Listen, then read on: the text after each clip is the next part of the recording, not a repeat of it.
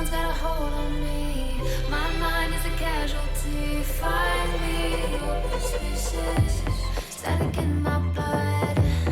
Can you feel the flood?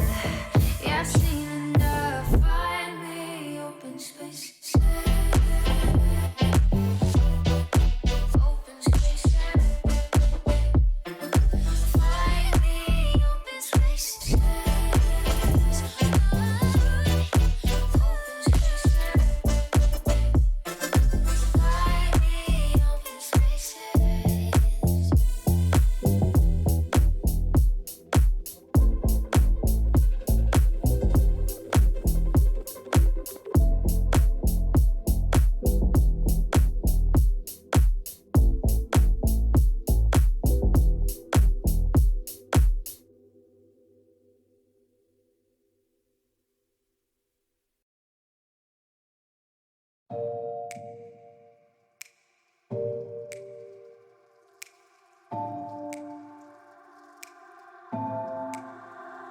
It's getting harder, you turn my heart up, throw me in water. I'm getting higher, just to feel ya, cause I need to. No one knows it, heart is frozen from your poison. Taking the potion, just to feel ya, cause I miss you. Oh my God, can't stop you like heroin. My love you got, there's no settlement. I can't pretend that we're nothing. Oh, I think I'm overdosing. I think that I think I'm overdosing. I think that I think I'm overdosing. I think I'm overdosing. It's getting stronger, can't take no longer. Walking on fire. I'm getting higher, just to feel ya, cause I need to. Feels like I'm burning a little bit more, just a little bit more now. Taking the potion, just to feel ya, cause I need ya. Oh my God, can't stop you like heroin. My love you got, there's no settlement. I can't pretend that we're not meant. Oh, I think I'm overdosing. I think I'm overdosing. I think I'm overdosing. I think I'm overdosing. I think I'm overdosing. I think I'm overdosing. I think I'm overdosing. I think I'm overdosing. It's getting stronger. I think I'm overdosing.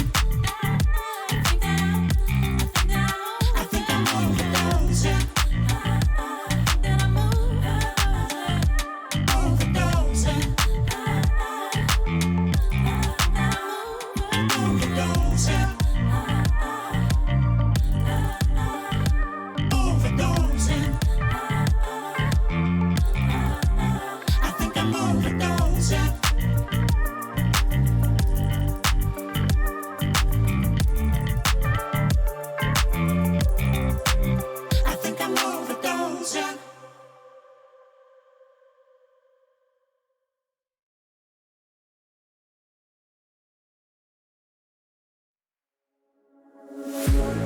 One look, the heat is rising, and I've been cold for so long. One touch and we're igniting, setting fire to it all. You know these flames ain't going out. This building is crumbling to the ground. Don't think that we can stop it now, 'cause baby our love is gonna burn down. You know these flames ain't going out. This building is crumbling to the ground. Don't think I wanna stop it now, 'cause baby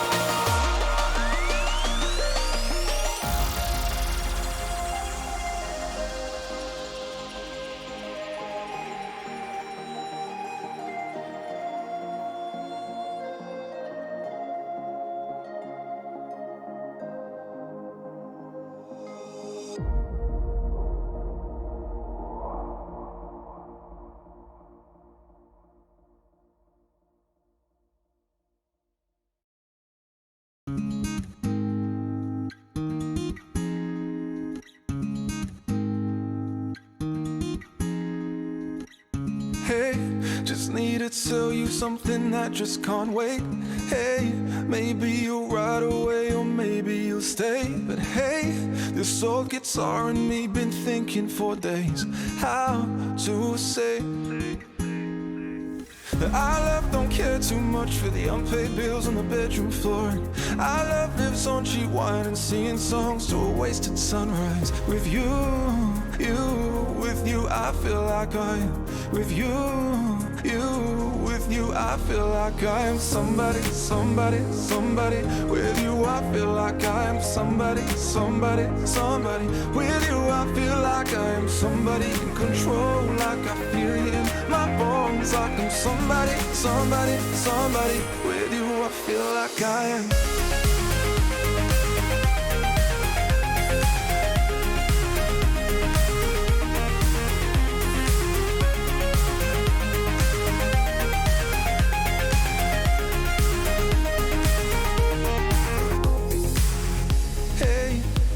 Come with me from New York to LA. Hey, we'll play this song in every city we stay. And hey, maybe we'll stream 1,000,000 times in one day. Be on our way. Hey, hey, hey, hey. I love don't care too much for the unpaid bills on the bedroom floor. I love lives on cheap wine and singing songs to a wasted sunrise. With you, with you, I feel like I am. With you, with you, I feel like I am somebody, somebody, somebody. Somebody, somebody, somebody. Somebody in control, like I feel it in my bones, like I'm somebody, somebody, somebody. With you, I feel like I am.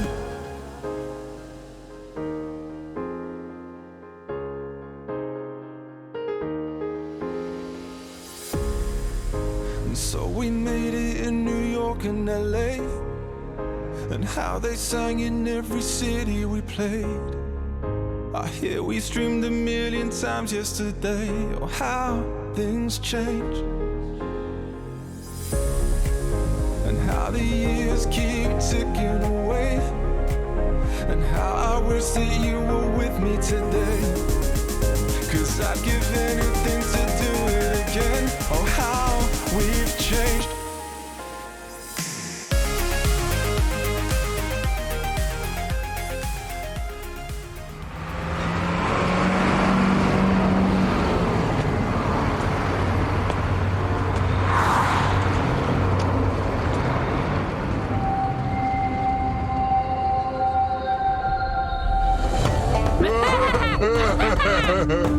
So, who wants to play a game? My favorite. Let me. No, me! Try me now.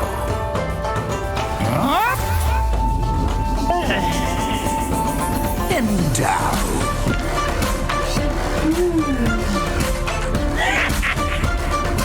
No, this.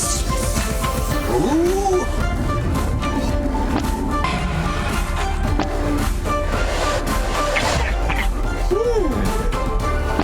Next. Damn! What's this thing? Let's find out.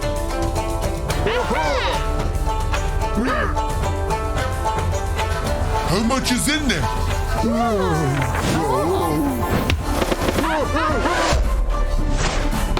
And again! Guess we better. Yep. It's just as high as we can go. Expertise.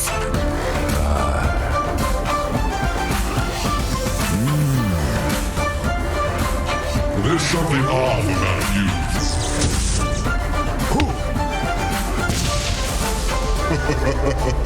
It's in the bag. Watch me now. Yoo-hoo! I always get what I want. In the bag. Nice! Such talent. Such sorceress. You're doing good. You too! Where are you? You want me? Come get me. All right, and welcome everybody back to the Chinese DPC. We were 3 people, now we're just 2, as Black has kind of gone 0 Dark 30 on us for a split second, but hopefully we get him back as he will return from his mission soon. but we are also joined here by Snare, ready to go and come into this Division 2 and have ourselves one Division 2 matchup before we start and get into the Division 1. We got ourselves Shenzhen and YBB. He comes back. The prodigal son returns. And I'll ask you guys, start with Snare. How you feeling today? How you looking forward to the matches on the docket today? I'm feeling good. I'm looking forward to this one a lot, right? Last season, when we were doing Division 2, these two teams, they both came up for the first time. And initially, it seemed like they were actually going to be in contention for that promotion slot. Then both of them sort of fell to the wayside halfway through. And then we all started losing faith in them as like top squads. But that means that this is sort of like this mid-table clash, which is always very exciting, especially in China. So I'm very much looking forward to it. Yeah. And Black, same question. How you feeling? What are you looking forward to today? Well, I'm not super impressed with how YBB have been drafting, and their just general lack of aggression has been pretty disappointing. But maybe after yesterday they had some good replay material. Get some work done, go through that a little bit, and improve on that.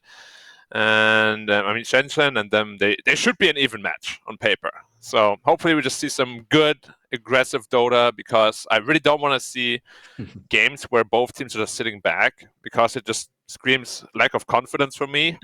And like down the line, it's never going to bring you anywhere. Maybe you can barely stay in Division 2, but if you really want to like rise the ranks, you're gonna bring much more to the table than that. Yeah, it's going to be an interesting matchup. Both these teams have lost to Aster Aries in the past. You've got one win for both these teams. Shenzhen's win actually came against SAG, which puts them at 2-1.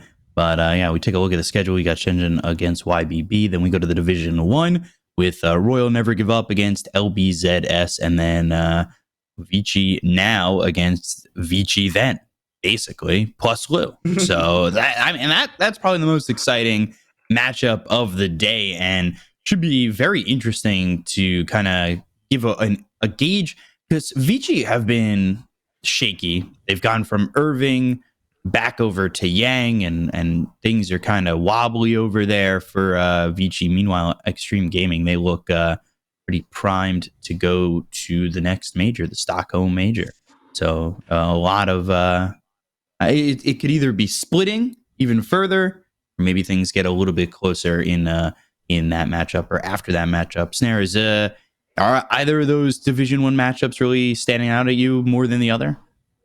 Interestingly enough, right, as much as the Extreme Vici game is going to be pretty hype, I kind of think the RNG LBZS game is a little bit more important, because for LBZS, should they lose that game, it's practically a wrap in terms of them staying in Division 1. And for the other side, RNG, they need to get this W. Last time around, they lost, and it's one of the reasons why they didn't. I think they ended third in large measure because of this loss against LBZS. So they need to be able to win for their own confidence sake. Imagine if you're Somnus, right, and you lose back-to-back to LBZS. That's not going to be a good look for the squad, and especially a team that's incredibly confidence-based. So I think that one, it's going to be less hype of a game, but probably matters more for both of the team's fortunes.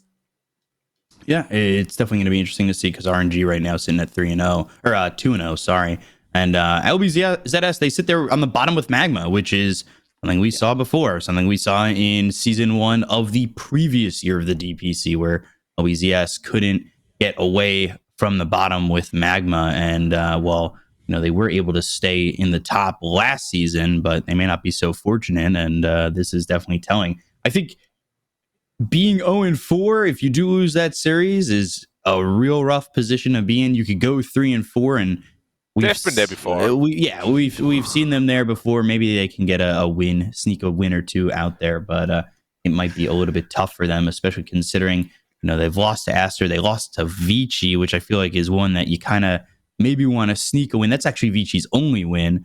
And then LBZS, they've lost to Extreme, and now they've got to face RNG. It does leave eHome, and I believe LGD and Magma to play. So, you could pull a win or two out of those and stay in Division 1, but we'll see. I'm really interested to see how that ends up going. And then, again, back to our first series, the Division 2, the matchup that we're here to see right here, right now, Shenzhen against YBB.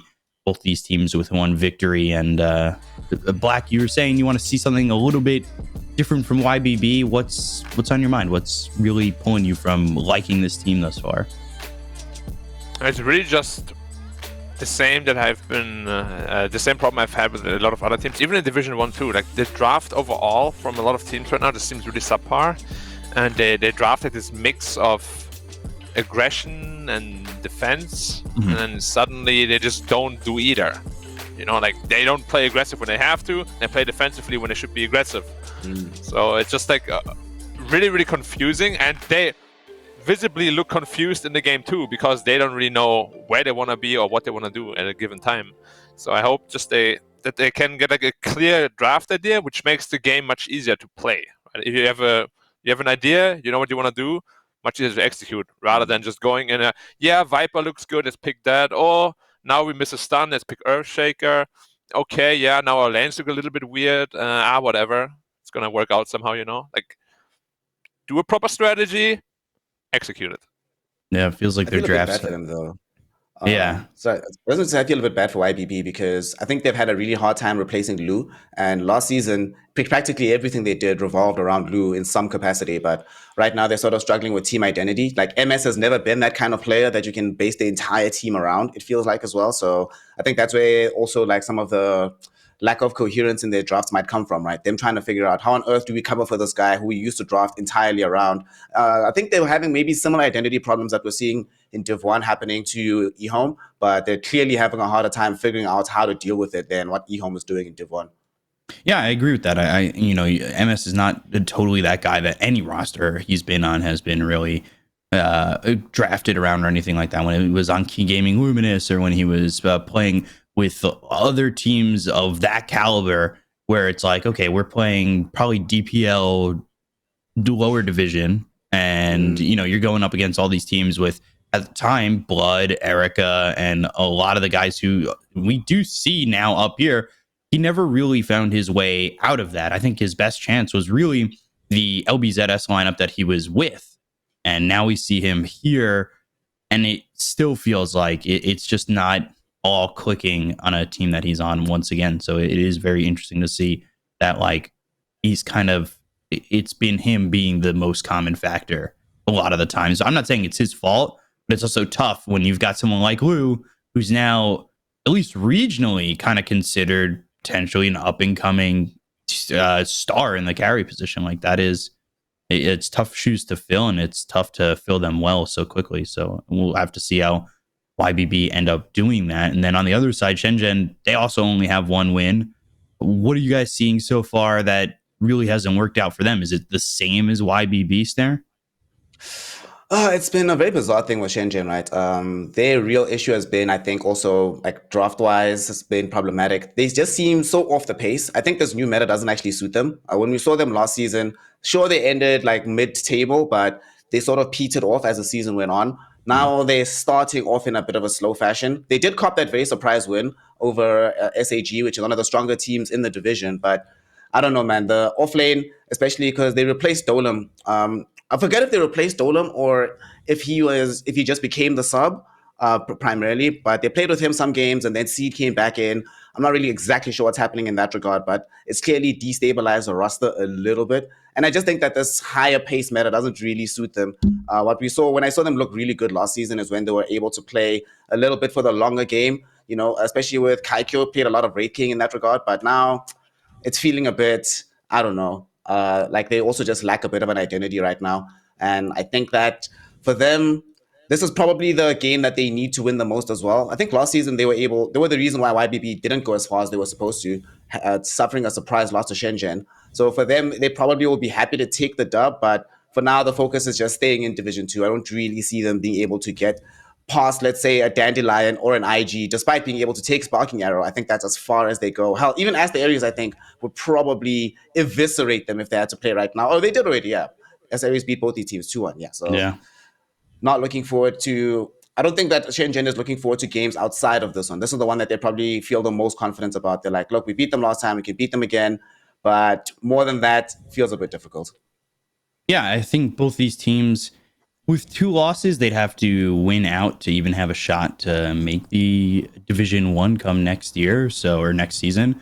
And I think the biggest difference is definitely carry identity, right? Like MS is this guy who really hasn't exactly been this star, hasn't been this leader, at least from what we've seen on the teams he's been on. Whereas someone like Kaiko, who was on that eHome team that looked really good, has found success in the past and carried games on his own in the past. When he was going as Ego, when he was going as Simu, like he was there. He was the guy who you could rely on. And I think that's definitely one of the biggest differences between these two teams is their carry roles. And I mean, to know the best about carry roles, Black, I got to ask you, who do you prefer if you had to pick one of these guys to be on a team of yours or someone to be on your academy team? Because I know you'd be on the main squad.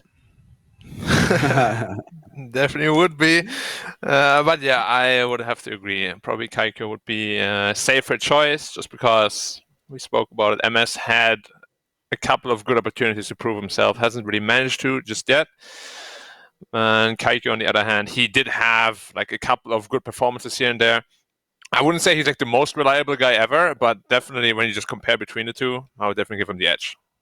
Yeah, it felt like he was more reliable when he was on that eHome team. I also, again, what I find to be very different for these Chinese teams is the lack of third party of tournaments, the lack of a DPL.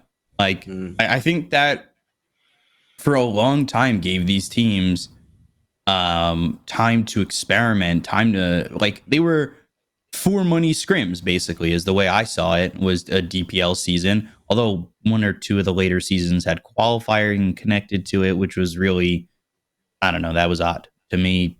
That should have been done differently. But, you know, these teams had the ability to experiment and scrim a lot, and we don't have that.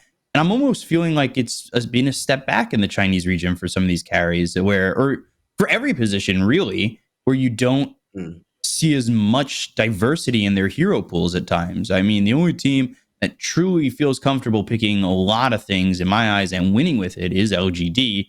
But I mean, that's I guess a statistic of circumstance, right? They're the only ones who are completely winning out and looking good all of the time, pretty much. And I'd love to see DPLs back, truthfully. I mean, Snare, you know it too. Like watching all those games where it's just BO2 after BO2, 4 BO2s in a day, and these guys are playing all the time. They're doing double round robins. I mean, I think I miss it not just for how much Dota people got to play, but you know the OGA Dota pick that you guys did? A good example of that is the performance of Team Magma relative to everybody else who's doing well in Division 1. You could tell that the other teams didn't care about it as much, which I think is a good thing. It's fine to be in that position where you're like, whatever, as long as we are in a position where we're just playing well, experimenting, seeing where things go. It gives the lower teams not just time to play games, but time to gain confidence as well. You know, Dota is such a confidence-based game right now. And when you're in this position where you never actually get to a point where you can feel like you can win these games, you're always getting crushed, and every game is super important, it's very painful. And some of these younger players as well, they don't get that opportunity to know not to take the chance, right? Are you going to really take the chance when this kid might be the difference between you going to the major or not? Yeah, you'll be a bit more reluctant to actually expand that trust in that way. And I think it also extends to teammates as well. Teammates are always, there's more pressure when you make mistakes because it's not just a mistake where you're experimenting in like a DPL or some CDA tournament. It's like, no, you messed this up. This is a lot of dollars on the line. So yeah, I really think that the scene itself, I mean, we see this, I think China's probably the first place we're seeing it the biggest, but the lack of diversity in the tier 3 scene has actually made Dota, the quality of Dota is somewhat worse than it should be, given what we know the actual ceiling is available with a lot of these players. So would love to see more of that come back as we go forward.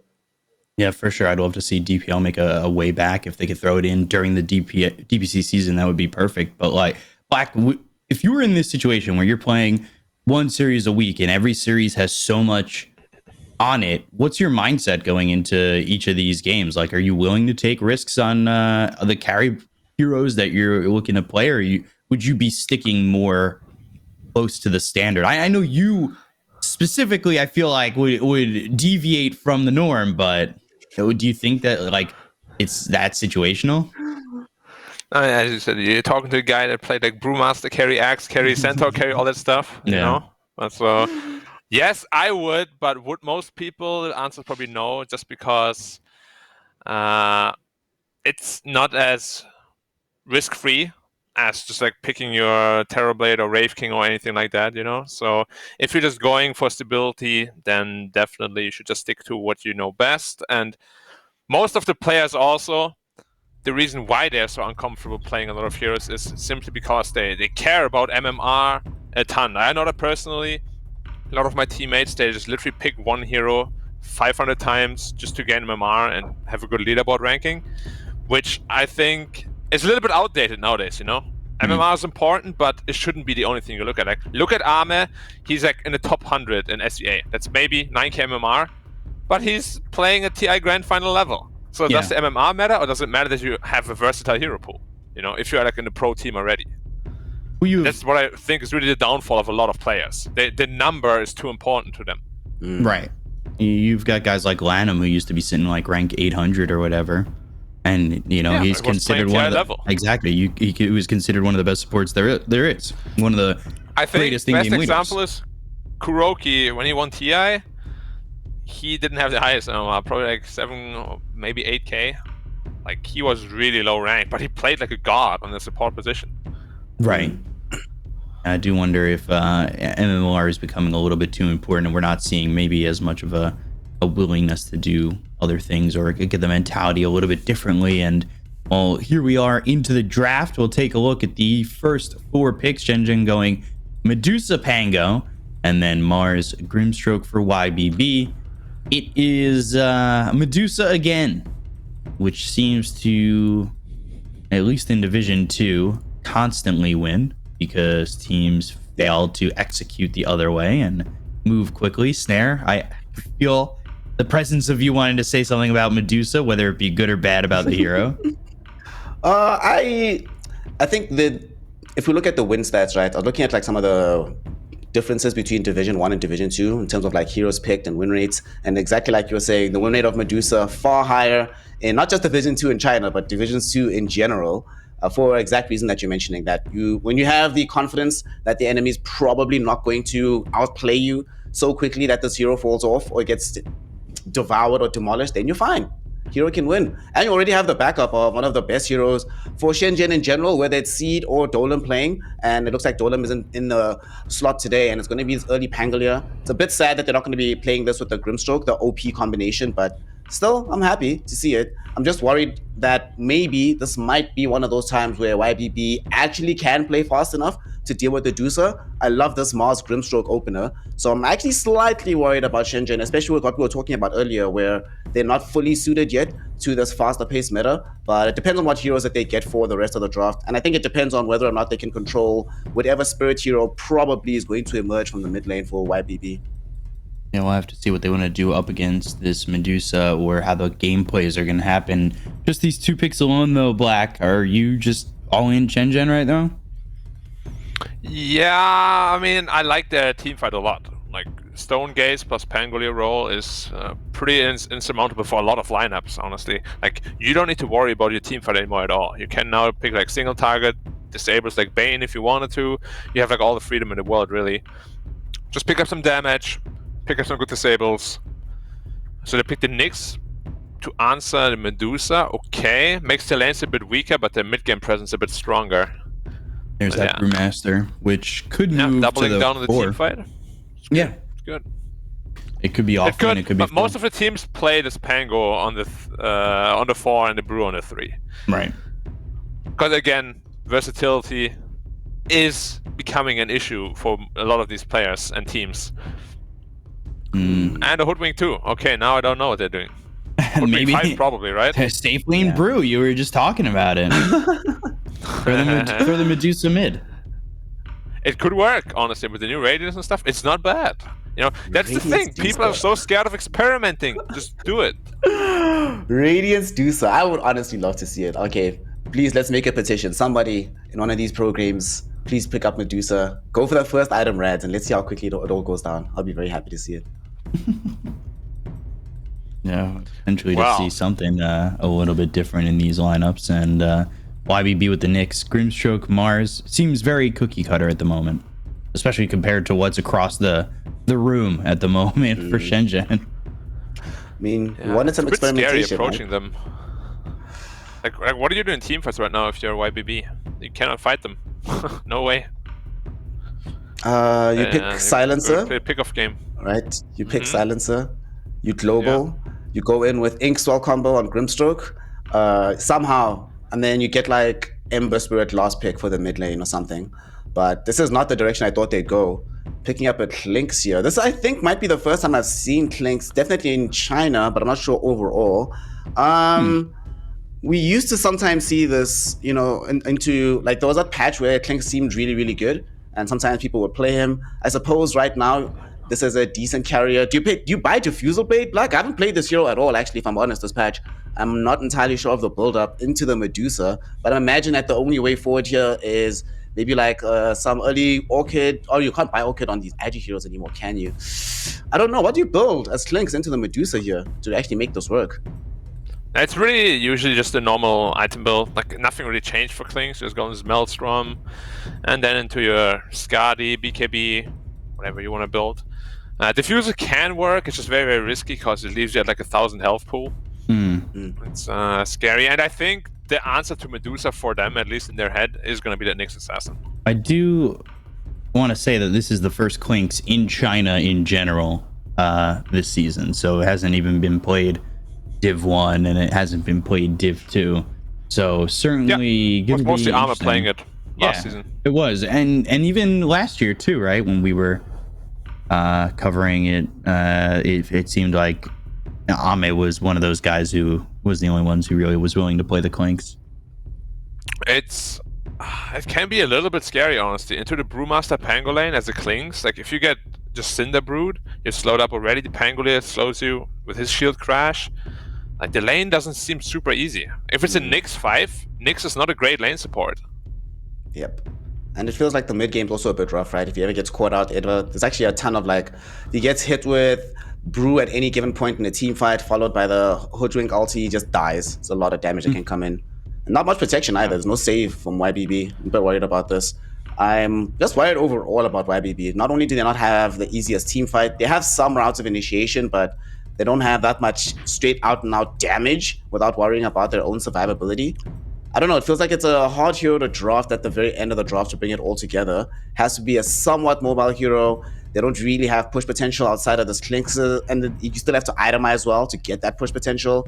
Who initiates the fights if the Mars doesn't get an early blink, because you need the Nyx Assassin to not get caught, because otherwise what's there for the Medusa? There's a lot to think about for YBB, honestly.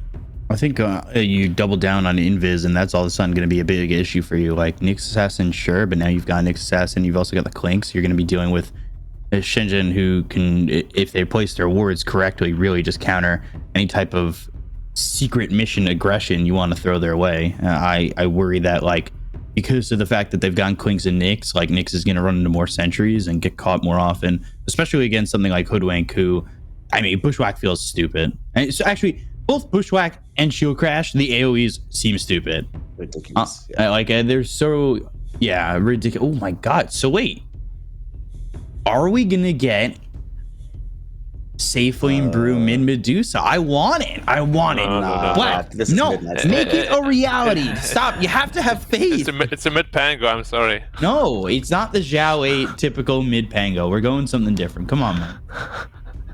I wish, but it's no. Not with these teams, not in this region.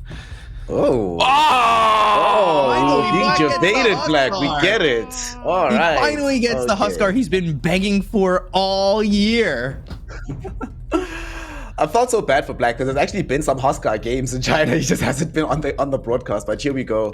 Finally get Huskar. They've been owning. And they've been dominating. Oh my god, he finally Huskar's gets it. Insane. He can play any position, 1, 2, 3. Wow. He's going to be mid now, of course, because they see it's definitely going to be melee hero middle no matter what.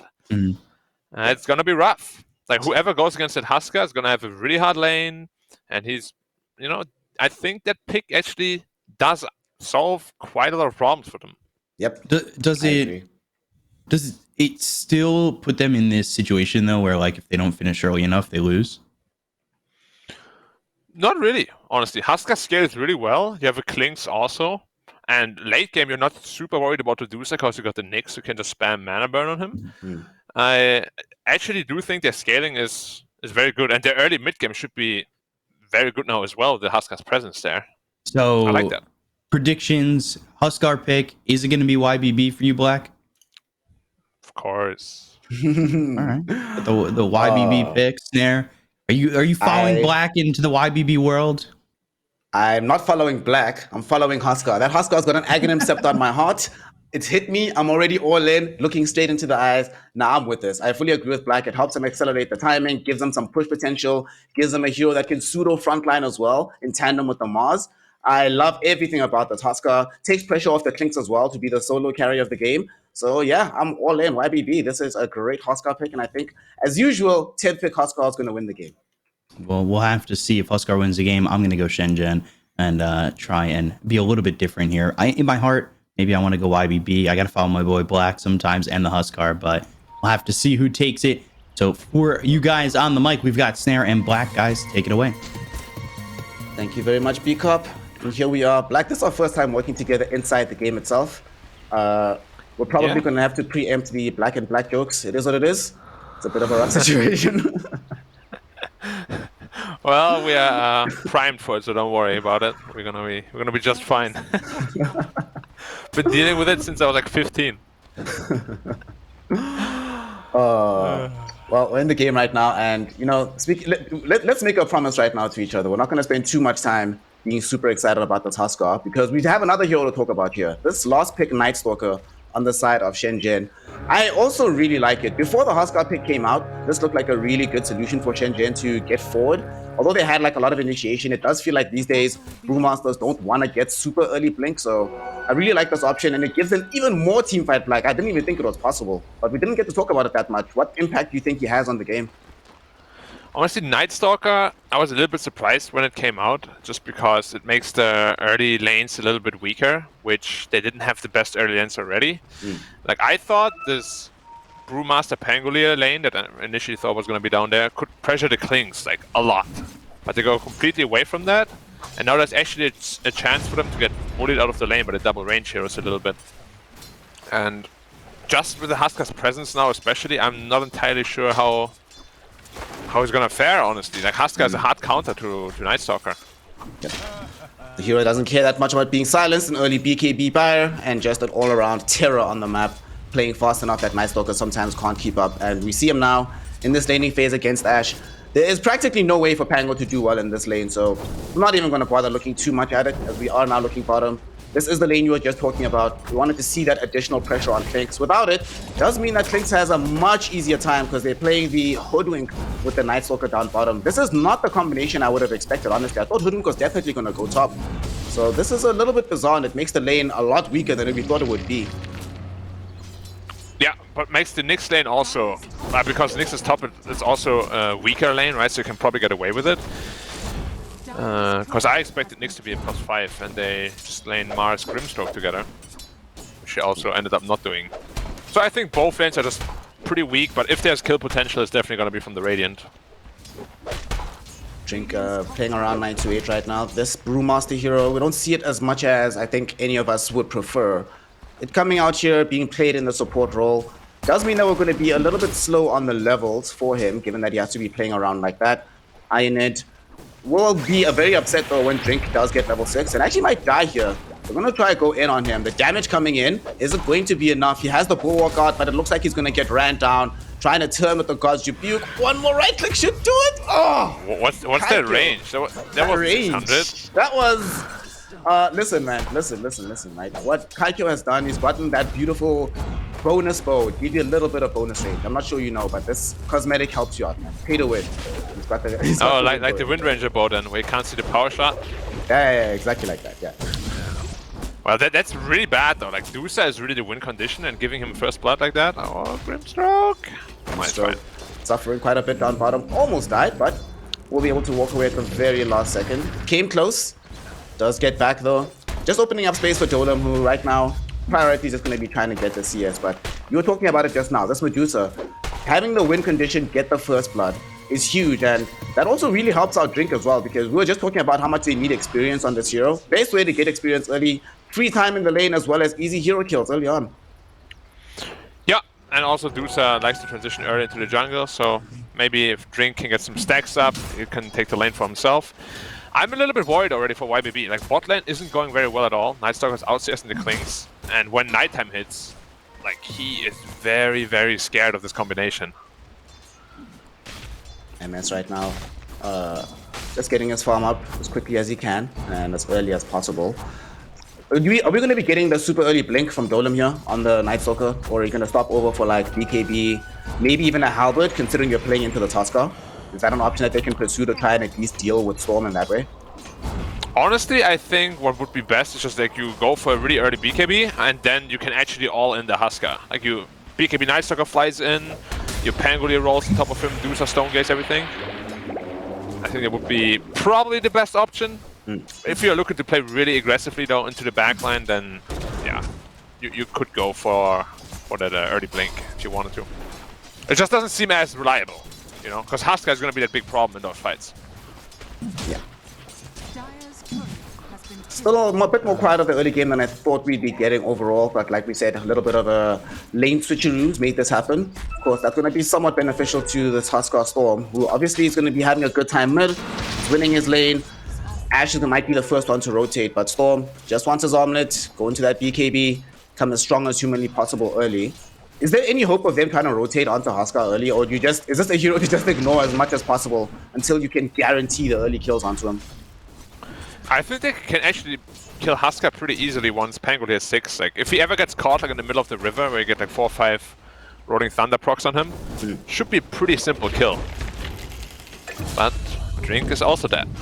Drank a little bit too much, Brewmaster. The brew's delicious, man. Unlucky. What can you do? Yeah, the Tasty. booze. Ends up taking a tumble in the top lane. Hara, very happy to be able to also get a courier kill down bottom. This does equalize things a little bit more in the top lane. Ironed, definitely, he needs to have a good game. I don't think, we've seen a lot of these Mars performances where things just fall flat super early on. I'm hoping in this game he also doesn't rush Blink Dagger. Going for the face boots first, thank goodness. So at least has some role in the game overall, not just a blink in machine. Down bottom, we're all going to be seeing a kill happening onto the Grimstroke, and they're running for more as well. They have the dust for MS. They're going to chase him beyond the tier 1 tower here. He has no hope of surviving this one. As Dolem just going to run him down.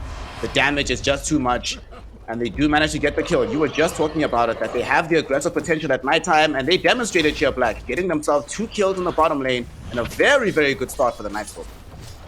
Yeah, at this point I really don't know how you actually salvage the bot lane. Like, Nightstalker 5, the entire lane is pushing with 3 range creeps. I don't think Klings can really go back to his lane anymore.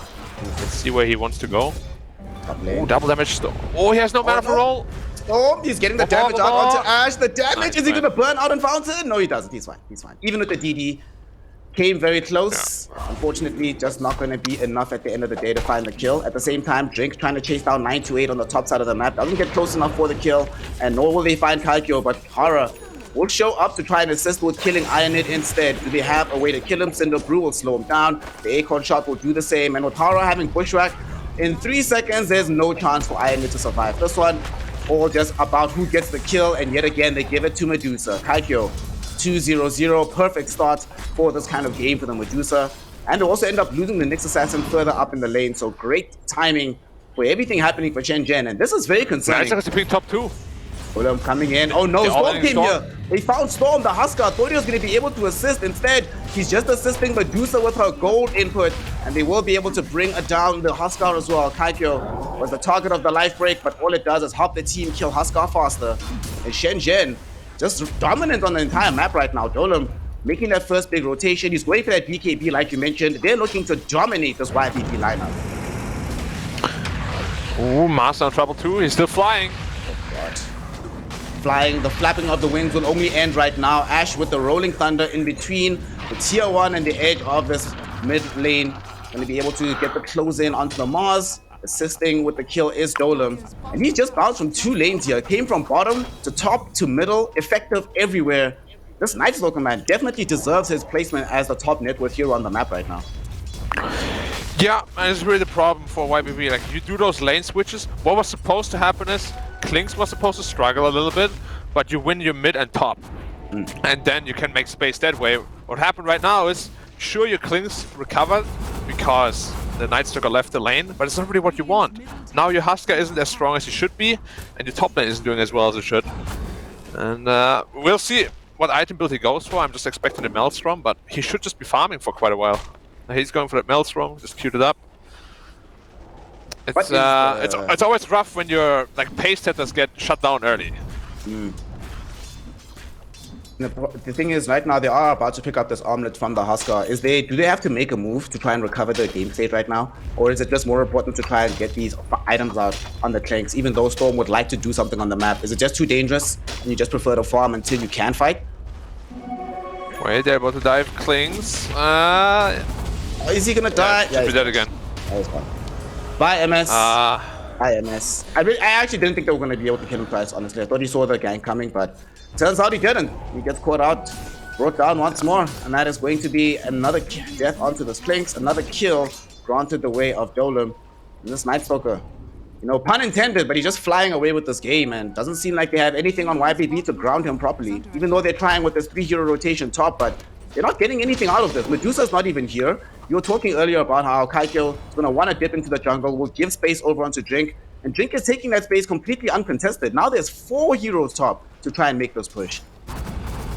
Yeah, Klings just has no place to go into on this map right now.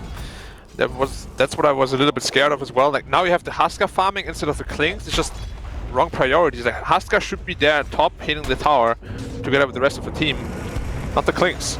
I'll try to take a fight though as the arena gets propped out. Rolling Thunder though coming through from Ash will interrupt this gank attempt. We still end up losing the Brewmaster, but Ash with the assistance of Dola might make this hurt even more for YBB. They've already taken out the 928. Nyx Assassin next to Fall is obviously going to be eyeing it on his Mars.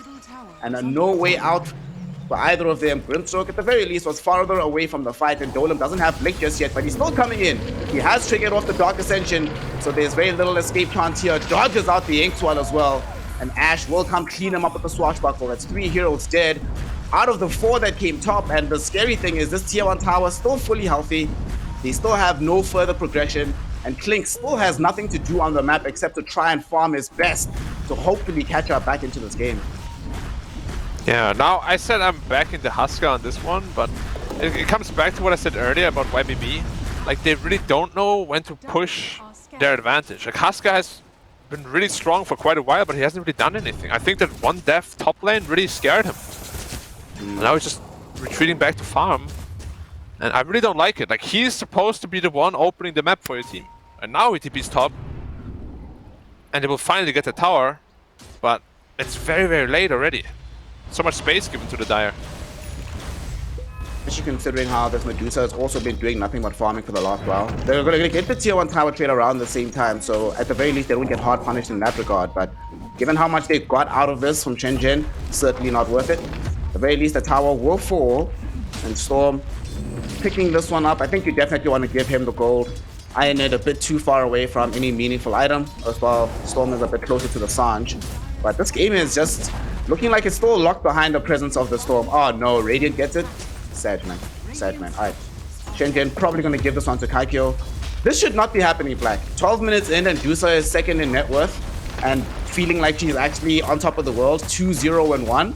This generally only tends to happen when you have these Medusas have incredibly dominant performances for the rest of the game afterwards. Yeah, Dusa is definitely one of those hard carries, much in line with like Terrorblade when they're so rich early on. Like, they just farm too fast, right? So if you're already super farmed early, it's just gonna snowball you even harder with these kind of heroes. And I'm definitely a little bit scared for even the Husker. Like, Stonegaze is very strong against Husker. Don't forget that. YBB, we're expecting them to play a lot faster than they are right now. Shenzhen's actually adopting a playstyle that I'd imagine to see from YBB. To be fair, a lot of it is coming from the influence of Dolem, but they're nonetheless making it work for themselves. No big moves made just yet by YBB as they still on a farm up. MS has finished the Maelstrom. However, Shenzhen will not wait for them to get more items. They'll go on a smoke maneuver of their own. Action Drink trying to make this movement. Tumbler Sway committed top lane though. Storm gonna try to jump onto Dolem. Not enough damage to kill this Night Stalker. Now suddenly there's danger here. Bushwhack keeps him in position. There's gonna be the ulti from Hara. Gets blocked off by 928, but it's not gonna be enough to stop the Storm escape completely. Cinder Blues throws him down even more. Drink goes in with the ultimate. They definitely gonna have the damage to bring down this Huskar. Did his best on the Nyx Assassin to interrupt this, but his best not good enough. Will end up dying as well. And they wait for a jump onto Dolem, but who's jumping who, Black? They end up losing 2 in the top lane. Not just any 2, but the win condition in the Storm Huskar. Yeah, his game is really not nearly as good as he wanted it to be. The mid tower is also still up, and I'm just very confused that they're choosing to farm. Oh, Hara should be dead here. Bye-bye. They should, okay.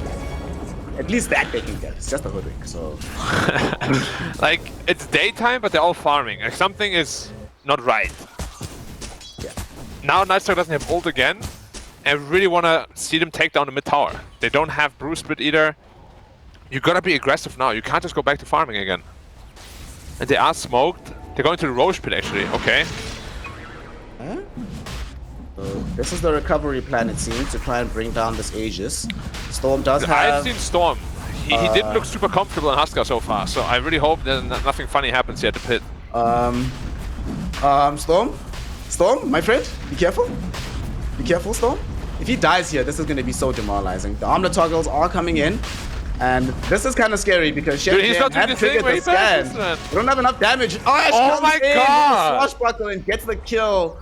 Oh no, and it's now a Roshan with less than half HP. This might be a freebie. Ash jumping into the pit with the Rolling Thunder, gets soulbound, but with nobody nearby, that means the Rolling Thunder is free to do what it wants. And with the swashbuckle, it claims himself a double. They smoked up on YBB to make that happen, and they get nothing out of it. 928 also gets dusted up as well, so they can't actually look for a fight either, even though Ionet is nearby. And everything going from bad to worse here. Ionet, oh no, the blink reveal! That was the blink reveal, Black, and nothing happens. Hara just dodges it. And even the 5 position is running rings around you at this point. And now it's nighttime.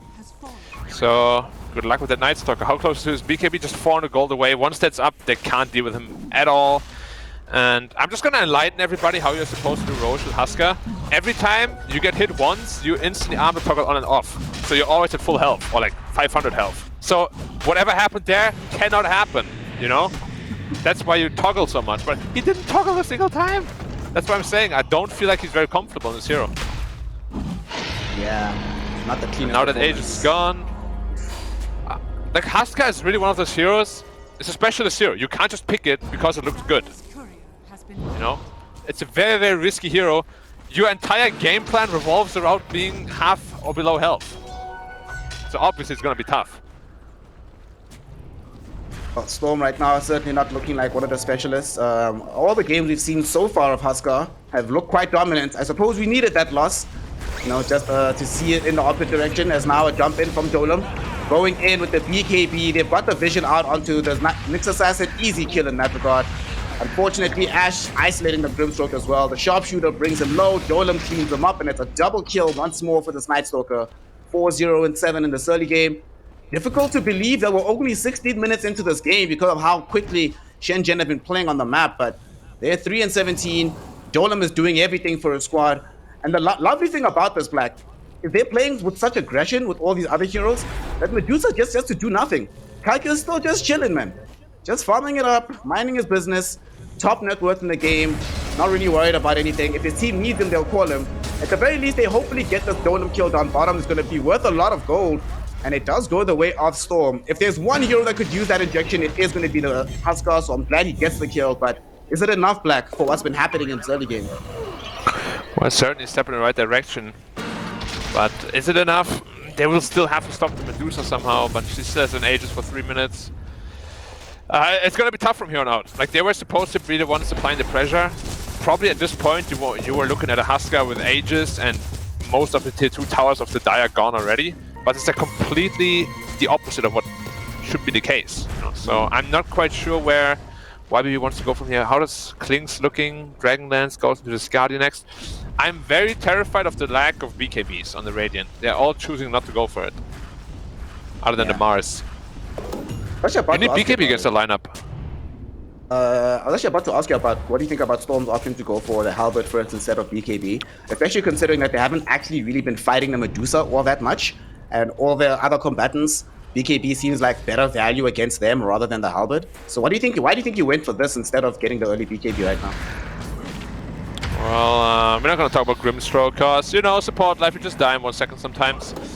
But it's good against the Night Stalker, of course. However, as you said, he already has his BKB, so it's not going to be nearly as impactful. And if he gets silenced, can they go and drink?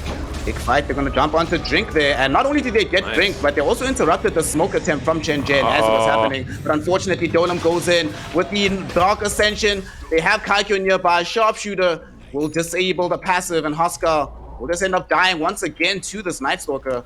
And they're the ones that went forward there. Sure, they got the kill onto Drink, but if you're Shenzhen, you'll take that trade any day of the week, especially since you got to involve Klinx is in Kaikyo trouble. as well. He's fine. Ooh, he didn't quite see him. Yeah, okay. He just went in with Storm under the ward. Very close. But yeah, game is not looking good for YBB at all.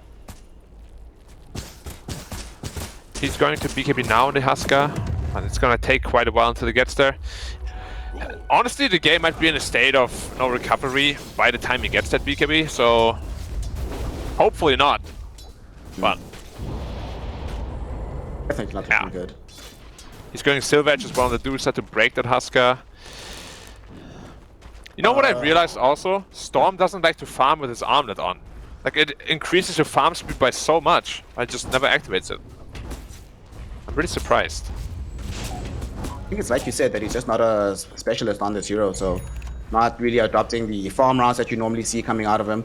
I mean, normally he is the one that plays mid, so I don't really think he plays Lifestealer either, so just Armlet in general might be a bit of an item that he never comes across in his itemization. A foreign item. I see, yeah. No, that can definitely make sense. They know that the Mars is down here, will they be able to catch him? Nah, he has Blink. That's fine. Oh, I say that, but no, he got hit. So he didn't blink? He didn't blink in time. He didn't get his TP interrupted now. Oh no, Iron It. He let the damage tick come in before he blinked away, so that's gonna actually get him killed at the end there. There is that little second before the Cinder Brew spots in, but didn't acknowledge that particular window, ends up dying for it. Now Shenzhen off to the races once more. Kaikyo already has access to the Silver Edge practically. Pretty much just needs to clean up the Sea Dragon and it's up. Very, very sad times. At least they lose the Aegis now. No more Aegis to worry about, so maybe we can get something going, but Huskar still like 2,000 gold away from his BKB.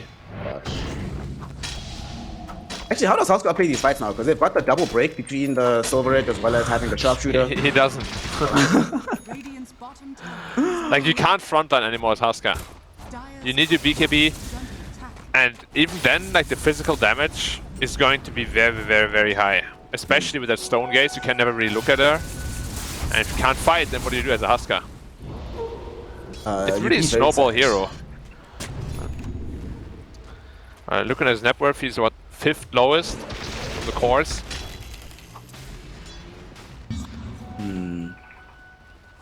But do they at least get a little bit of reprieve once they get a BKB for Ionit? Of course, like you mentioned, they're not going to have the BKB for Storm for quite a while, but at the very least, one is coming up right now. It's going to be the only one they have available for quite some time. It's MS. Oh, MS has one, okay, at the very least. So the double BKB, surely they can find some fight when they get the second one on Mars, right? And try and make something happen on the map. Yeah, definitely Klinx damage is very high if they can find it like a good spear. Even on a Dusa, I do think they have enough damage because he opted to go for a very offensive route, the Manta and the Silver Edge. No Skadi, of course, because you're playing against the Nyx Assassin, but that also means Dusa in general is much more squishy. Going for BKB herself. I like that a lot. Whenever you play against these mana burners, BKB is usually your best answer.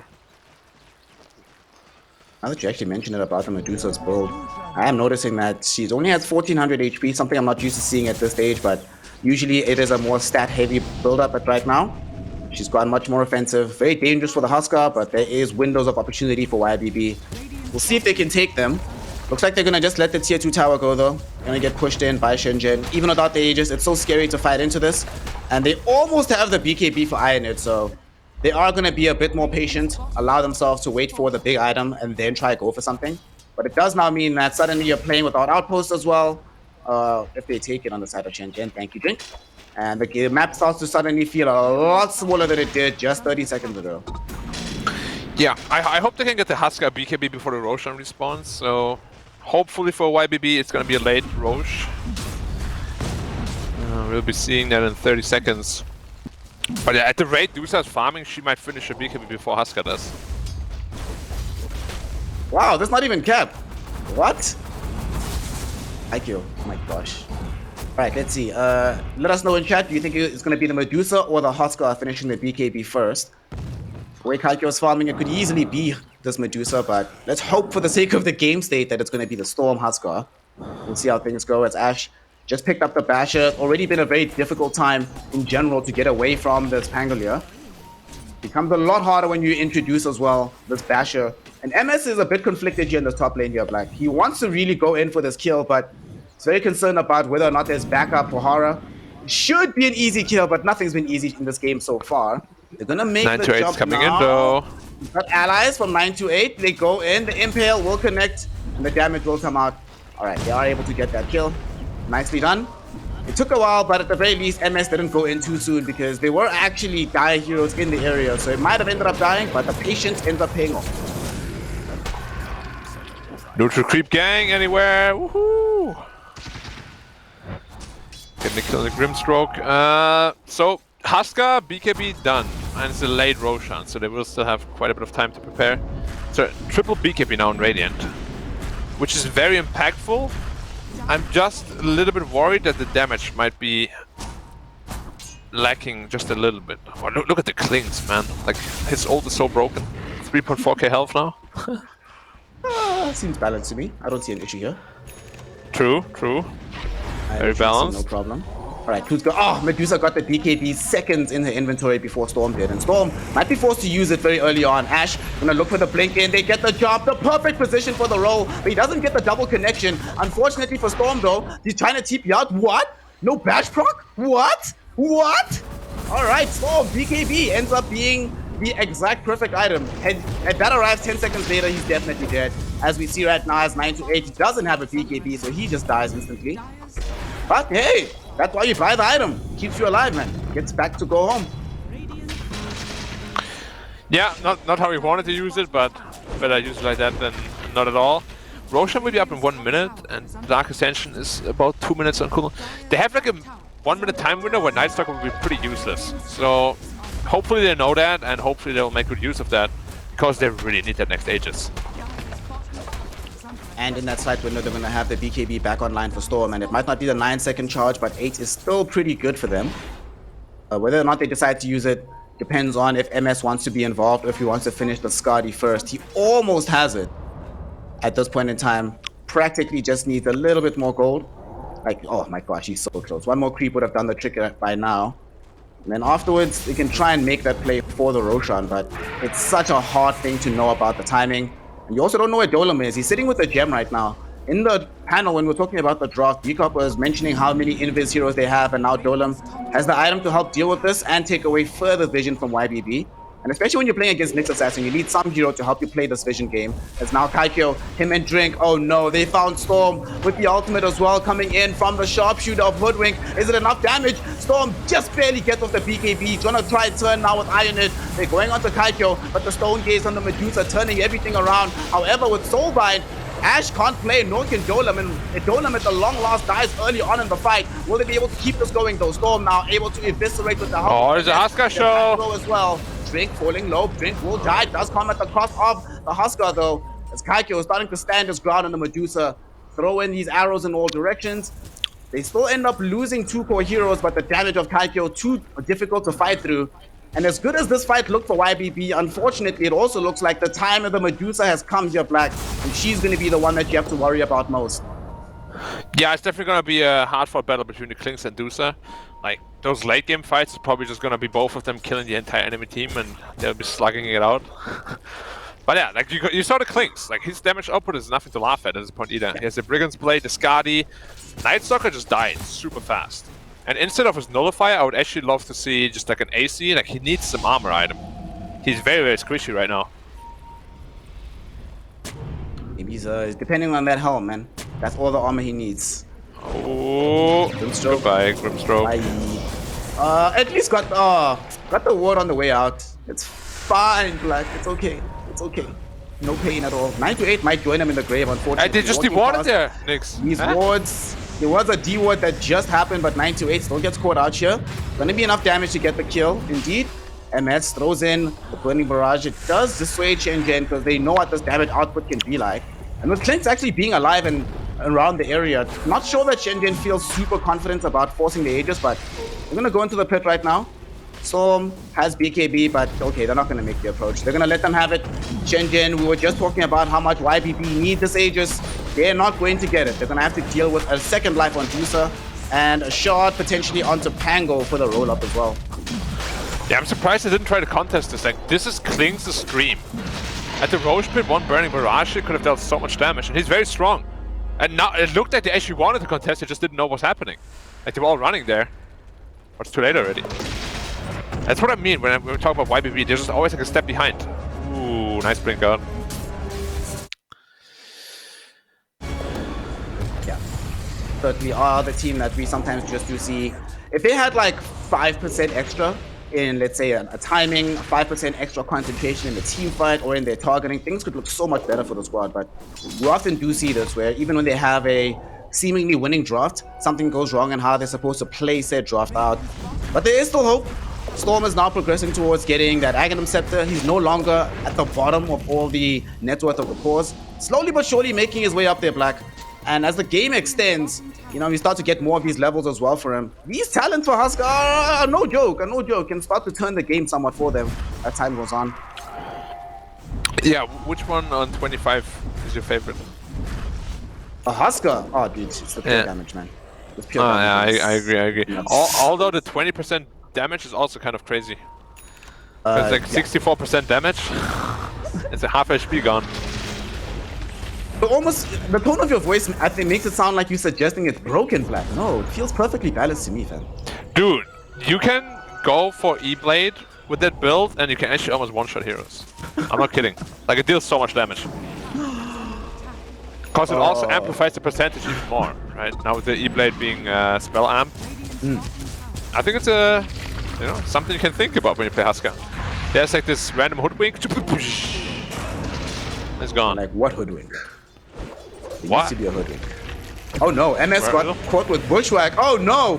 What is he doing there? Activated because of usage of Stone Gaze right in front of him. Ash there as well with the bash onto him. Why was MS here walking under vision, but why he has did he no not buyback when he saw the Bushwhack coming? And why doesn't he have buyback at 30 minutes in when you know the enemy has Aegis? All of these things coming together, Black, to lead into a terrible situation for Shenzhen. Or for YBB as Shenzhen, they push a tier 2 and now suddenly looking for a tier 3. And without Clinkz, can they stop this? Nah, they have no glyph either. Can they spam out a bit? They're trying anyway. And they're jumping forward. Oh, just got buyback on Clinkz. They caught Takio, didn't get the BKB off on this Medusa. They'll take the first life with no difficulty there. Will be unleashed onto Dolem, can't get back into the fight. Ash comes in, Swashbuckle, the bash will be there onto Storm. Forced to try and turn around here. Kaiko, the damage is big. Forced to BKB TP out because the damage is too much. Iron and now finding a spear back onto Hara. Hara will end up dying, and Storm claims that kill. And that's why he went in. MS was just bait, Black. He was just bait. Forced them to push too soon. Suddenly, you finally take a decent fight. You take away their Aegis, you get some kills, and now you're looking towards not only getting kills, but finally taking real estate. The tier 1 tower middle is at long lost when they end up falling. Yeah, DD Clinkz as well, so they have to respect it a lot. They can potentially go for a tier 2 here. Not much more than that though, because only 2 supports are dead. It did cost your Clinkz the buyback though. Like, if he dies one more time, this game is all but done. Now look at the Clinkz damage. It's 0 because of the glyph. Oh. And Burning Barrage with the talent is kind of insane. How quickly he shoots the arrows out. A lot of damage quickly. Ash though. They caught Storm. Dropping Storm. There's no BKB BKB for another couple seconds. Will he survive long enough to get it off? He's stone gazed up right now. There's an X-Wall stun onto him. Not gonna stun anybody. Sharpshooter hits him a second before he can activate the BKB. He ends up dying, and there's no buyback available for the Husker. Iron it right now, trying to run himself away. Will not be able to do so as he gets right-clicked out. And Ash's Swashbuckle bashes yet another hero. Brimstroke thought he was out. Instead, he's being dragged back in. Your Scepter will prevent the TP out as well. And that's just going to be a 3-hero kill, all swept up inside of the dire jungle. YBB got a little bit too overconfident with the positioning, and they get punished for it hard because MS was nowhere near that fight. And without that huge source of damage, you cannot be that confident in that positioning. And speaking of, 928 also flies too close to the sun right now, and he's going to end up getting brought down. Gonna make them work for it a little bit, but get it ultimately they will. 4 heroes instead of 3. And you were saying if Klink dies again, the game might just end. Well, Klink survives, but with 4 heroes dead, I don't think it's going to be a good time either for the side of YB. Yeah, well played also by Kaiku. Like, they called the Nyx Assassin, but Kaiku didn't even care about that, because he knows he only has 1 creep to push, so he protects that one, and it will probably lead for to 2 barracks this year. You know, a lot of players would just maybe oversee that little detail and try to just go for the kill, because a lot of people like kills, but no, not Kaiku. He's in for the big plan, big prize, big picture. Oh, nighttime activated as well as the split. On Earth, well, now what? Now what indeed? BKB is out, then just walk away from you. They're like, bye. Yeah. Bye. 2 Rexes, we're leaving. Another play by Kaiku, I think this is, we were talking about it earlier on, that I'm not always super hot on his performance like early on, but in these sort of mid to late / late game scenarios, he really knows what he's doing. And this Medusa is at this critical mass point practically where she can just take it all. They've taken 2 lanes. Sure, they left range access behind, but who cares about that right now? YBB in the meantime, this is not a lineup that plays very well against super creeps and megas. It's only really the Klinks that can have great impact there, but everybody else would prefer to be fighting heroes rather than beating back very strong creeps. So since they can't really find easy fights, they're looking for one, and they're going to try and force this one here, Black. This might be the Hail Mary fight. If they lose this, I don't know if they even stay in this game. They might just call GG. Now here's the comeback for YBB. He has no mana shield activated right now on Dusa. Maybe he forgets and gets like Husker ulted before that with the Axe Scepter. No, it's a real thing. Like sometimes you just forget that you turn it off, you know? It's still not on. Alright, gets found. Whoa, ow. Kill, Ash comes in, Kaikyo comes in. They actually find Storm here. Kaikyo does manage to activate the mana shield yet again with his Storm no jump back in for Storm because he's looking for damage onto Kaikyo. Not going to be able to find it. They've already lost. But the damage on Medusa, that was big. Doing his best, throwing in the hits from outside of this arena right now. The Medusa will actually die. MS using the distraction of the life of the Husker in order to dish out the damage he needs on Medusa, and it works out in the big picture. And though they end up with 3 surviving heroes, without the Medusa, they can't actually stay in this fight. And MS has turned it all around here with this Daedalus. Yeah, massive 1k damage crits. And yeah, as I said, this Burning Barrage is actually super damn strong right now. It's like 300% damage per second, basically. Going in again. MS, are you going to turn around? I think you can help him. Try and help out his ally. Oh, it's off damage. Woo!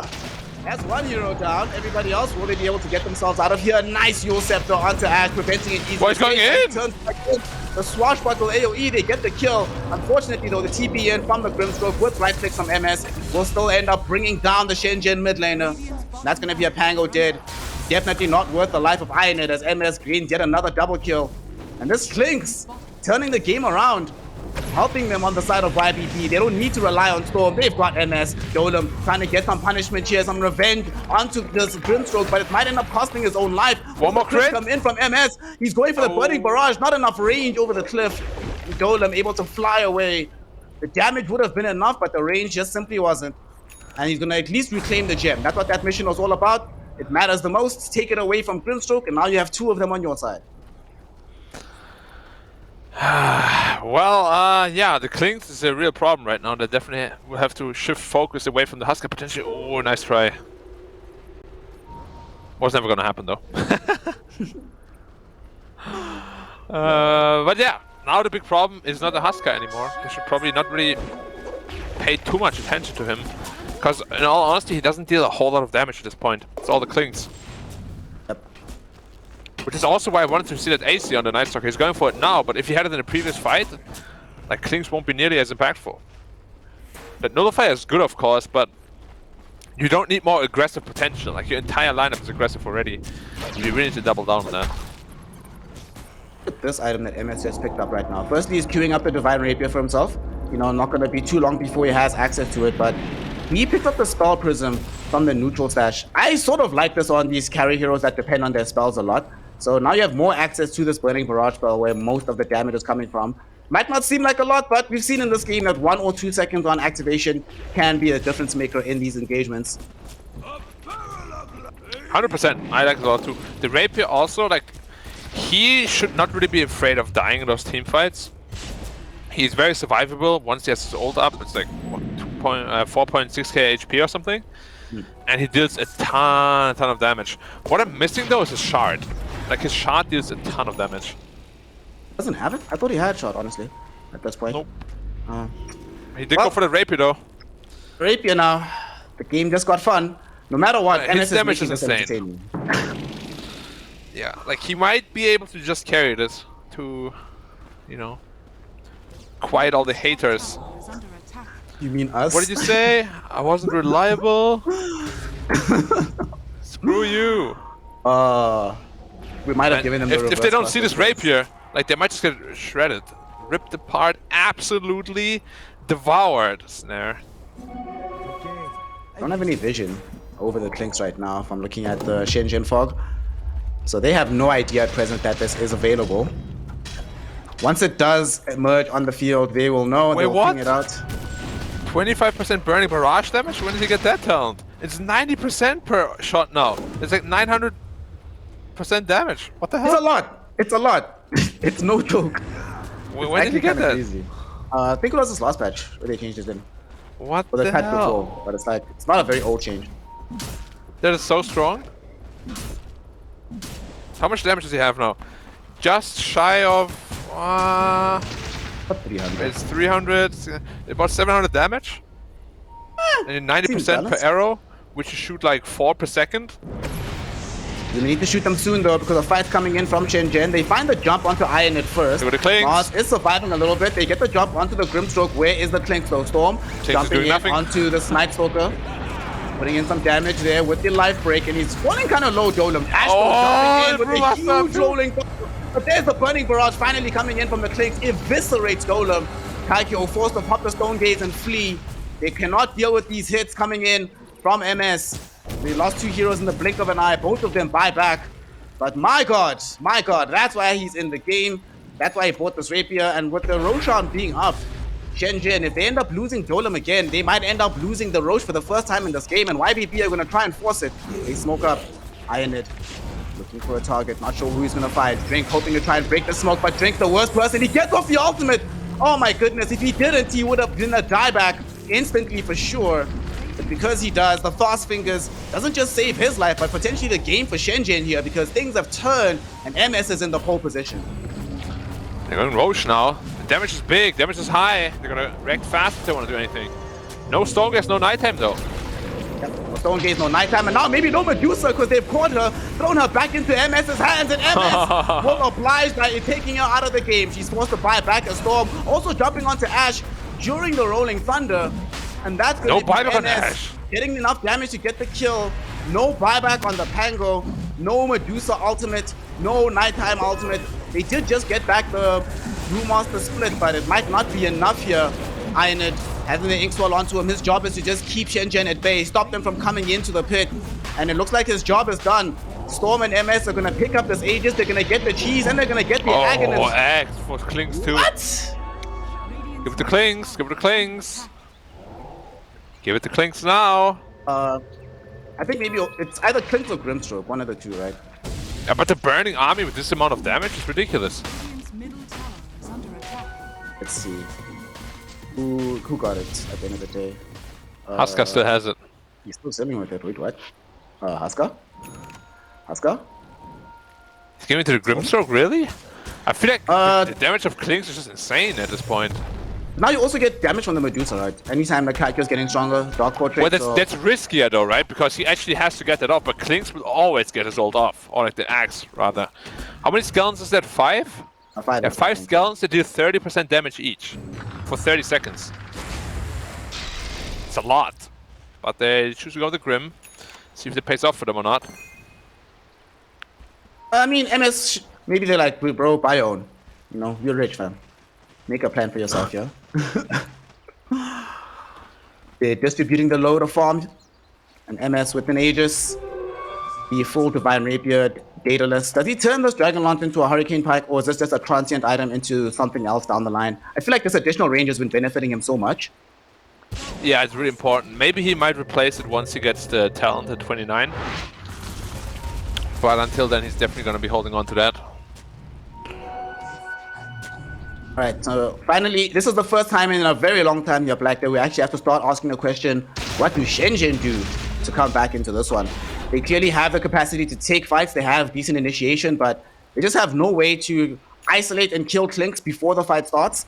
And without being able to do that, his damage output is just a little bit too terrifying. So what's the game plan now in this more late game situation where things are getting a bit dicey? Medusa can't depend on her tank ability because of the Nyx. MS is just crazy, and even Storm is finally having a game. So what's the plan? Well, we spoke about how YBB scales much better into the late game, right? And it's finally gotten there, where I don't exactly know what they need to do on the Dire. Like, even if they jump the Klings, they don't have the damage to kill him right now, let alone kill him twice. So they gotta fight around him, make sure that they can't die to him somehow while picking off his teammates. And then when he's isolated, they'll be able to kill him with the Abyssal Blade and whatnot. But yeah, 5v5 teamfights right now, pretty much impossible. Very difficult to do. I mean, they still have the Grimstroke shot as well for the Dispel in the event that MS does get caught like that. Has a BKB. Picked up a Ninja Gear as the neutral item. So that's more damage available for the Clinks as if he needed it at this point. Very, very scary. I love as well that he's going for this Hex as the last item pickup. Like you mentioned, soon he'll have the 29 for the range. And then you'll have Lockdown as well. Can practically solo kill heroes even without using Burning Barrage at that point. But this is also something we spoke about. Like, they are really far ahead at this point. They're still scared to really pressure. They're just farming their own jungle, farming their own lanes. Like, they're never that confident to really make a play. I don't know where that stems from. They don't have somebody in the team right now saying, "All right, guys, it's time to go. Let's make this." Well, big it should team be play MS happen." making that call. Might make it now that he's got this. Yeah, there we go. As soon as he picked up the Scythe of Ice, immediately they smoke up middle, and they are going to try and make a play happen. It's not the whole team smoked up, but honestly, with Ironid, MS being here, as well as the extra stun coming in from this young Grimstroke, it's more than enough, actually, than what they need. Will they find a jump? Tiger has no. to be careful. Dusa dies, man. Wrong arrow or wrong spear. They didn't get off the decent arena, and nor do they actually find a good burning barrage. Stone Gaze will be out onto Ironid. A lot of damage flying his way. Dolem jumping in as well. There will be a secondary arena, but it's not really going to matter. MS, if they get off the damage, Dolem taking some hits, but they're going to be able to get the kill on the Grimstroke first. Neither himself or Mars have buyback. Ash rolling in, up onto the Dire Triangle here. We'll be able to find some heroes. Storm jumping in, back onto Ash on the Pango here. Pango takes too much damage from MS. Will end up dying to the inner fire. Buys back immediately though, because they got us. Oh my god, thinks there's no BKB. Huskar manages to get off the cheese mid-fight. However, it's still going to end up being isolated. MS will be forced to abandon him. Cannot give up this Divine Rapier. Will be a death on the Huskar. At the same time though, Dolem not done with the chase. Able to move forward, finding the Clink, but Clink turns around with the Scythe of Ice. Dolem bit off way more than he could chew on that one. He ends up getting eaten alive by the Clinks. Will they decide to turn the fight? Looks like they'll just let this one go. They do buy back on the Huskar as well, so both mid laners buying back. But a disastrous fight kind of here for YBB. And they're rolling for more. Oh no, Storm got back. Ash finds him. This is gonna be a dieback on the Huskar. What is happening, YBB? Oh my gosh, it all goes south. It all started with a fight where Ironid missed literally all his spells. And it ends yet again in a situation where all but Clinks die and Shenzhen looking ascendant once more. How scared are they of this Clinks? They know there's no buybacks on the Radiant. If they kept the timers at least, which at this level you should. And yeah, they're going. 30 seconds left until Mars responds. Oh, the damage though. Kaikyo! So much damage! You gotta respect that. Like, he walked back into it. Is he actually gonna run and try and solo kill Kaikyo? Yes, he is. He's gonna solo kill Kaikyo. MS might be able to take out Drink as well. Was attempting to TP out inside the trees. Inkswell stun won't be there in time. But MS showing that they definitely need to respect his damage, because that's a dieback on the Medusa as well. Suddenly Shenzhen they're the ones that have to watch out about being pushed into without their main hero, because MS just has to wait a minute. Then they have a 30-second window to try and just get a decisive position in this game once more. Well, hopefully at least, because as you said, YBB, they have a history of just being very, very, very scared. Especially after that last team fight, I wouldn't be surprised if they are again. He also now has the multi-shot on his auto attacks, because he's level 30 on the Klings. Now his damage is insane. So farmed right now. Strongest hero on the map by far. They're gonna get a tier 2 tower out of this, potentially even a tier 3. They know for a fact that there's no buyback available on this Medusa. And without the Medusa, they actually don't need to worry about anything, I don't think. How do they stop this? Shenzhen, Ash also knows that, unfortunately, Rolling Thunder is not like a protective bomb anymore. There's Soulbind, there's just a raw damage output. He's died many times inside the Rolling Thunder. How is he supposed to protect this one? They're doing their best. He rolls in, able to find some heroes here. Okay. It's gonna go for the more drive-by approach with these swashbuckles. Soulbind will come in, so it dissuades him from going back in for the final run. And that's it. No more ultimate. Still 30 seconds. No Medusa. Storm is finally coming into the fray as well. He's gonna stay behind to make sure the base doesn't get pushed in, but they don't really need him, as Ash gets hexed up now on the other side of the fight. Beautiful jump in from 9 to 8, allowing them to pin Ash to the wall. Dead for 2 minutes, no buyback. Dolem going in to try to at least bring down the Nyx Assassin. Won't be able to do so. MS takes out Drink. Dolem can't get involved once more. Drink buys back. Does still have access to the split, but even if he uses it, can die very, very quickly. 6 seconds until Medusa is back. Will they respect it, or do they feel they're stronger without the Pangolier? It's going to be 4v4 if they do decide to take this fight, because Husker is staying at home. He doesn't have access to BTs. Is he buying some now? Yes, he is. He's going to come back into the fight here, Black, making himself involved. They want at least a double set here. And looks like they're going to find it, because Shenzhen, I don't know if they can fight this one without the Pangolier. Drink, if he had a Blink Dagger, maybe, but without it, there's just no hope. Second lane of racks for YBB, and it looks like Shenzhen will let them have it. I'm surprised they're not going for the GG, to be honest. Like, Pango is such a big tool that they don't have access to. Medusa is actually going for the throne, but it's all a bait. Kaikyo dies here. There's a gem. Kaikyo dies here. Okay. Kaikyo gets off the BKB. TP's out. This is so great. Actually, Kaikyo forced everybody back. They didn't get the rack top. MS left too soon. Oh no. Medusa outplays them. Kaikyo stops them from getting into a bad position. Stops them from equalizing the game. So they're still technically ahead. Yeah, the indecisiveness shining through, the inexperience as well. Well played by Kaikyo. And now, what's the situation? 2 barracks to 1. But yeah, big advantage still to YBB. Like, their late game is just insane with all these refreshers and whatnot. Klings is on the hunt again. Alrighty. If he finds Brew, might just be game over. They're coming in. They get their heads out onto the Night Stalker. Oh, the arena onto 4. Beautifully done by Ionit. But no damage just yet. Keeping them there for a second. They don't want to fight into the stone gates. MS is so scared. I feel like MS could have just shredded them. But yeah. he runs away. He's like, oh no, I rape him. Oh! Roche is gonna be up right now. Let's see. Hello? Rochan? There we go. Man back. That's another Aegis cheese, or maybe even a fight actually, as Dolem dropping in onto 928. Gonna try to bring down this Nyx Assassin. He will end up dying. Does have buyback though. Dolem just happy to take the fight. Ash going in with the Rolling Thunder. They want to try and find more. He moves forward, finds both Ionit as well as Storm inside the Roshan pit. But as usual, suffering from the damage of MS. Forced to leave the area. Storm jumping onto him with the life break. Is it going to be enough damage? No. Storm backs off as his BKB expires. And both sides don't really want to more of the fight. Dolem out of the Dark Ascension. Medusa's going bottom again. The throne's in trouble. The throne's getting hit by a lot. Going for the backdoor plays. The throne is getting hit right now. 9 to 8 getting involved. He will be able to find the damage. Kaikyo, they don't have a gem at the time, so they didn't get the vision onto the Medusa, and there's no sentries down bottom. Lucky moment there where the gem carrier is not present for the fight. They're going back to Roche pit.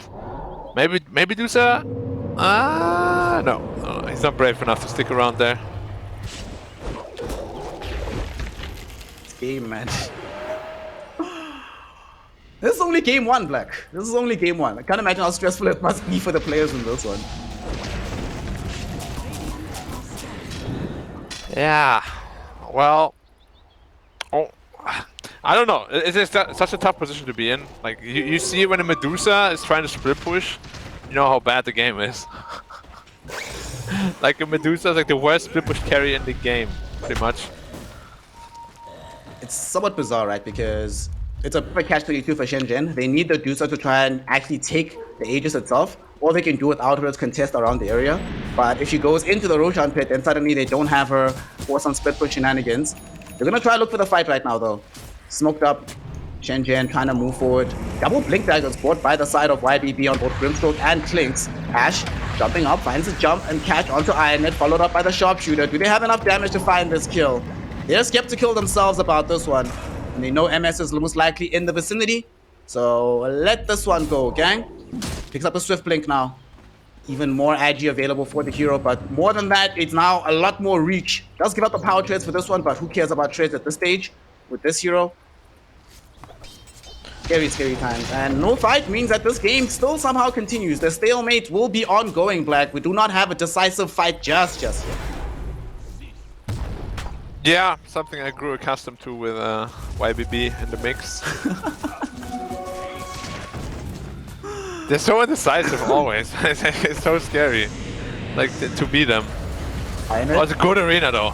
Nice arena yet again. Catches onto all three heroes. The support, Hara gonna be the first one to die. No, he's still alive for now. Instead, they end up getting the Grimstone kill first. Hara will die, will buy back. Ironet trying to run down the Kaikyo Medusa as MS throwing in the damage as well. Is it enough to kill Kaikyo? It is going to be. Stone Gaze will not protect you. Dead, no buyback. And that once more is going to be heroics from the YBP carry. Moving forward in the fight, we see the big spear catching onto Hara. This is a dieback onto this Hoodwink. MS beyond godlike. 2 more kills. And this time, for sure, they have to know they're in the winning position. They didn't lose any heroes in that fight for the first time in a very long time. I don't really count Grimstroke as a hero anymore. Just a walking Inkwell slash usage of the Soulbind machine. Whatever, didn't even need Dog Portrait in that fight. They get the Aegis, they get the cheese, they get the refresher shot. Now, finally, surely they give this blessing towards MS. It's going to Nyx. Oh.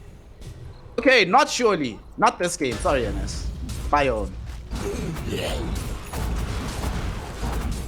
To be fair, he probably has the money to do so, if he wanted to. But yeah, 40 seconds no Dusa. No buyback available for 500 either. They're looking for the Huskar bot lane, but he's very tanky. It's not the same Huskar anymore. There used to be a point where he was a walkover, and without him alive, it would be a lot easier to defend, but he's wasting a lot of their time creating space for his team to take the base, and without him, they actually don't have the ability to dissuade MS from just destroying their buildings heads up. They have to bring back the Pango, they have to bring back the Night Stalker, but Storm playing them like a fiddle. He's keeping them bottom so the rest of his team can take the throne, and Drake cannot stop them. Drake cannot keep it alive. Storm finally dies, but the Ancient dies before him, and YBP will claim game 1 as Shenzhen call the GG. Woo! What a game, what a way to start the day. Damn, B-Cop, we told you that this Huskar was the win condition, man. The baiting win condition right there, yeah. All eyes on Storm while they take your base. I'll say the Huskar definitely... He won that game. It was all Storm. It was definitely all Storm. I'll give you that one for sure. Jeez. At some point, I wasn't sure if I was watching Symphony of Skills or like blunders of everything. Oh gosh, both these teams. You know what they say? Mistakes make for exciting team fights. Yes, that is definitely the truth. YBB do finally get the victory in what felt like Shenzhen's game to throw away, and they did exactly that. They dominated for a long time, and then Klink's got the Divine Rapier, and what feels like old school Medusa days. You get the Divine Rapier, and then you just win the game. I feel like it's really coming down to the same mistake, or not the same mistake, but same weakness to both teams. They really just don't know how to close out games. Like, as Shenzhen was so far ahead, and they just never really could make use of it. They were always waiting for that next item. They were always waiting for that next pickoff. Like, you are 20k gold ahead. You surely can muster a high ground push. That's what you'd like to think, and unfortunately it doesn't go that way. The high ground push that came was finally there for YBB at the end, and I was a little bit shocked. Medusa did not save for buyback, was 400 gold short at the end, and in a spot like that, it comes down to both these teams. We've talked about their decision making just being sometimes a little bit questionable at times on what they really need to succeed, because there's certainly chances there for Shenzhen to succeed, and Kaiko can't do it all, that's for sure. And he was getting ripped apart by this Klinks at a certain point in the game, where Klinks was just casually hitting him 2 times and killing him. Okay, Snare. Yeah. This game proved to me in this Division 2, just pick the better late game and you'll end up winning at some point. Right? That's how it feels like. Like both mistakes, the game is so messy. You know, like there's not a clear indication where it's ever going. This hero died, okay, and this hero dies, and yeah, but let's go back to the jungle and farm. You know, it's like there's like no sense of urgency from anyone. I think it's also that, like you were mentioning it in the game, that Kaikyo, the itemization that he was building for early, he was building for this much more aggressive posture because they assumed that they were going to be winning the game in the next 10-15 minutes. When he realizes that it's too late and he tries to backtrack for a more traditional Medusa build, at that point it's a bit too late, and you know, you're just trying to recover decisions from earlier, unable to push for that stage of the game. I think different itemization could still have had Kaikyo be more competitive in the late game, but he went for itemization for a different period of the game, and by the time it gets here, it's a little bit too late. MS, you know, we were giving him a bit of grief earlier in the game for what he was doing, but he definitely recovered. You know, kept his head down, kept farming for a very, very long time. But I also have to say, shout out to Ironhead. His performance really started to improve as this game started going on. Early on, I really wasn't impressed with how he was initiating these fights, but later, every single arena just seemed pure clutch. I mean, look at this one. Forcing this early BKB, they have to flee. No one can get to MS ever in any of these fights. The spear back as well, forcing this kill onto the Medusa. Just great stuff coming in from the Mars at the end. And if you can't deal with it early, when you are in that super strong position, then doesn't matter which heroes you haven't itemized perfectly for the situation. It wasn't clean from YBB either, so I don't know. I feel like, yes, pick for the late game in that regard, but also itemize for the late game, because if you aren't certain you're going to be able to close the game out in 35 minutes, don't give the enemy team the opportunity for a comeback, which they gave them several times. Even Dolan buying that nullifier instead of the AC at that point in time. He thought he was about to win the game, and then turns out not. The entire game changes in the head. Yeah, it was sloppy from both sides, because there were points where the Mars looked good and there was points where the Mars looked like me, but that's a story for another time. It just never, in all these highlights, the one thing I'm certainly noticing too is Klinks never gets touched. Never. Like maybe he gets touched once by a skill that does 20 damage, but I mean, he's going untouched the entire time, and that screams communication issues potentially, like in team fights, right, Black? Like you're leaving the most important part of these fights untouched, and you're almost even unaware of where he's at in these exchanges. Yeah, there's always a way to play around everything in Dota. Like they never really tried to like smoke him from behind, because Klinks was always in the same position every team fight. He was always kind of nudging himself in like the really far back line, just behind the Mars and his supports. Like he was the furthest back. If suddenly the Pango and the Night Stalker wrap him from behind with a smoke, and Dusa comes from the front as a sandwich, he's just dead. You know, but there was like never really an attempt to. It's like, oh wow, the Mars is out of position, let's jump him. That's exactly what they want. Yeah. You know? And then MS gets the free game, and I mean, all props to him. He executed properly. He did the right thing. But Shenzhen really didn't think out of the box. Like, what can we do to really address the problem? Something interesting for you guys quickly before we move on here. At 30 minutes, the Medusa had died 0 times and Klinks had died 3 times. At the end of the game, the Medusa had died. All 4 of her deaths came in that last 20 minutes practically of the game. And of the Klinks' kills, 13 of them came in that same period of the game. So we can literally see a switch in exactly what the carry performance was. Everything turns on its head, and then, yeah, that's just the game. Yeah, it was really rough on the back end of that, where it just felt like communication and game plan was out the window. But that feels like a typical late game Dota at times, where game plans do kind of go away very quickly. It really did feel like, yeah, the arenas are okay to force the BKBs, but it was all MS. Like, his damage was there. The other 4 heroes were just fodder.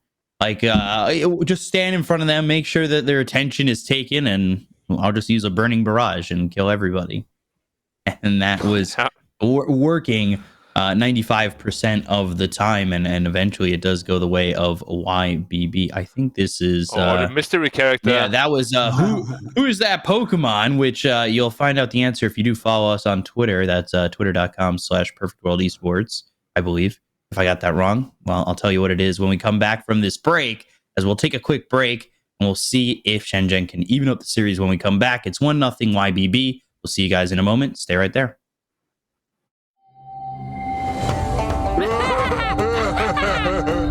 So, who wants to play a game? Yoink! And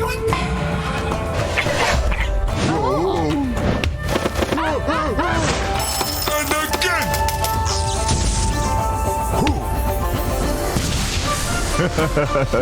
I always get what I want.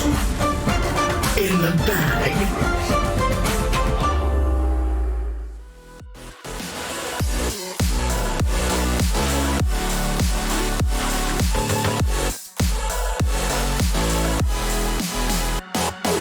Tell me I can count on you. Promise me you'll get me through. Just tell me I can do this too. For everything we fight to never lose. 'Cause everything we want, oh, is everything we need. Just like I need you. Oh, it's just like you need me. Oh, strength unknown, don't you bail on me now. I got the world on my back and my head on the crown. Strength unknown, don't give up on me now. You got 500,000 eyes staring you to the ground. No, I won't do this alone. No, I won't do this alone. Without my strength unknown. Without my strength unknown. Strength unknown, don't give up on me now. You got 500,000 eyes staring you to the ground.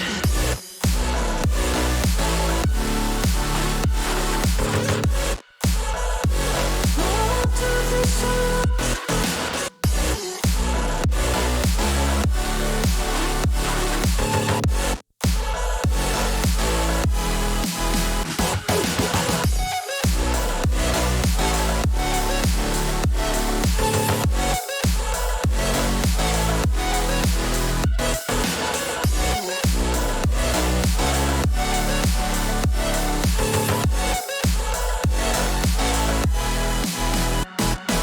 Tell me I can run to you.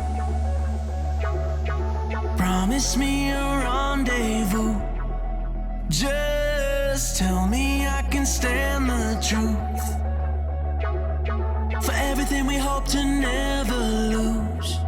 'Cause everything we want, oh, is everything we need.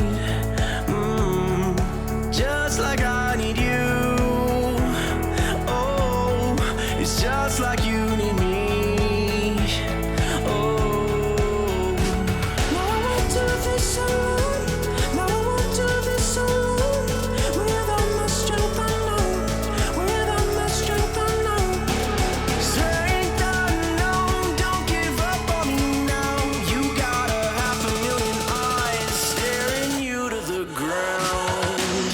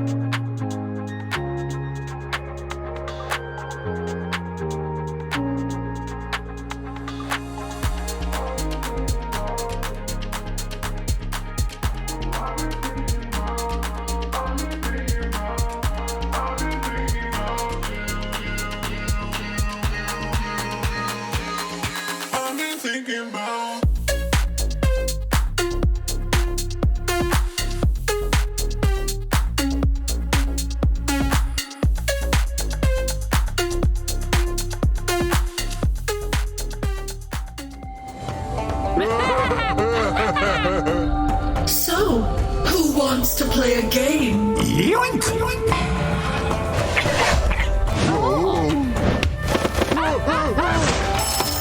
again!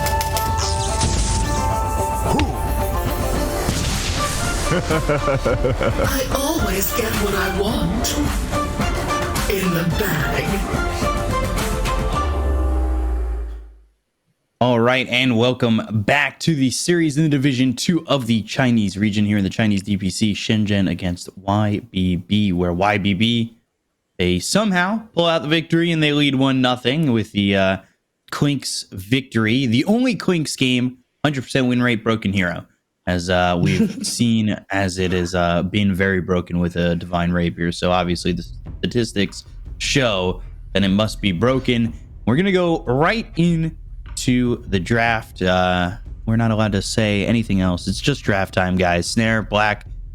We see these picks. Shenzhen going Tiny Venge to start it off, a little bit different, whereas it is Mars as well as the Grimstroke leaving the Medusa open, but Medusa now losing today. So it's not Medusa day today, at least so far. Yeah. So we'll see what we get. But Snare, anything you're looking at right now that's really sticking out at you? I was just going to say that looking at those drafts, I feel like what probably happened, Kaikyo was jealous of what happened with MS. He's like, yo, why is the whole team enabling that guy? And I'm doing everything myself. All right, here's what we're going to do, boys. We're going to pick a whole draft to enable me as Tiny, get me some bonus damage, get me some attack speed, whatever you got to do, help me win the game, boys. That kind of feels like what Shenzhen wants to do here. I mean, for YBB, it looks like they're of the mind that if it ain't broke, don't fix it, you know, starting off with this Mars Grimstroke. I really love this opener. I just think Grimstroke is honestly a bit busted right now. It fits into too many drafts. There's never a reason not to pick it practically. So, and I'm also finally glad to see YBB being a bit more confident, sticking to their guns, because sometimes we've seen them, even after a successful game 1, changing up for game 2. So now they're like, yeah, that went well, keep doing it. So I'm happy about that. Black, anything here you really curious about? What you're going to see coming out from maybe the rest of Shenzhen's lineup, or a YBB are going to draft the same? I mean, YBB will definitely have to change some things at least, because Tiny is obviously a very different hero to Medusa. And for Shenzhen, probably they just want to, as Snare already said, just pick all these buff heroes. Like Invoker, Quartz Wax comes to mind. He's very strong with the Tiny. Maybe like a Solar Crest. A lot of different ways to potentially buff the Tiny. But yeah, I do think YBB's opening is probably a little bit more stable, less like abusive, or abusable, rather. Okay. And what is the reasoning for that? I mean, they just secured teamfight already, right? Grimstroke, Mars are two very, very strong laners. Whereas if you pair this Venge, Tiny in a lane together, it's not weak, but it's not like super great. It could be a 3 Venge that we see a lot, which I'm also personally not the biggest fan of. Honestly, I love Venge as a hero. I just don't know where it fits, like what role it's best at. It feels like it should be 3 with a fast axe, but then you have a fast axe on your offlaner. Like, it just feels weird, you know? Right. Yeah. I feel like this hero would probably get picked more often if you moved if the Ags effect was the shard effect, then you could probably it would be so busted though. It'd be so broken, yeah. It'd be so ridiculous. So it's one of these heroes that's also so hard to like balance, right? So sort of reminds me of like this Bad Rider hero, where whenever it's good, it feels super good. But otherwise you're like, where does it actually fit? How do we balance it? It does also mean that at the very least they have some degree of save. I think they were struggling with that sometimes last game, where Kaikyo, if he ever got caught, especially with BKB down, he was just screwed. At the very least here, if he does get caught, they have some bailout potential and get him out of trouble without him dying heads up. And YBB, remember when we used to see this all the time in China? Mars Phoenix, every single game. And at the very least in the last game, Ionit has demonstrated that his positioning on the arenas can protect individual positioning of other heroes. We saw that with MS. In this game, he can do it to protect the Supernova. We don't have attack speed buff just yet for Shenzhen, so they're going to struggle a little bit to actually take out this egg. I'm not sure I like this yet, because I think Phoenix has fallen off a lot, but it's a nice throwback here. It brings back some fond memories. Yeah, they've got the... I like Phoenix.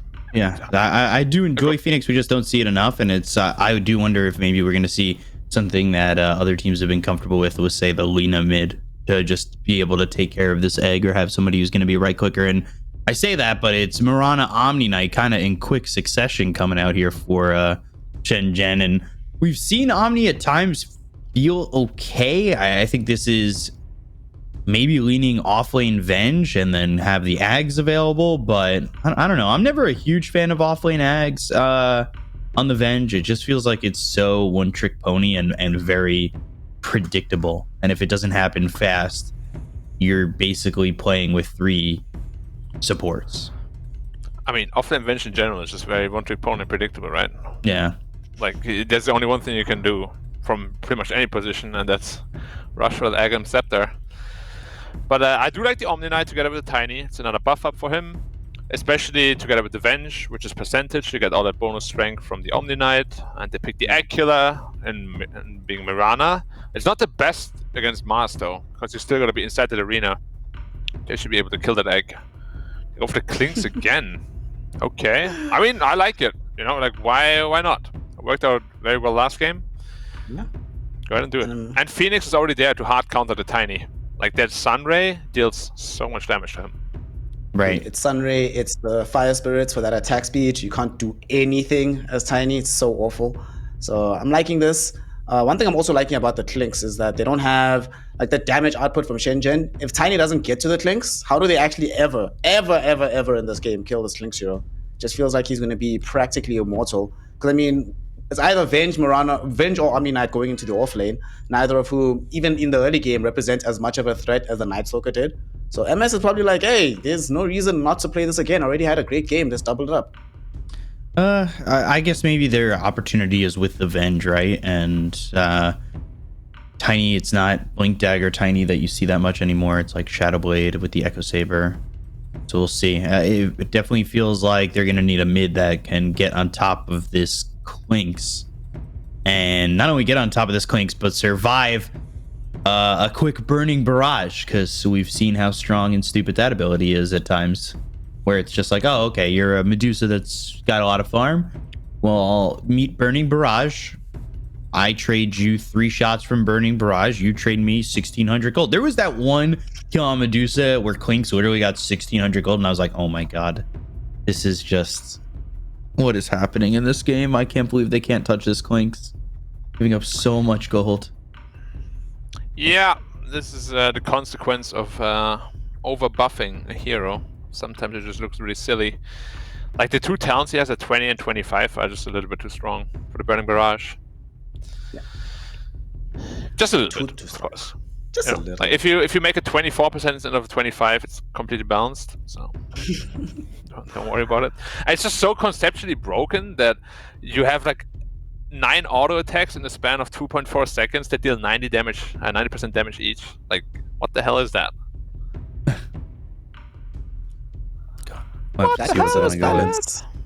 Banning the Ember and Storm. But yeah, I wouldn't mind seeing an Invoker for Shenzhen. I think just buff up the Tiny. It's pretty good against the Clinks too with a Deafening Blast. Use that Alacrity. I gotta admit though, I don't know what the mid player loves to play. Quap. Now, if YBB picks Quaswax Invoker, I think this game is almost unwinnable for Shenzhen. Like, how does Tiny play into Phoenix, Clinks, and Quaswax Invoker? Like, he literally can't play Dota. Yeah. And Quap also loses that lane. Hard. And you have the Alacrity buff for Clinks. Yep. I think Invoker is really underrated, like, in the China region in general. Not a lot of players play it. Yeah, it gets picked somewhat here and there, but overall, it's not like this more, like, overall picked hero that we see with other things, like say even Tiny or Queen of Pain, where it comes out quite often. They could always throw the Mars mid, but I don't think that's really something you want to do up against the Queen of Pain, right? Just constantly eating Shadow Strikes and having to sit in lane like that.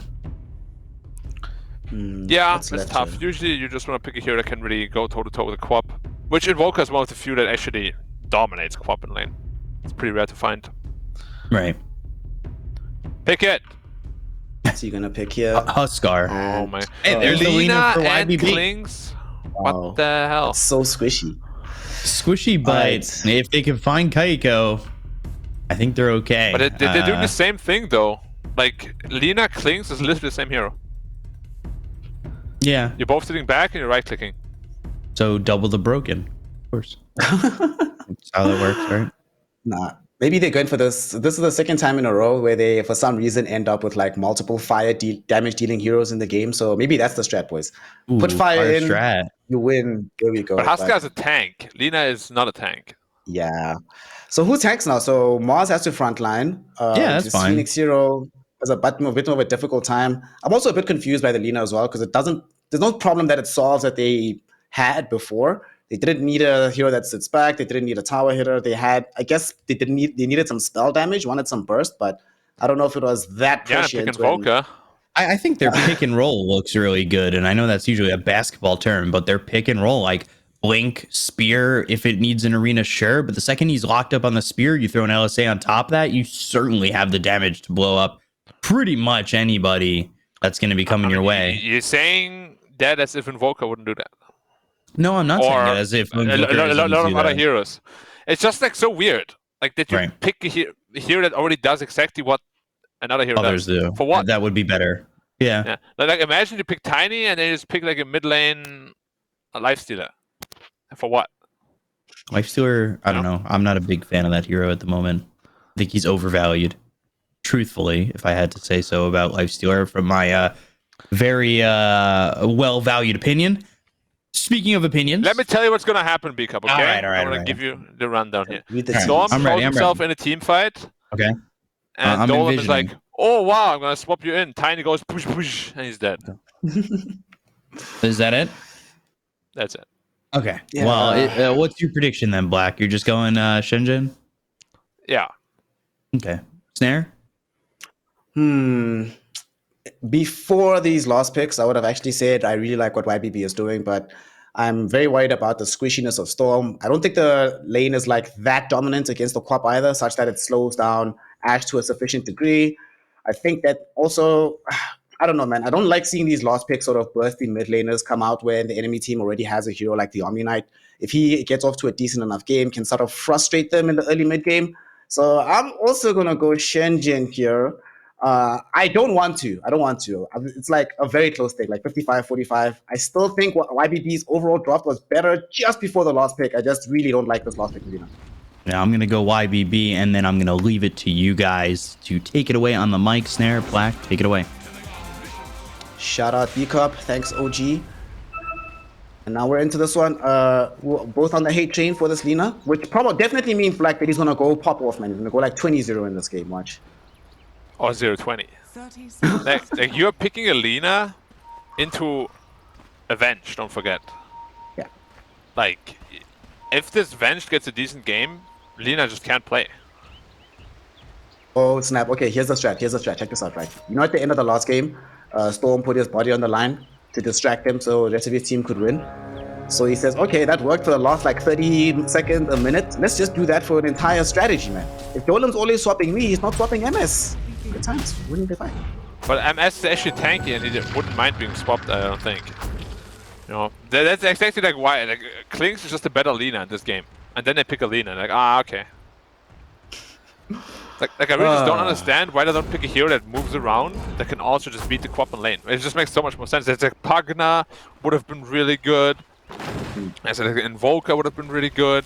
Maybe some Spirit hero could have worked. Necrophos could have worked. Well, Storm is certainly going to have to play well enough to justify the presence of the Lina in this game. And we'll see how it goes. Laning phase so far, I mean, it's going to be a kind of whatever lane until the later levels between these two, so... Man, he has 2 denies already on the Quap. He missed like all the last so far on Storm. That's not what we're looking for, my man. Ooh. Oh no. He's choking. Oh no. I think it's over. Alright, Black says it's over. It's GG. So if he gets one more deny, I'm actually going to message the manager. And say, guys, what's happening here? What's going on? No. Yeah. You want to put me in? Is he okay? I'm starting to finally see those CS come in though. So Things are going decently, I suppose, for Storm as we turn our attention down to this bottom lane. The hero of the hour here, I think, as Kaikyo, although this last pick Lina has been odd, we shouldn't ignore that this was the second pick Tiny. This is certainly going to be one of the bigger win cons for Shenzhen. Going to be trying to get buffed up as much as possible. This lane doesn't have to fear that much in the lane, but man, later on, these Phoenix spells become so annoying for Kaikyo. Yeah, Phoenix is going to be probably the biggest issue for Kaikyo. And the crop will be on top of dealing with that, probably. I mean, the Mirana is also there that could potentially kill the egg. It's just not easy to kill this egg at all. Like, if an arena comes, you have a lot of range heroes, sure. You know, they just won't be able to kill it unless it's really out of position. Or Master Arena has been expanded already. But these team fights could be very interesting. Like, I think they're exclusively gonna start with a swap, and then it's down to YBB, how do you react? The outside swap, we need to see the performance of Dolem in the top lane. Is fine. There's no more spells coming in from the Scrimstroke. Last game, Dolem on the Vengeful Spirit did everything for his team in the early game. He was the engine that created space for them, made the entire map possible to play. This time around, not playing a hero that nearly has that same degree of impact and effectiveness, of course, playing on this Vengeful Spirit, but what itemization are we going to be getting here? I think you just have to work the act, right? They're just too good on this off lane, but does mean that it's going to be quite some time where he has to be laning well and not allowing himself to die because he needs that gold to get to that item ASAP to make this hero effective. Yeah, it's usually just the same item build pretty much every game. Like threats into Axe, maybe a magic one if you want to be a little bit more sustainable in the early game. As you said, it's really just the only thing you can go for. It's just the strongest. That's what makes the hero busted. You swap in, you die, you have another swap. Basically just have two heroes. Fake Arc Warden. Fake Arc You know, the first time I saw this offlane Venge in a professional game, funnily enough, it was, you know, Mira on Team Spirit? There was some random tournament. He was on a team called Cascade Esports, and some random tournament I was watching him in. And he was playing supports in the team, obviously, but the one game they started picking him the offlane Venge. He started being really well, but Storm middle, about to end up losing his life here as Ashe will end up solo killing him, the 1v1. Oh no, that's not supposed to happen middle. It's one thing to get out CS, it's another thing to get outplayed so hard. You give up the first blood, you give up the mid battle, and that might give up the game here because YBB need him to do well, and he's not off to a good start here, Black. Yeah. I mean, this is a matchup where Lina can certainly lose. It's not supposed to happen, like you're supposed to have quite a bit of an advantage. But now that it is like this, like a fast level 6 co-op can definitely just ruin your day, or your side lane's day. Yeah, it's not unrecoverable or anything, you know, of course, but yeah, it's not what you're looking for. He actually got 3 levels into the Shadow Strike. I don't like that at all. Usually you just want to have 2, and then you go into the Scream, just to be able to, you know, secure your own game, but he just really wants to go heavy into the lane. Did net him a kill, but it might frustrate his attempt at rotation further down the line. So we'll have to see how that pans out in time. But down bottom for Kaikyo, one thing I'm curious about for this game, right? Of course, he's going to be going for that usual build. You know, we're going to get the Aghanim Shard, we're going to get Silver Edge, we're going to get Echo Saber. How quickly does he need Blink Dagger here versus BKB to try and get himself forward? Is he just going to rely wholesale on the initiation potential of Dolem, or will he at some point also feel that, listen, if I can't get to, say, the MS Clinks or to the Lina sooner rather than later, then we don't have a chance in these fights?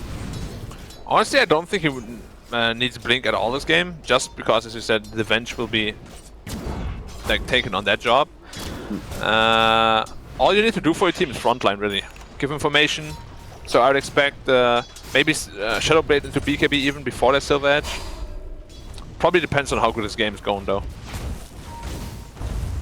Lane almost had a kill from Storm onto Ashe, but of course Queen of Pain a little bit too tanky at that point in time, and Drink showing up as well. Not necessarily the hero to help you with the rotation, but will give you some nice salve. Some goodies coming in right there. Will make things easier for Ashe. A much more static game here, Black, than what we saw in game number 1. Everybody's just sticking to their lanes, farming it up, no big rotations just yet, no big plays in the lanes themselves either.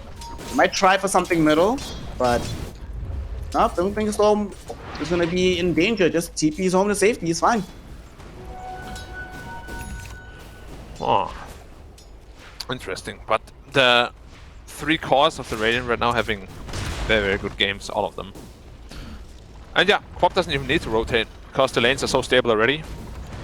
So he can just focus on his own game, on his own farm. Yeah, I'm just looking at what YBB can do to kind of shake things up a little bit. But it's probably going to come down to that Master Arena, which is online in just like 1 CS. As of now, top lane, they will find a quick kill onto the Grimstroke, but That's we saw this happen last game as well, where the early game was a lot better for Shenzhen. They're getting all the farm that they really wanted. We do start to see the Mars take over a little bit in the CS advantage, but it is Mars. We need a little bit of help to convert this advantage into something concrete. Shenzhen does seem to be that in this matchup in particular against YBB, that they're the ones that get off to the kind of starts that they want at the very least. But for now, we're not going to see too much aggression on the map. Question for you, Sarah Black. That's Omni Knight hero. Do you like the new spell, Hammer of Purity? I do. It's actually quite strong in the lane, especially. Mid game also can be very, very obnoxious. It just like made his lane presence a little bit stronger. Because before you didn't really want to go into the Degen aura ever, because obviously you would have to step up quite a lot for that. Now, if you buy an Orb of Venom, which you didn't do, most post 5 Omnis do, like it applies the Orb of Venom plus the 14% movement slow of the hammer, that's 26%. You can be really aggressive suddenly, which is something the hero couldn't do before. Aggressive Omni Knight, not words that you hear all that often. And then you still get the Degen aura anyway, right? If you build into that shard later on. I felt like Degen aura is probably the worst spell in the game to have to like level up. It just felt terrible. Like putting an entire point into Degen aura, just like, ugh, why am I doing this, man? Yeah, as a support at least. It felt great as an offlaner. You're just like, what is this? Maybe you bully people. Oh, you just run them down and you're just like, hey boy, got level 2 Degen aura. What you gonna do? 40% movement slow actually, the aura. Pretty insane. Much like if you run into a team fight with your Guardian Angel on, right? Just slow everybody. Like, what did you guys want to do? Alright, here we go, Black. Let's get across the new build. Blink Shard on the Omni Knight. You blink in with the full ultimate and Degen aura at like 20 minutes, man. They can't fight you. They're too strong. I mean, they can fight you, but they can't run. So hopefully you have somebody there that can actually help you. Speaking of help, Hara, not gonna need any in the jungle right now, just trying to interrupt YBB's effort to stack up these jungle for MS. Might actually end up dying here. We'll end up copying a Phantom's Embrace, but Ash shows up to render some assistance, and this aid will be welcomed by killing 928 on the Phoenix.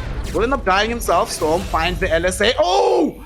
The swap from Golem into the Magic Missile enables them to bring down the Grimstroke. Excellently done by Shenzhen. Finally get to see the power of the swap, man. Shows up. Where did he TP? Grimstroke's TP was like 6 seconds long or something. He didn't TP to base. Yeah, like I checked his cooldown was like 75, so it's at least 5 seconds. Maybe to the tower or something by mistake. Well, wherever you're CPing to, he didn't get there. No, arrived in a body bag. Express trip back to the fountain instead. Feels bad, man. Well, it happens, you know. But it's Dota. You never stay dead for long.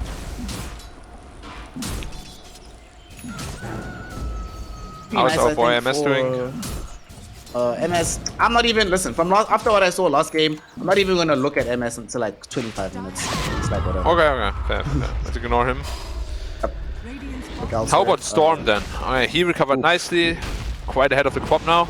But it's also because the Quap went into the third level Shadow Strike, which isn't really necessary, you know, you already did really well in your lane, more than expected. But it's okay, it's not like his game is terrible, but it could have been a lot better. Yeah, definitely delayed the farm potential that could come out in that situation. Are they gonna go bottom to try and defend this? They scan behind the tower from Dire side, and they don't really have any heroes stacked up top for the trade just yet for Shenzhen, so I don't think they really want to give this up, but it's so hard to fight into the arena. There's no supernova just yet, but yeah, the Mars is really scary. Top net worth hero on the map, he's feeling hella strong. You don't know which heroes could TP in. And although they're going to try and force a trade at the top lane, Shenzhen, okay, they're bringing in the Queen of Pain. They realize how badly they need this trade to happen, so Ash will show up, make sure that there's no heroes hiding in the trees. Does get scouted out by this observer ward, so YBB can make the decision if they want to fight, and indeed they do here, Black. They're showing up. Storm finds the LSA onto Hara. Very quick pick there. They managed to find the kill. Even Ionid come to the top lane. There's no way they get the tower now. Yeah, I'm a little surprised of the position of the Mirana. Like, this is really the only spot where you can't be standing at. And makes perfect use of it on Storm. Kills him, no problem. And now they're smoking into the triangle. Who are they looking for? The Tiny, potentially? They found Tiny. It would be so great. Fortunately for the side of Shenzhen, nobody's sitting in the triangle right now, and Drink has shown up close to the tier 1, prepared to break a smoke. Smoke is broken. Is he gonna check them? He doesn't need to. They show up right into the top of his face. Won't have time to get off his ultimate, but will at the very least tank the gag, enabling Ash to get away. And that is going to be a kill there onto Drink. Yet again, Ionid involving himself. Second kill of the game for him. And he's a lot closer to the Blink Dagger than Shenzhen would be fully comfortable with at this point. Once again, playing really well on this Mars, and it's not taking him time to warm up because this time he's hot from jump. Yeah, about 500 away from his Blink Dagger if he chooses to go for that. Some players like to go for like a BKB first, just to be able to do more damage in frontline more. Because this game they're severely lacking in the frontline. But yeah, game is going decently well for YBB. It's just really the mid game where I'm scared of. Because that's when Omni Knight really comes online with the Guardian Angel. It's when Venge will be there with the axe. I'm just laughing because I said we're not going to talk about MS until like 25 minutes. And he almost died, but he just gets out. So no need to talk about him. It's all good. I know that there's life leech. Yeah, Possessed Mask is very good on Clinks. Has his Maelstrom now available. Can keep farming up this map. Yeah, he's a big boy. On the Clinks. And still no need to talk about him just yet, but the person who is occupying the pole position in farm, and the big items arriving right now, Black. Look what's on this courier. We have... Oh, it's not ready? Really? I thought it was done. I thought it already had the full Ags, but practically has it done. And then once that happens, we're going to be looking for Shenzhen to smoke up immediately again and try and make another play happen. And he did also manage to take out the tier 1 tower in the top lane, so Dolem right now is really doing the most for his team. I really want to see if he's going to link up with Kaikyo early on. He does have a point into the Vengeance Aura already, so they already are starting to stack up this damage for Kaikyo to take advantage of later. Yeah, together with the Omni Knight Heavenly Grace as well, which gives you like, what, 38 strength. That's going to be another nice buff up. Oh, Blink Reveal to pick up a Haste Rune. So now I know at least. They're looking for Dolem actually. If he doesn't TP out right now, he's dead. He might die right before getting this Aegis. No, Dolem. 70 no gold. Aghanims. Oh my god, let's see. 50 gold. He's dead. He's so dead. Oh, no. Oh no. One creep away from having the full Aghanim Scepter. But for want of that one creep, he ends up giving up his life. And that's a kill that MS ends up picking up. We're forced to talk about him now because he's getting involved on the map with his team. That is worst case scenario for the hero that could die at this exact moment in time. Yeah, he greeted out, but turns out he greeted out for nothing. It's always very, very bad. Easy solo kill as well. Yeah, and this Mirana pick, like they picked it in response to the Phoenix, which of course can make sense, but he isn't itemizing in a way where he counters the Phoenix, because when we have seen historically Mirana's counter Phoenixes, it's when they go for that early BKB build-up, right? But he doesn't even have the queued up. He wants to go for Vessel and Yules. So picking it to counter the Phoenix doesn't really make a whole lot of sense if you're not going to itemize for that. We haven't really seen Shenzhen actually play with a forward foot, neither in itemization nor even in spell usage just yet. Gonna be a bit peculiar. One thing I'm at least glad of is that Ash is going for the super early BKB, aware that his team needs to be able to fight sooner rather than later. If things just keep going at the pace they are. Yeah, sure, we were talking about how we have Lina and Clinks occupying similar roles, but they're both getting free farm anyway, then, you know, it's free damage on the table. Ionid is doing well enough for you on the front line that he can take up that role all by his lonesome. The team does want to fight though, as they move bottom. Brimstroke gets swapped back. It's gonna be just the one kill. They have the Aghanim Scepter now for Dolem. Not the kill they wanted with the full hero movement as well as utilizing Moonlight Shadow. Smoke up again. However, they're going to smoke up. They're going to try and force a fight somewhere else.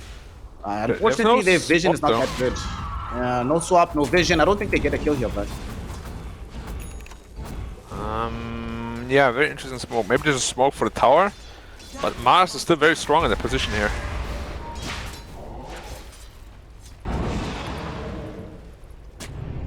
They're still smoked up. Still trying to get in position. Drink played out a sentry there. Don't have the kind of vision that they fully desire, so they'll let this one go. It could now actually just be a turnaround, and YBB could make a play of their own. They have Blink Arena. They also have access to the Supernova now, finally, from 9 to 8. So after they take out this wave from Ionid, they actually have the freedom to smoke up themselves if they want to. But they'll also just be content to keep farming. Oh, looking for a Grimstroke. Man, he's acting like he knows, but he doesn't know. He's just walking back and forth.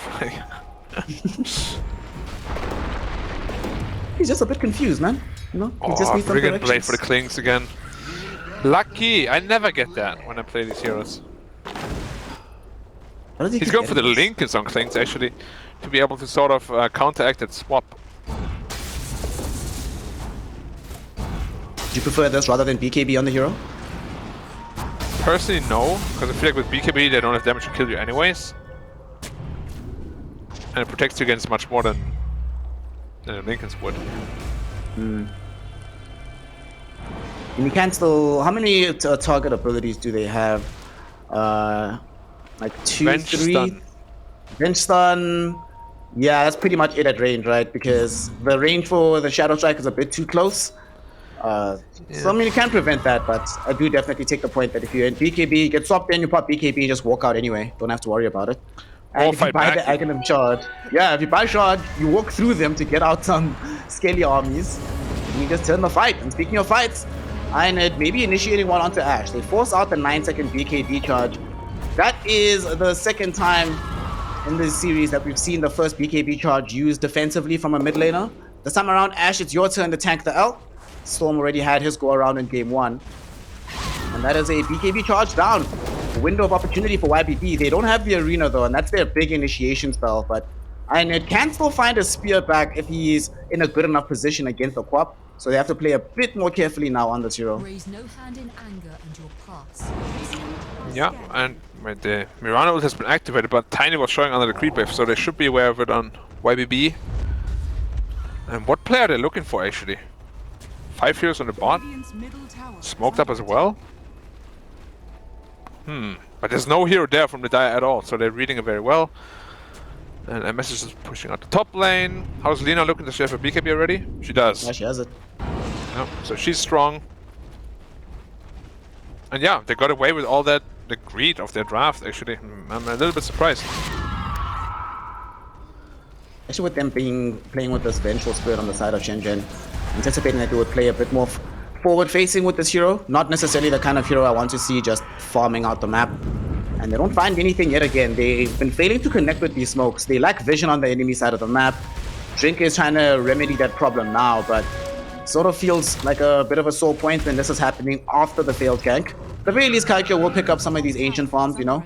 Has access to his Aghanim Shard, the cheap Battle Fury. It's always so nice. They're going to try to force another fight here, Black. He's going in with the Shadow Blade. They smoke up from the side of YBB. Shenzhen, they actually lose their nerf. They decide to leave this area, which does give the positioning advantage potentially to YBB if they can find the jump that is Ionid, the first person entering onto the high ground here. Smoke still not popped. Hasn't found the angle. Kaikyo doesn't have BKB just yet, so if he can find him, this would be a magnificent kill. Drink, though, will happily tag this guy. Kaikyo, no, don't come back in here. Dolem goes in with the swap, saving Drink at the very last second. Will keep him alive, but they both get so bound up. Kaikyo getting out, Avalanche onto the Mars. Not enough damage to kill him just yet. A Storm also gets involved in the fight. They burst the down Omni as well as the Venge. Huge amount of scream damage coming in from the Queen of Pain, but Storm found an LSA which prevents the follow-up. Grimstroke is dying here to the right clicks of both Ashe as well as this Venge. It's going to be good enough to get the kill. They get more. Storm, BKB is expiring. Needs to worry. Hara maybe have isolated him here. Lures him into the air. There's no Sacred Arrow, but they certainly have the magic damage they need. LSA will not protect Storm. Right clicks on right clicks. Thank you, Illusion Rune. Ashe says thank you for the triple kill, YBB. and Dolem. Initially, it looked like a bad initiation. It looked like Kaikyo was running back into the wrong direction, but they turn it all around. They get the huge fight, and Ash finally getting on the board here, Black. 4k damage dealt in that fight by the co-op. Yeah, very good pickup on the early BKB. Identified correctly that they needed him to deal all the damage. Oh, Mars is looking for initiation. Oh no! Finds the illusion, blink away from Ash. He's gonna be fine. Yeah, MS has been farming this whole time though. I feel like if he was part of the team, they probably would have won that quite handily. But yeah, that seems to be just a style. Like, he likes to just farm away forever. What time did I say we can talk about him again? 25, right? Might have to talk about him now, actually. MS is actually dead. He's so dead. Bye-bye, fam. Taken out in the top lane. Ash will increase his kill tally, 7-0 and 1 on the Queen of Pain. And it's almost like a flip got switched in Ash. Like, as soon as they got the BKB, he's like, alright, boys, let's play a lot more aggressively on the map. We've been way too slow up until this point in time. Can make things happen. Now the entire team is going to move towards middle.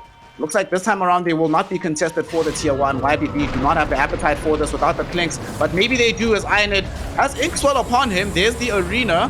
Will 928 drop the Phoenix Egg, and in DT will. Dolem. Oh my god, it's tiny. The Sunray. Look at the damage. Aghanim Shard, baby. Very good item on 928. Will enable them to bring down 2 heroes, and the all-important Kaikyo Tiny is dead as well.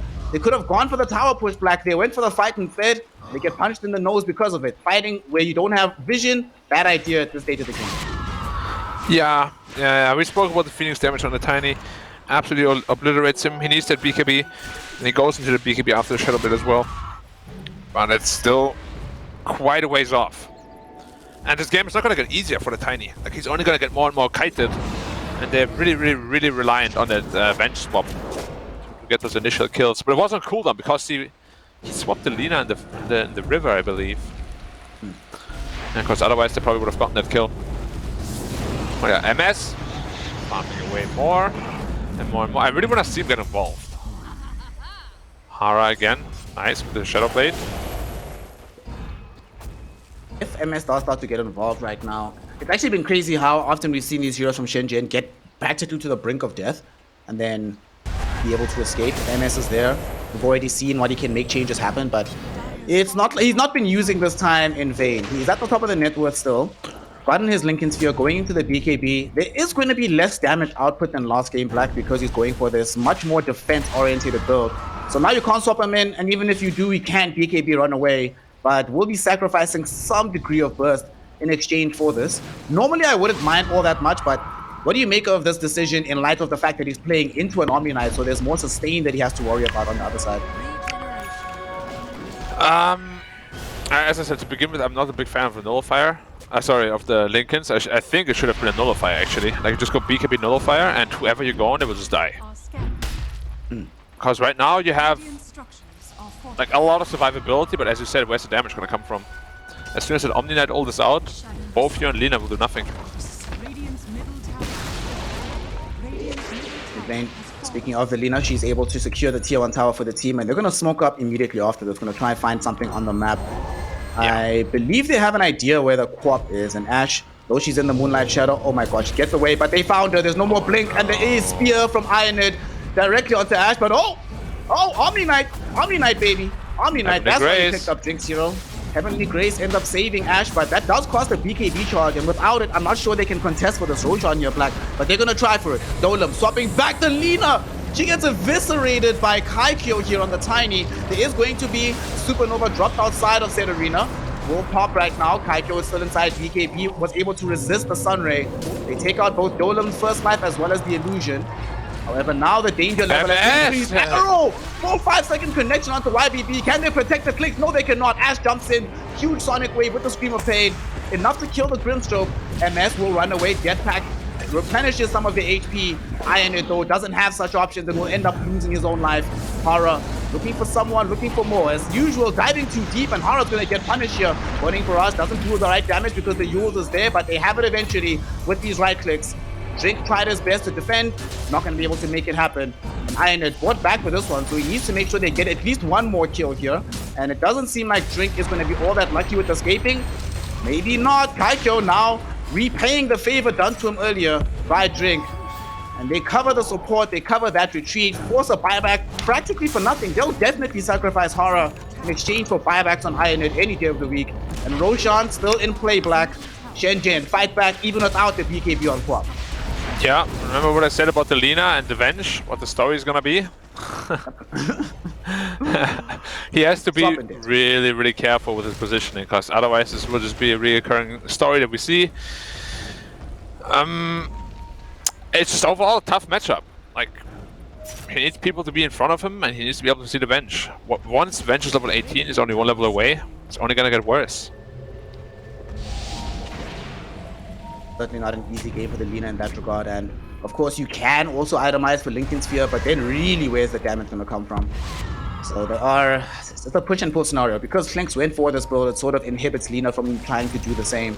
Maybe later on they can decide differently, but gold will help in that decision, and they might get gold from a fight. They're looking for one in the top lane, but Lina isn't here.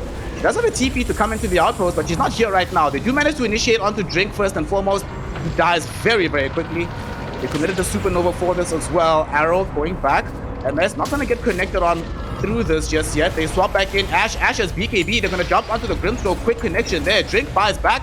Golem will die, but with the illusion, they get the swap back onto Storm. Storm tries to BKB and run away, but not going to be able to do so. Sonic Wave flies in from Ash. They get the connection. They get the kill. 9-8. Icarus diving away, but with no more Supernova, it's just a death after the dive. And Ionit also looking slated to lose his life. And it's not just the regular one. This is a dieback, Black. More heroes fall. Shenzhen, another team fight victory. And this time around, it comes with an open and clear Roshan. They're going to get themselves the first Aegis. Yeah. It's going to be very, very simple for them to just pick this one up. Aegis going to the Tiny probably. And yes, same thing happened again to the Lina. When is he going to learn? Maybe when it's too late. But yeah, like this entire game, like I don't wanna step on anyone's toes, but it really just feels like a pub game from YBB. You know, like this Lina pick, the itemization of the Klings, everything is just like so selfish. You know, like they're not thinking about the big picture. Did you see his damage? Like Quap blinked in, Klings hit him, and Quap was like, oh, okay, whatever, you're hitting me for like 50 damage.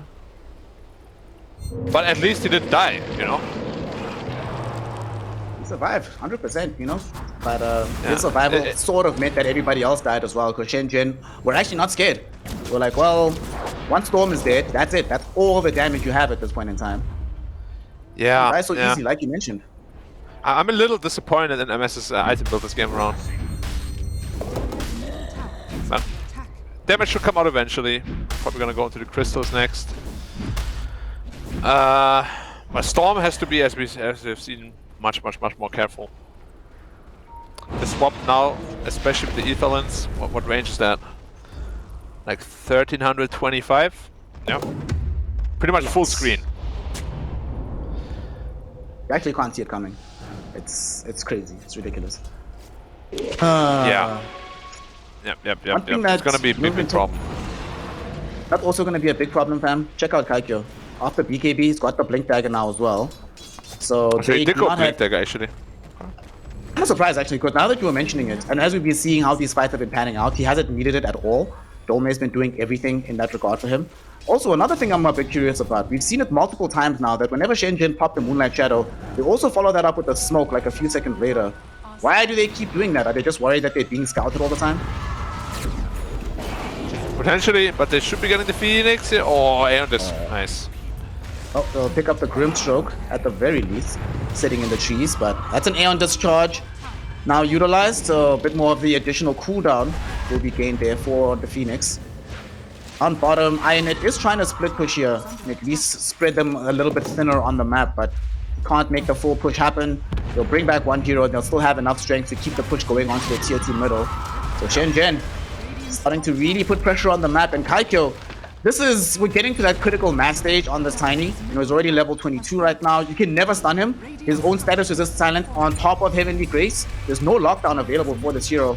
Even though they lost this Mirana down bottom between Storm and Aeonid, I still think they're strong enough on Shenzhen to take the tier 3 middle.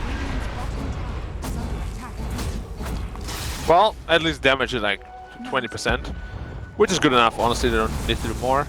I would love to see like a fake back right now and just get another swap kill and then retreat properly after Olina. The KC coming. He should be able to get solo killed here. I think he is 100% dead. Yeah. Oh no, and it's a TP cancel, fam. He doesn't have vision though because of this silver edge usage. Just Shadow Play doesn't have silver edge just yet. Right before it gets caught out.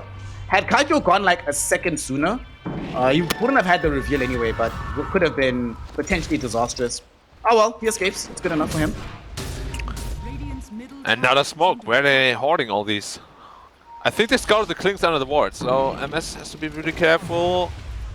You need to get out, you need to get out. If you don't get out, you die. Okay, he gets out. Does he? Does he? Are we sure? Yeah. Oh, the Mars though. Are we sure? Oh, we actually got caught with the Avalanche as well, even through the invis. They obviously do not see him, so he will be enabled to escape. The Mars. Oh, Clinks.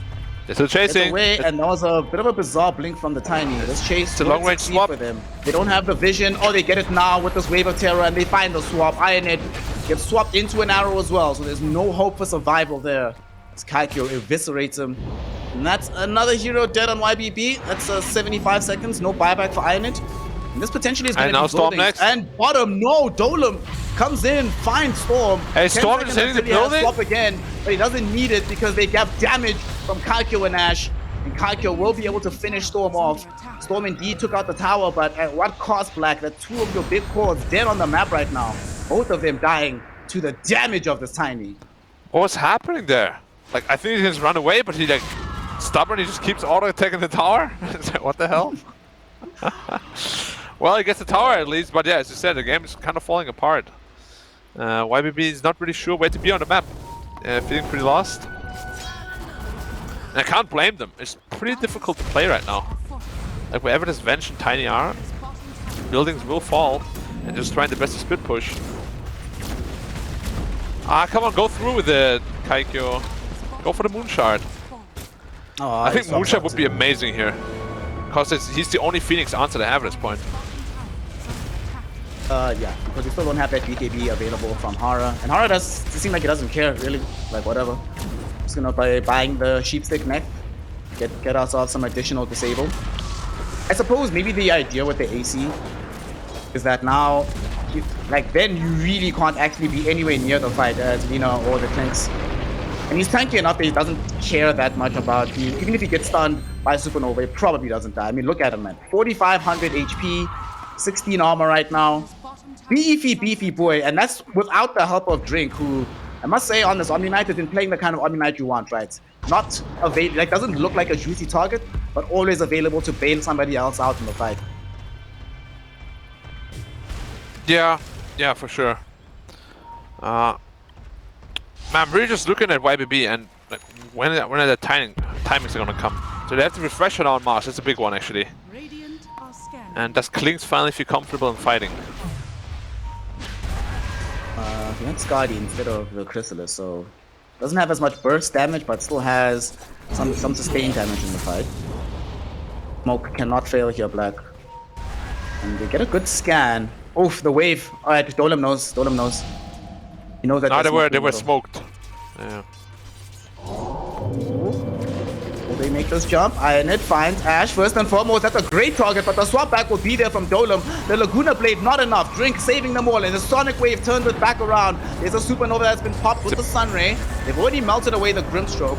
Drink will get left behind and taken out. Ionit refresh, another arena, jumping forward, will be able to find Ash. Dolem though, what a swap! Once again, saving this Queen of Pain. And now she's going further forward in the fight. Coming in, they've already gotten the kill onto the Mars. Beautiful damage coming in from Kaikyo onto both 928 as well as Storm. They've given him an ultra kill. MS, the lone survivor of the fight. He does at least assassinate Ash, but he cannot get anything more done in the fight beyond that. It's a 3-for-4 exchange, and it's an exchange favoring the side of Shenzhen. Kaikyo just too damn big. And that was YBB finding what could arguably be called the perfect initiation for their squad, and they still can't make it happen, Black. Yeah, there's just a problem when your only frontliner is a Mars who's also your initiator. Like, it just always feels very awkward if you don't have anyone else to really run in. And I feel like MS needs to be just more in the middle of the fight, honestly. Like, his Lina is eating all the focus. He's at every fight in this game, he's always at full HP. It just seems like he's really scared of just getting anything thrown at him. Like, you're sitting at 4.5k HP, you're not squishy. You're really tanky, in fact, and you itemize defensively, so you gotta throw your body in there a bit more, so your Lina can deal more damage. Has been a bit frustrating seeing him that he's also not just playing a bit too, like he's just also very far away from the core aspect of the fight, like picking off different targets and the rest of the team. It's not like what you were talking about earlier with that mentality of it feeling a bit like a pub. Their targeting hasn't been as succinct as it could possibly be from YBB. For example, Ashe should certainly have died in the initial jump onto him. Even though there was a swap back, even though there was drink, it's sort of beggars belief that he got alive and stayed alive for so long. And regrettably, it's starting to really bite me from YBB because MS is the only one that actually feels capable of surviving fights, which is a problem because he has to be in them to dish the damage. But if he's the only one surviving, no one else can enable him then. It's not like last game anymore here, Black. Yeah, for sure. Also, the itemization is just a little bit odd. Like, you need a nullifier. No one is building into a nullifier. You can't just accept the fact that there's going to be an Omni ult and everyone's immune for 8 seconds. Like, you're going to lose every team fight if you just accept that fact. Like, Drink himself, look at him. He's very tanky. He has permanent Heavenly Grace on him because of the talent. He's sitting at 3k health himself as an Omni Knight. You can't burst him down that quickly. But Moonlight combo comes in yet again. Oh no, they swap back Ionid. Big initiation, and there we go. Golem coming in with the magic missile. The bounce, baby, ends up catching both supports. 928 can escape, but unfortunately, that's because of the Aeon Disc, not available for the Grimstroke. There's 2 heroes gone. Mars doesn't have buyback, and that's going to be the second Roshan, now claimed by Shenzhen. And YBB, without the Mars available, he is the big initiator, like you were just talking about. So if he's dead, can't do anything about this. Cannot stop the Aegis from getting taken down. Yeah, pretty easy Roshan for them. Now they're looking for Lina. Yeah. Oh no, Storm. BKBs, but knows that there's no point. Yep, knows that there's a swap available. Kaikyo also shows up. What's up, buddy? It's been a while. I haven't seen you in a minute. Just come say hello. And Kaikyo says hello in the only way he knows how, throwing a giant tree in your face, gets another kill. Beyond godlike on the Tiny. Level 26, almost has Swift Blink, sitting with a leveler as well, so if they ever get close to these buildings, my god, they're gonna get destroyed. Everything coming up aces right now for the side of Shenzhen. Yeah, it's pretty simple for them at this point as well. Venge has a Nether swap cooldown talent? Damn, 15 seconds on that bad boy now. Very balanced talents, this patch, I just realized. Look, who's he gonna swap next? Well, it can't be MS because he got that mighty Lincoln Sphere. Ionid will find a spear back onto Kaikyo. We'll see if they can get past the first line. Kaikyo will pop the Satanic and BKB. Even the Sunray now, not nearly as effective as it was earlier. Dolam swapping Kaikyo outside of the arena too. MS will block a magic missile, but Dolam just BKBs back. Now they know swap is up in a couple of seconds, so they have to run. They have to run away. Go do it. Swap the Klings. Oh, Link just can't. Oh, just a second too late. But did you see that range, dude? Are you kidding me? Yeah, it's great. What are you talking about? Right, very fair and balanced. Are you saying it's broken? Are you saying 12 seconds cooldown on the swap is broken? I'm saying it's actually underpowered and we need a buff next patch. But range or cooldown or both? Both. Oh, look. Wow. Oh, that's not a problem at all. Ionid dead, no buyback. They still do manage with the power of Sunray though, just to keep the base alive because Kaikyo's falling low. Oh, swapping one on the Clinks maybe? Swap is back online and they do find the Clinks at long last. There's a magic missile, there's Ash with the Sonic Wave. There's gonna be the kill. Buyback will come in from the Clinks though and Storm. Finally getting the chance to dish out some damage. Beautiful LSA on the 3 heroes. Burning Barrage from MS will be there as well off the buyback. It enables them to kill Kaikyo. And they get more. Dolam, his illusion will die as well. Just TP out. Kaikyo, BKB, TP out. They have no counterplay option. This time Ash is not playing. Oh, there's no Basher on this one. And he's gone. It's fine. Ash is also able to survive. It is very expensive as a whole, but when you're in the state of the game here, Black, it's okay. You haven't lost the lane of racks just yet. Yeah. Yeah, the question is just, are you delaying the inevitable? Because I really can't see how they're team fighting right now. I think they just need to go right now, when the Venge is dead. Get a couple of core pickups potentially. Because once the Venge is up again, whoever you initiate on first, he's just gonna get swapped out. It's just very simple right now for Shenzhen, honestly. You swap out whoever they initiate on, then Omni Knight ults, and nobody dies. The sad part is that Phoenix is at 99% of the damage right now. He has a Timeless Relic, so he does deal a lot of damage with the Sunray. How much is it? Max damage 9% per second. It's a lot of damage, but can he do it alone? He has a Refresher, so double Sunray, double Egg. There's potential, you know, but yeah, from a support position, it's going to be pretty difficult. Not easy to do, and especially when we see now Clinks is starting to finally build into that Gamut route. The Daedalus is going to be coming soon. Afterwards, he could potentially once again try to rely on the Rapier to help with the damage output. So that damage can come eventually, and Storm, you know, in a long enough game can get to that point as well. But like you mentioned, right now, it's all this Phoenix and Storm. Well, you can't deal damage if you're dead, my friend. Swap back yet again, Dolam with the big play. There's an Arena from Ionit. There's going to be the Supernova cast out. Very odd placement on the Nova. It might actually be in a bad place afterward. Guys, Icarus dive back into a decent position. Sonic Wave once more, huge from Ash, jumps in. They've lost the Grimstroke. Second Sonic Wave is going to be there. Oh, this they time go in. The Phoenix Supernova, they will let it go. The refresh saves the life there. Dolam is at least going to be brought down in this situation. They'll take out the illusion as well, but Kaikyo going back in. There's going to be an arena. Will buy time for Ionit to try and escape, which he needs to because the damage from Kaikyo is just so high right now. The BKB does buy enough coverage time to escape. Ash, still alive, has a very big jump in of his own. Unable to, of course, catch that Clinks because he has the Lincoln Sphere. They cannot connect onto 928. Barely escapes from the Avalanche. That will be a decent trade, I suppose, for YBB at this stage. You know, at least you get something. You don't just lose Storm for nothing. But yet again, it's Storm dead once more. Whether he had Lincolns or not, probably still dies there. But without it, it's a guarantee that he dies every time. Yeah, I mean, you can see his itemization even. It's really defensive with Satanic and Shivas and BKB. It's just not enough. Swap in, boom, boom, you're dead. Every time. No counterplay. 8 deaths. Damn. Yeah, I think 6 of them were because of a swap. He's probably tired at this point of getting swapped in all the time. Wait, can you check actually in the... Is it possible to check how many times a spell has been cast on a particular target? No, I don't think so. But you can check the damage. It is 50 damage per swap. Oh, yeah. So we just have to like look at all the damage numbers from Venge. Yeah. You know, download the file, find all instances where he dished out 50 damage to the Lina, and be like, alright, cool. I think at this point it has been like 5 or 6 times. And now he's just back because Venge Axe. Hello. They're unbalanced. I don't see a problem. Yo, did you guys write down the Roach timer? Because it's still 90 seconds from minimum spawn time. I think they have bigger problems than Roshan right now. YBB have to flee into their base. Look what just happened. They got the scan off into the jungle and immediately they ran uphill, terrified by what might be coming towards them.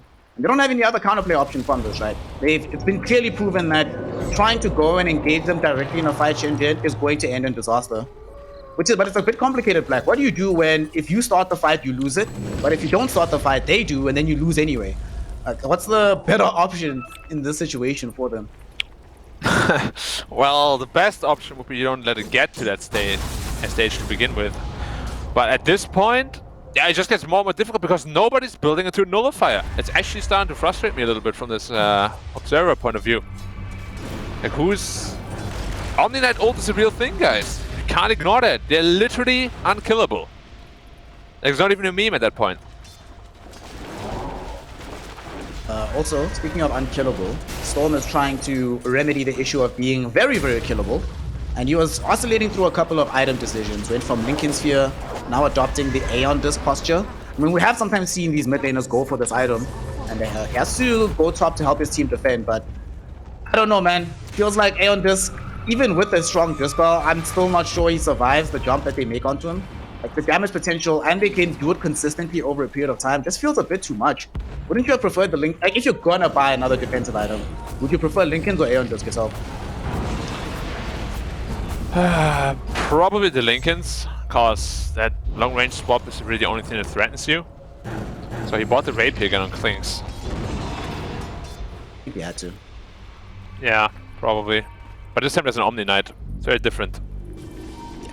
Well, let's see if he can reveal this Rapier right now in a fight. Omni Knight, the eponymous hero that we were just mentioning, he's the one that gets found first, but they don't have vision. Oh my god, no gem available. But at the very least, it's sitting on Ironet, and he was the one bringing up the rear of the fight, not at the Vanguard. So they don't manage to actually get anybody. Frustrating there, because if they kill Omni Knight first, suddenly the fight looks very possible for them, but Moonlight Shadow gave the cover for him to escape. She was out. They're looking to make the jump. Ironet was looking to get forward. Magic Missile will go back, but Ash doesn't want to get too risky with the BKB timing waning. Looks like they'll let this one go. Everyone's just going to posture around Roshan. YBB almost found like some really good engagements, but get denied these angles, Black. Yeah, I mean, Shenzhen, they know exactly what they need to do, right? They want to go for that Roshan, they play around it very nicely. They need to make absolutely sure that they have the reveal. Because Omni Knight, as you said, if he dies there, I don't think he had... I probably had buyback at the time, actually. Like, it's the most value kill right now. You have to kill this Omni Knight no matter what. But he knows it as well, so his positioning should be pretty defensive. Jump in. Almost find a hack kill happening there. Wait, what? He fresher up without egg or anything. Okay. That must have been a misclick. Not supposed to happen, 9 to 8. Oh gosh. That's... Oh my gosh, okay. Now we only have one egg, and we've seen how important the egg can be, but a fight might start anyway. Moonlight Shadow, they still have no vision here. The jump in, Phoenix will pop the first egg here, but they don't have a way to destroy it just yet. Drink will throw in the ultimate, and just will pop, and there we finally have a kill on Omni after using his ultimate.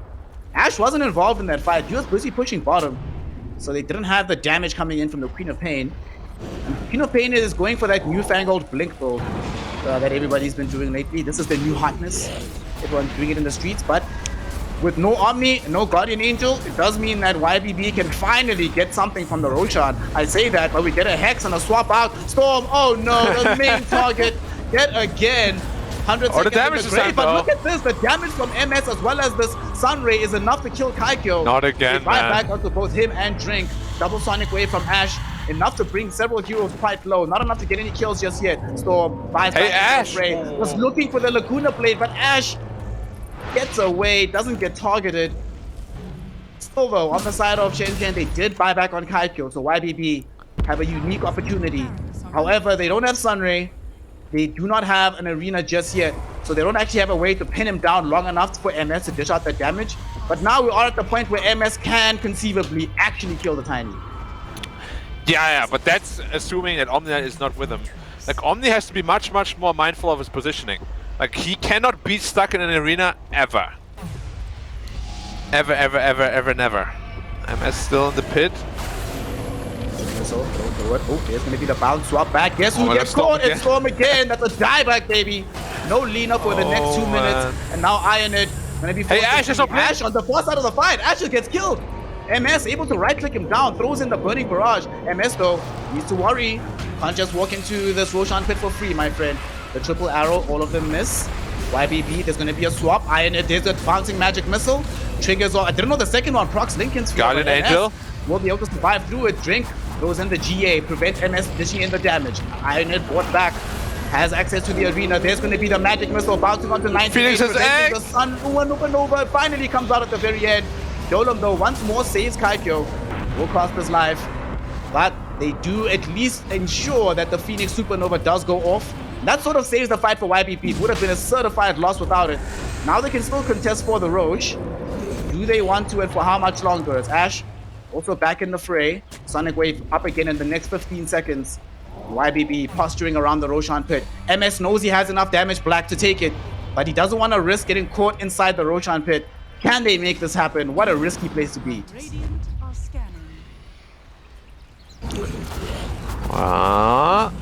It's a pretty tense moment. The multi-shot. Roshan. Oh, Roshan gets picked up by MS. Sonic Wave does come Ash in. got the cheese. Ash jumped in. A little bit too late, but he does He's pick up the leashed cheese. though. Will enable him to escape. Will he be able to blink away from this? Yes, he can. They won't get any kills here. Oh, the Tiny's on the throne. Tiny. Oh, wait. What's Tiny? Left the fight to go into the Dire base. Will TP out with the BKB to protect himself. Realizes that his team wouldn't be able to take that fight clean and decided to dish out some damage on the tier 4 towers. It doesn't gain them all that much, but it gets them the melee racks.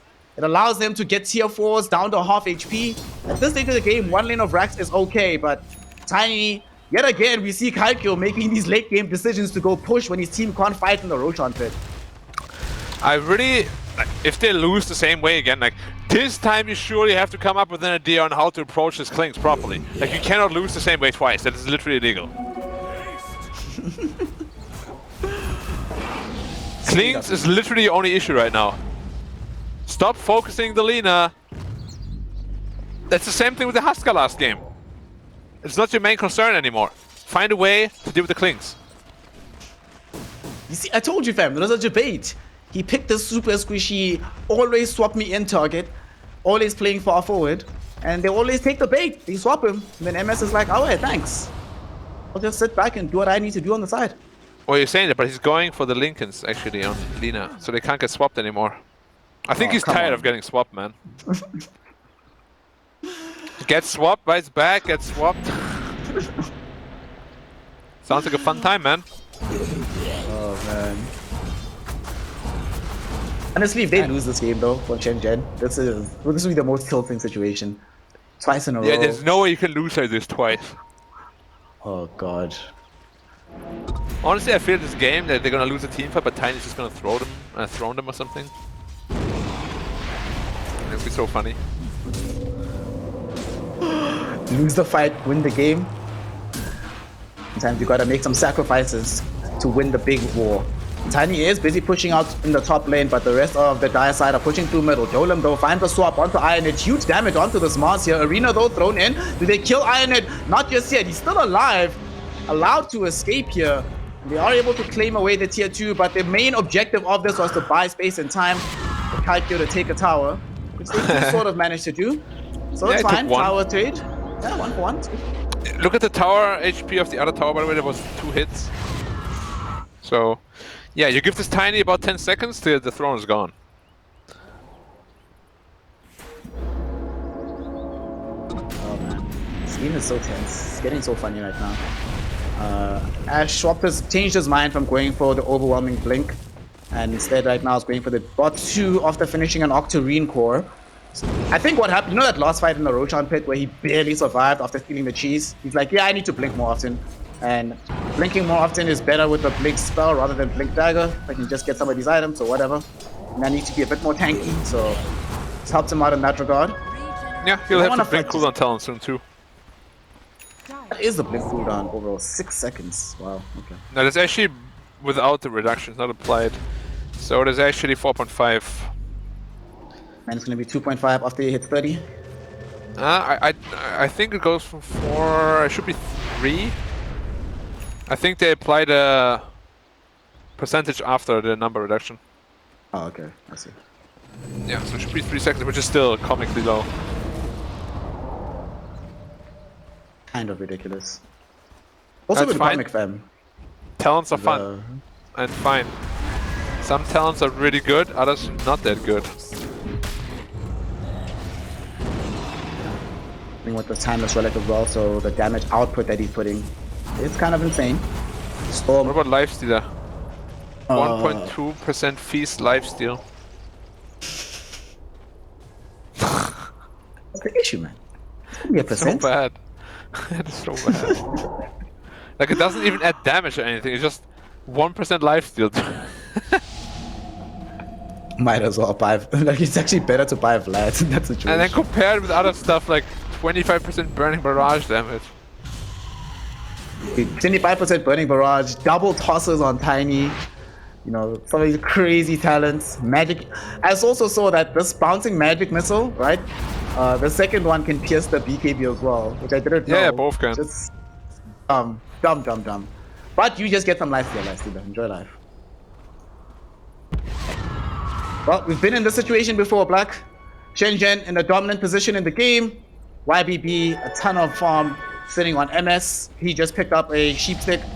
Exactly the same item build that we saw. Well, some difference with the Lincolns here instead of the Swift Link that we saw last game. But nonetheless, a similar game state overall where they are just one big fight of Clinks laying out damage away from fully asserting themselves back in the game.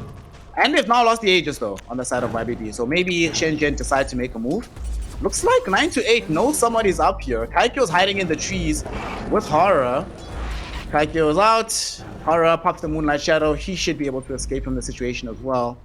So they'll get out and let's just keep this game going. The stalemate continues. Yeah. But I'm worth so much. So, looking at Drink right now, you were talking about the big engine in terms of the fighting potential on Shenzhen, and he's building right now into an Aghanim Scepter. So, an even better GA, even longer duration, and we've seen what struggles they've had fighting through the GA itself.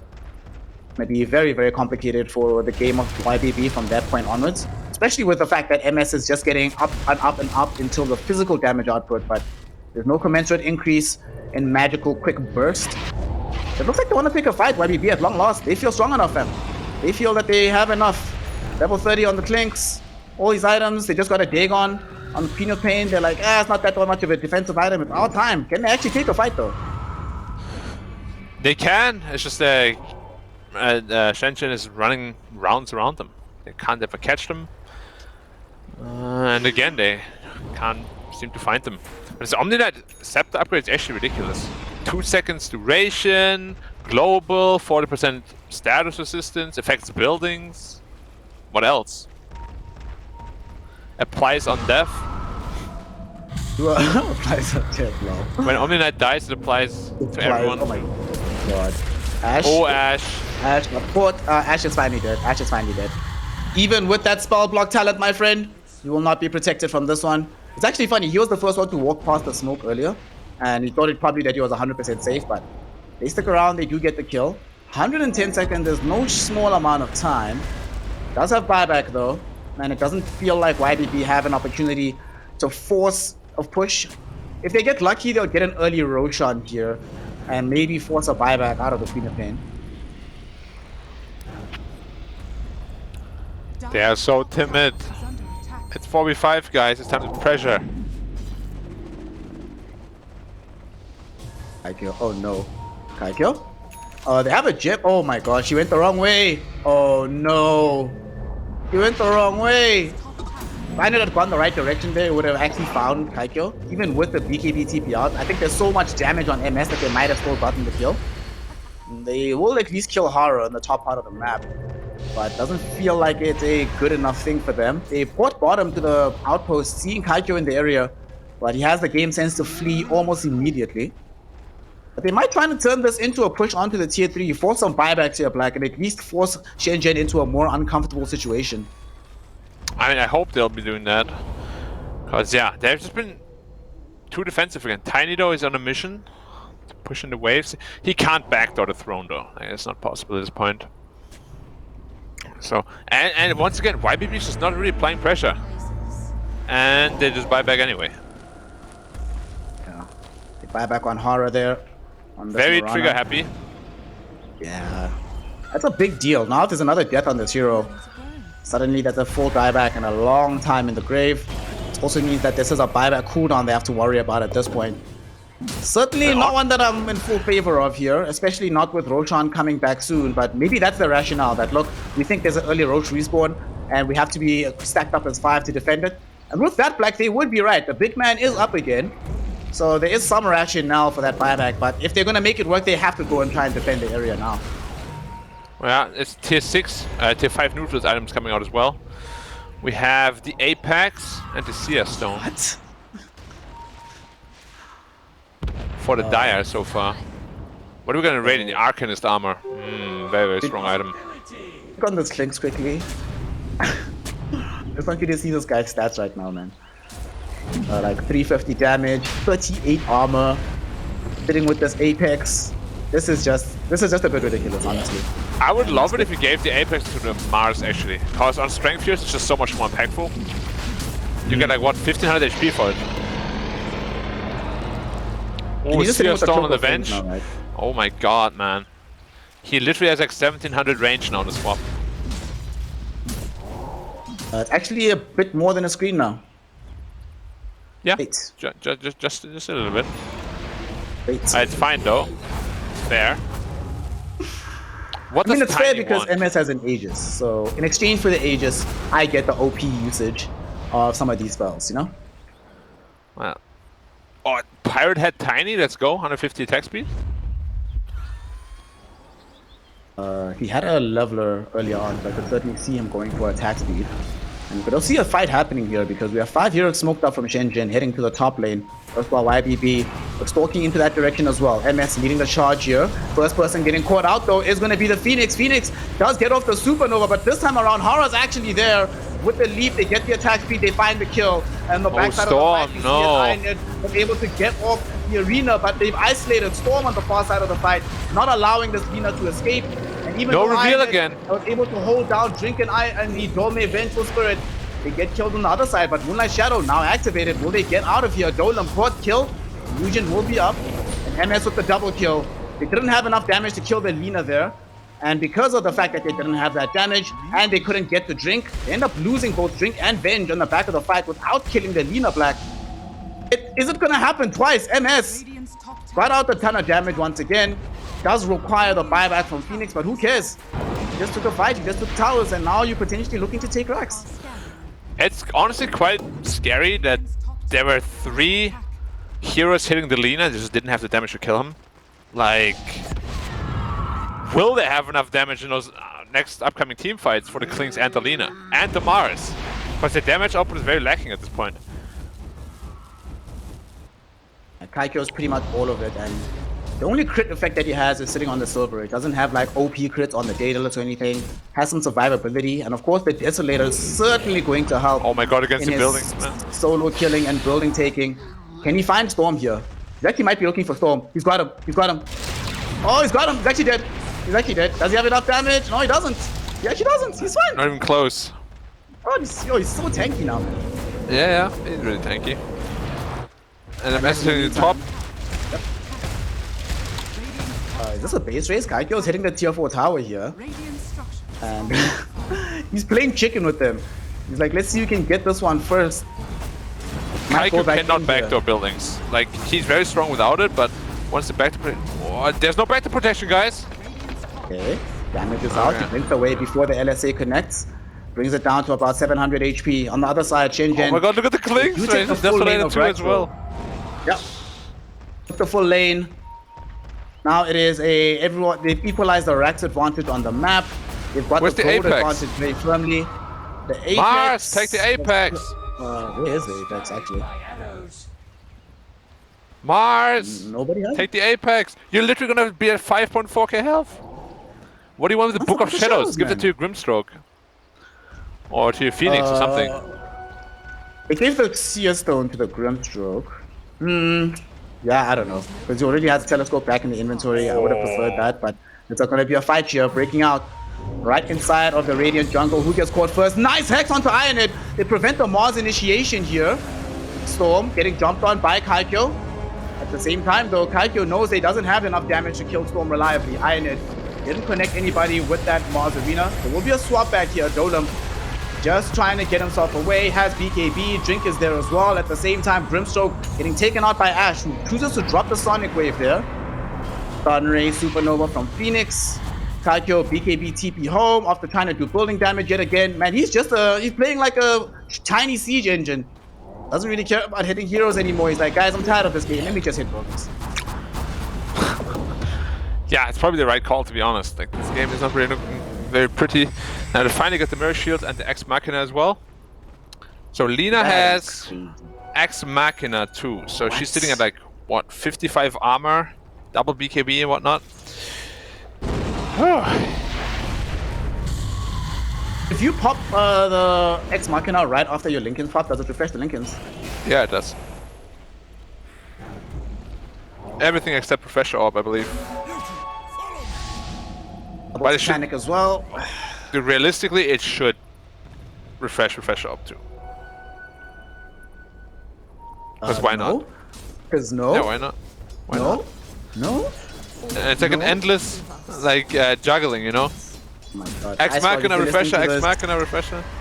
Listening to this, Ice Frog, please close your ears, and a fight might break. Moonlight Shadow, where's everybody's vision, Black? What's happening? So many heroes walking past each other. They finally make the initiation. They jump Iron it. Do they have the damage to kill him? Yes, they do. Buys back instantly, though, as Dolmate gets taken out by the right-click damage of MS, throwing in the Burning Barrage. Both offlaners will trade their lives here. Egg committed by 9-8. Does have access to the Refresher when he comes back on this one. Actually doesn't. Just has a shot.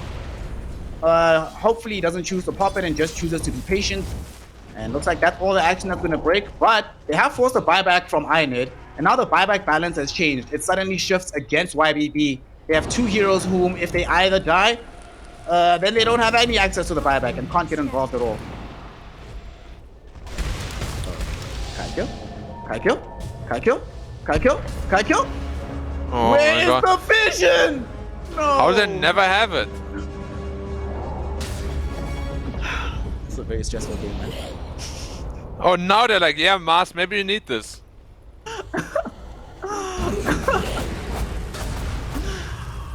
Oh man. For once of vision. Dude, this game could have actually ended twice over in the last like 2 minutes just for a lack Could have ended of at minute 30 already. Like, I don't know what's happening, man. The Radiant are also so indecisive. Like, both teams just don't know how to finish the game. And now they're I blame like, you for this, Greg. me? This is your fault. You're the one that was saying earlier that this feels a bit pubby. So they heard you. They were like, alright fam, you want this to be pubby? Okay, we got you. I take zero blame for this, I'm sorry. I will have you eat those words later. Oh, alright.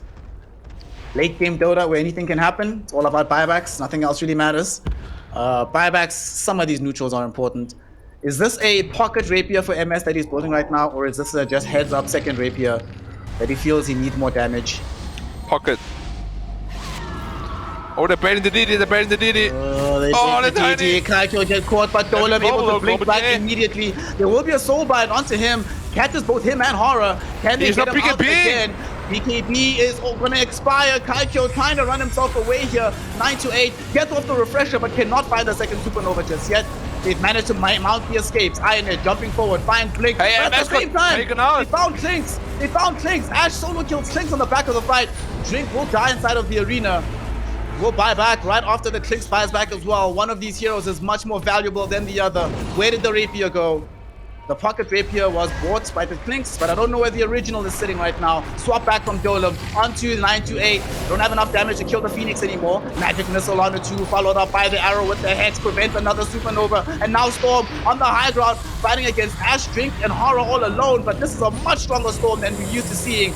So he'll be able to stand his ground. Drink has no buyback, it's important. Away from him, and Drink just died. That's a dieback on the Omni Knight. 2 minutes in the grave without the big heal.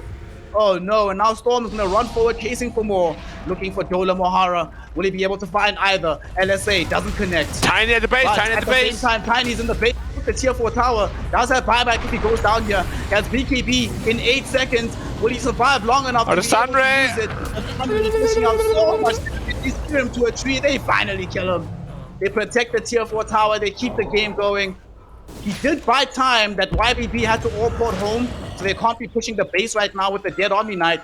But nonetheless, it's YBB who find themselves in a winning position. Roshan's also open. MS is in the pit. He bought back, but it was well worth it though if he does get himself the second life. Roche is pounding him right now. That's a lot of damage. He's sitting at 420. Ow. Ow. Oh my gosh. What a game this has turned out to be. Oh, YBB, Aegis, Refresher shot for 9-8, Agonums for Storm. Seems about right. Everything's cool.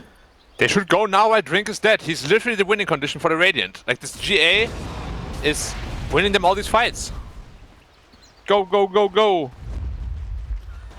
I feel like he needs a Blink Dagger or something, dude, to just get himself into better positions, because yet again, I feel like he didn't need to get caught there. He has the global GA, could have set much further back. But he shouldn't even do anything, to Tiny. be honest. Or double rapier on the Klings now. Oh, it's a lot of damage. And arrow MS? No. MS. Oh no, 5-second arrow. But fine, where's we're the fine. follow-up? They can't fight without drink. Hey, Tiny's going for the base race. You gotta go. Hit the buildings. He's going in. Tiny They're looking for these buildings with MS. They've got the BKB from MS. He's got the Stygian Desolator. They've actually got it. No, wait, what? What?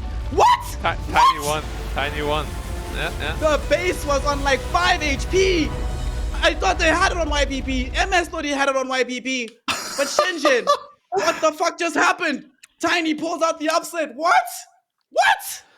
Oh my god, they pulled it off. I can't believe it.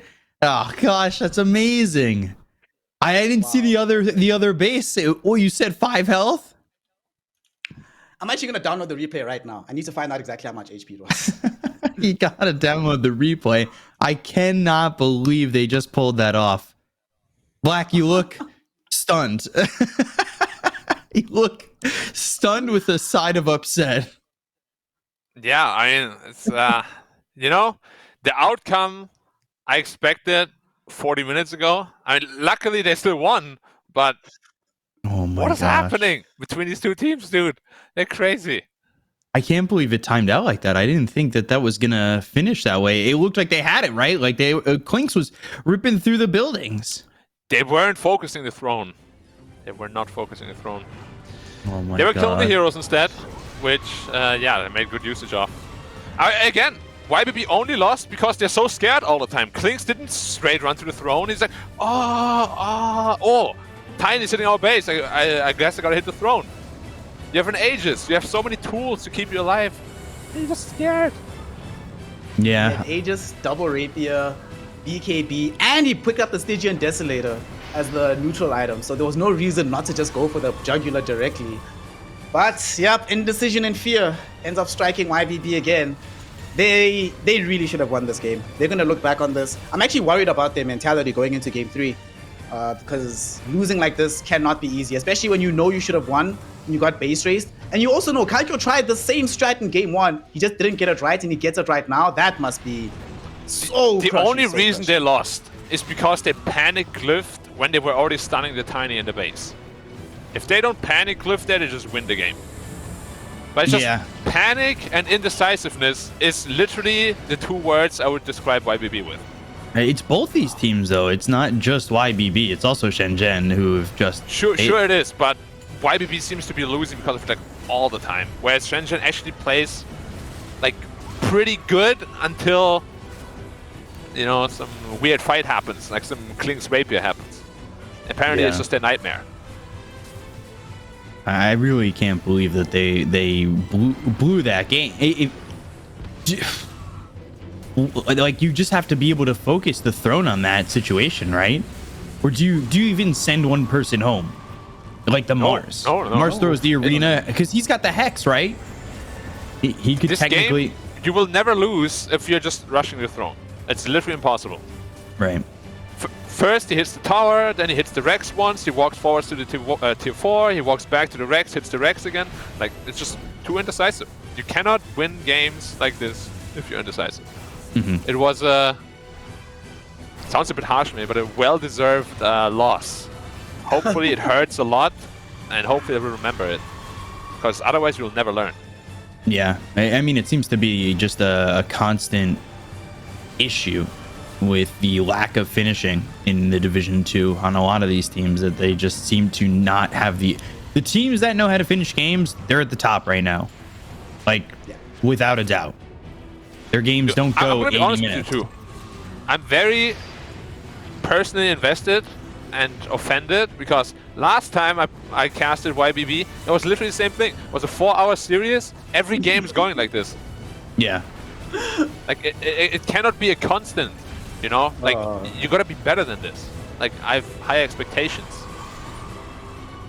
And it has not been clean at all. I mean, these highlights, 50 minutes in, we still know there's another, what, 25, 30 minutes of highlights to go, like, worth of highlights. It just, MS is just, I don't know.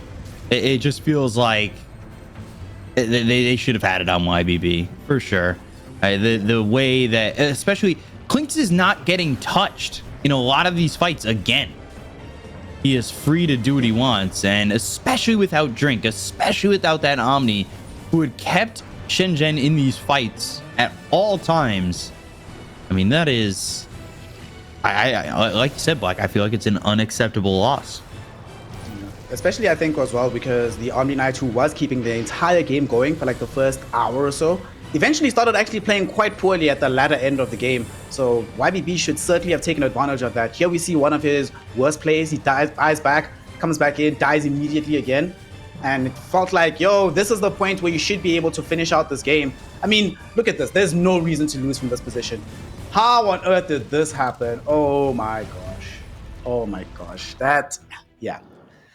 It just, yeah, I don't know. At the end of the day, I also feel like with YBB, it's not only them not knowing how to finish the game, but I think they're too stuck in this mentality of, or the current incarnation of the team. Black was mentioning all their games are super long. They feel like they are anticipating losing the early mid game and then having to mount a comeback later on. That's probably why they send MS into the wilderness for 25 minutes. They're like, don't worry about it, G. When the time comes, we will involve you again. But it's not always going to work out well for you. And whenever you're relying on playing in that kind of style, you know, you need to play perfectly then when you do reach the point where you are hitting the peaks, and any mistakes will be hard punished. And now the entire game plan feels in question because you make those mistakes, and it makes it a lot harder to go in the clear mind into the second game.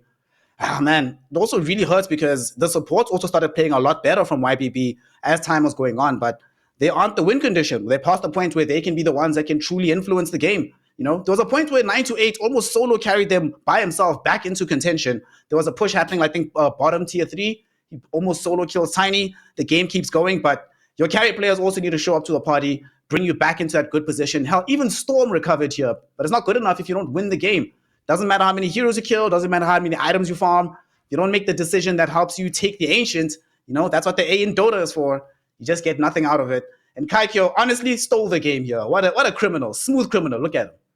Yeah, I mean, he played the entire game pretty much the way you do as a Tiny, and did what he needed to do to finally win the game at the end with the base racing. But, like, I mean, the mistakes that these teams are making are, like, this is going to sound really rude. I don't see them ever making... You cannot go to Division 1. Yeah, no way. So that's exactly what I'm thinking. Zero like, chance. you're never going to make... Zero chance. You can't accidentally be popping refreshers on an Icarus dive and popping... I mean, there was points where Lena was popping BKBs without even being involved in the fight or just moving around the map. Like, there was so many misclicks, and then it just it never really seemed like, yeah, there were points where it is one unit, but for the most part, it's just both these teams. I feel like they're lacking just fluidity with each other, and it really is just like you could see the very harsh difference between these teams and even Dandelion, who look way better than these teams playing at the moment.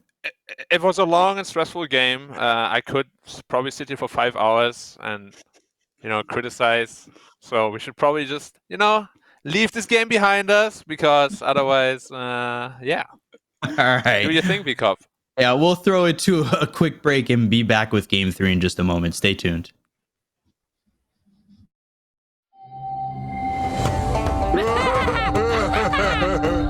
So, who wants to play a game? Yoink! And again!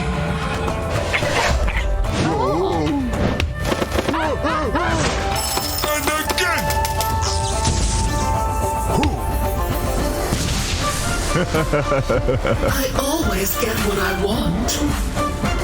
In the bag.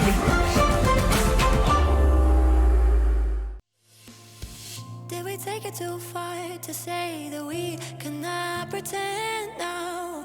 Was it never enough to have just everything you want?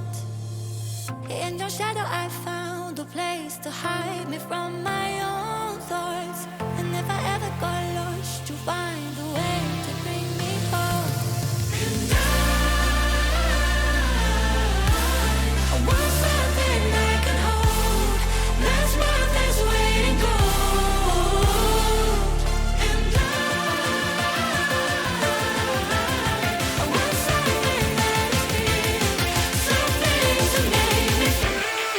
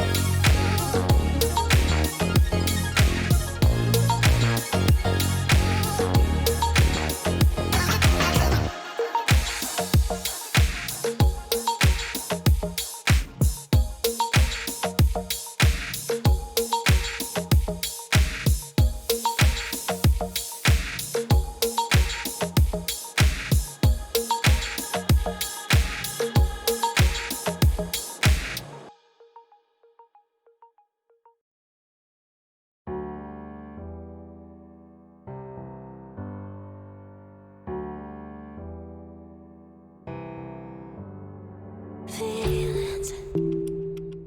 It's like I can't walk on the ceiling. Oh yeah, got me dreaming, dreaming in colors I never dreamed. Oh yeah, I let you in deeper than I let anyone else before. Fell in love with my broken pieces, took 'em all and made 'em yours. Didn't know what my heartbeat needed, skipping out, no I can't keep score. When I lose my breath, boy, you got me breathing. Oh, every little thing you do, every time you hold me, take me higher, higher. Every little thing you do, every time you hold me, take me higher, higher. Oh.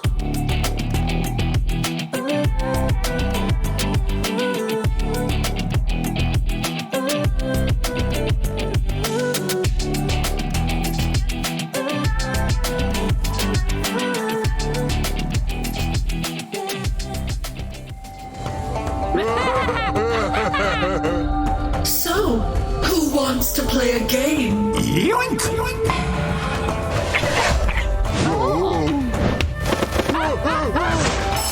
again!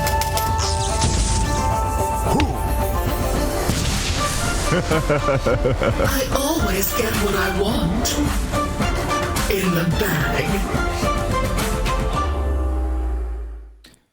All right, and welcome back. Game number 3. The long haul, the long-winded adventure of YBB in Shenzhen. It is, I think YBB's average game time this season is an hour. Forever, probably forever. It feels like forever. I mean, the first series me and Black covered for the two of them was about 4 hours long. And now again, it feels like they're just playing these hour-long games. And Shenzhen gonna start with the Mars. We'll see if we get any similar picks. Medusa has made it through, so maybe we'll see another 60-minute Medusa game coming through. Oh God, hope not. They must also be really tired as players right now. So I think they probably also going to have in mind, what do we do to make sure that we can pick heroes that can win without going down to the wire of ultra late game Dota, where things just get silly and the game is weird and bizarre, and you have no idea what's going to be happening. They don't want to get there. It just happens. Whether they like it or not. It just happens. There's nothing you can do.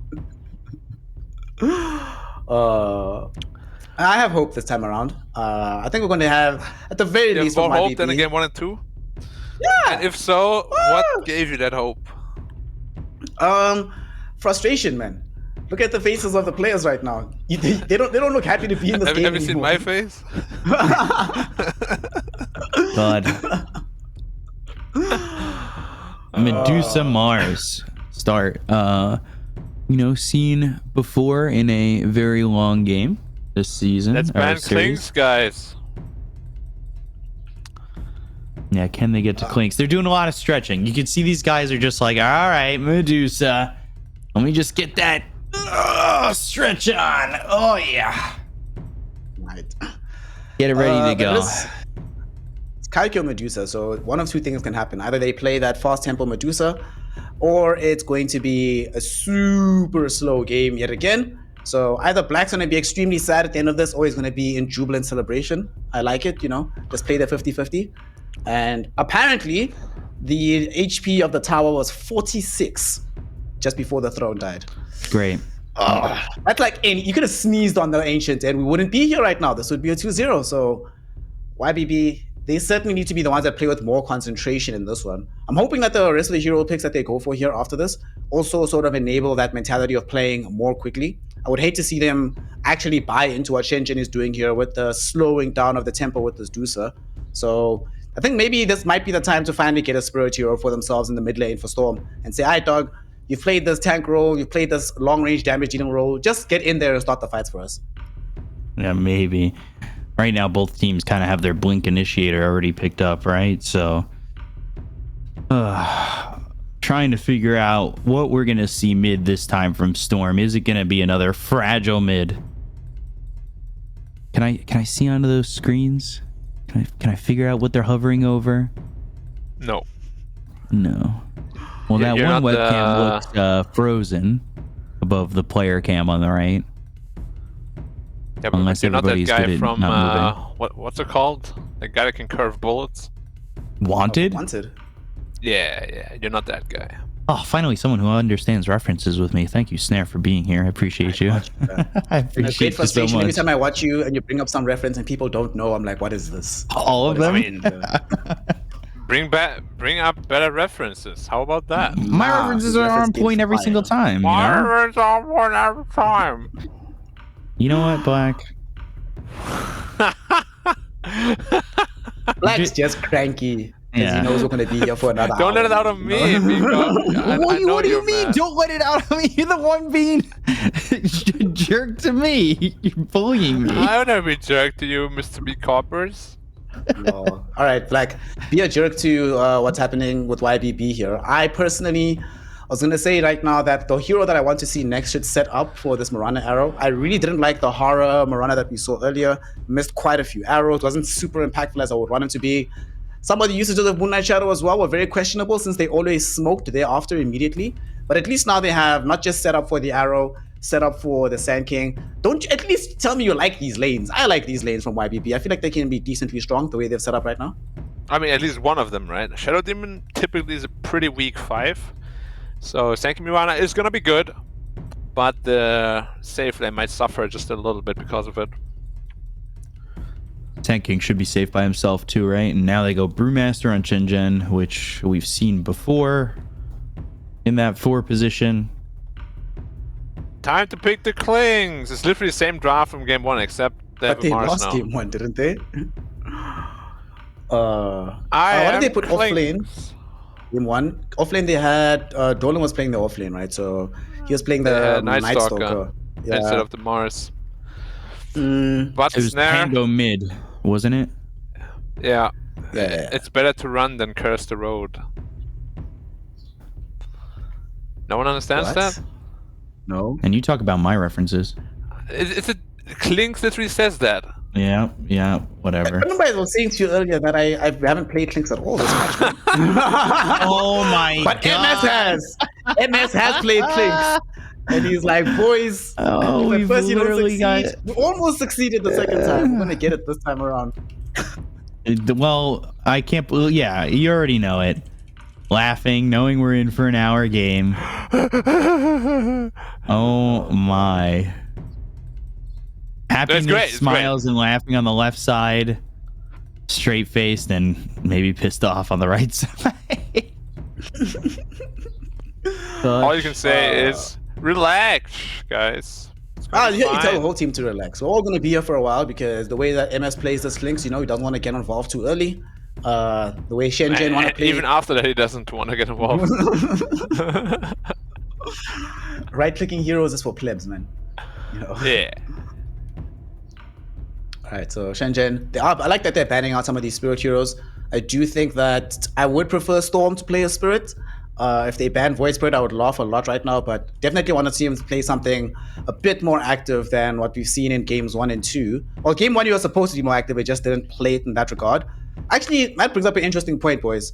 Was it the case that the reason he didn't play that well on the Huskar is that he's not accustomed to that playstyle, or is he just not a up-in-your-face kind of mid player that he requires to play this more considered, bit more carry style approach from the mid lane? I think if you're playing mid, you have to be in your face. With all the mids that are in favor right now, you have to. Mid's an in your face kind of lane. And play style. I Not think always, but yeah, you're definitely the gonna be able most to play part. both. Like if you're afraid of being up in the mess, up front, then yeah, mid lane is probably not for you. You wanna play +5 disruptor or something. Or apparently Venge. I glimpse you back and put kinetic field and then I run away. Bye. God, all the spirits banned. Are they gonna go Huskar again? Oh God, Storm immediately. He's why am I here again? Storm's like, really? Really? Oh, Really? no. Once again? Oh god. Dude, I actually can't believe how often you got swapped last game. Like, you never learned. Oh, it got swapped so often. It was so Like funny 10 to watch, times, I actually. think. Yep. So it's gonna happen again. That does mean that we're gonna have at the the Mars going mid for Ash. So that's him mid. Offlane Vengeful Spirits, Brewmaster Hoodwink still supports. Now what do you pick? Not that much time. He's definitely not gonna play Lina again. Invoker. He's like, nah, Invoker. Invoker looks so good again. Like, Oh, Bad okay. Rider? Bad Rider into Venge? Mid Shadow What? Demon, do it. Pick it. Nope, never mind. It's a bit Mars then.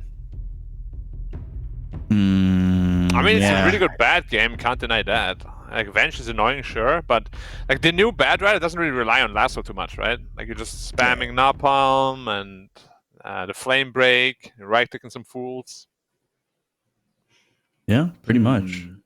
All right, I've got a different question for you this time. It's not who you think is going to win.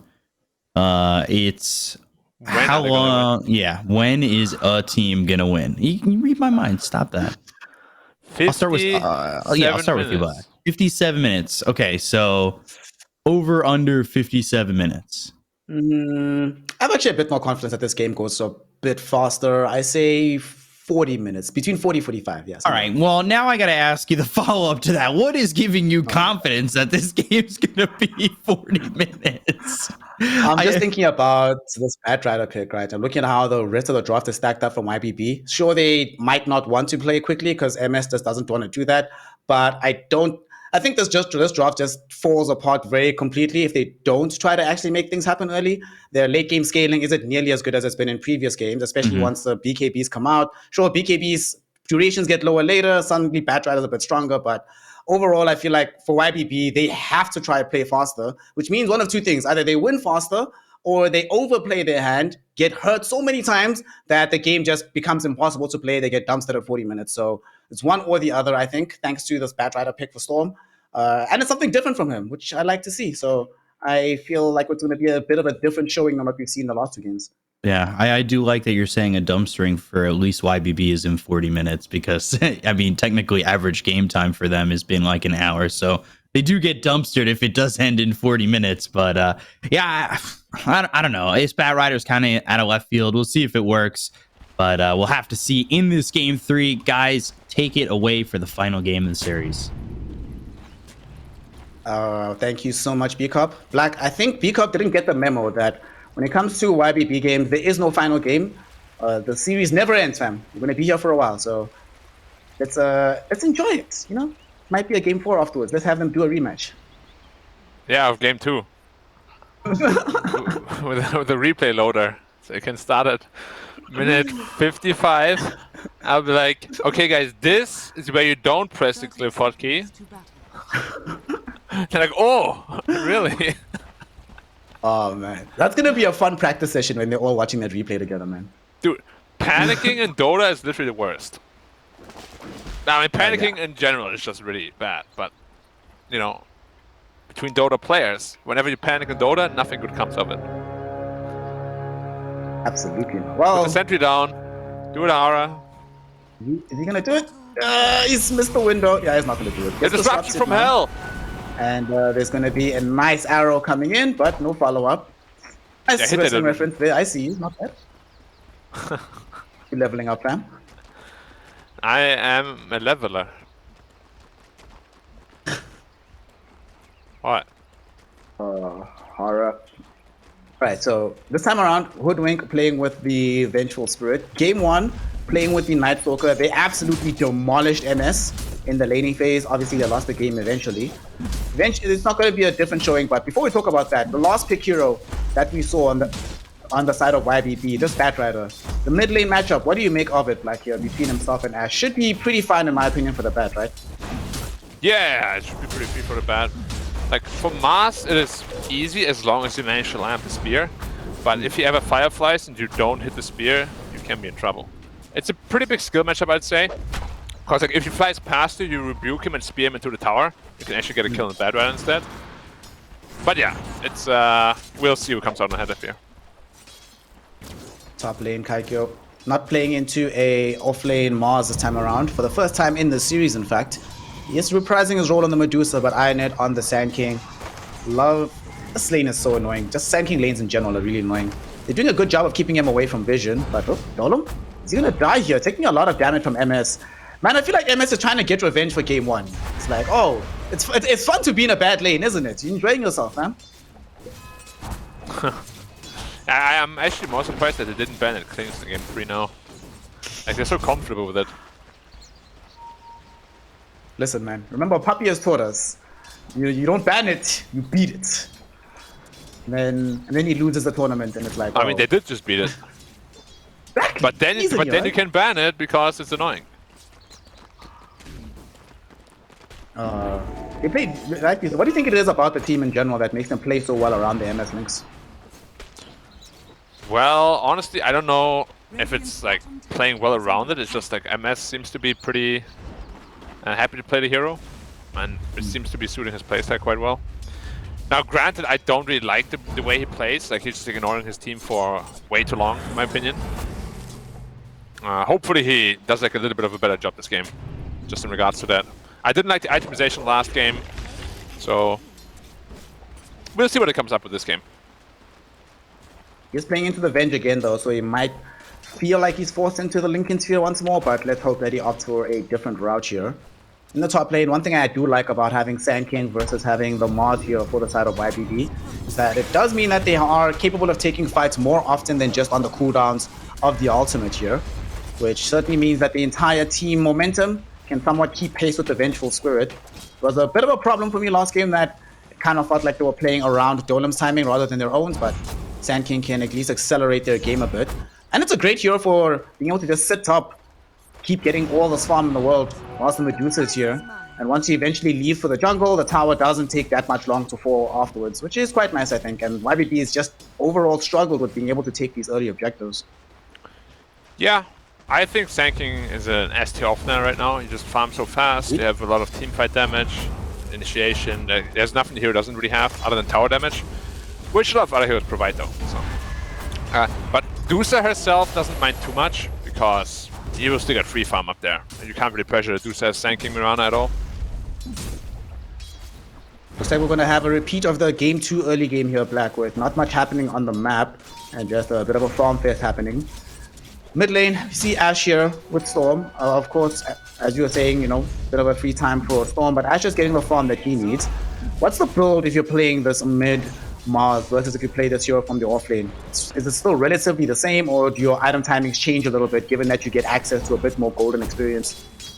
I think the only thing that really changes is that you can get the blink a little bit later, or arrow set up for bottom, connect. It's a skill, beautiful connection. Hara gets connected on with that. Bushwhack on the 2, quite nice, but there's almost no way they get to keep him alive.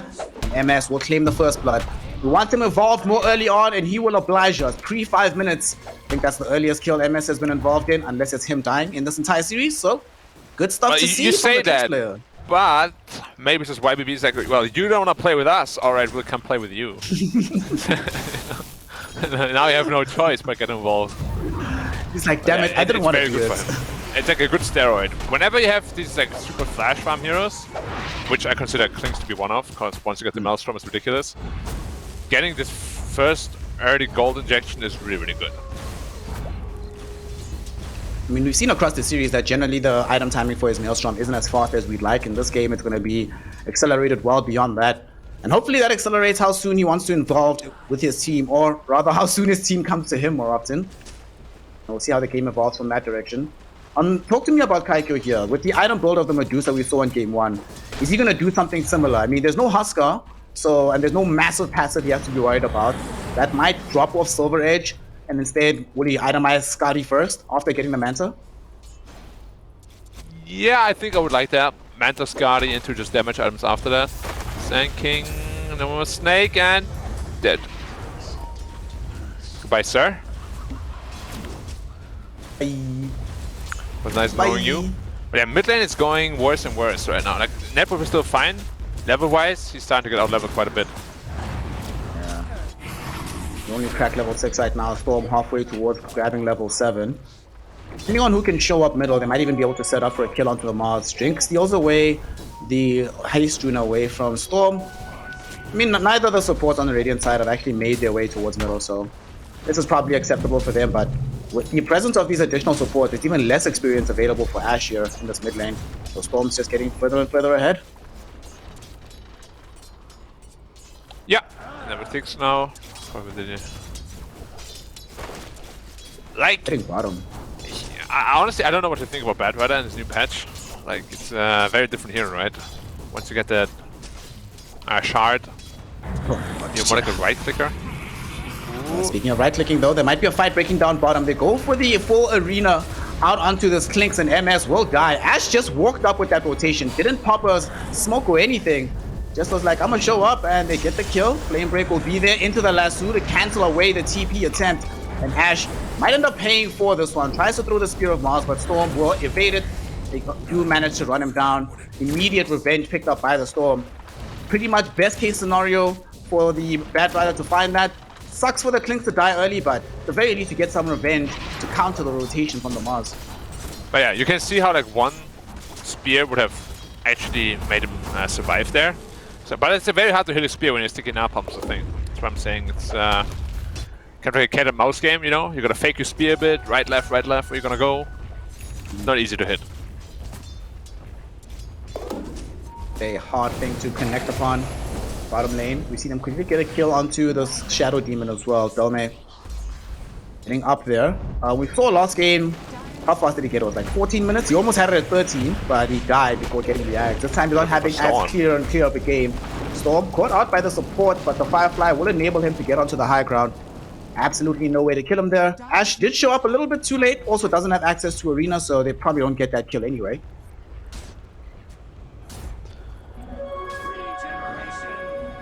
So Ashe is choosing to go into the blink fast from the mid lane actually. Interesting, because most of the time you want to go for like a more scaling sort of item build. We go into like the Deso potentially, or BKB Deso. Because right now he's really poor in terms of net worth, and this item build won't really allow him to scale much more. How would you feel about a halberd pickup for Ashe in this game? Yeah, maybe later. Not bad. But I think the items I would go for this game is just straight BKB, and then maybe Blink or BKB Death later even. Just to be like a really big force when it comes to damage. Because again, Dolme will be doing the initiation part. You don't actually need to do it for your team. Instead, if you get this fast Deso, you could be doing Roshan, you know, threaten buildings a lot easier. They're smoking up again. Looking for the top lane this time. Drink making this movement. They have the arena online. Tanky is tanky though. Like, he has a I'm not sure he's the target with the Vanguard. Yeah, I'm not sure if he's the easiest kill, but they're going to try to look for Horror first. 928 will not be able to connect with the full arrow there. Iron it. Will he get caught inside arena? Spear comes in first, and they find the reveal there. Doubled up. Oh, nice. Bushwhack will prevent the TP out though, and Ashe has held on to this arena to try and make sure that there's no escape, but they're turning here. Ironet goes in with the ultimate. Ashe forced to use the Spear of Mars just for survival's sake. Ironet still alive. Dolme heaping in. The Sandstorm doing so much damage, on the Sand King thanks to the Shadow Demon, and the Sandstorm helps him to get a kill onto that Brew Monster. Will it lead into more? Dolme also lost a significant amount of his HP. Nice spear back from Ashe to create some space, but not enough space created, as Dolem still going to end up taking a tumble. Shadow Demon with the double kill. Shenzhen, they find themselves in a bad position. That Bushwhack might have doomed Horror as well. The Spear of Mars, though, does maybe prevent it, and indeed it looks like it will. Too many seconds away for the arrow. But still a successful initiation, I think, for YBB. They draw the rotation from Dolem. They get the 2 kills. Sure, you lose Ironet, but it takes them so long to do. They still get the tier 1 tower top, and there's nobody bottom contesting that wave. So overall, net on the map, you don't end up actually losing farm for that one. Yeah, pretty much perfect scenario for YBB. As I said, like, it just takes so long to kill a Sand King, and then under the Sandstorm doing so much damage to everybody. It was a very awkward kill to begin with, and then they just stuck around for like super long. How is this Blink Dagger timing looking though? Oh, he actually went into a lot of small items, so at least the Sand King Blink Dagger is going to be delayed by quite a bit. The with this Vanguard. They go Moon Knight Shadow though. They want to try to take a fight. MS has made his way towards the top lane, has access to a double damage rune as well. An arrow, initiate right now onto this Brewmaster, and Drink does get connected onto. Burning Barrage will be there. Dolem, nice swap back to protect Drink. They'll commit the full Demonic Purge, but it's not going to be enough. And yet again, Shenzhen, they bring numbers to defend the tower. This time though, it will not cost them lives. And they do it successfully. It will cost them a career. At the very least, 9 to 8 gets that one. But I don't know if they can... Oh, it looks like they are. MS doesn't really want to keep contesting the side of the map, so it's going to start retreating.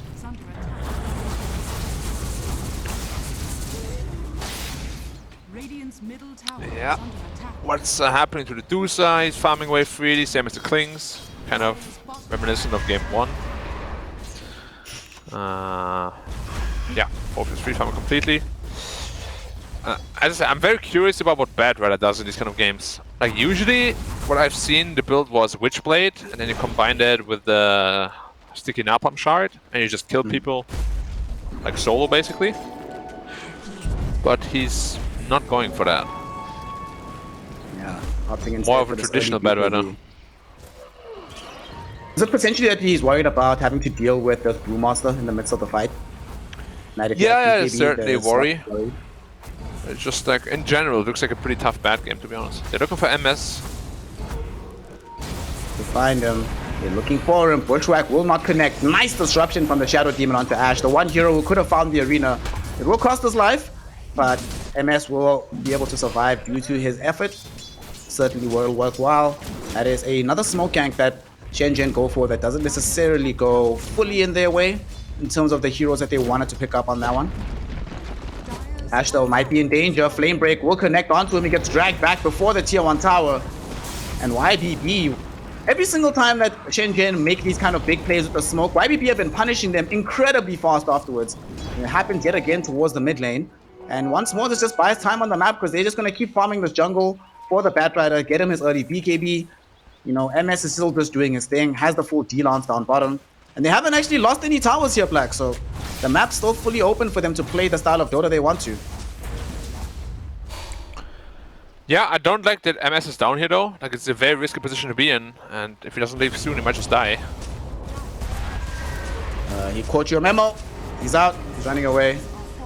He dropped the sentry, but it's a little bit too late. Hara, had he been there a second before with the sentry, he would have actually found the Bushwhack given the path that Klink was weaving. Ends up not being the case.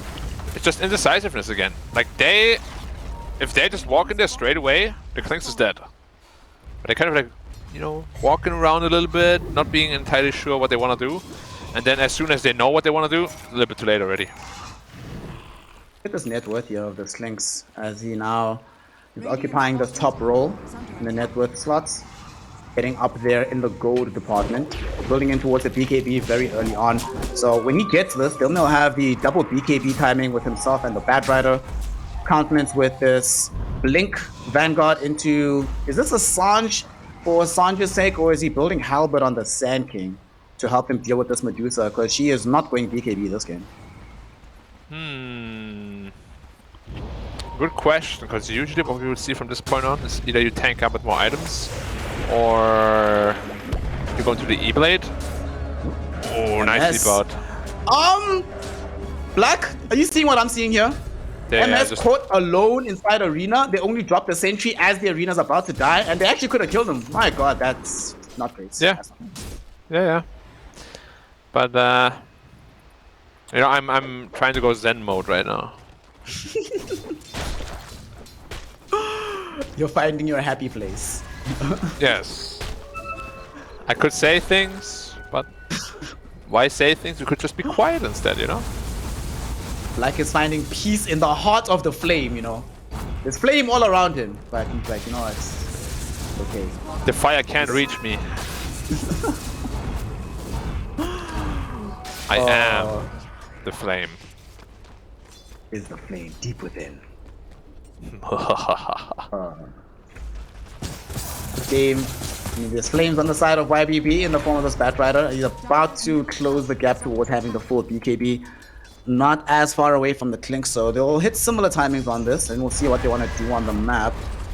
Now, they're content, I think, to let a little bit of farm be traded, especially because it's so easy for them to farm several areas of the map at once. ANet farming top, MS farming the jungle, mid lane, getting constantly pressured as MS walks through it, while Batrider's also farming bottom jungle. And it seems like they have zero confidence that Shenzhen want to make moves. They know that Shenzhen are waiting at least for the Aghanim Scepter on Golem, which has been very much delayed compared to game number 2. Not getting this anytime soon here, Black. Still like at least 1,000 gold away. Yeah, it's not the worst timing, but certainly not the best. Mirana all popped for It's a freebie. Ara. Just a quick freebie here on Tahara. Bye-bye. 928 will take it. 928 is building Aghanim Scepter here, Black. Okay. I'm going carry mode. You prefer this new Sacred Arrow Axe on the Mirana versus that old one, like the double Starfall? Yeah, it's a lot of burst damage once that arrow connects, right? Because like a full Starstorm onto that target as well. It's pretty strong. I like it. I like that it takes away some of the uber commitment potential that the old Axe required out of you. You know, gives you a bit more leeway and freedom to play on the map. You have that same freedom. Bottom, Ash might need to experience the freedom to leave here. Has a TP out. Has he been scouted? Oh, smoke breaks. Ironid knows something is up here. And oh, they catch him. Blink. Oh, that He saw disables the blink dagger. He saw them coming, could have blinked into the trees, but Ash played a little bit cocky on this one and will end up paying the price for it. Taken out by the Shadow Demon in Shenzhen. Why didn't he leave? He saw them coming. I don't know. He saw them all under the ward. Not better has he been top. Dolme. Steals lasso. Oh no. Use Piggy Pole on himself, so gonna be in a bit of a pickle here. There will be Kaikyo showing up, having access to the Stone Gaze. Dolme will swap out Hara, bringing him a little bit closer. MS get caught with the dust. The dual BKBs we spoke about earlier do come into play here, but they use them to retreat from the situation rather than to chase. Good timing for the Medusa to be in that exact point, otherwise there's definitely kills happening. And now you get to force them to waste BKB times. It's nice. Good times. Ow, the Mirana arrow. And that's no more leaps though. He committed everything for that, and she probably will die for that. Goodbye, sir. Yeah. Which now gives Dolma his axe. Or Shadow Demon 2, he's stuck around. We're going for this disruption play. The illusion trickery will not be good enough. Very easy. We've got the Storm Panda, baby. Gonna just get the full dispel onto the area. No illusions Almost for you. tricked him. Alright, Shenzhen. Good stuff happening in these last couple of moments for them. A bit of a lucky pick, because YBB honestly didn't need to die in that situation, but they overcommitted, they overplayed their hand. Mid lane now and too. Maybe they're feeling too confident, and now swap middle. They're bringing back Iron, a beautiful Burrow Strike before he can get caught inside of the arena. And he's thinking about committing with the ultimate as well. Epicenter not utilized just yet. Storm, Flame Break back. Not going to hit Stormy in the right angle, so he's still going to try and escape. But the BKB from Stormy rushes forward, enables him to actually get the kill onto the bench. Stormy tried to swap him back, but it's too late. The death's already happened. No salvation available for Drink. And they just walk away from outside of YBB. Yet again here, Black. They are starting to push up the tempo. They've gotten themselves some additional kills in the mid lane. Yeah, the biggest problem is really just the Mars. Like, your mid laner is falling off massively, same never for Mirana, pretty much. Yeah, I've not really been impressed with mid Marses at all. Like, there have been a bunch of teams that tried it. Oh, just illusion though. And it never really worked out. There's like a couple of teams that can play it well. No, when these guys, when RNG still had this guy middle, Setsu. Yeah, or Tundra does a good job with it as well. Overall, it's fairly rare to see this hero being played well from this mid lane capacity. Unfortunately, it's not working out for them, the normal mid Marses that we see. We'll have another chance here to try and display his usage. The swap back, Dolem. They catch out 928. Doesn't matter, finish the gold necessary to pick up the Aghanim Scepter, so cool. He gets it. The Mirana gets the Aghanims at the similar timing as this offlane Vengeful Spirit. You're not feeling very good about that on the side of Shenzhen. At the very least, though, they do get the tower, and hopefully they find this tier 1. They get the angle for it, but with Ironid in the area, yeah, it's too scary. You actually let it go.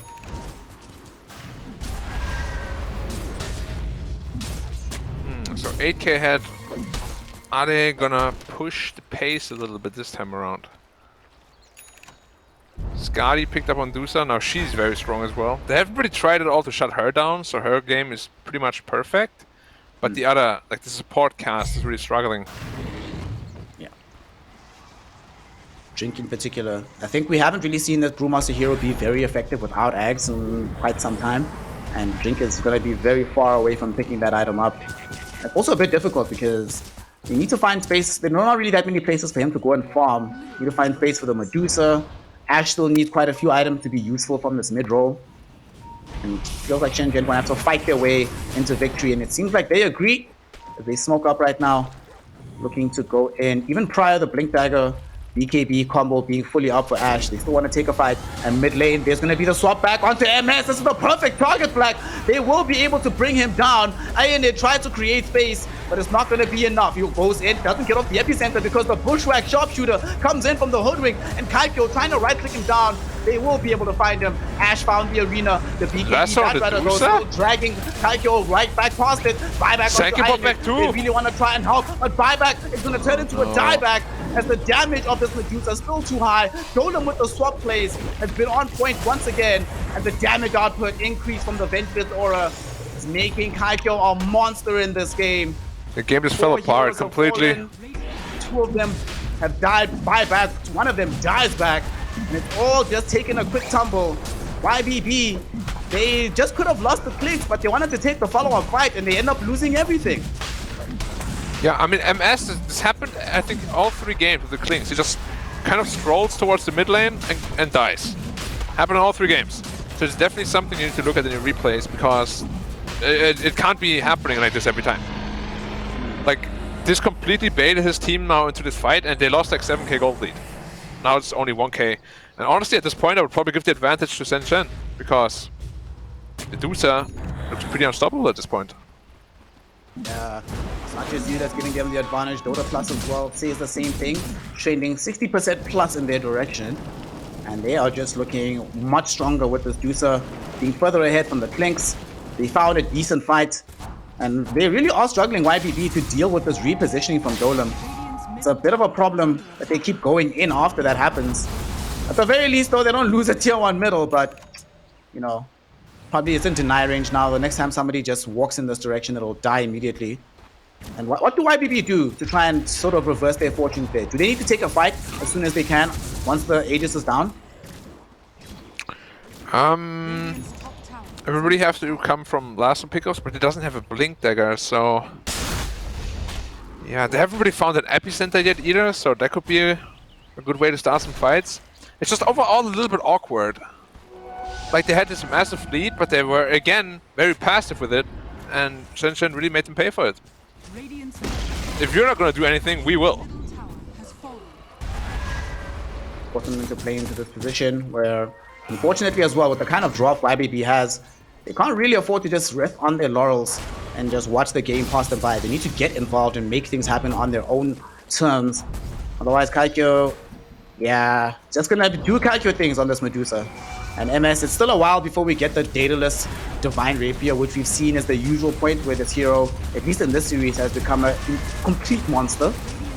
Very far from that point in the game, and Kaikyo pushing the tier 2 tower middle. This might be the fastest tier 2 push middle that we've seen in this entire series, so that bodes well for how Shenzhen are trying to approach the rest of the game. They want to win, they don't want to just take it into a ridiculous situation. Yeah, I think they've had enough of Rapier Clinks. Trying to ruin their games.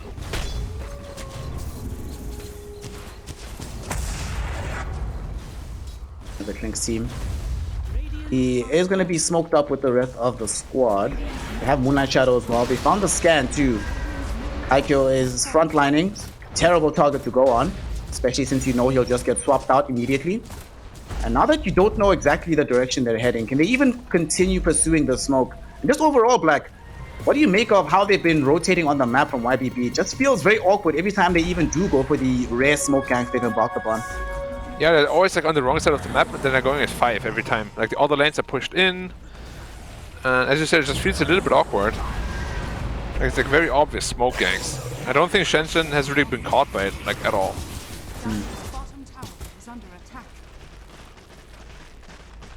Shenzhen don't have the gold advantage overall, but they certainly have it at the top of the charts. So you mentioned earlier that the support on the side of Shenzhen are struggling somewhat. Those struggles will eventually stop being that relevant. Drink is a bit of more than halfway towards getting the Agnum Scepter. They pick up the Tier 1 tower in the top lane, which Mars is bringing this wave in. Will give them a little bit more gold towards that end. And Kalkyo is just so strong right now. My goodness. Quicksilver Amulet, Skadi, Silver Edge just flown in. Manta style in the pocket. Definitely not a hero that I want to fight into, as she's also grabbed a level 20 with the additional Stone Gaze duration, which is kind of crazy, honestly. Yeah, looking for another swap. Can't find it just now. But I like what Shenzhen is doing. Like, they're trying to push the pace, because they know they're far ahead. Sure, net worth-wise, maybe they're not, but just state of the game-wise, they're quite far ahead. You were talking earlier about the lack of Blink Dagger on the Storm back. What do you make of this item purchase? Gone in for the super early Octarine core. Oh my god, he was about to get swapped. Nice disruption. Ooh, fast fingers coming in from the Shadow Demon on that one. Oh my god, Storm must have some bench like nightmares after today's series. How do they initiate here? This is the question. Ionid needs to be able to be the one that jumps in first, but even if he does, there's no guarantee of a quick pick. They'd love to get the bat there. And they will find the disruption onto Kalkyo. Okay, Arrow flying forward. Doesn't connect onto anyone. Almost hit Dome. With Aegis up in 15. Will they try to commit back onto a fight? They don't have the second life for that much longer on the side of Shenzhen. Really hoping to find a way to in. But YBB able to threaten them away with both their positioning here on the far west of these trees, as well as the expiring Aegis. Doesn't feel like a favorable fight to take for the side of Shenzhen, so they will let this one go. Aegis will now expire. Arrow connected from the Marana. Now that Aegis is gone, they really want to force a fight on the side of YBB, but Shenzhen won't let them, Black. They're all retreating, running very, very fast away from where the fight is. At this point, I'm not even sure they would win the fight still, though. Like, the only saving grace so far is that Mars is still pretty poor for a mid laner. Other than that, things aren't really going too well for YBB. What's Kling's going for? The Daedalus again. It's kind of just, you know what I mean now? With it kind of just happens, like it's developing in the same game again. It's game 1 and 2 did. I'm seeing this. I'm seeing this because it's just how the teams are playing. You know, it's just how it is. Oh no! Come on, y'all. I had faith in y'all. Please, teams, play a bit more quickly. Help us out. But yeah, you're definitely right that the way it's panning out, the way it's looking right now, seems very similar in character to the last few games. Especially with this Klink's about to finish Daedalus. Soon thereafter will build into the Rapier, and overall still hasn't really been a big focus here. He's died twice in the game, but arguably both deaths shouldn't really have happened. Well, maybe, okay, the first one couldn't do that much about it. The second one definitely shouldn't have happened. And still for the most part, not really being affected in the few fights he has participated in. So if he gets to that Rapier level again, we've seen this story before. We've seen it many, many times. And so have Shenzhen. They're smoking up Black. They want to try to find him in the bottom lane before it's too late. I mean, you can pop an arena maybe, but... BKB. Don't look. Oh, just yes, MS. Swap. MS. Pay for your sins. Is hard. Oh no. Oh no, not again. Not again. He didn't respect it at all. Like, he could have instantly just BKB TP'd, but he wanted to wait for the arena. They're going for a drink, actually. Okay, they got him. Ask the epicenter to get that kill though onto the support brewmaster, and that is, you know, the support brew, whatever. Couple hundred gold away from having the full Agnum Scepter. Should still be able to find it before they go for another big push on Shenzhen. And it's more important that they got that MS kill, right? Not only did they get the kill, Black, but they also wasted a BKB charge. He's down to 6. Down to 6, indeed, yeah. Yeah, it's gonna be tough to fight into the Stone Gaze. And this time around, there's also Dolme who can always bail people out if need be.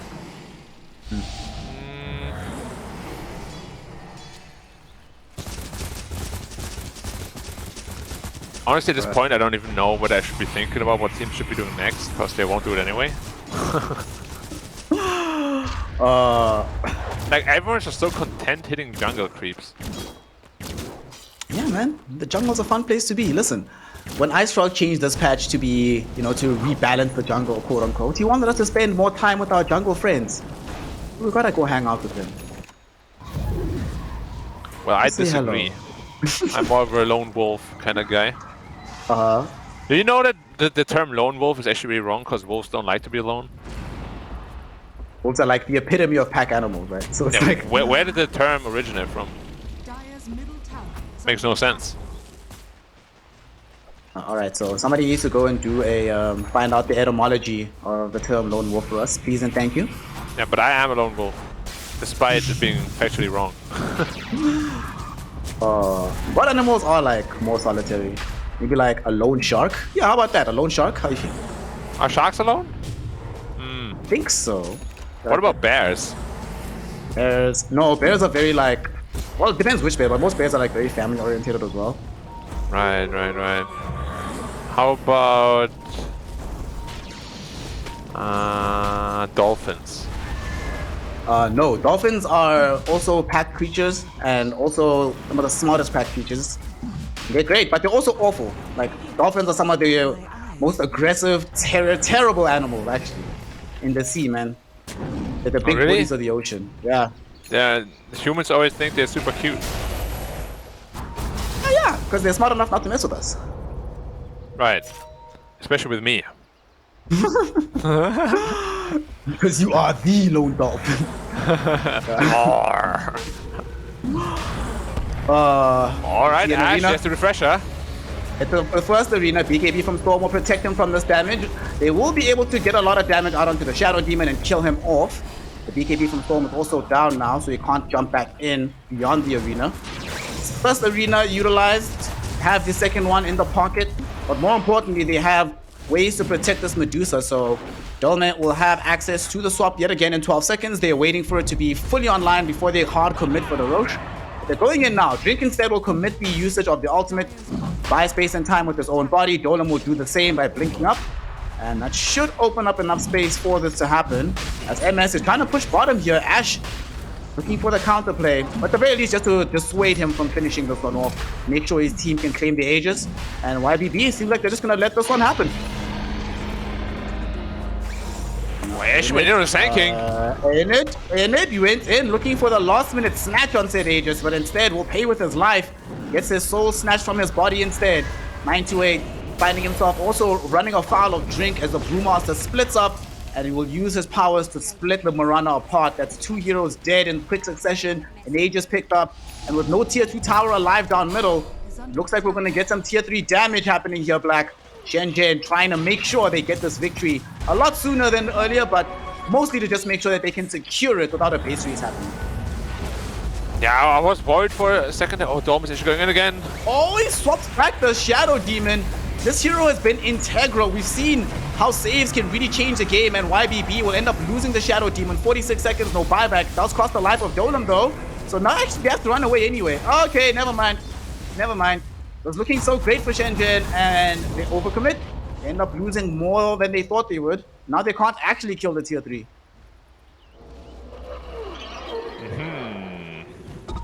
Unsurprisingly, nothing happened. Initially at the Roche pit, when Master Pete away, I thought they're just trying to do too many things at once, and I think they did. But YBB didn't really punish them. Like, if Master Pete's bottom and Klings gets to the Roche pit, suddenly the game can just go completely the opposite way. Oh, Bedwars should be fine. Why I say that, but his Firefly ended actually. Dust didn't connect. Okay, man. But BKB in a second, but the Stone Gaze will be there onto him, and the right clicks from Kaikyo. That is the most unfortunate thing to possibly happen. Oh god. He deserves it, Batrider picker. Just for picking the Batrider. Yeah. Alright, let's talk about it. Which hero pickers deserve like the most hate? Besides Techies pickers, those are just like scum of the earth. Techies? No, Techies is fine now. It's super fun, the new one. Oh, now, yeah, but for the longest time, absolute scum. I feel like Wind Ranger pickers, honestly. Like, it's just so lame. Like, you don't even aim with the shackle, you just hit it. And then everyone thinks like you're super good, but you just randomly pressed it, you know? And then you press R on the hero and he's dead in like 2 seconds. You find with Ember Pickers nowadays? No way. MS, he's got BKB, he should be fine. Get swapped back. There is going to be a banish though, but there's no way they actually get this kill, do they? Iron It going in, finds the power strike, but doesn't connect onto a Kaikyo, so they're still trying to run him down on MS. They don't manage to do so. In the meantime though, Iron It and 928 will take out both Dolme and Horror. That will eliminate the chase potential, allowing MS to keep running away. How are they all just... Oh no, they found him inside the arena. He came out to use the death pack. Just didn't actually have any, there was no vision here, no dust, no gem, nothing. Ash would not have found him, but because he used death packs, he came out of the skeleton walk, gets caught out, Ash brings him down. That is such a huge kill here, Black. Yeah. MS dead. He came out even though he didn't have to. Like, you can actually eat from Invis. Like, they changed it a while ago. But I guess he was just greedy, wanted to farm their camp as well. And Ash makes him pay for it. 70 seconds, no clings. Oh, the range on the swap. Big range on the swap brings back Iron It into a bad position. He's going to end up losing his life here, certainly. Drink even pops the ultimate for this one to make 100% sure. That is a dead Sand King and a tier 3 tower. Well, a few minutes ago they were here when they first took the Aegis. Shenzhen finally returned. See what they can do. Iron It will buy back. Doesn't have access to the epicenter though, and especially no access to the damage of clicks. Jump forward from Ash. They're looking for this Shadow Demon. They will not connect onto him with the Spear of Mars, but it doesn't matter. God's Rebuke is enough damage to kill him. The damage now coming out from Kaikyo with Stone Gaze. Lasso will be onto him, but Storm will still end up dying here. That is going to be a death. Sand King at the same time also getting caught. That's a dieback on the SK. And Shenzhen, they might have just broken this game wide open. The Marauder Arrow, though, will at least enable them to take the first snipe of Juicer. Patterns on Illusions did good work, but unfortunately, without the big core heroes, there's nothing these supports can do. Golem goes in just to make sure they can find a kill. Oh no! It's saved by Ash, who throws in the Ash says, spear I got and you pushes guys. them into the fountain. But it doesn't matter. They've taken the tier 4s. They're going to be taking the Ancient. MS comes in for one final hurrah. Will he be able to do something here? Burning Barrage does kill 2 heroes, but unfortunately for him, Kaikyo knows how to beat YBB, and the way to do it is to just hit the freaking Ancient. He does it 2 games in a row, wins the game 2 games in a row, and that's GG 2-1 for Shenzhen. B-Cup, I told you it'd be about 40 minutes. No, it's not. Okay. Never mind. I'll be quiet. I won't talk anymore. It's okay. But in all honesty, I mean, Shenzhen do take out YBB. And again, it's just YBB falling on old habits. And it continues to just be the same story. And this team is just... It's trouble a lot, right? Yeah. Correct me if I'm wrong, but it should have been like a 3-0. Basically. They should not have lost that first game. That might end up being semantics at this point. I mean, it does end up being the 2-1 though. Yeah, but they're clearly like the more prepared team from the two. So it wasn't clean. Preparedness though? But I mean, better. What do you want me to say? Greater, bigger. There's lots of words you could use, but they got the win. Wasn't clean. Got a job done. Scrappy. Yeah.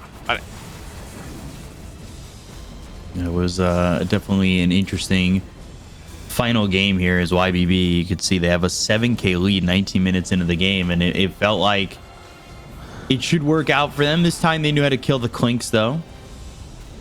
Yeah. This is the fight to change everything, though. Because they, you know, Black was mentioning it, they sort of got debated in by the Clinks. He's way too far forward. Everybody else feels they have to try and save him. There was a game-losing fight here. Really badly. And he buys back on Iron. He died twice here. This is really bad. Look at how much gold Kaikyo gets out of this as well. Kills him. Storm is dead. There's just so much happening that ultimately Shenzhen find themselves in a way too dominant a position. And yeah, I'm with Black. That was kind of game losing to really overcommit onto that fight. And afterwards, Shenzhen did overcommit themselves. You know, this fight probably didn't need to happen. This game could have ended a lot sooner.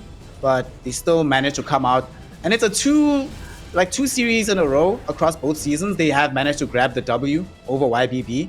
And honestly, if they were able to beat YBB with Lou, we really should have seen it coming that they were going to be able to do it without him. And it's like Black said, much to their chagrin that they didn't do this 2-0 because they were clearly the better team, just hesitant and not that confident about themselves. If they played the entire game like they played these last 3 minutes, this would not have taken 38 minutes to complete.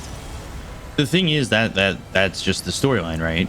These teams both are hesitant, we lack a lot of confidence coming into these fights, and it's what, halfway through the season for these teams at this point. You got to wonder, is there enough here for Shenzhen to turn it around? Because now they're 2-2, and that does give them 2 wins, puts them up there with IG and SAG.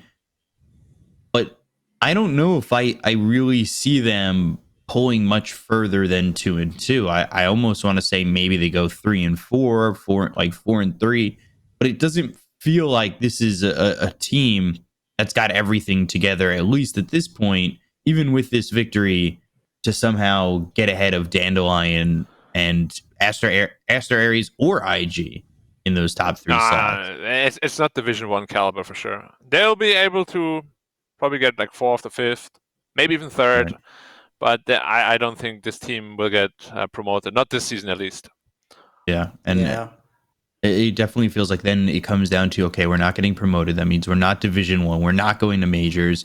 So you have to be thinking, all right, now I'm working towards TI qualifiers. Like, that's the game plan now. Like, at what point is that just the solid sole focus of what you're trying to get done? And it feels like it could already be happening this early as we take a look at that Division 1 standings real quick, and they're gone.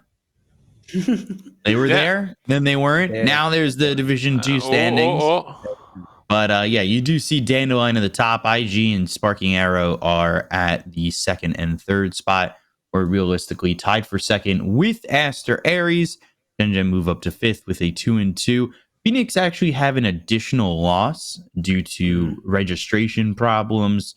So they're technically 1-3 after 3 matches, which means they're in a rougher spot, because even if they go 4-3, they're technically 4-4. And I mean, it could end up being a problem down the line where that extra loss really hurts them. But, to close up the Division 2, Shenzhen now at 2-2. And it looks like YBB are now in grave danger of being put into the shadow realm and out into the open qualifiers. I mean, think about like the other team that we have at the top of the chart there with IG.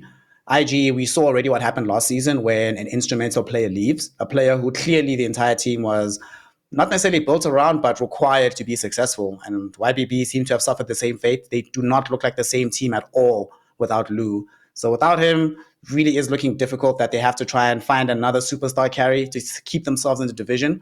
But, I think that's also what you're talking about now for whether or not the teams will have the confidence to stay here. Do you maybe look at your roster? What are you really playing for? This is when it really comes in, the lack of additional tournaments outside of the DPC ecosystem, right?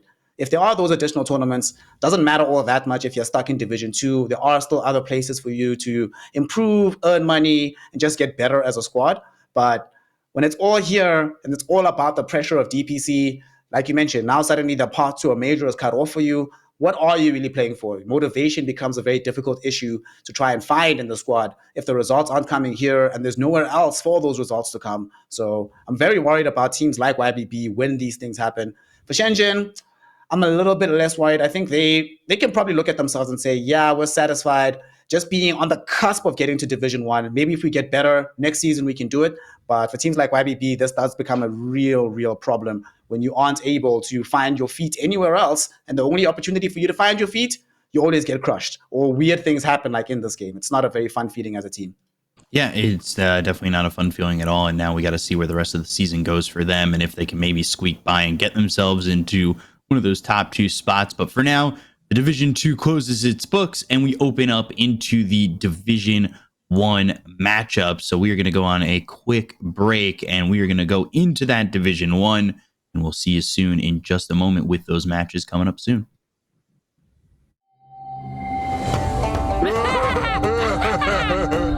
So, who wants to play a game? Yoink! And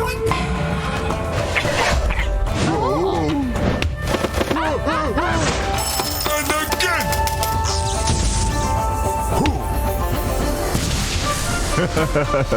I always get what I want. In the bag.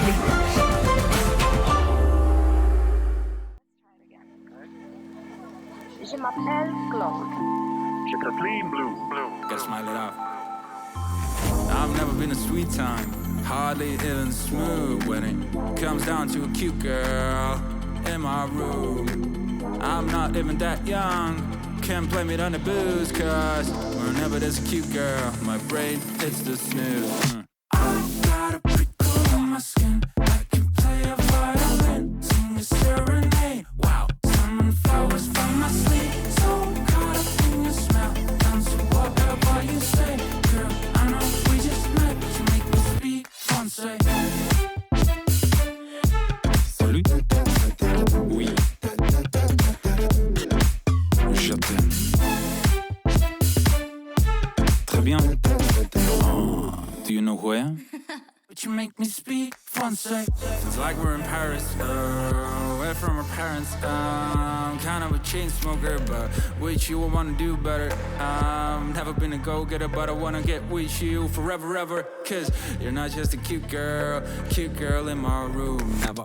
Feels like we're in Paris, away from our parents. I'm kind of a chain smoker, but with you I wanna do better. Never been a go-getter, but I wanna get with you forever, ever. Cause you're not just a cute girl in my room. Never. I got a prickle on my skin, I can play a violin, sing a serenade. Wow, summon flowers from my sleep, so caught up in your smell, down to whatever you say. Girl, I know we just met, but you make me speak français. Salut. Oui. Je t'aime. Très bien.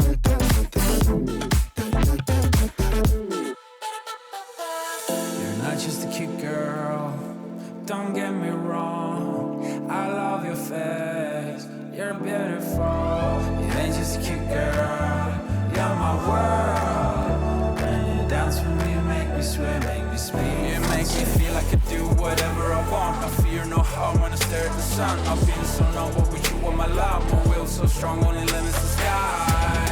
I'm in a nice day, I've been like no way. Now every day you make me speak français. Salut. Oui. Je t'aime. Très bien. Girl, I know we just met, but you make me speak français. I got a prickle on my skin, I can play a violin, sing a serenade. Wow, summon flowers from my sleep, so caught up in the smell, down to whatever you say. Girl, I know we just met, but you make me speak français.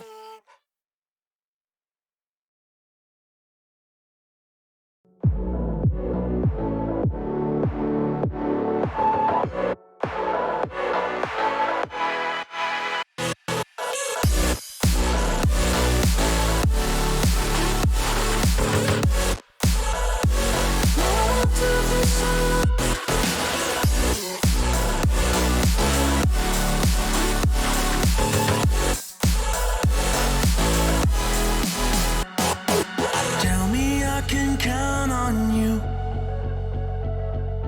Promise me you'll get me through. Just tell me I can do this too. For everything we fight to never lose. Cause everything we want, oh, is everything we need. Just like I need you. Oh, it's just like you need me. Oh,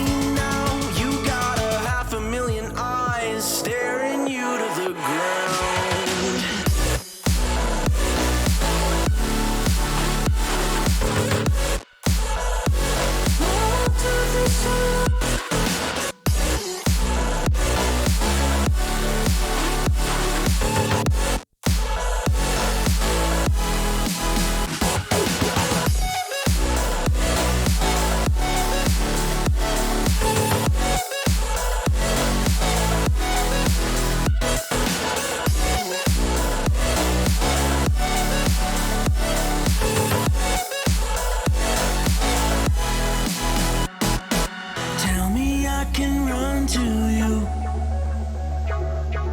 Promise me a rendezvous. Just tell me I can stand the truth. For everything we hope to never lose. 'Cause everything we want, oh, is everything we need. Just like I need you. Oh, it's just like you need me.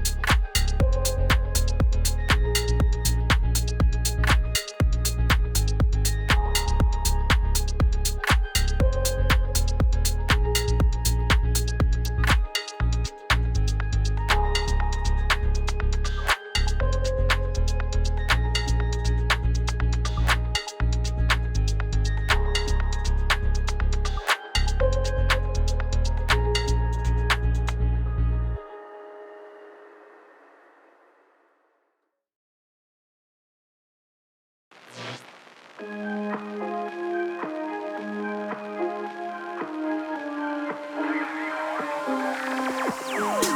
been drinking Kool-Aid cameras like I did when I was 9. Cause I like to pretend that I haven't lost the time. In the end, the nostalgia, though it tastes fine, I can only drink a couple cause it feels like a lie. We'd play Halo and we'd lay low in our basement until the sun began to rise. We would go to school but not learn too much, cause it's hard to read when you've got tired eyes. Months go by, the time it flies, past the days that we drink Kool-Aid in the summertime. Years go by, the time it flies, past the days that we drink Kool-Aid in the summertime.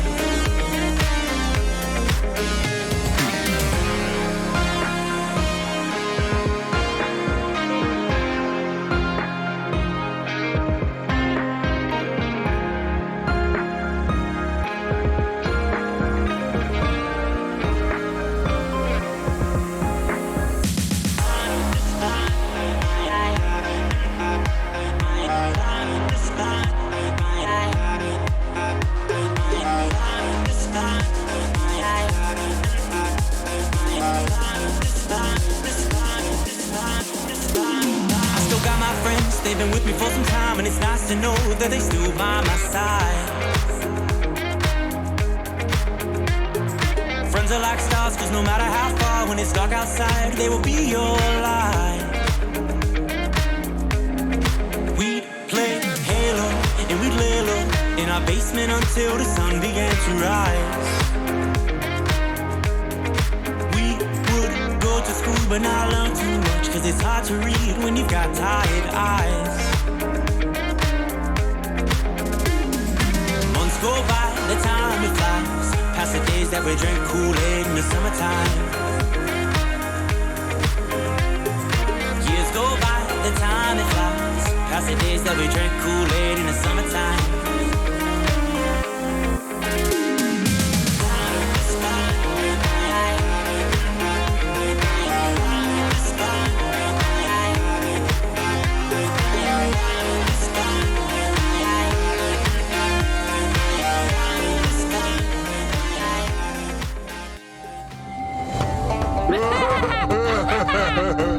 So, who wants to play a game? Yoink! And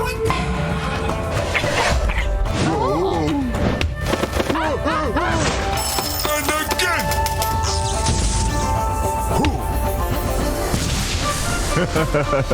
I always get what I want.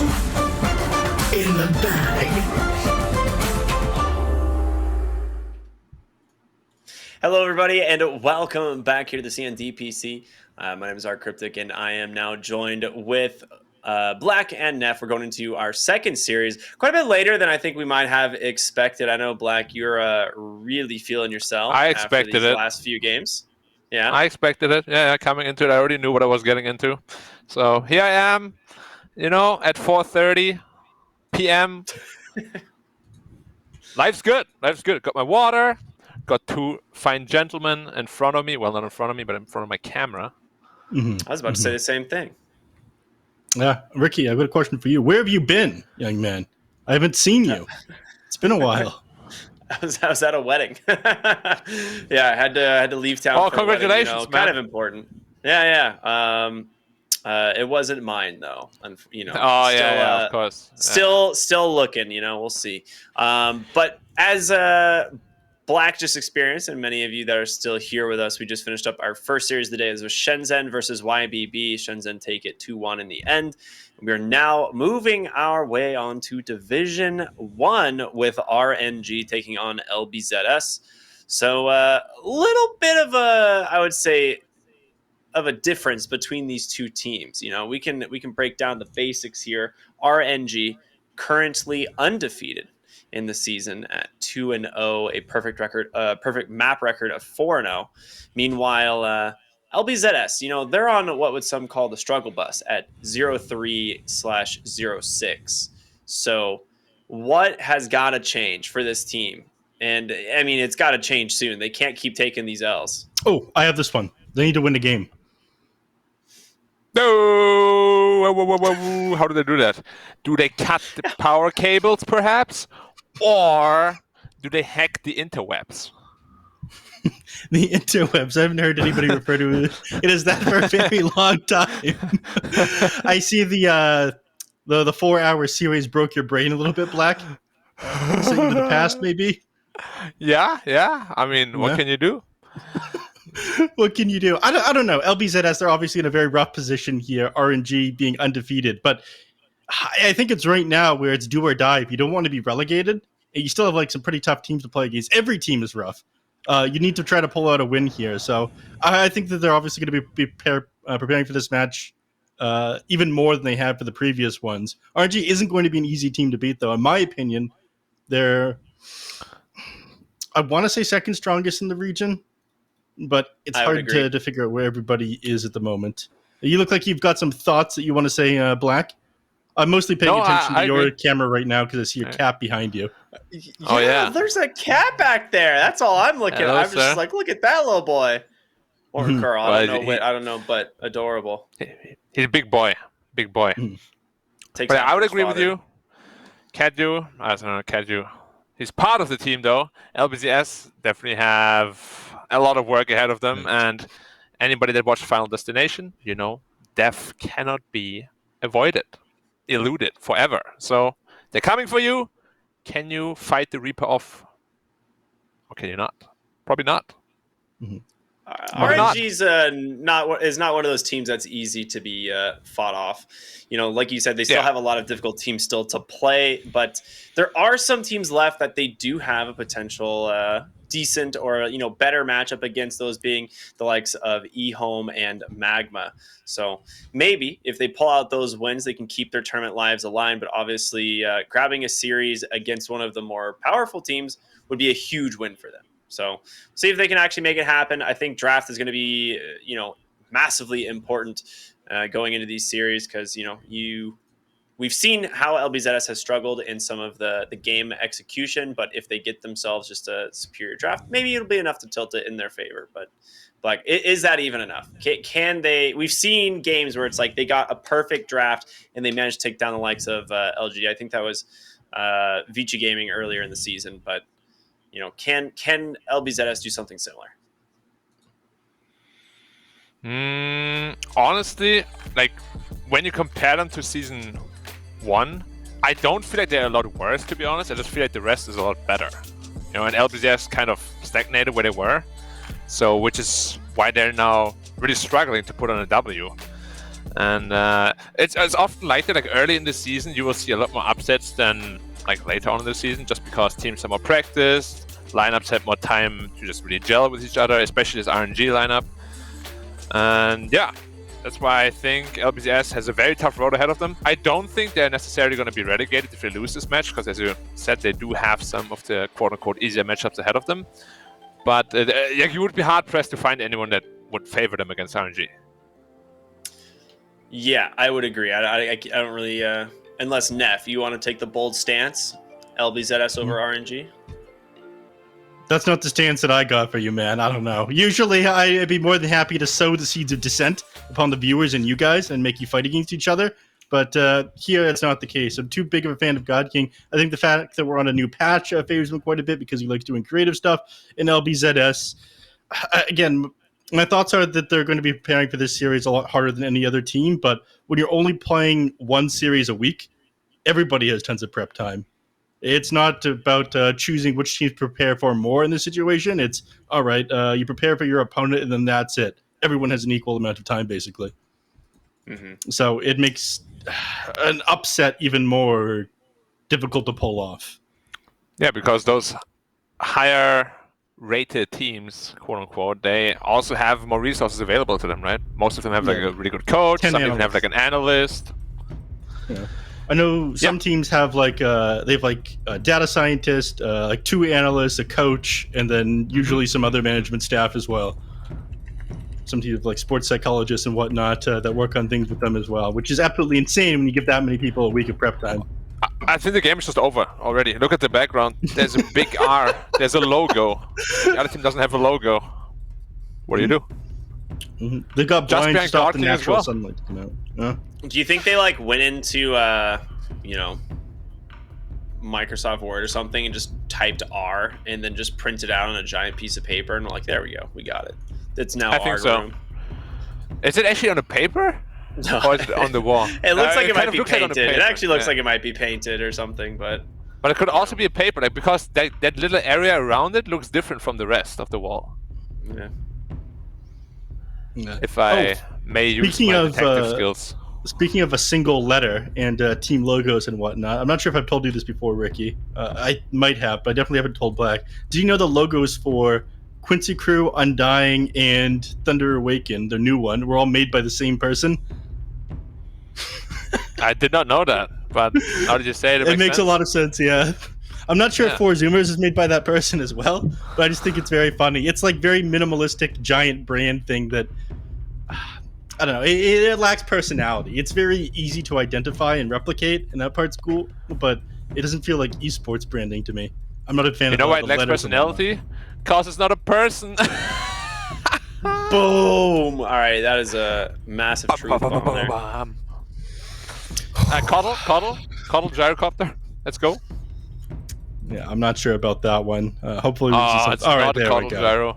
Unlucky. Speaking of Could've had a free win. personality, though, Mhm. you know what I'm really upset was removed from the game? One of my favorite pieces of personality.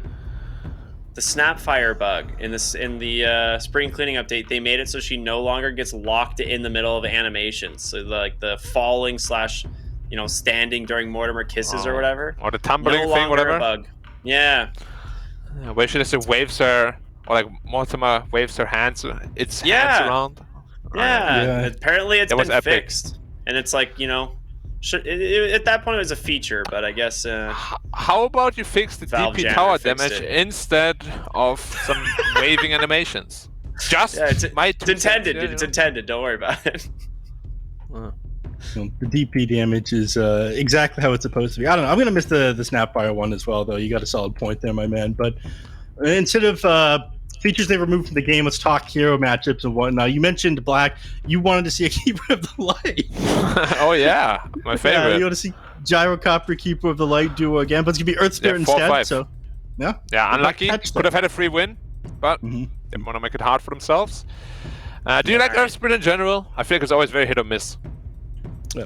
It's hard to run in a lane, right? You need to be very good at knowing how to lane Earth Spirit, and a lot of time you want a position 3 that you can leave by itself as well, so Earth Spirit can roam around the map. The more he's off the map, the better off your team is, I feel like. But it's a little bit trickier to do that. Black, for a lot of the viewers that are here and you're talking, go Gyro Coddle, explain to maybe some of the people who haven't been watching, why Gyro Coddle is so strong. Well, certain teams have been running the very strong combination of Gyrocopter Coddle, and they lost every game with it in like 20 minutes. So, yeah. In fact, people that haven't been watching it are probably like, oh, doesn't this sound really bad? Yes, it sounds really bad, and it is, in fact, really bad. So don't do that. Okay. I like how you say certain teams when it's specifically eHome. Hey. We're not You're not calling out naming and anyone shaming. here. Oh, right. All right. Yeah. Wait, We're not naming. Neff. You're a thinker. I got a joke for you, okay? Okay. It's a funny haha. It's super funny. So, what concert costs only 45 cents? I know this, but I'm also an American. All right, I'm just gonna give it to you because I don't think Neff knows. I don't have this one. It's 50 It's gonna be Cent 50 featuring Cent. Nickelback. Boom! Getting all Hey the... Neff, you're gonna look at this photograph with me? Look at this photograph! God damn, is that song even real? All right. Black's brain is clearly broken from the previous series. I hope we get another 3-hour one just for him. Lovely. Please. I need more. I haven't I'd had sign my up for supply. that. Honestly, I'd sign up for it just for the hypeness of LBZS like potentially pulling out a win here, because that You don't could think be pretty bracket changing for this like upper division if it happens. Yeah, this is a decent like kill support combo though. You got great ability of running people down and catching, and there's some decent damage as well. With Spirit Gyrocopter. The only issue is you don't have that much AOE between them. I mean, I just love and this the damage comes offlane out pretty duo. slowly. DK Snapfire, like this thing is so disgusting. It's like old Mars Snapfire in my opinion. Yeah, I mean, people have been running the Dragon Knight in the mid sometimes, and once in a while inside the safe lane as well. So it doesn't necessarily have to be a position 3, but it's most likely where it's going to go. They're going for the fire strat. I like it. And Lina when it's is fire, they want to available. burn a gyro engine. Now, you mentioned that you haven't played Pokemon since the Kanto games yesterday, Black. That's right, yeah. Yeah, unfortunately, the fire strat isn't very good against rock types like the Earth Spirit. True, but that was already the case in Kanto. How What is about Kanto? Ghost type? The first, like green, blue, and red. Oh, okay. The first region is called Kanto region. Yep. Gotcha. Okay. Yeah. Necrophos though, why? Doesn't look super good here. It's been Maybe more it's popular just- recently. Go ahead. I'd say, is it possibly anticipating the DK like mid? Because it actually doesn't do too bad in the DK, but a lot of times what I see is like DK just kind of goes like max breathe fire and layer like 3-1-1 and then just like shoves the lane. But it's a little bit more difficult against the Necro. Okay, well there's your DK counter. Never mind. Well, I'd say that DK's bad against both those heroes, but I just picked the AM in response to that outright. What do they do now? This is such a good anti-mage game. They pick 2 cores that have no stun, and probably Gyrocopter +5 has no stun because you can just reflect the rocket. Actually, it's super easy. Yeah. So you're completely reliant on Earth Spirit, and he won't have enough levels early on to do anything to the anti-mage. It looks like an outdraft already with just the first 4 picks. The moment the Earth Spirit tries to come in on the AM, he just whacks him a couple times, burns his mana pool, and makes his game miserable. You need whatever their last pick is needs to be like a 100% counter to the AM. So LBZ has kind of botched their own draft going in with Necrophos and Razor. And you're baited by this one, right? Because Razor feels like such a safe pick normally, but AM is like the perfect counter to it. Honestly, PA looks really good for LBZS. It's good against the DK and the anti-mage. It's just like you have no lockdown really if you do that. Like maybe you have to go to like something like a Faceless Void, but it makes the lanes a little bit awkward. It's hard to You run salvage at offlane? this point. Could you take Faceless Void to the offlane? No, you run Necrophos or Razor to the off. I think you go Necro mid, safe Razor, and take the Faceless Void to the offlane. I think the thing is, you need some disables. It's the biggest problem now. Yeah. It's such a big cooldown disable for your offlaner, though. You're just not doing anything when Chrono's on cooldown. Yeah, I think your best bet is you just put the Necro Earth Spirit against the AM, because Necro actually lanes pretty decently against AM. For the beginning, of course, later on it's very terrible. But that's probably your best bet, and then you need something in the safe lane that can just compete with the AM or even beat them outright later on. You can pick a Terror Blade, potentially. That doesn't look terrible. You can pick like the Faceless Void, the PA. There are options, it's just nothing looks super great. What about Legion Commander? Yeah, that could work. Especially AM, but we have seen AM and Ogre beat like a lot of offlane heroes, right? Like it's not a weak lane. You get this Orb of Venom, you get the Bloodlust on the Anti-Mage with the Ignite. There's a lot of right-click damage coming out. Slaughter? Yeah, I could see Slaughter as well. It's got to be a brawling offlane. Absolutely. We have seen offlane. We have seen offlane anti-mages though too. So it's not set in stone that this is a carry, and the offlane AM actually owned. That's true. So Beastmaster. Okay, that's one of the better heroes against anti-mage for sure. Not the best catch against him because it's pretty easy to react with the spell shield. But it's what they needed, right? You got to push the pace, like make AM feel uncomfortable. Yeah, and they could try to play this fast. I feel like DK's pretty good against the Beastmaster right now, with the 15-minute shard, though. Just dropping that down in front of the tower when he's trying to do a push and breathe fire as well. Reduces the damage, everything so much. Stops him from playing as fast as he wants to. Yeah, I agree. I'm just looking for... Well, it's probably going to be the DK offlane, right? So what mid laner is someone that's going to play against Necro or Razor? Those are some pretty annoying heroes to play into. Yeah, they really are. There's not a lot left that are like kind of decent options here. Quaswex Invoker, nice band already. They'd be good at stalling out the game if they could pick it up. If they had it, it would be great. I mean, the puck was like the perfect pick in my eyes when I saw these two heroes earlier, but final ban there from LBZS. Yeah, I'm not gonna let that happen. Just some spammer would be nice. Yeah, I did actually think about that, but it's a little bit risky into the Earth Spirit. But it's like it's a really, really strong hero here. You like tower push a little bit, gives you that, gives you early fighting. The water's gonna be good. I mean, the hero is just really good. I think it's very underrated this patch, anyways. The fact that you don't have to like do anything when you decrepify, like you have no turn rate anymore. You just can decrepify people behind you. It's super weird how that works. And I don't know if it was intended or not, but I don't know. I'm like this year has a crazy good win rate right now in pubs, and I feel like it's okay this game, but I'm worried about the Earth Spirit, like you said. He sucks when they want to get on top of him or silence him, and unfortunately Earth Spirit is great at that. You've got like decent frontline in the form of Dragon Knight, so he's always gonna be like playing super far in front and scouting. But it's possible this falls apart if Salad is a good game on the ES. Yeah, but it's still gonna be the anti-mage show. Yeah, I was gonna say you still have to worry about the anti-mage. One thing that Pugna loves to do, though, is he always wants to, be able to push towers. Maybe he's not going to be able to do that as easily against the Necrophos. But before we jump into the game, I want to ask you, fellas, what do you think? Who's got this game in the bag? We'll start with Neff. I mean, I feel like you're crazy if you don't say RNG. I don't know. It's going to be an anti-mage show. LBZS, they haven't had an amazing performance so far, and I feel like they kind of baited themselves with their picks. Too much single target. I am crazy, Neff, but I'm still going to go RNG. Nice bait. All right, well, we're going to go ahead and jump into our first game here of our second series, everyone. So stay tuned for this one. It's going to actually be all three of us. Can you believe that? We're going to have a great time. We're a thruple. Is that a word? I think so. I was told by, Nomad. That's a word. Yeah, but Nomad also says a lot when the day's long. That's true. He makes things up. He's like the up maker. That's like his nickname in London, I heard. Did you guys watch the new Batman? I haven't. No. Yeah. So there's like the Riddler, right? And there you have the up maker. That's Nomad.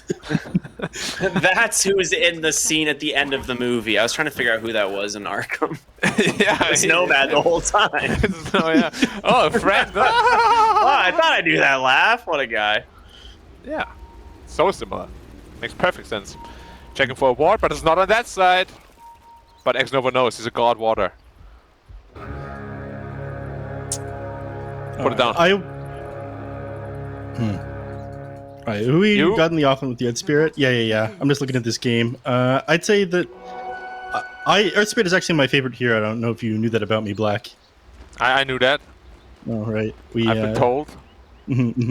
So I'm probably just going to be watching him this game because I want to see how Salad plays this one. I've been as you watch him, I watch Anti-Mage, and Ricky does the rest. Why would you watch Anti-Mage at the start of a game? Well, it's because he's building a Wraith band. Yeah. Oh, he is building a Wraith band. That makes sense. He's playing against high physical damage, the Beastmaster. He's going to be clicking with the boars. You want the extra armor from that. It's not that bad, is it? No, it's not bad at all. Actually, I think it's quite nice. Because on AM, you always keep your first couple of stats items anyway until like minute 30 or longer. And you're going to get that in, like the free increase of it as well. Yeah. You also won't be able to get the auto attacks off as much in this lane as opposed to others, right? The slow from the boars plus the boulder kick and stuff, right? They can peel the AM off of them pretty easily. Yeah, for sure. I like that. It's good. How much armor is it? 1.5, right? Yeah. It is 1.5, okay. Yeah, mid matchup, I mean, both heroes are just really free farming here, right? There's not a whole lot anyone can do until they're level 6. Even with Earth Spirit, I don't think Pugna's in any sort of trouble. He's way too fast. Yep. I have a riddle for you, though, Black. Speaking of the new Batman. Why doesn't Somnus have a magic stick? That's it. That's the riddle. Oh, maybe after the bottle. I'm not sure I like Magic Stick against Necro 2. If you can get away with Magic Stick early, I always buy it. It's so nice when they gank you and you have like 10 sticks. Like, nobody even wants to gank you. Yeah, they see that and they're like, okay, well, we can't dive that guy into the tower. extra 150 HP. It turns things around on you so fast. Yeah, with both these heroes spamming out spells. I mean, PP built him his magic stick at the beginning of the game, and he has his bottle before. No, never mind. It's a null talisman. I was like, damn, You don't he's go a lot bottle on of Necro. Yeah, you don't go bottle on mid Necro anymore. Yeah, You pretty much just take the null tally or second null tally potentially, or right into like your first defensive item, and just rely off of that Heartstopper regen. I gotta admit, I don't know if I like null talismans on Necro anymore. I used to like them because they gave the spell amp, which is very useful for the level 4 Death Pulse to creep range creeps with, but now it doesn't do that anymore. I feel like Bracers might just be better. Interesting. Maybe just... Yeah, I actually for a while went 1 null tally, 1 bracer. That was actually my build on this hero, but mostly just because that slight mana cost reduction was like pretty useful, but...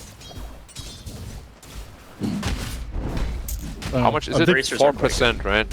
Yeah. I'm just a big Bracer fan because you always keep them in the inventory anyway for quite a while, and then suddenly it's just a health booster. Huh? Nice hit at bottom.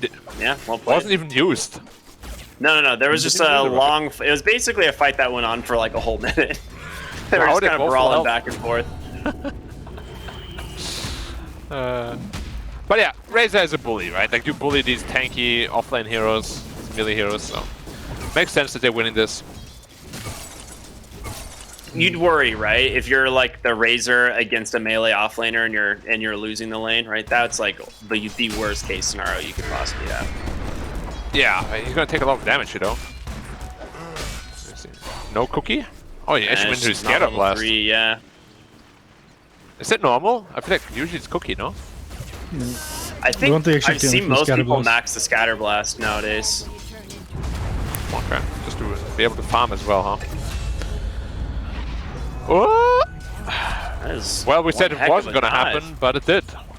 Yeah, Salad makes the rotation. There's the stick you were talking about. No stick equal dive. Yeah, if you had the stick, they would be like, nah, we're good. Yep. I mean, that's bound to happen in the game with an Earth Spirit. Number one thing that he wants to do is rotate. Who did? Null Tally Bracer. This is literally what I build on Necro like every game. I think it's so good. Yeah, he's going to the our cryptic school of Necrophos. I mean, who would? Now Earth Spirit's bottom. The rocket won't reach in time though, so he should be fine. Yeah. You just will shredder it. But there was no rocket. Yeah. No, yeah, you just shredder kills it. Yeah. Why did he even skill it? That's what I'm wondering actually as well. It's mostly, I guess, is like a threat of like forcing him to go little shredder maybe. Like I actually don't know any other reason. Yeah, that's basically the idea. I mean, you're a support gyro. What do you do? Go flak cannon? Stats, baby, all the way. Stats and support gyro. Your support hero only is spamming out rocket bros. He's got no stun ability. I feel like that's pretty awful. No, you just run in. You're like, I'm tanky. And diving middle again, take a Reaper. Yeah, that is nice. Can they actually get the kill? They do. First Reaper Scythe of the game. 3 HP instantly regen, when he got mana. 6. Felix in trouble as well. He's out. He's out. Wow, the rocket is so fast. Instant stun. Oh, another 50 gold. Lost his courier though. Poor guy. Little victories. All right, you were worried about this one. We talked about this at the start. The way they lose this if Earthspear just sits on top of the Pugna and finds kills on him, and he died twice now in the mid lane. He's TPing in now. He's trying to get these things off the mid tier 1. And this is what I was worried about, this Pugna versus Necro matchup. Not necessarily the rotations, but Pugna, one of the big things about this hero that makes him shine is the fact that he can take towers, right? Like he pushes lanes, but you just can't do that against a Necro. Yeah, he's too good at keeping the creep wave healed up and pushing in the enemy creep wave. Yeah, once there's higher levels, he can rotate to the DK lane though, so he should still be able to apply an ample amount of pressure in time. But right now, his game is really slow. Yeah. You think they're going to use this illusion to dive the mid tower? Yeah, they're setting up for it. Where's Earthspirit coming around the bottom again? This time they'll have vision of it though. Yeah, they do have that ward now. Yeah. Looks like he's walking away. I thought they would just like use the illusion, tank up the mid tier 1, and then dive the Pugna again. They are heading he's bottom. Still only level 5. Both supports. He went Vanguard on Anti-Mage. What the hell? Yeah, the good old disassemble into Battle Fury, right? Chalice. Top bottom lane. I don't know if they have the damage to finish him off. Yeah, they do. Oh, pops the stick, but More auto attacks, chase under the tower. It's going to go the way of detachment. So then they'll find the kill onto the Pugna again, but they get the DK instead. Helps out Razor's game. So winning... God.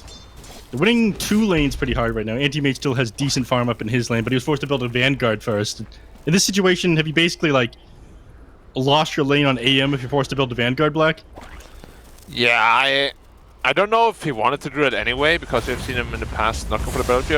Also thought bottom again. Yeah, it's a Dude, lot there's of just magic no damage. chill down here. He just came to lane and dies instantly. Nice cookie from the Snapfire, though. Ignite will connect onto the Razor. The rotation from Sanas will finish off both of the supports here as Salad. Ooh, nice block there from X-Nova. So double kill goes the way of the Pugna. You don't manage to kill the Razor, though. The big one at the end of the day that you wanted to grab.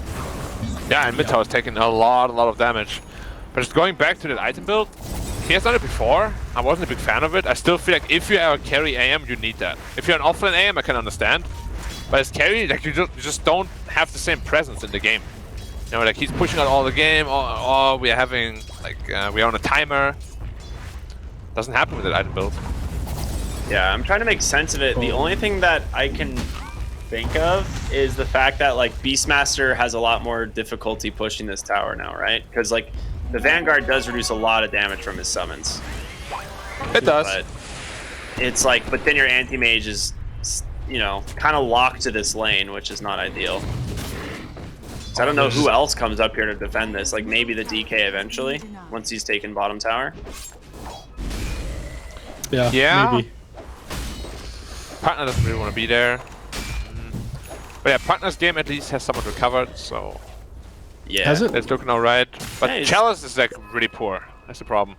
Yeah, I mean, if we look over at the net worth, we see, I don't know, PP at the top at 4.2k, and Pugna like down to 3.4k, pretty far behind him in net worth. Top lane. He's coming bottom though too. But yeah, And you invested into a Vanguard.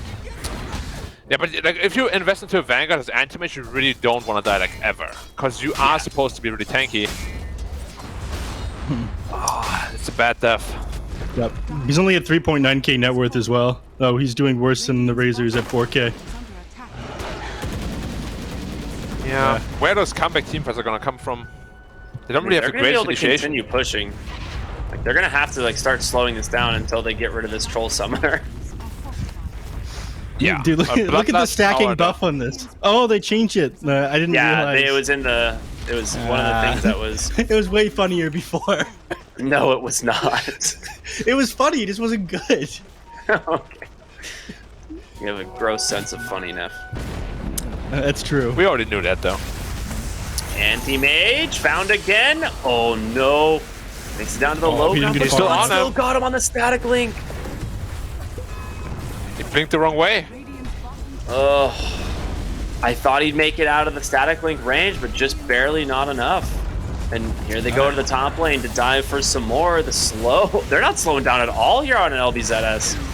They're just gonna go one after the other. Chalice underneath the tower. Call down. The damage is there. The tier 2 now about to fall.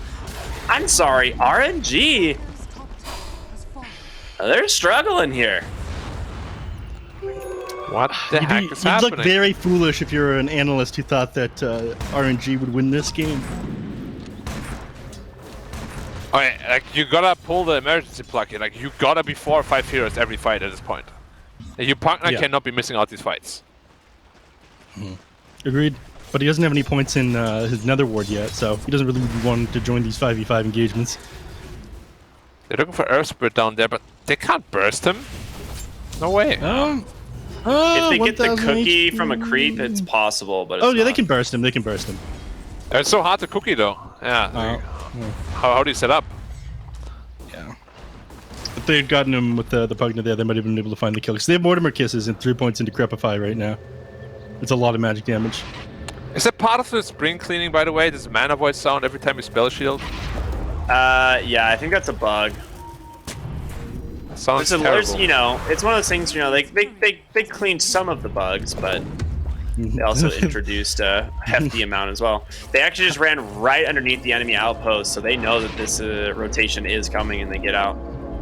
They didn't even have a ward there, did they? No. Where? Like they had no ward. They didn't see them coming. They just ran straight into the outpost. Yeah, Chalice went into the outpost. He was not smoked, unfortunately.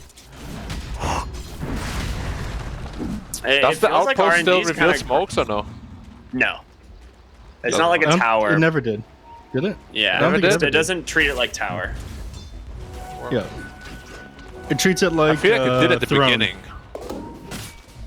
Maybe. It treats it like Throne, though. It's like not a tower, it grants you true sight, but I remember I thought it shouldn't, but then it did, like super early on. I was like, why the hell is it happening? But you're right, it's not happening. Yeah, that anymore. might have been the case. Oh, the smoke?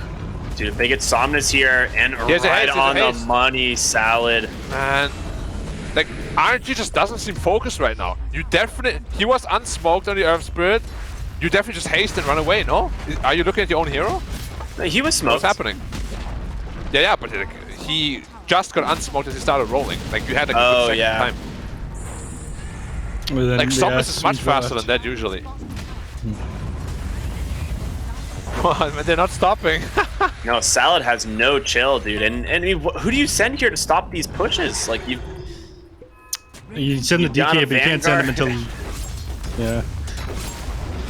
I was gonna say you send the DK, but you can't send the DK there until 15 minutes, where he has the Aghanim shard. You can actually like threaten the enemies by throwing the fireball and breathe fire out of the tower. Until then, he just dies if he shows himself.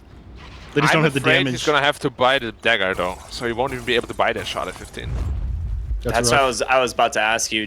Is this one of those games where you just like finish treads, buy the shard, or do you just have to buy that blink dagger ASAP? I think if he wanted treads, he would have done it already, right? Yeah. Yeah, he would have done it by now.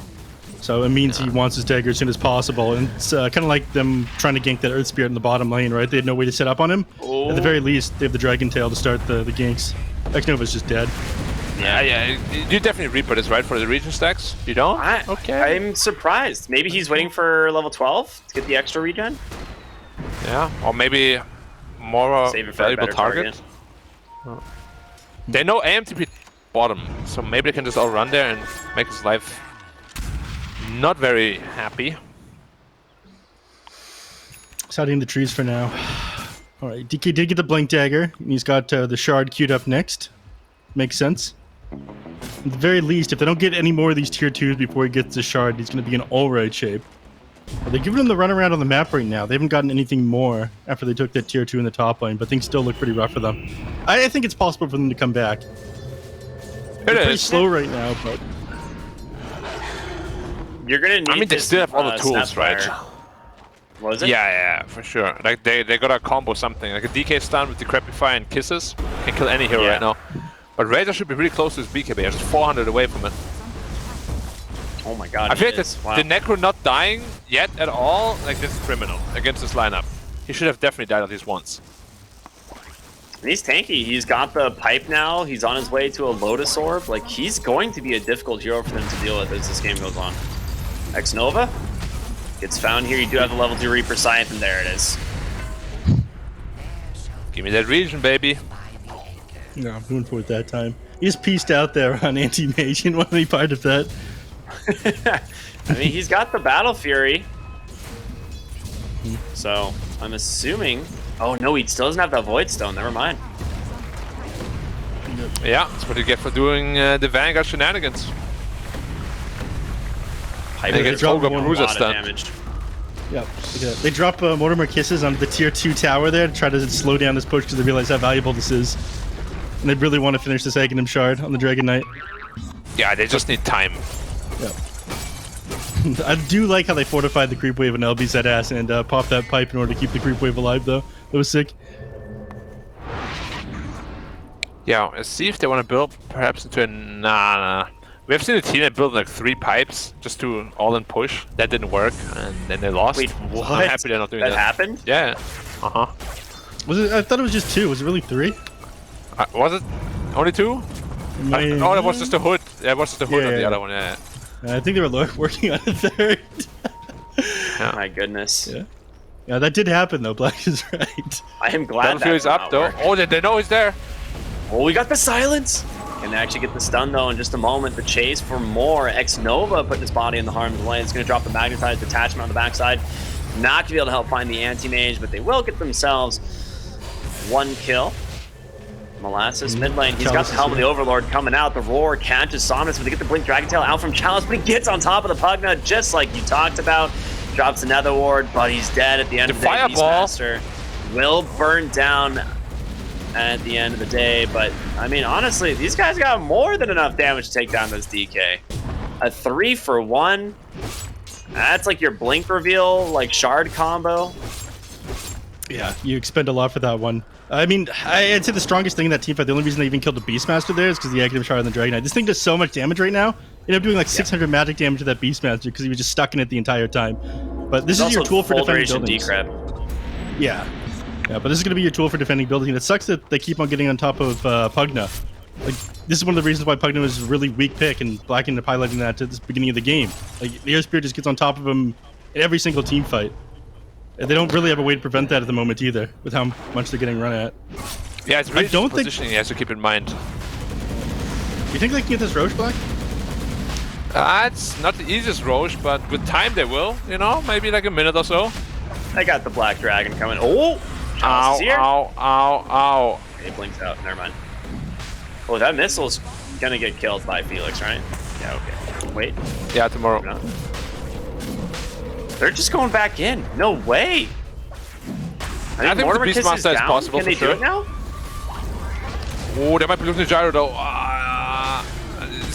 Okay, Roche is down. Roche they know, down. yeah, they know they're in Roche. So they're just trying to do as much damage to the tier 1 as they can put in. This is honestly like the smartest play they can do. Yeah, they don't have 4. They're not even gonna get the tower. Close. Oh, Pugna left.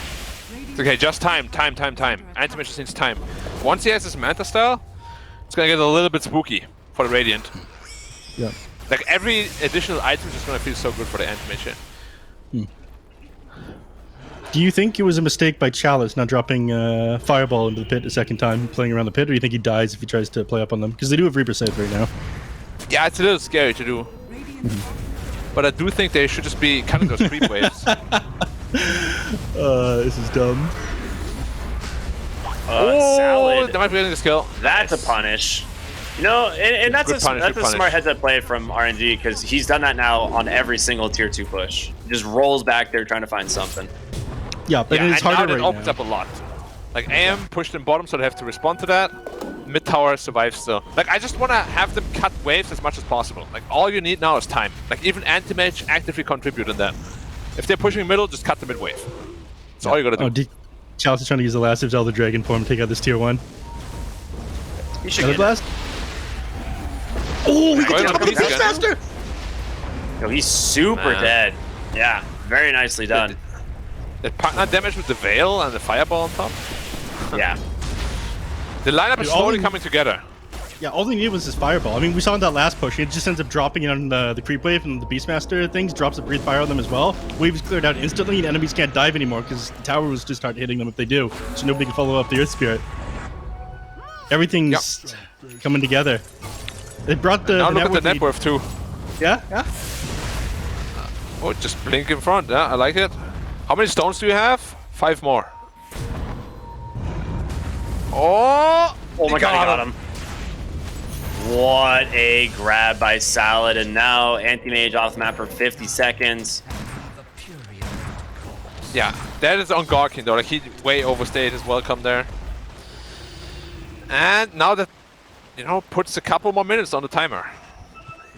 Like it's like one of those Saw movies, you know, you just added 5 minutes to the clock. Ooh, Molasses does not have Shard. I assumed he would have the Shard there for the dive bomb, but does not have it completed yet. Isn't the Shard just broken because it gives you control of the Hogs? No, they just have reduced cooldown. They have like reduced cooldown on the Call the Wild Hawk, and then you get the dive bomb, which is like a 1200 cast range. Wait, they used to give you free. Yeah, used to. Yeah, they removed that. They removed it. It was way too broken. Yeah. Oh yeah, way too good. It still is way too good, but yeah. Yeah, it's Octarine already done on partner now actually, so his game is looking pretty decent. That's pretty good. And he actually has another shot as well, so all things kind of turning out Pugna here. Yeah, but God King has to be really, really careful. Like, he is right now what his team is relying on.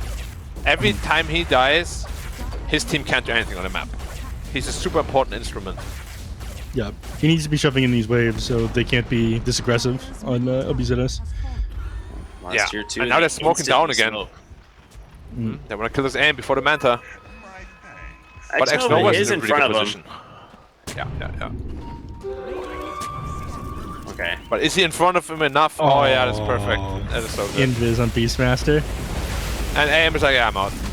Okay, yeah. Molasses, they actually did scout his invis with that sentry ward, so he is gonna probably have a more difficult time finding someone with this now. How long has he got? Like 20, 50, yeah, he's got like 20 seconds left on this one. Yeah, he's not gonna find the AM. I am gonna say though, they will have scaling issues on the Radiant. Like, look at the itemizations in general. He went Pipe, Lotus up on the Necro, 0 scaling there. Razor's going straight into the Refresher, which I guess is pretty normal, but he won't really be able to scale much. I mean, they wanted to be pushing high ground by now. Oh, they might be able to after the kill.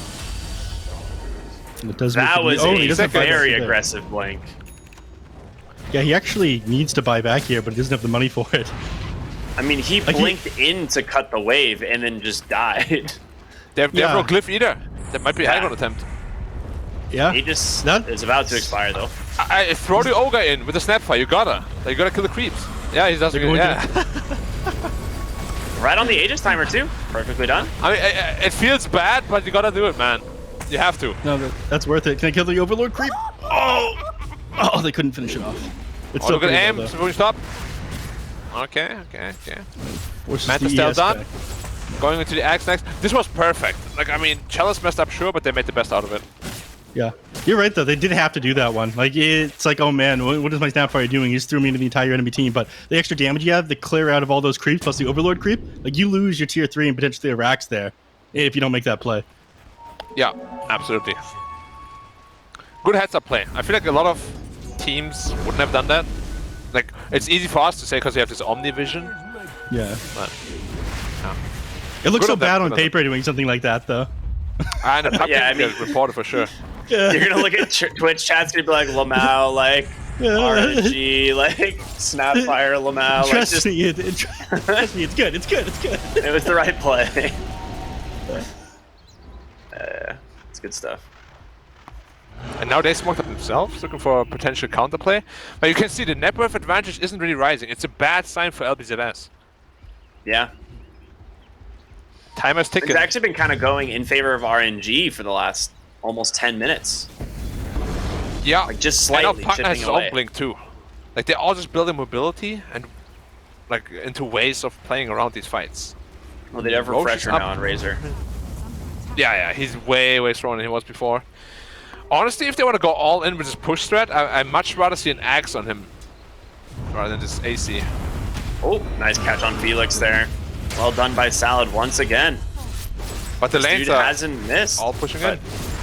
Yeah, you're right. Is it worth it? Like, you have no tower there anyways. What is your next objective? Roshan isn't there yet. So all this time is very, very valuable for the Dire. DK has BKB and 50 gold. He's just got to go back into base right now and wait for the gold, I think. He doesn't want to get caught out underneath this creep wave. Yeah. Alright, he drops Aim is going to the Lincolns. They're going to see him on this ward. He's got Manta style now, though. God King. But he used the preemptive silence. Oh, no. And the missile. Okay, wait. yeah. You can't mess up at that, early. God King. No. I'm really glad I then he didn't spell shield either. There was like multiple mess ups in one. He could have spell shield after the silence, but he didn't. It's okay, we'll give him one more, but honestly, one more death like this and the game might just be over. I was about to ask you right before they made that attempt down to the anti-mage how you were feeling about God King's anti-mage, but I'm glad I didn't make that question. I am now disappointed. Yeah, I feel like he was making good decisions for the most part these last like 10 minutes, but that one's definitely going to cost him. Yeah, those... Wait, he has 4 deaths? Yeah. I only remember 3. The one at the bottom, the one at the top. Oh yeah, the jungle one there. Yeah, the one happened in the spin-off. Yeah, like he died right after dying the first time. Yeah, you're right. Right. But yeah, we've seen in the past that God King in these scenarios is sometimes not the most reliable guy. Let's get the Lincoln Sphere queued up now. Fair enough. Man, that felt so bad just popping the Mantis down before he got the silence off, because there's no way he dies outside of that. It's the only way for him to die, yeah. Do you like this Lincolns, by the way, over Skadi? I feel like Skadi is such a great item in this game. We're playing against, Division 1 and 2 that are ranged heroes. Yeah, it feels really good. Against Necrophos especially. Yeah, I mean, now you have this Lincoln, so you can't get Rod potentially, but that's not even the issue, I feel like. Like Skadi, BKB, and I think you're golden. Yeah, he wants to be able to can't I'd get much Rod. rather have a BKB. Like, as AM, you cannot get Rod. Literally. He winds it up, you just press E. It's super easy. I feel like, yeah, you want to be taking these long fights. Yeah, there's no way he dies this time. He's got an X-Nova in front of him. As long as X-Nova doesn't show, he'll catch out the smoke. I mean, you would think that, but... Yeah, he sees him. Oh, he unsmoked Oh, no! No! Hey, God King, no. No, not again! He gets us again! Can he actually get Why out? do you The keep doing roar's there! this? Reaper Snipe, he's dead twice! What is this panic manta styling? He had vision of them too. Like the Ogre and Magi scouted them out first, right? And he ended up blinking into one of them. Or was it? No, he didn't. Ogre was hiding in the trees. He didn't get the vision. Oh. The smoke broke, but they didn't see the smoke break. Because they didn't have a ward there. It looked completely, But it doesn't like, matter, honestly. it negated like the exactly what X-Nova was there for, to scout them out. He ends up blinking right like in front of the Ogre Magi. And, like the only way that happens if he blinks forward into them, and he does that thing with the Manta style again. But twice in a row now. And what happened, huh? God King fan, why are you flaming him? You're They're right. just gonna go roast. God King gives his toughest battles to his most loyal fans. Oh, but I bottom. got They managed to find Felix as well. Yeah, he's just dead. Oh, He this cut game the is wave, looking really rough but- suddenly.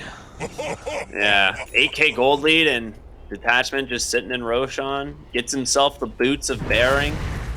One of my favorite new items. I call them the bongo boots. That's not correct. I'm sure it is. The only saving grace to this game is the fact that the scaling on LBZS is bad, though. We were mentioning that one, Black. I don't think you're going to be able to stop him from getting this Roshan, unfortunately. They do take it somewhat slowly, though, without the Beastmaster here. Actually, do they try to stop this? I'm sure they know where they are right now. None of the legions are being pushed in. They're going to smoke up and try to go through the triangle. And yeah, they're going to be able to get the Roshan off of this one. But yeah, the only saving grace is the fact that they have like no late game scaling on LBZS. The anti-mage will eventually be super farmed, but just when they brought their game back, installing this out and having like the DK with the Aghanim Shard, a couple of these God King deaths have managed to bring another net with them. That was a mistake. Molasses definitely tried to pick up the shard and grabbed himself an Aegis. Unlucky. What can you do? Happens. Well, yeah, sometimes it happens. He's immortal now, though. That is true. Honestly, it's kind of a bottom fake lane. advertisement. Another Reaper Scythe kill. Yeah, how many is that now? 5. It doesn't really matter in these kind of games, to be honest, because you're all in anyways. That's a lot of HP regen. I would say that it matters a little bit. Dude, I had like 130 permanent in one of my games. It was insane. It's pretty sick. Yeah, he's missing the Sange for that extra amplification. That's what of the I was Paladin just sword. wondering. Yeah. They actually have a Paladin sword, don't they? The Radiant? They do. It's sitting in base as well. Oh, uneducated. Maybe he just really values that spell amp. Oh, he just accidentally TP'd. I don't know what that was. He tried to. Maybe they were gonna afford it after because they have Beastmaster there. He's got Aghanim Shard. He could like dive bomb the anti-mage, blink on top of him, roar, and then finish him off with the Necrophos. But they didn't end up getting the fortify. There's D-Ward.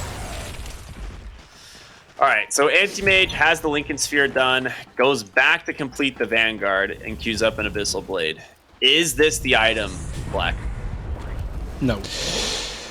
I would not ask. I mean, it's a great item on anti-mage. It is. It's just in conjunction with the Lincolns, it doesn't feel like it's enough. Like Skadi Abyssal, I would have loved, but Lincolns. I feel like you're lacking damage. Why? Yeah, I do. But Lincoln's Skadi also feels weird. That's why generally I would never buy Lincolns on anti-mage. There's like some cases, but even against Doom, you gotta really rely on your reflexes with the counter spell. Otherwise, you wouldn't beat this hero. Oh, look at the... Oh my gosh, Sal with the roll onto the Pugna, instantly deleted, and he's rolling for more. He finds Chalice as well. 2 seconds towards that Reaper-sized Chalice with the stun, though. BKB for the moment, but Sal with the body blocks are gonna be enough. The refresher comes out from Font, and Reaper Scythe will be able to finish him off. The double TP in, the buyback as well from the Pugna. They get 1 kill, but that is an expensive buyback from Somnus. Yeah, they figured they'd be able to take a team fight there. They even like dropped the Bloodlust onto the tower and then tower flacked with the fortification. Tried to do as much damage to the enemies there as they could. But this Necrophosis provides way too much HP regen to everybody, so none of the damage that came out rather slowly really sticked on anybody as they were all exiting. Man, this game is going not very well for RNG. 14k now with lead now. Is aim even enough in this late game scenario all by himself against 3 super farmed cores? I mean, like my biggest issue for them now is how do you deal with the Razor when the anti-mage is like your only real big source of damage? Look at the bait! They're just sitting in the trees here bottom, waiting for someone to show. PP is going to blink forward, try and get his hands on top of someone, but not able to make it quite yet. All right, that was pretty funny. They haven't managed to push high ground yet, but it's only a matter of time. They feel so confident right now in LBZS. So, like, what do you think? Can this anti-mage fight up into this Razor as this game goes on, or is that like an impossible task? He can because he's very elusive. Like, Razor hates elusive heroes. The big advantage for anti-mage is that he can always kill the other heroes around him, usually. It's just, in this particular case, I'm a bit scared it won't be the case, because Earth Spirit is pretty damn tanky already. And Gyrocopter is also not the easiest. Yeah.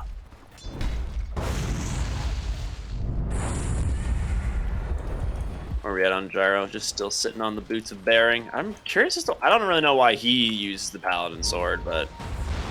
You know, that's fine, I guess. Spell lifesteal, I guess, extra damage. There might just not be any neutral items that are better. It's like, alright, this is good enough. I'll take it. Farming Aegis for the Beastmaster that's about to expire. They actually will see this outpost being taken as they're smoking, so they will pretty much know exactly where they are, and Salad might just roll right on in, and he does, gets vision of X Nova, hits him with the boulder kick, dive bomb to set up the kill, and another Reaper Scythe for the Necrophos, up to 48 permanent HP regen. No, they're just not going to be able to kill him eventually. That's where this is going to go. I'm all for it, man. He's going to out-regen the life drain. Drain me all you want. I won't do anything. He's actually getting pretty close to that point. Once you like factor in magic resist, it'll be like, I don't know, probably 2 more Reaper Scythe kills and maybe a Sange, and you'll just be like out sustaining it, giving it on to you. Level 4 Dagon now completed. Very fun stuff. This is like one of the most fun builds to play on Necrophos. It is, but it doesn't deal with anti-mage in any shape or form. Do you think they just forgot about his existence because he's 050? It's a I don't think he has an possibility. existence at 050. He hasn't done anything in this game yet. Literally. He has cut waves, and he has gem now. And he died while cutting those. Yeah, it's true. No. I guess he buys his just gem wait for too. a third Roche? I mean, I'm a little bit surprised, to be honest, that they're not trying to pressure a little bit more. Like knock on the high ground, you mean? Yeah, just keep him back in base a bit more, you know? Because what they're doing is a little bit illegal.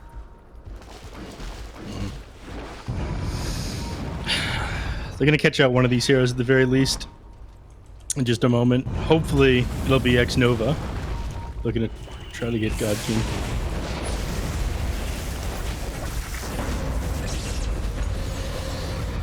The question is, oh my god, they did actually God find him. King. Okay, I thought there's no way he dies here. He already used his Mantis style on the creep wave to shove it in. He got pinged, dude. His teammates pinged him. They're done with him. I mean, they just TP instantly top. They've got a really deep ward as well. There's no way they go onto the high ground, right? That would be absolute. They're not going to be able to do it before. Yeah. They're not going to be able to do it before Ogre Magi comes back up, and they almost have fortification as well. So they have flak, fortification, nether ward, fireball that you're trying to push into. Like, it's difficult to push into all these things. Sometimes you get a timeless relic. That's going to be going for the Necro. He's going to be very happy about that one. Yeah. Yeah. He's got the Dagon 5 and a timeless relic being delivered at the same time. I mean, that's about as good as it gets. I don't know if this is going to be the first time in history that I see a player end with 0 kills and 0 assists. It's a possibility at this point. It's happened before. I'm sure it happened before. It's just like not in these sort of scenarios, not in these sort of game lanes. You know, 38 minutes. 38 minutes is a long time to go without a kill or assist. You've been such a hater. All right, say some positive things about God King Black. Okay, he is halfway to the Skadi. That's a fact, not a positive statement. That's pretty positive, though. Right, dig real deep for a moment. He didn't go for Diffusal Blade, that's positive. And it's true. I like how they built Travels just to be able to catch God King too. Yeah, like all of them. They're just botsing into the Hawks all over the place. He changed his mind to fair, Scotty, and then he changed his mind back again, by the way, just now. There is a lot of pressure on God King, right? So mistakes are more likely to happen. But imagine just the TI Grand Final, you know, you gotta be able to take that pressure. You gotta breathe that pressure. You gotta live it. Molasses got a Trickster Cloak, so now being able to dodge the roar a little bit more difficult if he's able to catch you from invis. Also, that's where the Ultra Instinct comes in. Yeah. Just every time you're about to like blink or show a lane for more than a second, just press that E. Yeah. And just about as he's winding up, you press E and he goes like, "Wow!" Rolls himself. You get the solo kill, bring your team back into the game. Everybody forgot about the 6 steps that you have so far. Let's go! Are you guys watching Somnus in the base? Yeah, I think he's just like sitting there like, yeah, he's just like checked out of this game. He's just like sitting there like dropping himself to 0 HP and like spamming spells and Fountain. He has, I mean, he has really not done anything since the lane stage. It's hard. Yeah. I mean, Anti-Mage has been participating in the team fights. Earthspirit's able to get on top of him and has been since the laning phase of this game. He meant to build a Blink Dagger ages ago, but never ended up getting one. He's got the Lincoln Sphere queued up now. They have to give up this Roshan, though. They can't fight into it. They're smoked up as if they want to try to contest something, though. But I don't think this is happening. It's a refresher, too. I mean, there's so many good options for this. You can honestly go for the double roar on the Beastmaster. You can go for the double Reaper Scythe on the Necro. Like, Black, does it really matter? Can they even fight into them at all? 5v5 is so difficult at this point. I think Anti-Mage really needs to look for some pickoffs, and that's what they're trying to do right now. But they're just going to stick as 5. Yeah. He needs to. Well, where's the roll coming now from? Oh, okay, that's cutting the wave. That's why. Oh! Nope. Oh my goodness. Dude, Salad is really got RNG's number this game. Now, who's the real God King this game? It's Salad. It's definitely Salad. Exactly. I am 25 now, so he's still thinking. Definitely the Mana Void though. You have to go Mana Void, right? Use the resistance. I probably got baited by Dota Plus. Looked at his damage numbers taken this game. He's like, I mean, it might save him from a Reaper Scythe, but like... I mean, it's a lot of magic damage coming out from the enemy team. It's mostly but at the same time, your mana void is a killing instrument this game. So many Okay, how about- high mana pool heroes. How, if he's 0, 6, and 0, does he really need a killing instrument though? He needs some instrument, yeah, because obviously he can't do it by himself. He's not touching them though, so why would he go for Mana Void? All right. They have Ags on Razor, Refresher plus Refresher Shard. I think the high ground siege might begin here in a moment. Someone's just decreping creeps. No, only creeps, yeah. Interesting. He's just going back and forth to fountain and life draining random. Yeah, he hasn't been able to do anything for a while. he's so done with this game, dude. Oh, the BKB? Chalice? Can they actually do something here? The Gobble Up? He's got the Aegis though in this whole fight. Fawn's still alive. They will buy back on the Ogre. There's going to be the Refresher as Fawn turns on his Satanic, now doing what he can. I thought I saw an Anti-Mage go in there, but honestly, I'm not 100% sure. I couldn't quite tell. 3 heroes dead. They're going to double buyback on them. Fort onto that base. He's still got that Refresher available. Look at the HP on the next row. Yeah. That's a very cool 69 HP regen on that hero base. Nice. They can't do anything about this though. They have too much sustain between all these heroes. This Necrophos never has to stop tanking at the moment, and he's still got cheese to work with too. They still have Aegis. Wait, why did they focus the Aegis here anyway? I mean, Hey, Aegis gets GG out. called, but well, man, Somnus is not RNG going to just write got GG. worked. That. Yeah, that was ugly. Very ugly. I don't even know what to say. Like, this was just so bizarre. This is not the level that we expect RNG to play, right? It's hard to say whether it's just RNG, but a lot of that fell into God King there. Like, he had very high expectations of him. He had to play around the map by himself, but he kept fumbling after his team managed to recover there. He never should have ended up going down to that Earth Spirit. I think everything just kind of fell apart from there. At that point, they missed their window of recovery where they kind of evened out net worth, and suddenly Manta Style. He wasn't pushing out lanes. Yeah, Manta Style. He ended up ending this game on 3.6k hero damage. That's a lot of damage that came from the laning phase. Yeah. Yeah, I'd say most of that's probably the laning phase, right?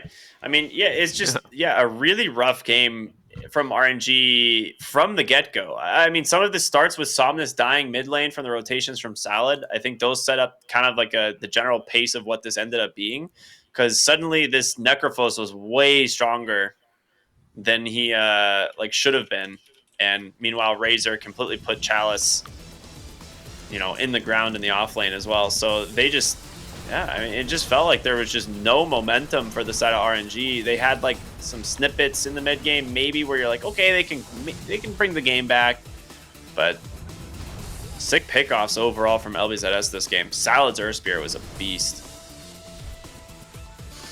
Yeah, he did an amazing job at catching out the anti-mage a number of times. I'd say it's just as much on him, finding these kills onto Somnus and finding these kills onto God King as it was on them for losing this game. But I'm very surprised. Like, the later this game went, the better off RNG were supposed to be, but the advantage just got overwhelming for LBZS in the end. Yeah, I'm a little bit worried, honestly, because, as you guys already said as well, like, Somnus was just completely checked out. I hope it doesn't translate into game 2 or anything like that. Yeah, he really was like he was basically just waiting for the game to end. What do your teammates do? Like, there's a full HP, full mana Snapfire, and you just life drain him for like 90% of your health, and you go to Fountain to regen up. Like, what are you doing? Like, you can just tell he's done with this game. That was a rough one for the Pugna for sure. Yeah. So why? You gotta get out of here, God King. Yeah, it was this time where he ended up throwing his. You can see the Manta Style pushing the tier 2 tower there, and a number of times Manta Style just didn't end up saving from the Earth Spirit silence, and that's on God King, honestly. This is like the original initiation. He but gets on the silenced and instantly Razor dies. Aegis, like, even if they kill him here, for what? He comes back with a refresher still, and has BKB and Ultimate still available. Yeah, I mean, that there was really no way that even if you kill the Razor there, that fight's going to go well for you. Yeah, it was just so one-sided, honestly. Like, we probably shouldn't put too much stock into this game. We know LBZS can do this. They've done it last season. We also know that RNG did have some stability issues. I actually thought they kind of worked them out a little bit better. But performances like this, like if that happens at a major or something, there's no excuse for it. Like, this is not allowed. You know, if you want to be considered a top team, like you guys said, they're probably top 2 in the region for you guys, right? This can't happen. Yeah. Like, no way. Yeah. Like LGD lose games, dude, but they don't look like this. I mean, you have 6 kills, man. Like 6 kills on your team in a 43-minute game. Yeah. As I said, like I personally, this is the last comment I'm going to make about this, have never seen in such a long game that you have no kill or assist. Like, that's how rough of a game it was for him. Yeah. Well, hopefully you guys have some LBZS inside your fantasy this week, because that was a hell of a game by them. Yeah, no kidding. I have detachment. All 3 of their cores absolutely owned. I mean, it really was a team game. Like, they just snowballed the lanes and never really gave like RNG a moment to get back into it. Like you said, I feel like we're kind of just beating a dead horse at this point. So I don't know. Any final thoughts maybe before we throw to a break and then come back with our game number 2? Probably don't pick Partner anymore. Like, there's a reason why it's not picked, right? It's like a very fragile, like flimsy hero. Yeah, I think still number 1 recipe for success for RNG is make Somnus feel good on his hero. Like, okay. Once that's the case, like he will just dictate the pace of the game. It always happens. I like that. I think that makes a lot of sense because that's what we've seen with this team in the past. So I like that. Neff, what do you think? What's got to change for RNG here in game 2, or do LBZS change anything?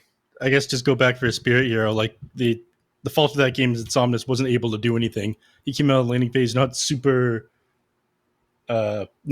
have a super great time, and then obviously if Somnus is on like an Earth Spirit an Ember Spirit or a Storm, he's able to split push the map by himself. Doesn't have to rely on God King. Doesn't have to worry about an Earth Spirit getting on top of him. One of the reasons why he was so checked out is because there's very little he could do himself to recover that game for his team on the Pugna. So that's something I think they should change in game number 2. Right on. All right. Well, we are going to go to a quick break, everyone. We'll be back with game number 2 here between LBZS and RNG. Stay tuned till then.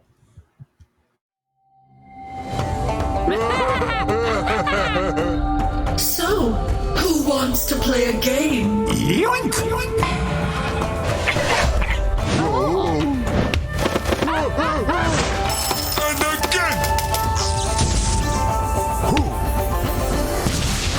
I always get what I want.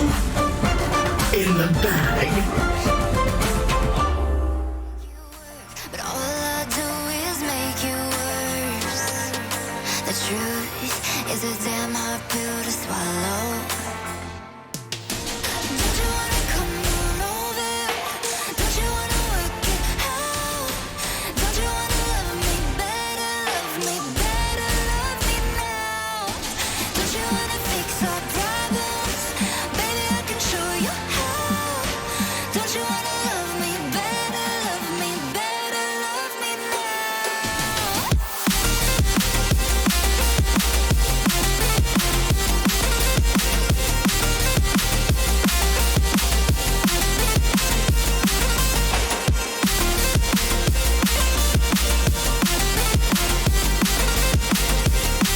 over?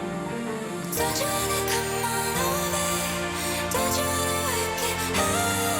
Don't you wanna love me better, love me better, love me now? Don't you wanna fix our problems? Baby, I can show you how. Don't you wanna love me better, love me better, love me now?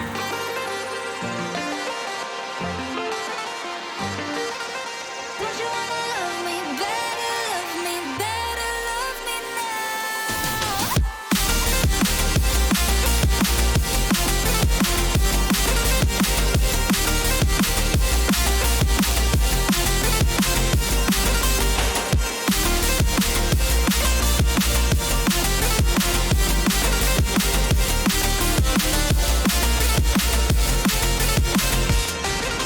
Don't you wanna come on over? Don't you wanna work it out?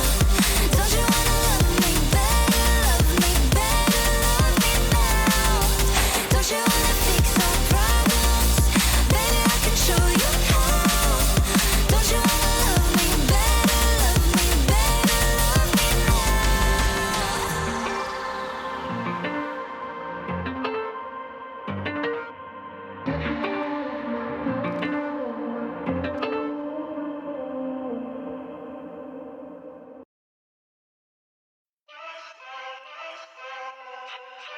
Was there something in my walk, how I talk, giving off the wrong energy? Was there something in my stride, too much pride, telling you to back down? Slowly, slowly, you became my enemy. But you can't seem to get enough of me. So if this is the last time, I guess I better make it worthwhile. Yeah, if this is the last time, I guess I better give it my all. If this is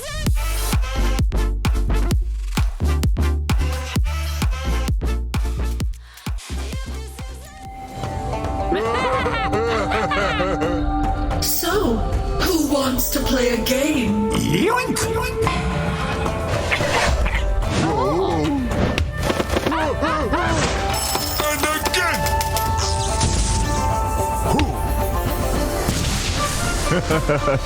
I always get what I want.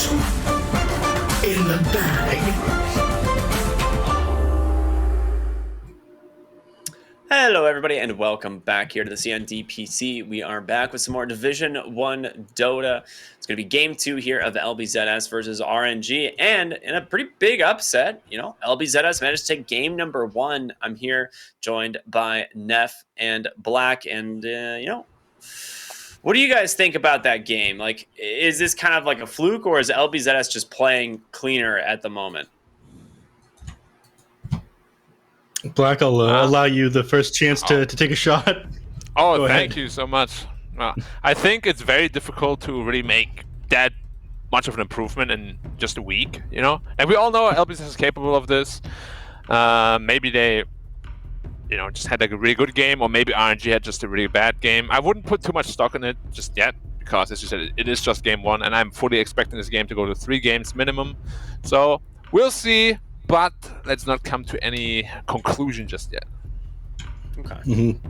Fair enough. I'm going to say that, we're talking a little bit about it during the break, but Sobnus, obviously a little bit upset about the previous game. I imagine this game he's going to want to hear that he can do a little bit more by himself on. I want to see his camera. Make up for that. You want to see his camera? Yeah, Xnova looks not impressed. Surprisingly, they banned out the Earth Spirit this game, you guys. What? We talked more about that one? Salad owned on that hero. Like, I don't know if there's much more to say about it. Like, yeah, that was like one of the main reasons they won. Well, I would say that's like psychic damage, though. If you get the enemies to ban out a hero that a lot of people don't pick that often, it is psychic damage. Really game. Mm-hmm. But you gotta do what you gotta do. Somnus doesn't want to get ganked by that stuff anymore. He's probably the main driving force behind that ban. Ban it! I want to play it. Kunkic. Viper. That's an early Kunkka to me, right? Like, is there anything? What about the Viper here? though? That's even earlier. The Viper. All right, I'm gonna disagree with that statement, Ricky. What do you mean an early Kunkka? This hero has been first phased for ages. But normally it's like in a response to something that was picked, like, or it was picked with like a Mirana or something that like it synergizes with specifically. Like Kunkka, Viper are not heroes that I think of being like synergistic. They're not synergistic, but they're very safe. No matter what you're playing against, these heroes usually perform pretty solid. Like you can run Kunkka in the mid lane or the safe lane, and it fills a bunch of boxes. Your tanky frontliner, your early BKB builder, it provides a lot of catch. And then Viper, of course, people can run that like position 5 or sometimes mid and sometimes 3 as well. So you don't reveal too much about your draft, even though you're picking what are potentially core heroes in 2 slots right out the gate. So I think they're solid. Yeah, I mean, I think Kunkka is just really good together with Viper, and that makes a lot of sense. Viper has 0 catch, Kunkka has a lot of catch. I still hate Viper though, so let's see what else they do with it. If he goes early into the Nether Toxin, I'll be happy. Because the biggest fault I've seen from all Vipers so far, whether they were owning or losing, they just don't skill Nether Toxin. They go like 4 levels Poison Attack, 4 levels Corrosive Skin, and then Nether Toxin.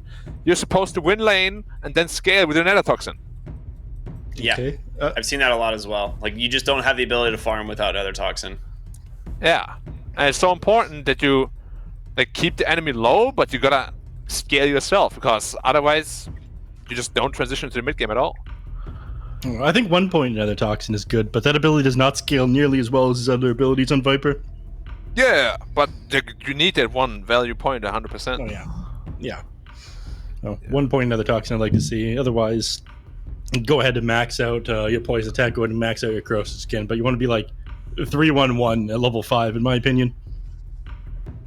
Yeah, 3-1-1 or 3-0-2 if you're just owning a lane like against a Quap or whatever, and then you can choose to just go into Nether Toxin at 6 or 7. Right, before you said the 6 or 7 thing, I was like, wait, so you don't want Nether Toxin after all? After the No, I want it, of course. Just not that much. Actually, I'm looking at Nether Toxin, the scaling changed quite a bit, huh? The max DPS goes up by 25 every level now. Yeah, before it was not nearly as good scaling. I still think just 1 value point is acceptable, though. Yeah, I think you need it no matter what, though. I just hate Vipers that don't skill it at all until like level 10. Yeah. Or the most extreme case I've seen, and this div 1 was like level 11. He skilled the attack speed talent over it. I was like, dude. No way. Attack speed talent over it? Dude, No, that's Viper, not right. my friend. Yeah. The attack speed talent is pretty sick if you get the shard. I'll say that. And the person you watched do it was Ricky. Oh yeah, no. One player, of course. No, but the attack speed talent is the best one either way, but you gotta get into that scaling ability. Yeah, you do. Or Stomless doesn't look happy at all. Like, the whole RNG team, they were really smiling and laughing a lot last game, but now it's kind of like that atmosphere. I know exactly how that feels. Like, it happens so many times to my teams too. Like, the game just goes absolutely wrong, and like, nobody really wants to do anything, you know? What you need now is a really good game 2, and then everything's back to normal. But you're up against a Viper Kunkka, not a super fun lineup to play against. That being said, you do have Pango Hoodwink. So. RNG banned anti-mage. She's like, we're not picking that anymore. God King insisted he wants another game of anti-mage to redeem himself, and then, they said, no, that's not happening. We'll ban it ourselves if we have to. No, they said okay and then banned it. Even worse. Yeah. You think that means they've already banned out Medusa. I was going to say, you think that means they plan on picking up something like a Medusa on the side of RNG, but they're taking care of it. What are the carries is... I mean, they could have just picked Medusa themselves, right? If they wanted to. Mm-hmm. But they obviously don't want to. That's my analysis. Yeah. So do you think this means that they plan on playing the Kunkka in position 1 in Viper mid, potentially? I mean, we saw this in the last patch. Okay. I hope it's an offlane Viper and a mid Kunkka. Like, I feel like Viper offlane is probably the best position for him to be in. You know what looks really good? I wouldn't mind like a nice Terrorblade game. A Terrorblade game? I don't know. For I'm not a RNG. fan of that hero. They've killed his metamorphosis too many times now. Yeah, I know, but Terrorblade. He is cool though. It's like the wise flee my footfalls. And then he just does nothing and dies. And you're like, okay. Yeah, I'm blind, not deaf. That was Dota 1. Mm-hmm. Alright. That's Speaking of blind, Somnus. yeah. So it's a hero that's going to do a little bit more. You have the same issue on this one though. If enemies get on top of you, you just die on Lina. Not as bad as is on the Pugna, but it does still have that issue. At least you can do things this game. I thought that he would pick a spirit hero for sure, but maybe the only spirit hero he would have wanted to play this game was the Ember Spirit. So they go, okay, give me Lina instead, get Boots of Travel, get BKB. He'll carry the game himself. That's pretty good. They're going full defense. I feel like they're lost in the sauce, man. They're going all these defensive heroes. Like you play super far back, you pick up the Abaddon because you're worried about the enemies just running at you and getting on top of you again, even though you've already banned out the Earth Spirit. Do you think they've taken too much psychic damage from the last game, Black? I don't like the Abba pick, to be honest. Like even the Lina pick itself also looks a bit sus. Like, I mean, I still think they're gonna win this game ultimately because they play really well on their heroes. Like Chalice is a super strong Pangolier, and Somnus is an amazing Lina. It's just the draft overall doesn't butter my crumpets. I see. You have any crumpets lately? Yeah, but I didn't butter them. That's unfortunate. No. Don't you dare talk to me about British cuisine. Imagine it's very dry otherwise. You mean British? You have to eat your letters. Right. We'll wait till Nomad's here later before Is that the appetizer for your crumpets? Of course.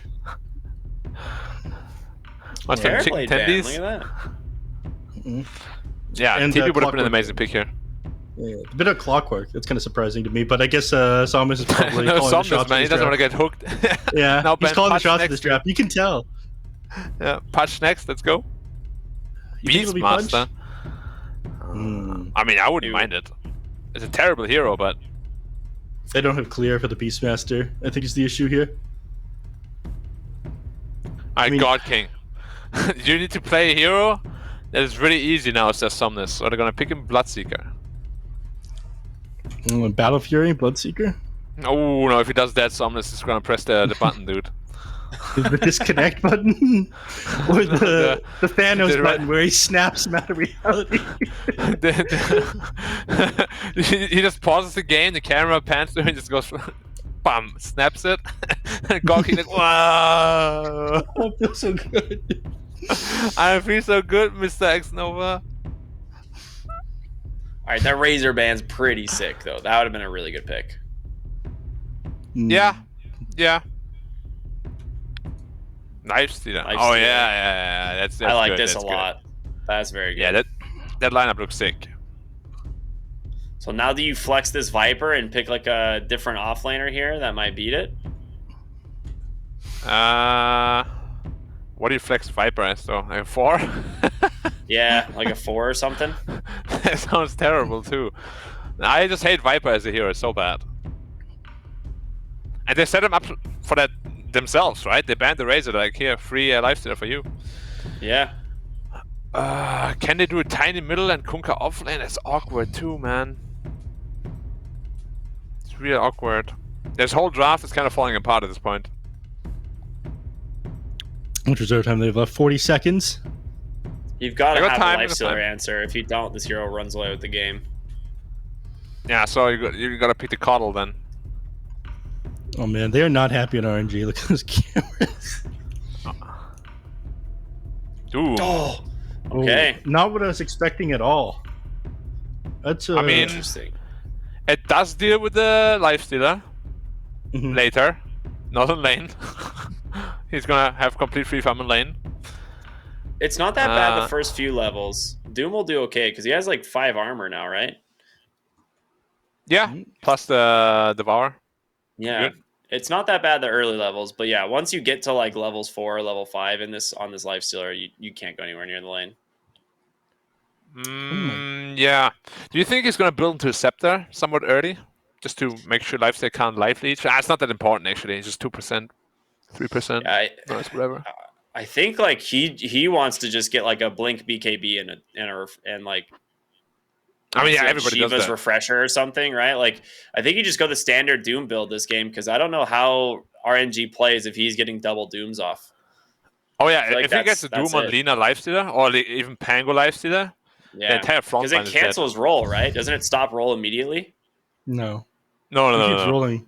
You keep rolling, yeah. But Really? that means it it's used to, also like, dispel 5 it, but Viper. maybe that's something that's changed. Did it? Yeah, it used to dispel the Rolling Thunder as soon as Doom was cast on you. Are you sure? 'Cause I don't Yeah, think. for a while, but it might have been changed. But anyway, It we'll don't see the matter. interaction at some Don't point. matter. I'm sure it doesn't really matter. We'll see it. But in terms of the game, who you guys favorite on draft here? Is it LBZS or RNG? This time I'm going to go to you first, Black. I think I actually do quite like that last pick Doom.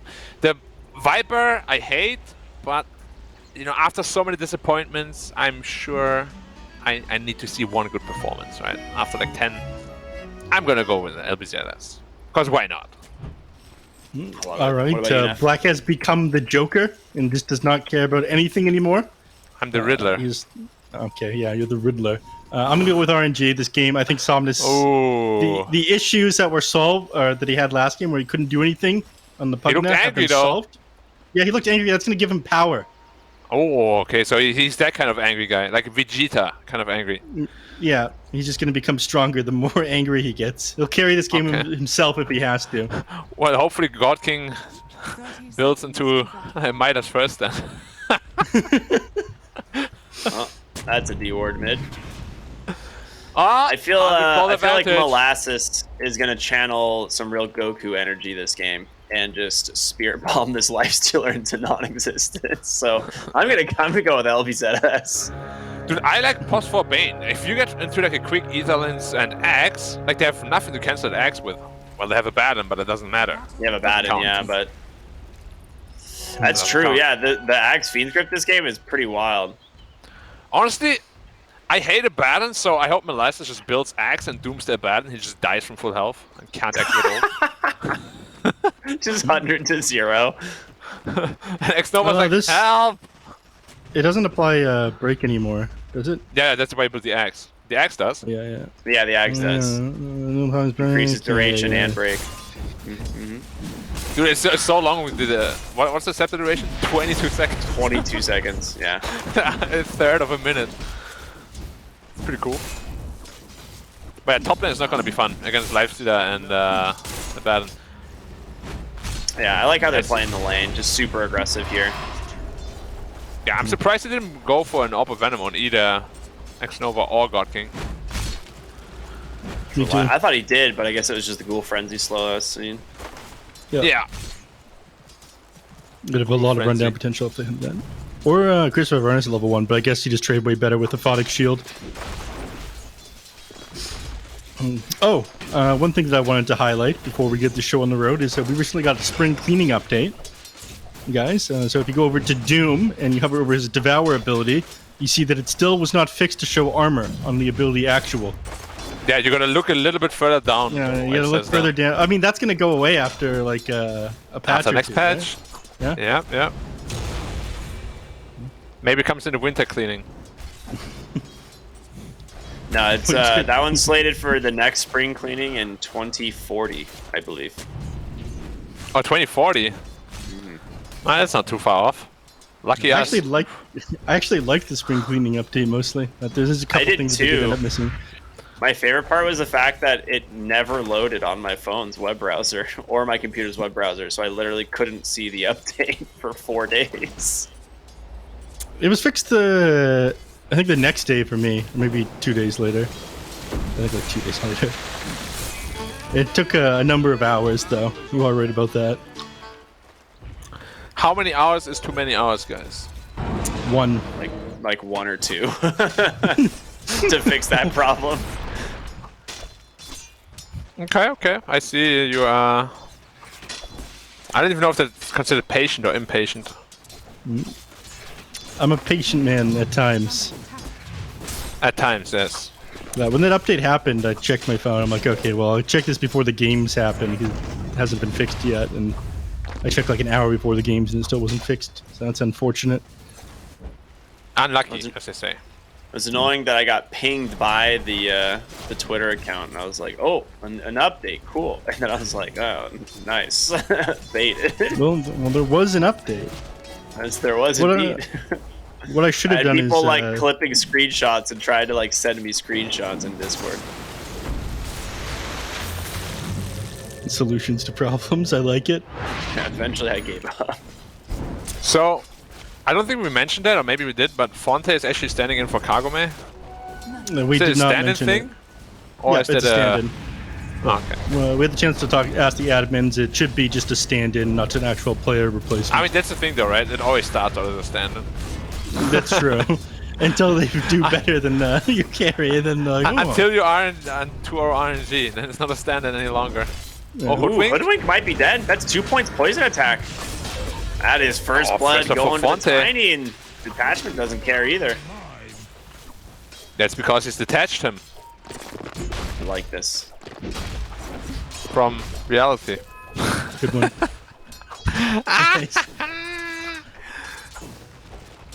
I'm the Riddler.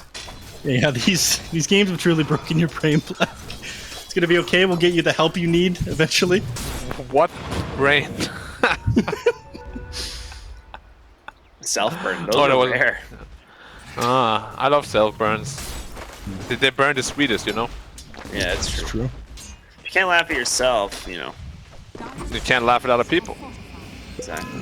I mean, you still can, but Kind of a dick move.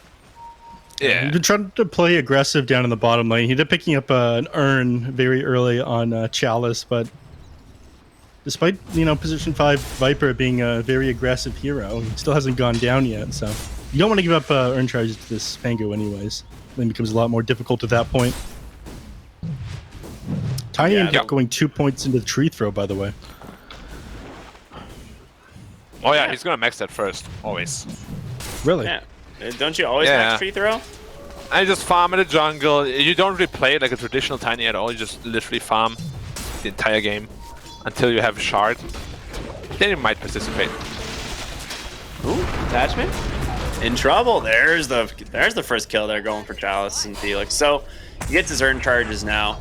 He is a little bit too far forward on the Viper, especially considering he has 0 survivability items. Like he's just sitting on only regen.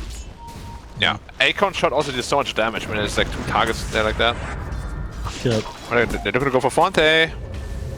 Ooh. Oh, misplay A by bit of a Felix. mana miscalculation, maybe. Yep, definitely, because he popped his mango a little too late. He's like, whoops! That gives Doom a lot of free space now. But of course, Lifesteal also free farms. Salad down here too, yeah. Dude, this Doom hero has stupid amounts of armor. What the heck? Yeah, dude, he has ran to phase the- boots, that- ring, that's level and 3 Devour now. Devour. Dude, look at this. What the? He's got 16 armor. We're 6 minutes in. This hero used to have 0 armor. Oh, mid lane? The glow up. Oh, Salad holding that nightmare maybe a little bit too long. Probably wouldn't have been able to help him much either way. PP stepping up a little bit too far for the rune. I want you guys see the Laguna Blade changes, by the way, in 7.31? No. 7.31b. They end up reducing the mana cost by a lot. Before, you'd be really hesitant to use this ability. It costs 250 mana to do like 500 damage to the enemies. Now it's 150 mana. They reduced the cost by 100 on this. That's pretty good. Yeah. So you throw this I out hated whenever you that. go for a kill now. Yeah, Ooh, I really hated Samus the is high mana bottom. cost. That's 4 heroes Find a kill there by on the Viper, detachment. yeah. Chalice with more earn charges now. And that means Viper might just become dead weight again. It's not a great +5 hero at all. Not at all. Ooh, And Salad he doesn't gets have the anything Satchel either on creep. the core. I mean, look at these 2 supports. Like, they are so poor on the side of LBZS. Yeah, but that's where the flash farming brain sap shot comes into play soon. Ah, of course, of course. Yeah, get him shard at 15 minutes. And It's turn actually Bane such a into good shot kill. though on Bane. It is. It used to It's be very the underrated. old Ags, wasn't it? Yeah. Or no. Was it the old, No, like, the old 25 Ags was- talent? Or something? Well, solo kill attempt on Somnus, but it didn't work. So I know it was something. It used to be The a AoE talent, I brain think. sap. The old Ags was like super low cooldown and more damage. Yeah, that's what it was. It was like 1.5 second cooldown. Oh yeah, they added the shot like much later, and it was never a talent or anything. Mhm. Because like that was the patch where they gave everyone and their parents wave clear ability, Yep. which I don't mind, honestly. It makes Bane more versatile. Somnus found a haste. And try and chase down PP here. Drops the Laguna. Detachment rotating on in. I mean, he's definitely not going to have the damage to help him out here. So PP maybe trying to just go for a deny, but it goes the way of Felix anyway. Yeah. That was pretty close. Nice try. Yeah. Good attempt. Somnus having a much better game than last time, though. I mean, as we saw last time, this point in the game, he already died once, I think maybe twice. Now he's 3.9k net worth. Gonna be going for these boots of travel in a BKB. I'm just enjoying the fact that he gets to actually do something this game. Before, he was very much limited by his hero and he was playing against. He's gonna get to have an impact on this arena. He was in an awful scenario in the previous game, and I think that's why he was just kind of checked out at the end there. Rough times. This Doom is going to be so far. Yeah. He's got a level 4 Devour, and he has his Midas coming out right now. Hey, the mana aura on the Doom right now, it's still got a picture of a troll on the mana aura. Yeah, you're right. Smoke gets popped there. Font able to get out, so he is safe. Gonna be able to dodge out that 3-hero smoke.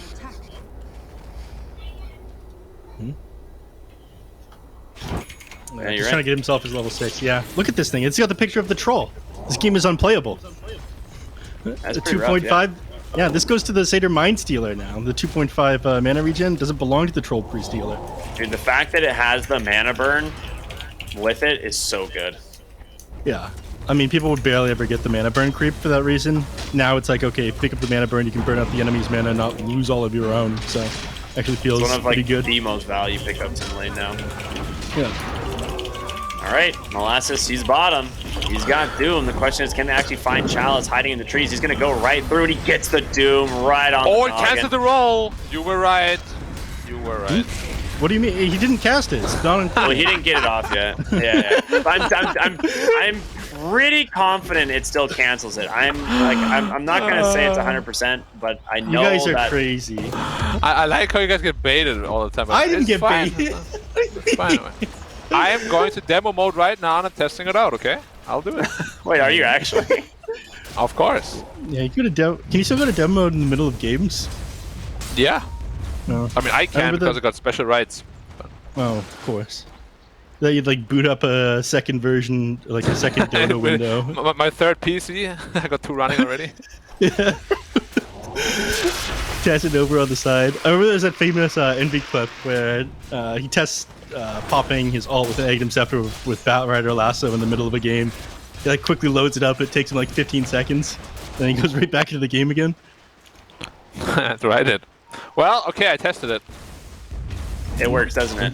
Fiend's Grip It doesn't Pop cancel catches the Life Stealer. It doesn't Can actually get the chain stun.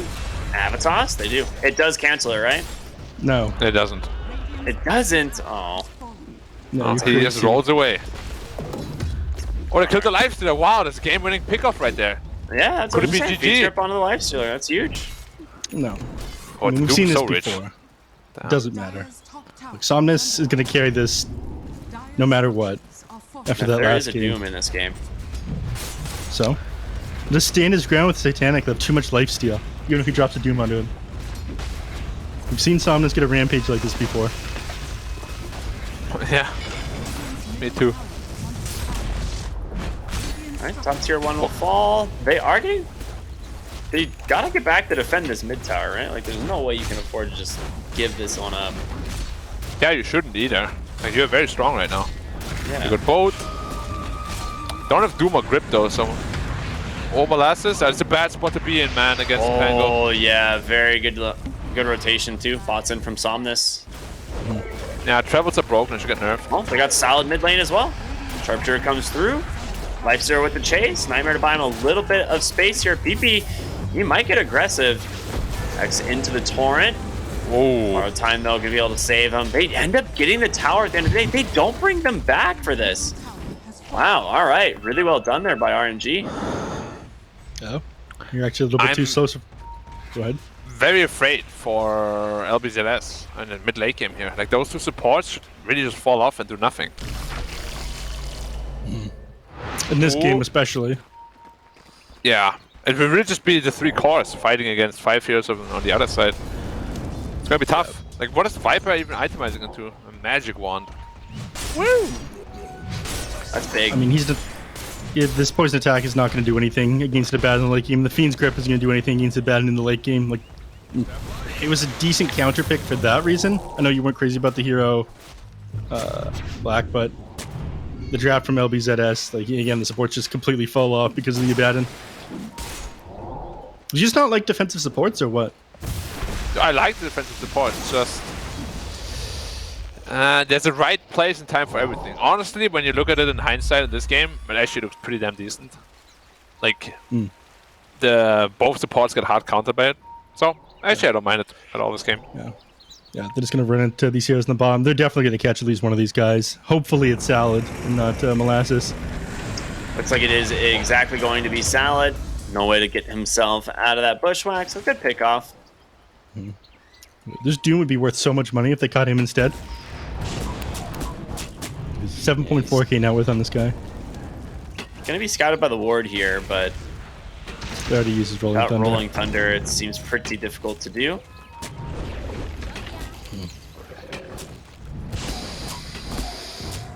I think they should be further ahead than this right now. Given that they have a Tiny, they have a Doom with a Midas. They only have a 1k net worth advantage. And this game gets a lot harder once Lena's BKB is completed, and she's only like 900 gold away from that one. So RNG, they're about to come online in a big way. And LBZS, I think they're pretty close to timings themselves. The BKB on the Doom is almost done. The BKB on the Kunk is almost done. And at that point, I think they're going to just like try to push towers and whatnot. But it doesn't feel like they're winning as hard as they should, given their heroes. Oh, Sal's got the feed grip. Yeah, bottom lane onto the Pango. Yeah, that bonus night vision goes right into the Doom. X Nova obviously making the rotation in. Hoping he That's always so sad. No chance. Like did you guys see the moment where he just stood still in front of him? Yeah. Like, he clicked the shield on him, but he died. And he's like, ah. Yeah. My one purpose. Kind of looks like Elden Ring when you bug the enemy out. It's like, ugh. Yeah. I saw some clips of that one. It looks very funny. You do like a parry. Dude, there's like 1,000 different ways to stop enemies from moving in a game. It has to be one of the buggiest games I've ever seen, but it's what makes it so great. Bugs can be fun, man. That's what we love about Dota. Yeah, especially those DP goes. Having a hell of a time. It's a feature, not a bug, my friend. That is very true. At some point, it has to be a feature, right? Yeah, it's a feature after it doesn't get fixed for 2 years. Yeah. They're obviously aware of its existence, but they leave it in the game. Unlucky, they just end up catching out the illusion there. I don't like this farming up game, but again, I guess they're just finishing up their next items. Lifestealer's still working on Assange. Probably just gonna turn this... What does he turn this into? Heaven's Halberd? Like Assange is an odd item to pick up this game on the Lifestealer. Yeah, it might just be casual, like Sange. You don't really do this anymore, though. Yeah, you don't, because it's not that good. Yeah. You guys don't like the Sange and Yasha build still on Lifestealer anymore? No. I think it could be okay. I just feel like there's like better items. Yeah. I mean, it's not a great Deso game, unfortunately. I have a lot of high armor heroes. Honestly, I wouldn't have minded maybe even like a Maelstrom just to be able to be competitive in the farming department. Yeah. Because against these high armor heroes is also pretty good. Let's see what he wants to go for. Bash, so it is a casual Sange just against the Doom. Wow.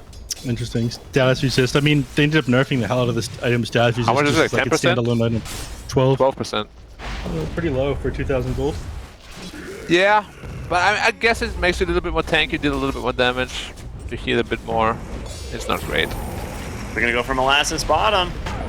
Nightmare to save him for the moment. Nah, not timed exactly there, and Molasses will end up falling. And they do TP down detachment as well. Chalice will sniff him out here with the Rolling Thunder, and so quick 2 kills. Looking like gonna go the way of RNG, as the rest of the heroes not gonna be able to join the fight. Got the Netatoxin out though, so the push is delayed a little bit. Actually by quite a bit. They might not be able to do it now. Oh. They're looking for PP in the mid lane though. Okay, no. It's hard now. BKB though. Yeah. And that one hit, man. He's such a cocky. Oh, he did not BKB. BKB. Oh my god, he's so cocky, dude. That one hit was so unnecessary. Yeah, the one hit, and not to mention the fact that he didn't pop the BKB as soon as he saw that bushwhack come out. He had the opportunity to, but he figured he'd hold it. He ends up paying with his life. Yeah. Cockiness is every great man's death. Mm-hmm. I just invented that. Nice one, my man. Thank you. Alright. But yeah, definitely a little bit greedy not popping that BKB there. You definitely go down. Because they're just going to like rainbow TP onto the mid tower if they see the opportunity to kill you.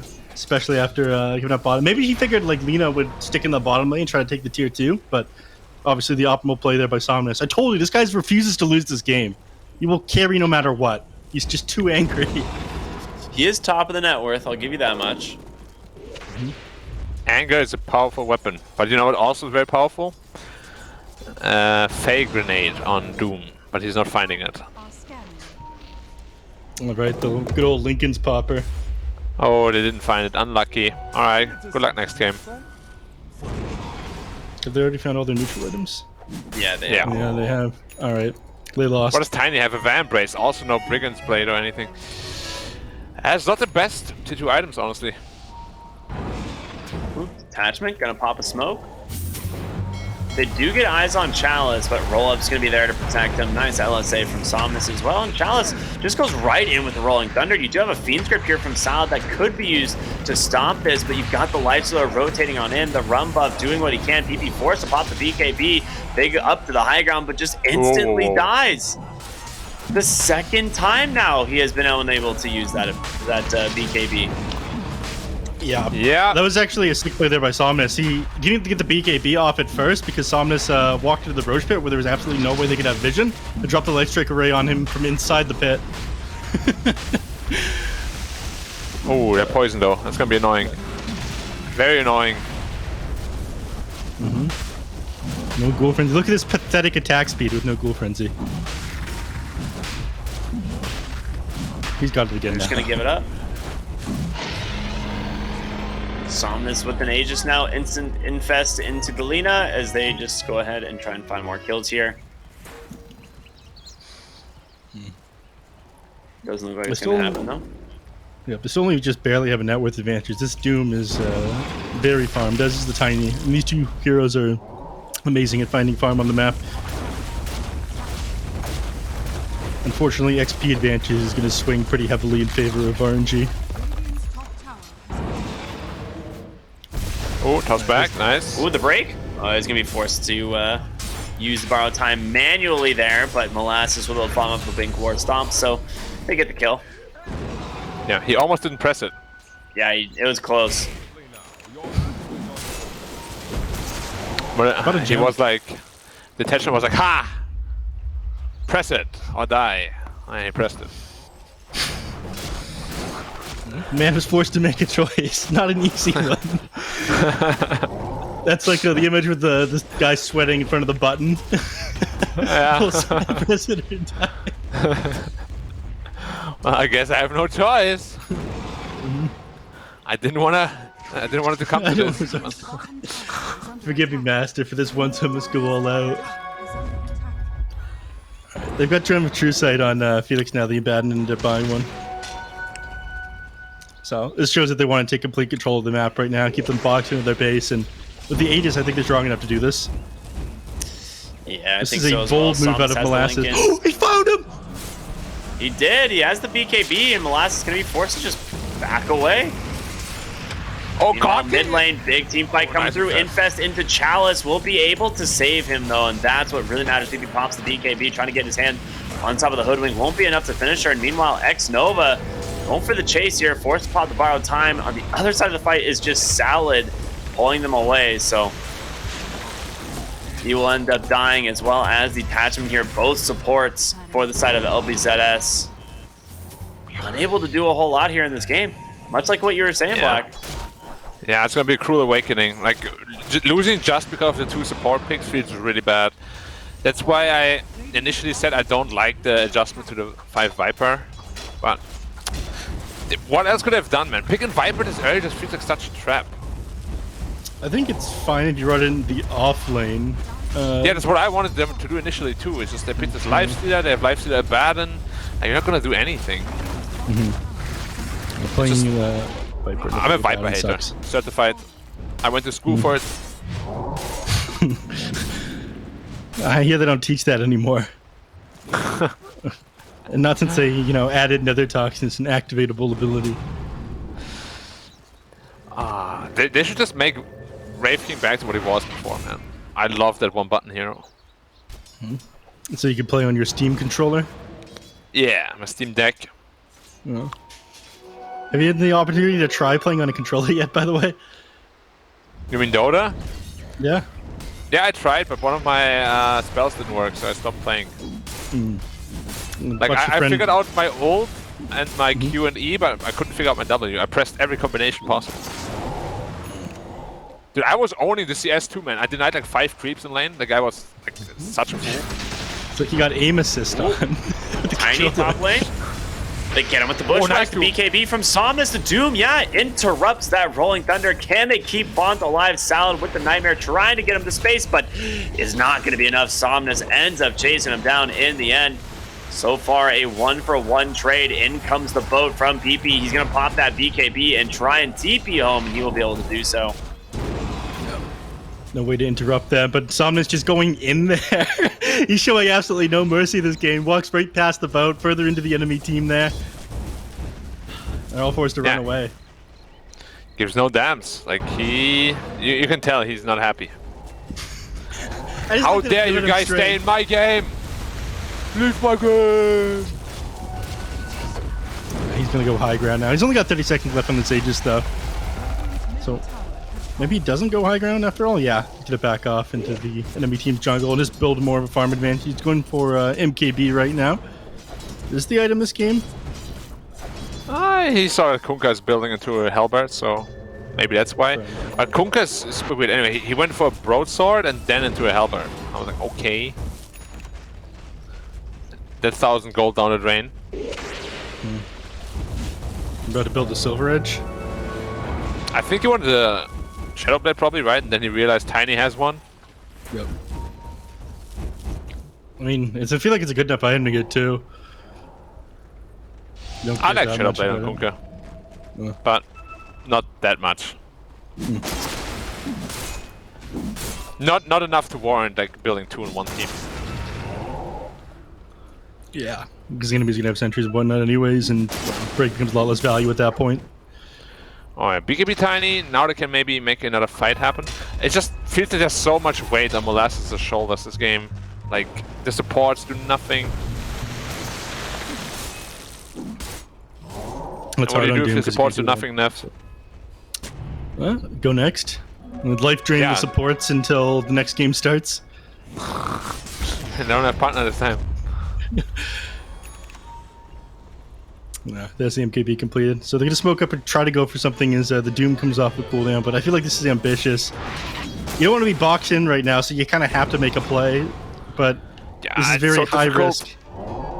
Yeah, even if you get the Pango, like they have 2 healers with the Infest and the Abaddon as well. Like everything just, if you just purchase this Lincoln Sphere anyway on the Pangolier, everything just looks pretty bleak right now.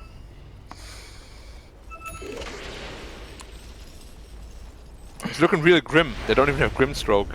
I like that. That was a good one. Real zinger. Yeah, no one's going to run into each other. This is just going to give RNG the opportunity to stall out for the next Roshan. I think with that one, they'll just push high ground with it. Also, 27 minutes of tier 3 neutral items have now come up. Advantage for RNG. Well, potential advantage. They find a quickening charm for the Doom, though. That's a nice find. Yeah, not bad. It's just I really can't see how, they're gonna win from this point on. It's just literally like a 3v5. It feels so bad to be any of the supports this game. Like Cells and Detachment are probably detached from the game already. Okay, I need to stop too.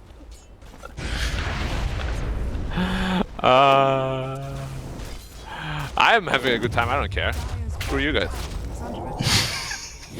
I think that's what matters. That's what... We're just here to make you happy, Black. Us and the viewers. We're just here to make you happy, buddy. Man.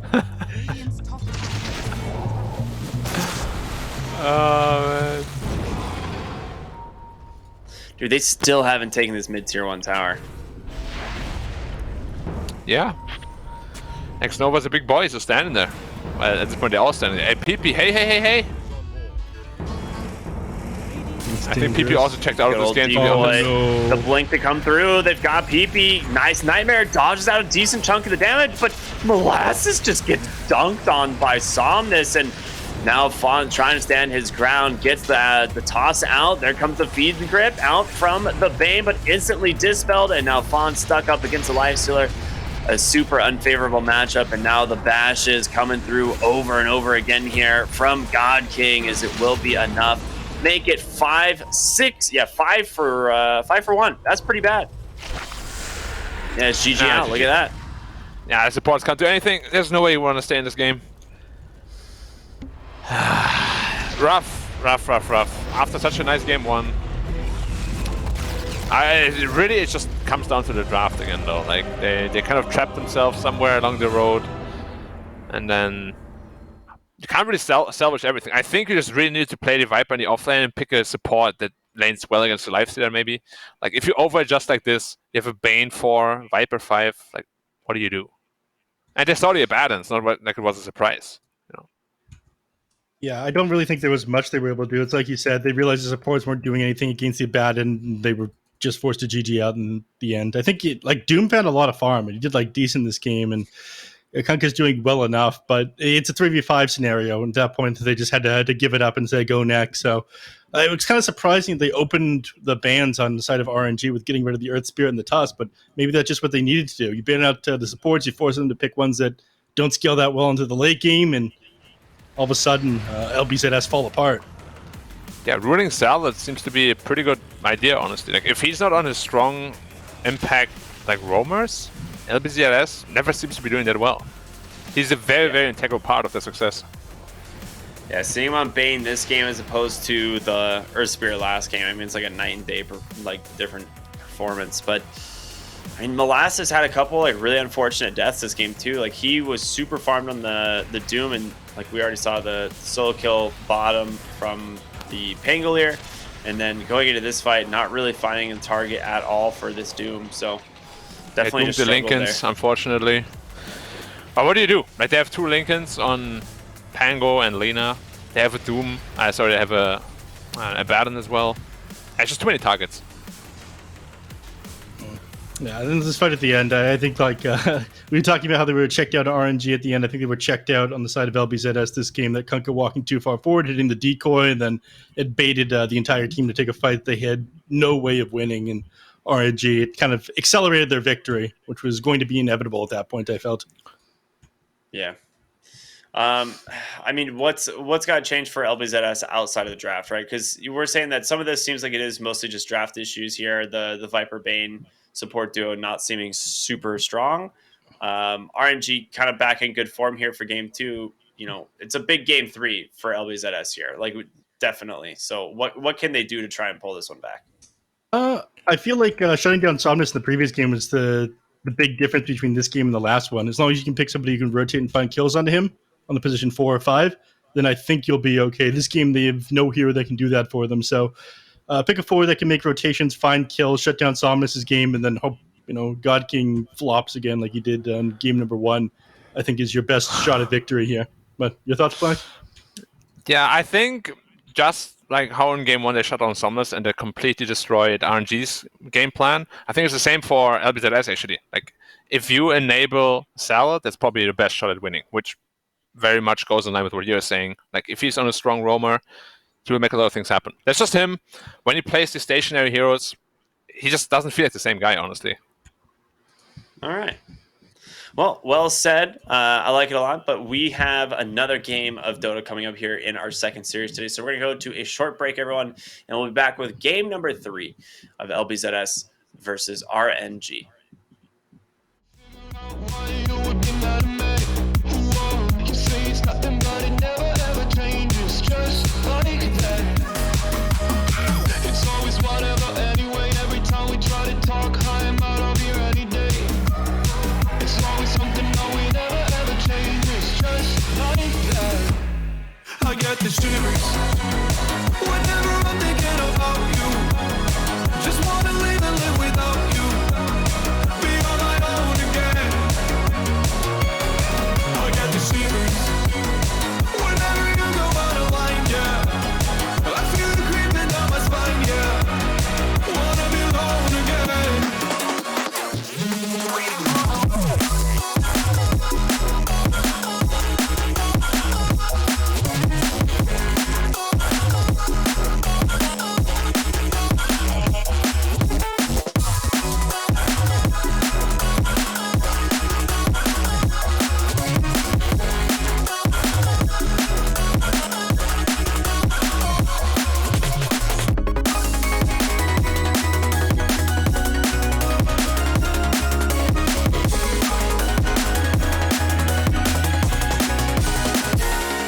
It's almost nighttime, waiting for the right time. Gotta get this right, I'm scared to death. Scared of your eyes, looking into my eyes. Scared that I'll back out and hold my breath. Wake up one morning and see your face, I can feel it coming back. These shivers are every day. Whoa, I say it's over, I get out of bed and leave, yeah. Just like that, I got the shivers whenever I would think about you. Now that I left, I live without you. I'm on my own again. I got the shivers whenever you went out of line, yeah. Now it's like everything is fine, yeah. 'Cause now I'm alone again.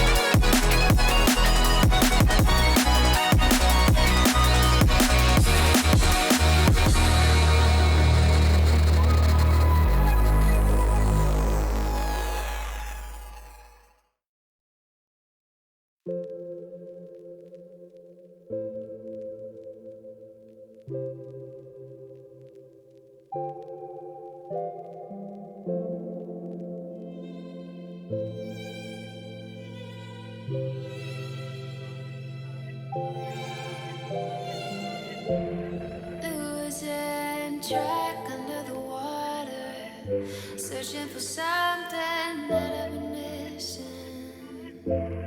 Looking back when we were younger, heartbeats were rushing, blood always pumping.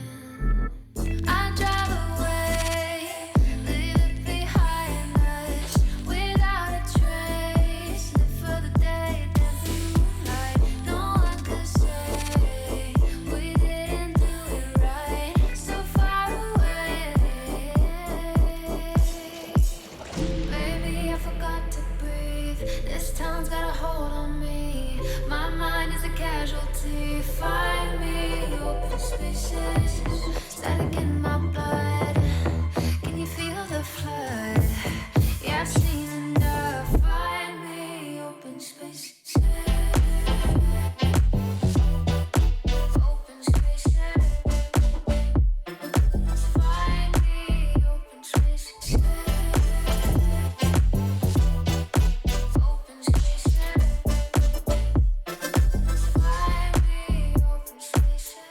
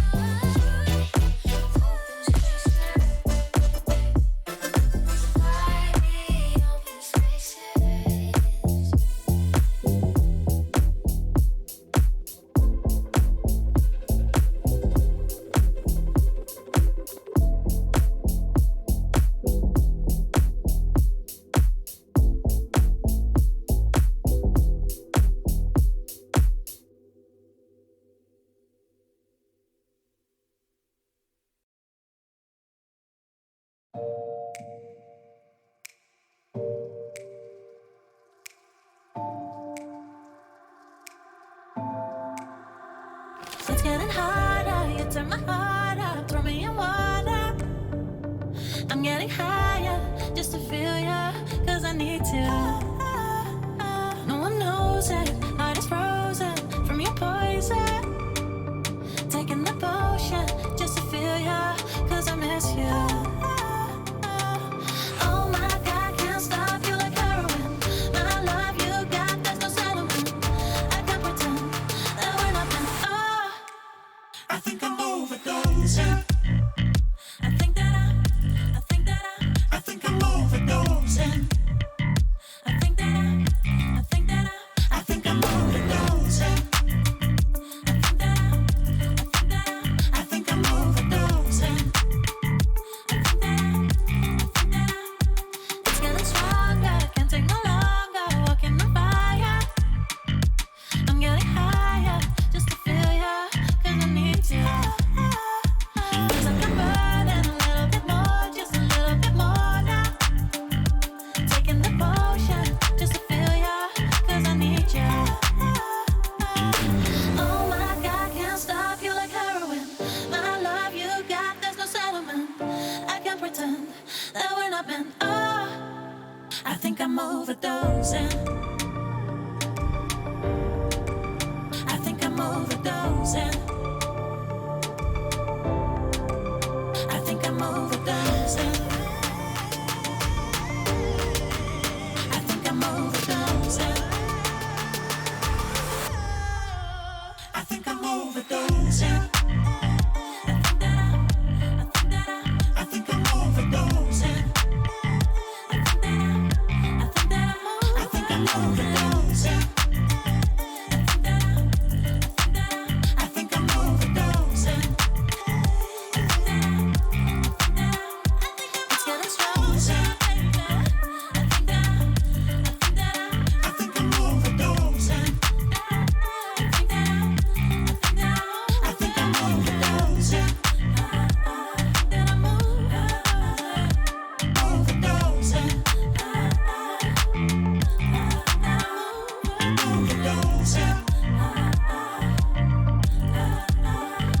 Overdosing. I think I'm overdosing.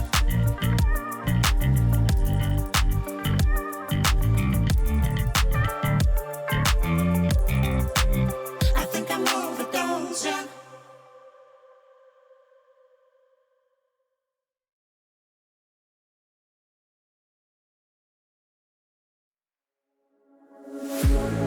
One look, the heat is rising, and I've been cold for so long. One touch and we're igniting, setting fire to it all. You know these flames ain't going out. This building is crumbling to the ground. Don't think that we can stop it now, 'cause baby our love is gonna burn down. You know these flames ain't going out. This building is crumbling to the ground. Don't think I wanna stop it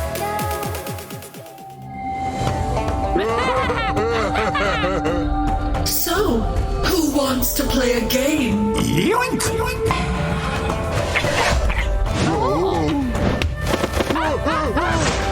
And again!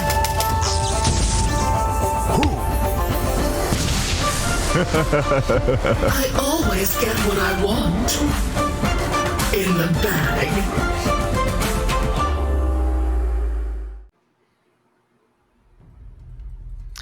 Hello, everybody, and welcome back here to the CNDPC. We are into our second game here of the evening, our second series here of the evening, LBZS versus RNG. We are currently tied 1-1. We're going the distance today. My name is Cryptic. I'm, of course, joined by Neff, and we have Lizard, who's going to be joining us as well in just a moment. But Neff, very interesting start. They get the Pangolier once again, since they ban out the Earth Spirit from, Salad, and they get the response of the Bloodseeker. Yeah. So you know what ends up happening? Exactly what we talked about. Exactly what Black talked about on the side of RNG. They're banning out the hero Salad wants to play. They get rid of the Earth Spirit and the Tusk. They don't want Somnus's game griefed.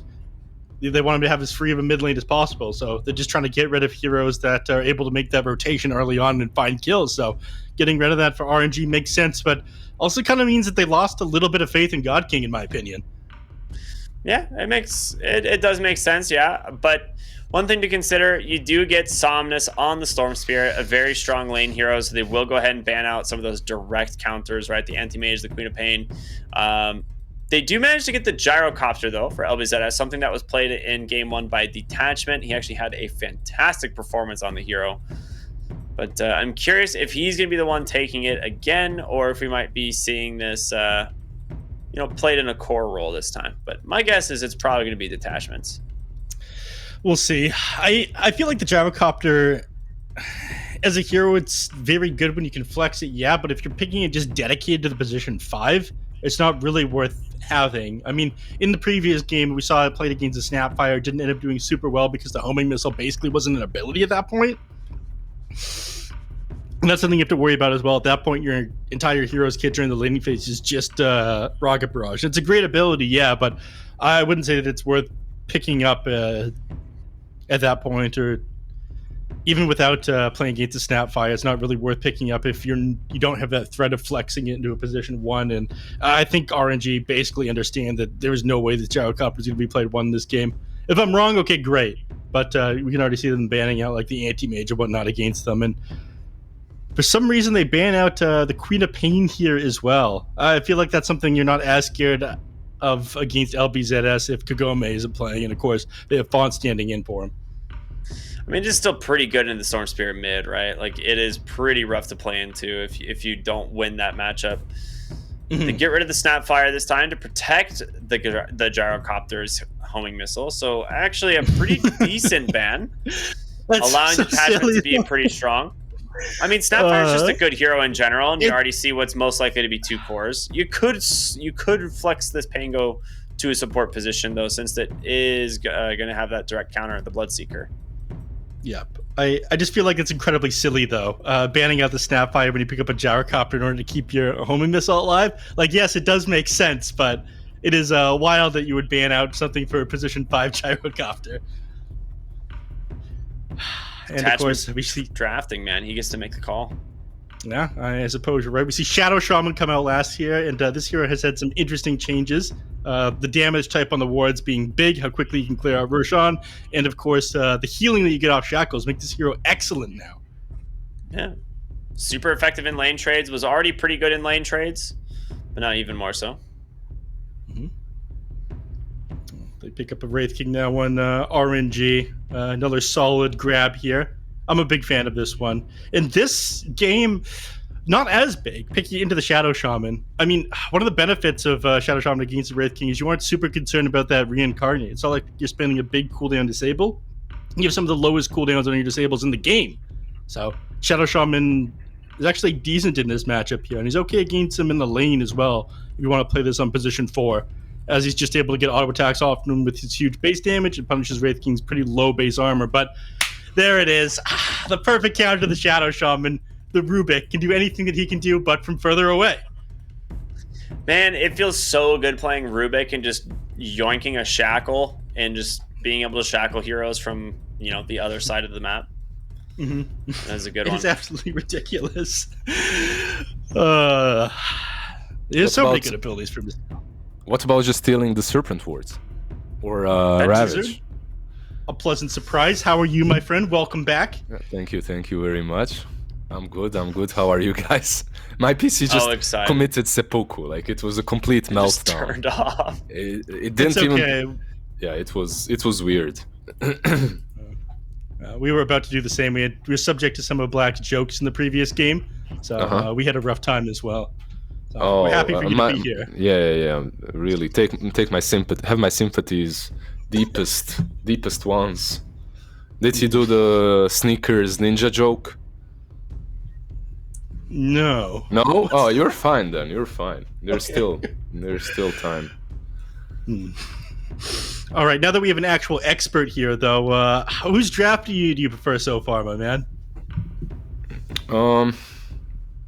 Let me think about it a little bit. Is this Gyro mid? What's happening? It's probably going to be the support gyro in the 5 position for detachment. That's what we typically see LBZS do. They ran it in game 1. So 5 gyro with Bloodseeker safe lane, eh? Okay, so they have some nice things on the side of LBZS. You can deal with the Pango. Shadow Shaman looks a bit broken at the moment as well. Like you have that Hex versus Storm Spirit. You have a ton of lockdown that's necessary. And the Tide lane's pretty good against the Wraith King too, right? Like you hate playing Wraith King into Tide Hunter. Your skeletons do literally no damage once you have like 2 points in the Kraken shell. Yeah, it's one of the best lanes really for Tide. So should be kind of simple for him to do well in that lane. And that makes me think we're probably seeing a 5 Pango, but it's hard to say. Like they did ban out the Disruptor here as like being one of the better counters to the Tide Hunter, right? I'm wondering if they want to ban out something like a Doom as well. But I would be more inclined to think that this is going to be like a 5 Pango because of the Bloodseeker being in this game. I have to. I can see where you're coming from, but at the same time, I don't really want to see that. Like I wouldn't want to. Yeah. If I was RNG, I wouldn't draft that way because you'd have Pango 5, Rubik 4, extremely greedy couple of supports, and then the lane would be Pango plus Wraith King versus Tide. Tide would destroy them. I feel like that could be an issue for you. Maybe just stick with the Pango offlane and pick a different 5. But hey, it's RNG. They can definitely switch things up a bit with Felix. And play some crazy heroes on that position 4 and 5 that is on the supports. All right, well, we'll find out here sooner or later. The both teams have a decent amount of reserve time left, so they can give a little time to think about how they want to finish off these drafts. It's solid enough from the side of LBZS. On one hand, I'm with Ricky here. Like, if you're playing this Pangolier into the Bloodseeker, you are worried about just getting ruptured at the beginning of every team fight. But I don't think your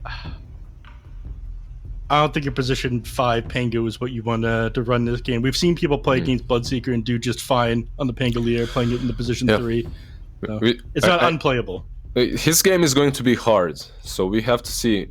Yeah, they just go with the Hoodwink 5 instead. They get that break in to help out a little bit, a ton of damage as well from her coming into play. Their draft is wonky, I would say, from RNG. Just looking at these 2 drafts, let's see what LBZS finishes off with. They need a mid laner versus the Storm.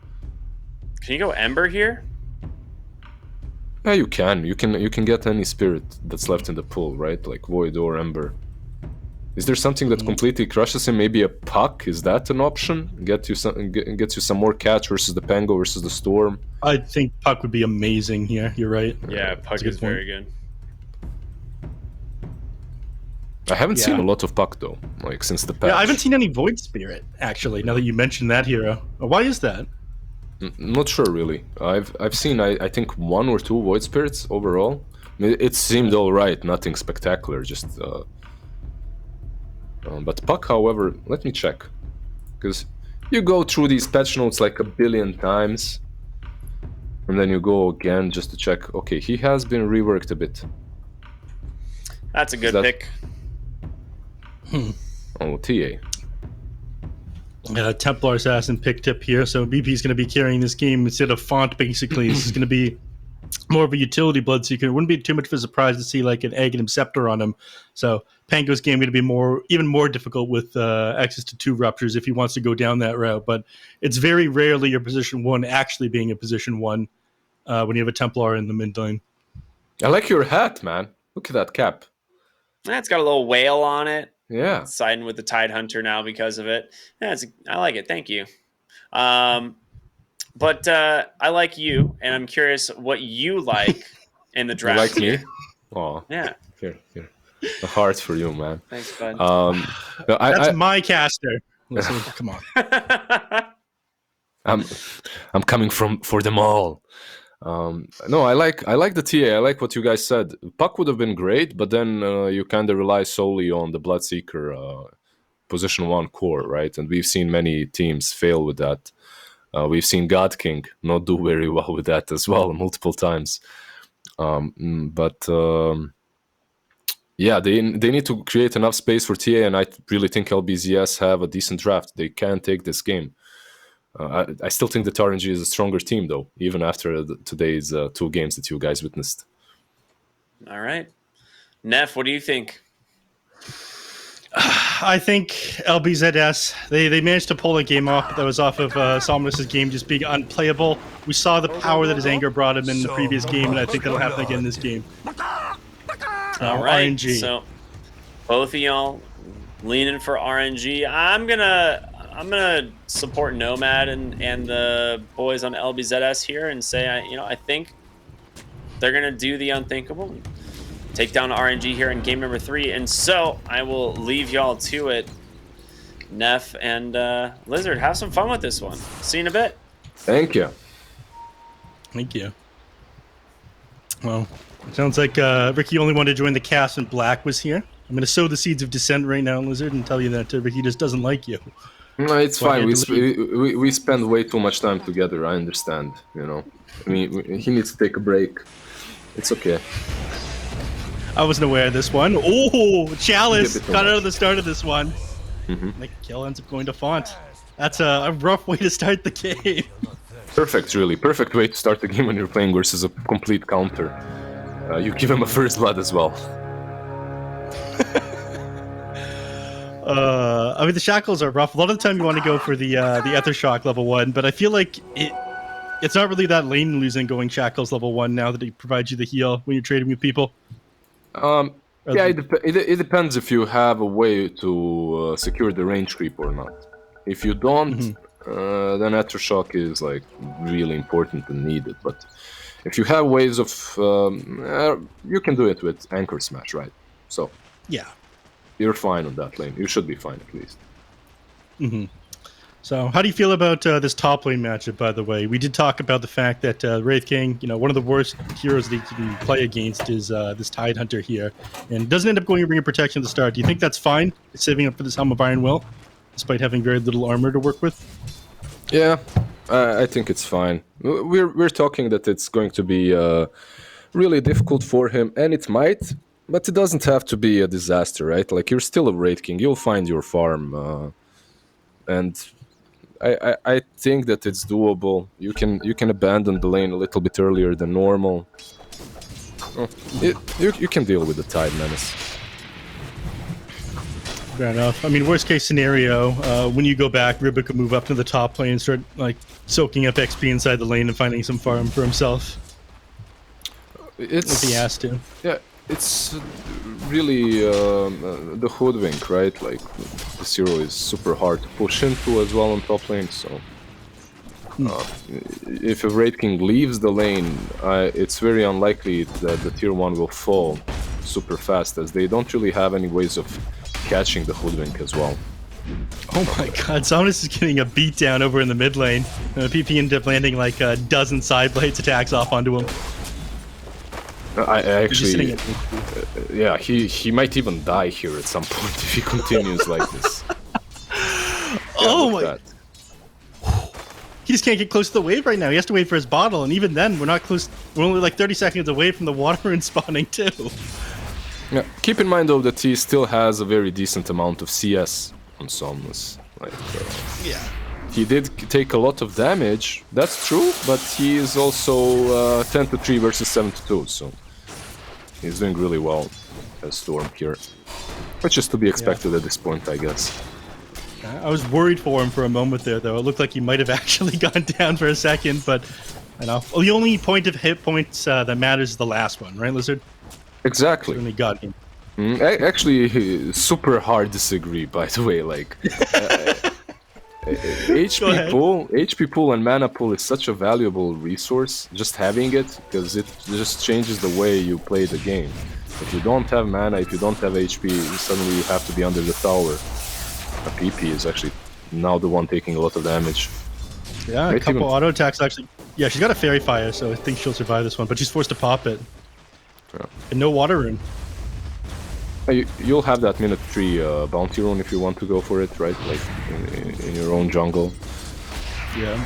But that's a little bit further away from the mid lane now. You have to walk pretty far from it. A lot of times you end up missing a creep wave if you go for that now. How do you feel about the bot lane TA overall? I think it's fine. I think he kind of had to do it for this game in particular. Like, maybe situational, but this game he ended up dropping pretty low HP after Salmon started trading back in a bottle of his own. By the way, I was trying to be optimistic about the top lane with the Wraith King versus Tide. He has 7 CS versus 17 of Molasses, so he is being... Yeah. It's not an easy lane for him at all. No. I mean, you're a glass half full kind of guy, Lizard. I respect that. I was trying to be. Right? You find some excuses, some ways. Sure, he's gonna crit the creeps or something. I mean, you were talking up God King in this lane, not the matchup. But the matchup, you were saying this is like an incredibly easy lane for a Tidehunter, you were saying, during the draft. Yeah. As we mentioned, he's already with the Ring of Health, completely unzonable any longer. Yeah, and he's pushing God King to his tier 2 tower at 4 minutes into the game. 3 minutes even. God King tried to, well, not creep skip, but connect the creep wave a bit behind, so it's safer for him to last it. He got 2 CS out of it. That's still something, you know. It's almost 25% of what he had at the beginning. Really pushing that glass half full point of view. I'm trying. What about the bottom lane, by the way? Rubik and Pango, how are they doing? After feeding that first blood to the Bloodseeker, it also doesn't feel that great. But a bit better, right? Unfortunately, Font is at 2.6k net worth at the moment, doing great in ESP's boots. Oh, yeah, getting dove underneath the tower. You got a lot of armor here on Storm Spirit, but I'm not sure it's going to be enough. The Vortex ends up stalling him for enough time. Can he finish him off? No! The Refraction ends up coming off of cooldown, but PB will end up going down. Yeah. Actually, unbelievable rotation from X-Nova almost saves the day with that bushwhack. But unfortunately, for Somnus, he still dies first. That was very fortunate timing there on the Refraction coming off a cooldown as he was underneath the tower there. So managed to pop that and stay alive just long enough to get the kill off on the Storm. But still, that's a lot of XP going to the supports for those kills. Ooh, over on the other side here, Felix ends up getting caught out by these heroes. There's no way he survives this one. 2 more auto attacks will finish him off. No, he gets thrown back away from his team. He does survive. No way, Jose. Hey? Right. He runs back easily. But I can see where you were coming from, like when you see Shadow Shaman and Gyrocopter. There's so much damage coming out from these two heroes. These are absolutely insane as supports. But they are attachment of far forward. He's gonna try to go for them. The Shackles comes out again, but it doesn't end up keeping him alive. Now Sal, he's forced to turn around. Somnus absolutely refuses to acknowledge this. He's got a creep wave underneath the tower that he's going for while this happens. Once he gets 6 though. Yeah, once he gets 6, no, he doesn't. Felix finishes him off first. He started walking over there. He's trying to get his level 6. You're absolutely right. Yeah. These creeps are too important to deal with. You guys can deal with the hogwash over there. Like you have to know your limits sometimes and your boundaries. Shadow Shaman and Gyrocopter definitely went over those, trying to dive twice in a row. Like sometimes when you catch people off guard, that can work, but you're already there. They know exactly what you're trying to do, so most likely you'll get punished, and they did get punished, right? So what are they... Oh, I was going to start, but bottom lane, Somnus rotates down here. Font, he ends up getting caught out, pulled back by the Vortex, and about to be finished off here. Last auto attack from Somnus ends up getting the kill. Meanwhile, over in the jungle, Shackles onto X-Nova. Bushwhack is on cooldown, but not enough damage to quite finish him off. He can sell it back up. Even though he doesn't have any levels in Scurry, he managed to get away. Rubik, however, will he get away? Probably. Maybe not. One more attack to finish him off. Centaur doesn't end up coming in stealing the last hit, but yes! Detachment ends up going down to the Centaur. Wait. Why yes? Are you some sort of a biased caster, Neff? I meant to say your Warpine Raider. I was excited for the Warpine Raider getting the kill. So you're biased. So you're biased towards neutral creeps. I see. Yes, okay, exactly. I'll let it pass this time around, but don't let me catch you again. gonna be rough. My apologies, sir. Yeah, I feel like we'll see a lot of Somnus rotations from now on, and then Hoodwink can just stick around the top lane with Scurry and defend the tower from the Tidehunter, or he can get shackled and killed. Yeah, you gonna come in on Somnus, Electric Vortex off on the Shadow Shaman, one more zip will finish him off. Felix is on top of this gyrocopter. He's got a lift available, but he realizes that, okay, you are going to go forward, but not much mana left here on Somnus. Attachment, the 200 HP sticks back up, but not enough to save him. Oh, that Mel didn't hit. Yeah, ended up missing that one. Ends up getting level 6 on Chalice. You're not going to be able to get this kill, though. Now with the Refraction Charge is still available on PP. Shadow Shaman is TPing in. I'm not sure. They can't. He's got no mana left on Storm. He's going to try to hex him. He has a lot of armor on Storm. Everybody ends up coming out. This might finish him off. Auto attack does the trick, and Rupture ends up coming out. Felix getting chased down by Fawn. He's got so much movement speed. 700. He's a race car. Chalice finishes him off there on PP. Yeah, Chalice. He's forced to stand his ground. He has 34% extra resistance from the shield crash. Walks out. Gonna expire in a couple seconds. Gonna try to stand his ground for now. Jumps over on the low ground. He's still got an urn to play with, but he's gonna get run down underneath his tower. One more auto attack, and does that going down on Font. Yeah, I feel like X-Nova, if he was around instead of securing the rune, he has that bushwhack and Pango lives. Smo maybe... I'm not so sure why he didn't go there and he... It looks like you're about to lose Molasses up here in the top lane as well. It's the first thing Stormfield's gonna do when he respawns is look for a hero too far forward and try to find a kill. The only reason they even killed Storm on that mid lane is telekinesis. Like, the cooldown might be a little bit ridiculous for what it gives. Attachment. Yeah. Getting chased down again by Somnus. One more auto attack. Yeah. PP chasing him into the Roche Pit. Refraction charges get burned instantly thanks to the Swashbuckle. Now stunned up with the Rolling Thunder. And he's going to try to get Salad as well. Bouncing off the cliff. This is the worst place you could be. Bushwhacked up and finished off. Felix with a double kill. Yeah, I'm not sure that's what you want to be doing as TA at this point. Like, sure, you have the Bloodseeker, just let him be the Space Creator, the Dyer, the Sacrificial Lamb. As a TA, you should be just farming up. He's joining way too many fights, and he's really falling behind now. I mean, we talked about this. Your true position when it's a Templar Assassin. For some reason, this Bloodseeker is going... Oh, no. Glass is getting dove into the tower. He does have Ravage to work with, though. They end up missing the Bushwhack as well. This is going to make it even easier for him, and everybody just backs off. This is insane. Everybody diving the Tidehunter there, despite the fact that he had Ravage, and they didn't find the kill. Nobody on either side was punished for that one. They are tipping bottom, though. They want to get a different sort of a kill, maybe this Bloodseeker. If he farms the small camp, nah, he's on to them. He moves back. Yeah, better play. There's one hero that you really don't want to be going on if you're RNG, and that's Molasses' Tidehunter. He has a hood, he's had a great game, he's second in net worth. You really want to dodge him. Yeah, so they decided to back off there when they ended up missing the the sharpshooter. It didn't have that break anymore.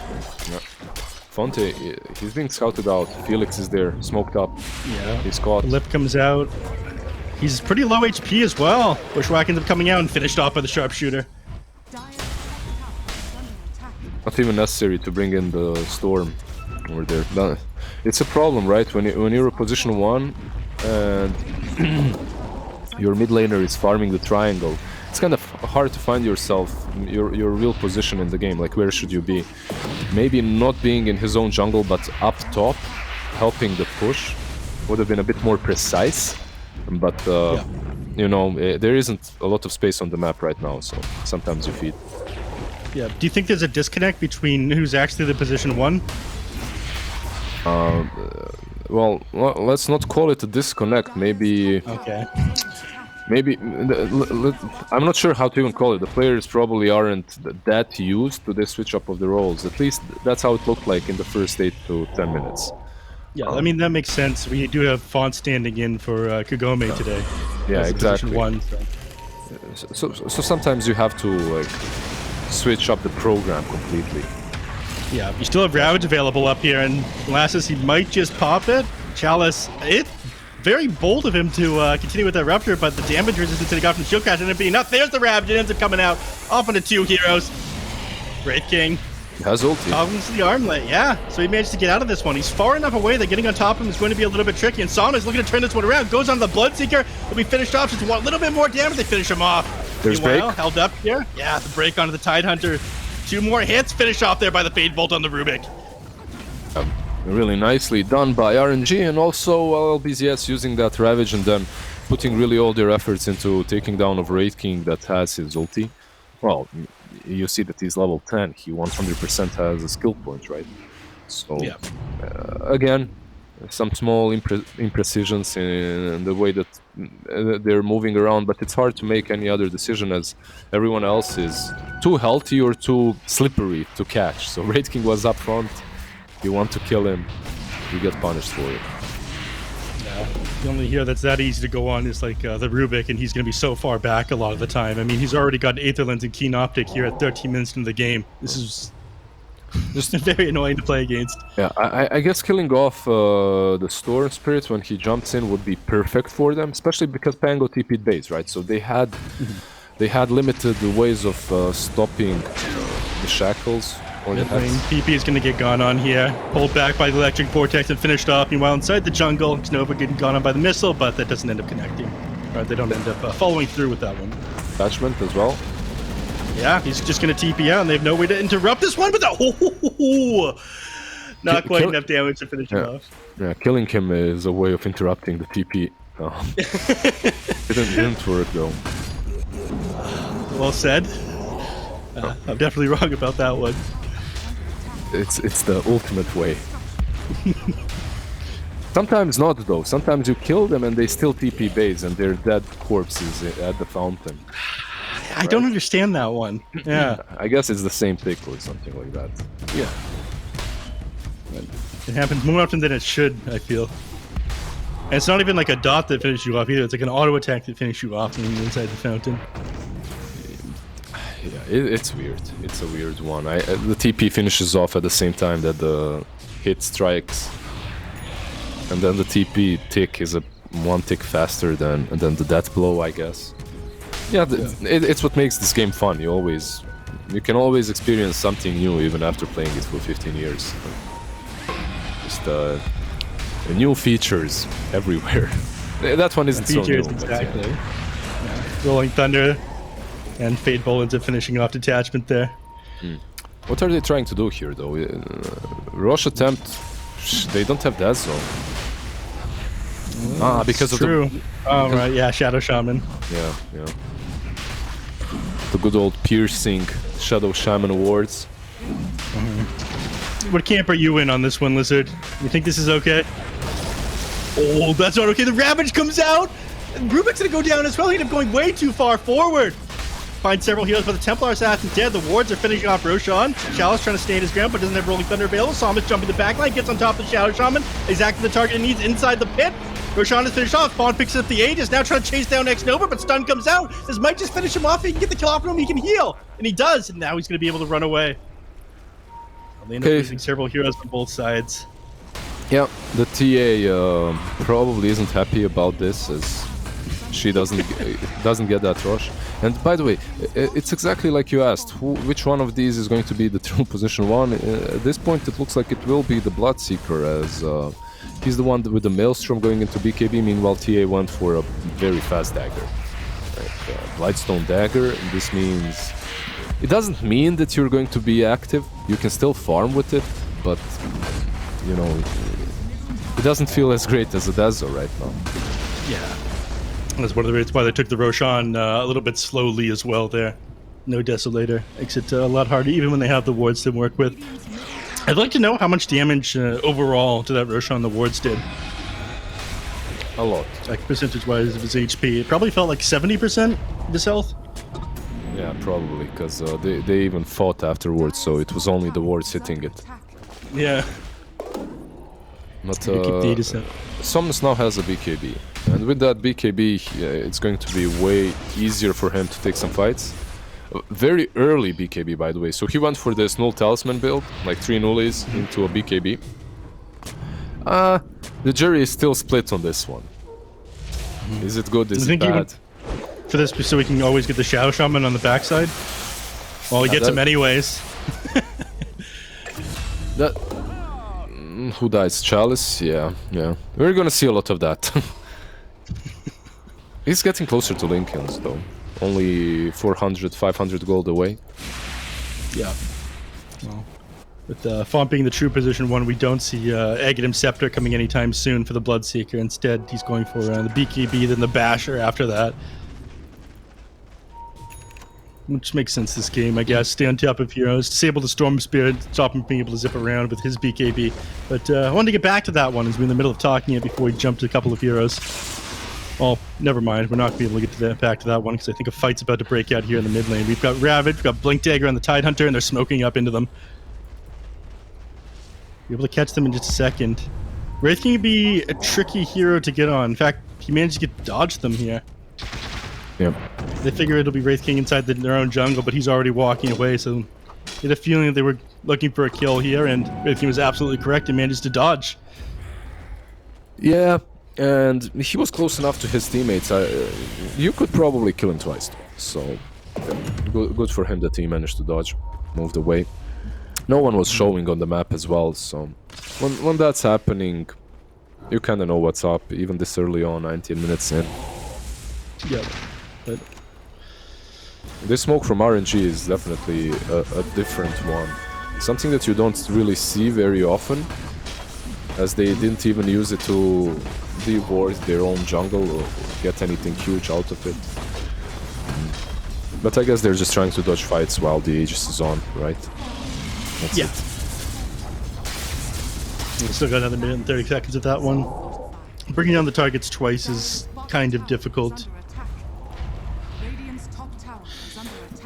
So both people dodging right now. We can circle back to talking about that BKB though, the Storm Spirit. Do you think this is like optimal for Storm this game? It never really feels that optimal getting a BKB this early, but I can't really put my finger on the power level of Storm null Talisman build at the moment as well. He's going bottom. Yeah. They hold Bloodseeker here, but he's still got the Aegis for another minute, so he is fine going down here, and he's got BKB available for when he gets back up, and he's probably just going to pop this. He does. Last on the backside of the team fight, he's going to blink, and there's the Ravage coming out! Only ends up connecting with two. Rubik ends up stealing the Anchor Smash. Storm Spirit jumping in, trying to get on the back line. Does get his hands on the Shadow Shaman and picks him apart. Salad goes down at the very start. God King getting chased down now, and looks like RNG just trying to get out. Too much damage coming out from PB though, but now he's underneath the tower. Somnus getting these auto attacks off. Amazing bushwhack coming from next over. The tree ends up getting broken. Can he finish him off? He does end up going down. Whoa, just barely blinks away from that sharpshooter coming out from the hoodwink at the tail end of the team fight. Okay, so they trade their mid laner and position 4 for the Wraith King, right? The way the fight started was kind of awkward for LBZS. They used everything they had on the Wraith King, who has 2 lives, right? So not really optimal. You want to save your spells for other targets, optimally Storm Pango to be ruptured. I think Pango even used Lincolns on the Wraith King, so one of the big spells got reflected. I'm surprised RNG actually didn't come out harder on top after that fight, but also LBZS afterwards played it very well, and the TA with an early BKB dealt a ton of damage. Like both of these teams realizing the potential of getting that early BKB in this game.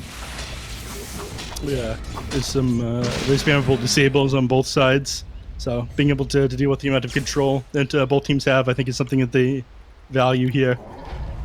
Who do you think this benefits at the moment? I mean, it's 12 to 23 at the moment, but net worth is pretty even given the state of the kills this game. Who do you think benefits from this going later at the moment? I think the game is really even, very even-ish at the moment. Wraith King is a natural danger later on Chalice top lane. Yeah, he's going to go on to Font here, but he pops the BKB immediately, and there's the Basher coming into play. Storm Spirit, he's just going to... Okay, he's going to try to commit onto the Gyrocopter here. They have enough damage to finish him off, and TP's out there on the Bloodseeker. Realize there's just too many heroes for him to fight. What happened with the Vortex? How didn't he catch the Bloodseeker early on? Pardon, what happened with the what? With the Vortex from the Storm Spirit, because you're jumping the Bloodseeker, you should be able to catch him, right? Before the BKB is immediately. Yeah. I guess he's just slow on it. Yeah. So, weird, because you're also jumping from the fog, but yeah. Fast Fingers Fonte.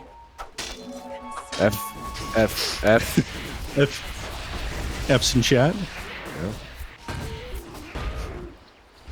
Oh, impressive. I mean, you can cast spells on Stormthrower in Ball Lightning, though, right? So you should almost always be able to get that one off. Of course. Because that's what they were doing. Chalice already armed up the Rolling Thunder. They'd probably have enough damage to kill him off. Or take him really down low before he pops the BKB. But it is what it is. They still got the gyro kill. There's a smoke from LBZS moving towards bottom. Yeah, I guess they want to make plays right now. They got Ravage off of cooldown. Oh, Felix. Can you get the Hex off? Yeah, he can. TP doesn't quite get off, and well, it makes quick work of him. The funniest thing is, actually, it was RNG trying to smoke up as well. They were waiting for Felix to connect to them with that TP. This time around, LBZS just being a little bit faster, and I love seeing this. I love seeing a team that has, let's call it a slight advantage, just take a good pick off or a good fight off of the fact that they smoked up like 10 seconds earlier, right? This game, it doesn't last very long, and it's all about these seconds, man. Like every single tick in this game matters. It's all a butterfly effect. The moment you do something that takes you slightly too long, gives the other team an opportunity to capitalize off this. Of course, like even. No, go ahead. Oh, I just wanted to. I'm on a tangent now. You know, we want to hear the tangent. I'm gonna fly away, but I remember, like back in the day, supports. You would literally have. What's it called when you're playing music and you have that. The thing that keeps the tempo. I played bass for 12 years. I can't remember this. Well, yeah, what keeps the rhythm? I have no idea. I'm not a music guy, unfortunately. Whatever. There's a thing that literally keeps the tempo for you. And supports usually have that in their head because they need to understand all these timings, like when to pull, when the cart is coming, when the rune is coming, when you can rotate, when you're gonna get levels. It's all tied up to the timing in the game, right? And, never mind. I lost that word and I lost my point with it, I guess. Yeah, I'm sure it would have been a really good point if you could have remembered the word. I fault myself for not remembering it. I'm Googling it right now. Like, tempo.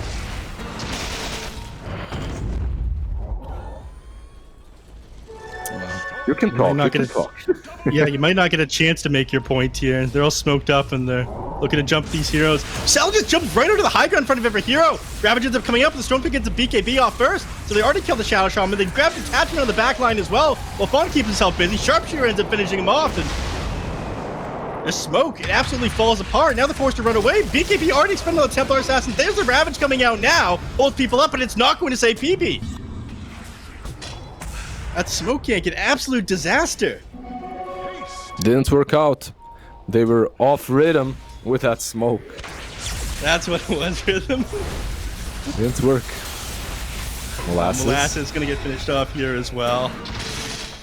Man, Felix just can't steal a good spell this game. He keeps on, like, first he had Meld, now he has Anchor Smash. He's like, alright guys, am I a joke? Can you give me something normal? At least a gush at this point.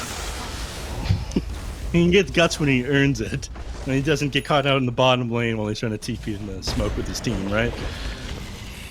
I just want to cast something good, guys. Come on. Like, stealing Rupture this game would be amazing. Rupturing a Bloodseeker always feels game-winning. Like, Ravage would be incredible as well. Man, I'm fine with any of Shadow Shaman spells. If you could, get vision of him at some point, just make a beeline over to him.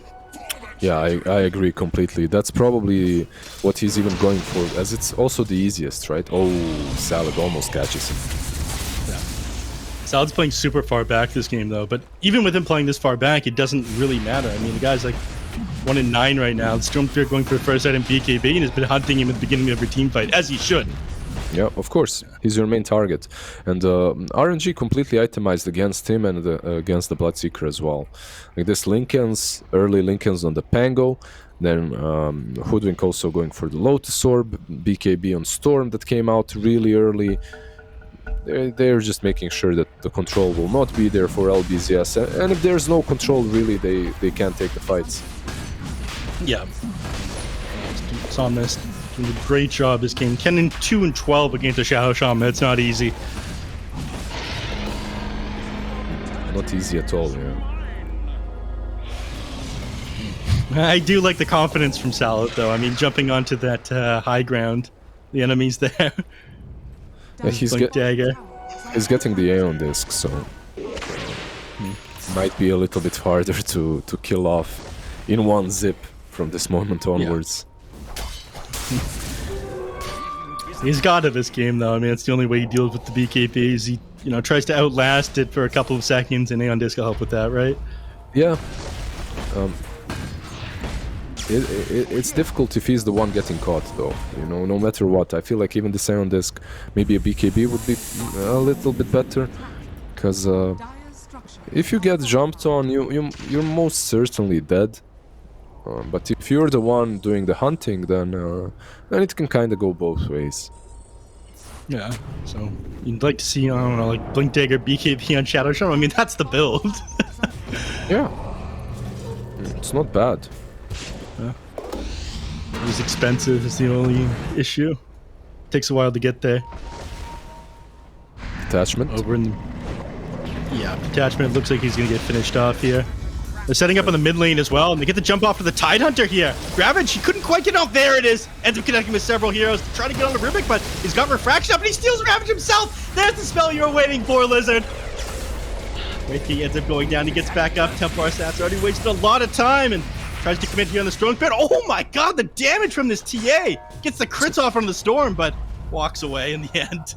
I'm actually surprised that God King and Felix were running away, because it's literally only the TA chasing them off, It's like that one small little kid going in full rage mode and everyone gets scared and is running away. Meanwhile, suddenly you realize, hey, wait, why are we running? He's swinging his arms, and if they walk into them, then it's their fault.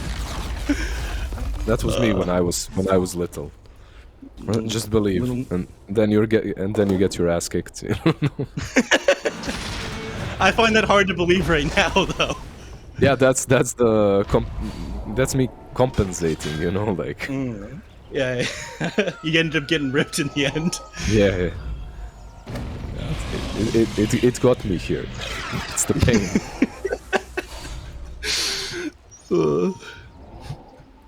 Well, there's a lot of damage coming out from that Tia there. Did she end up getting a double crit off on the Storm there? Not sure, but yeah, she did definitely deal a ton of damage. Storm Spirit bot lane. He just jumped. He used all of his mana here. I mean, he's going to get back up with this Aegis. He's going to pop this BKB, though.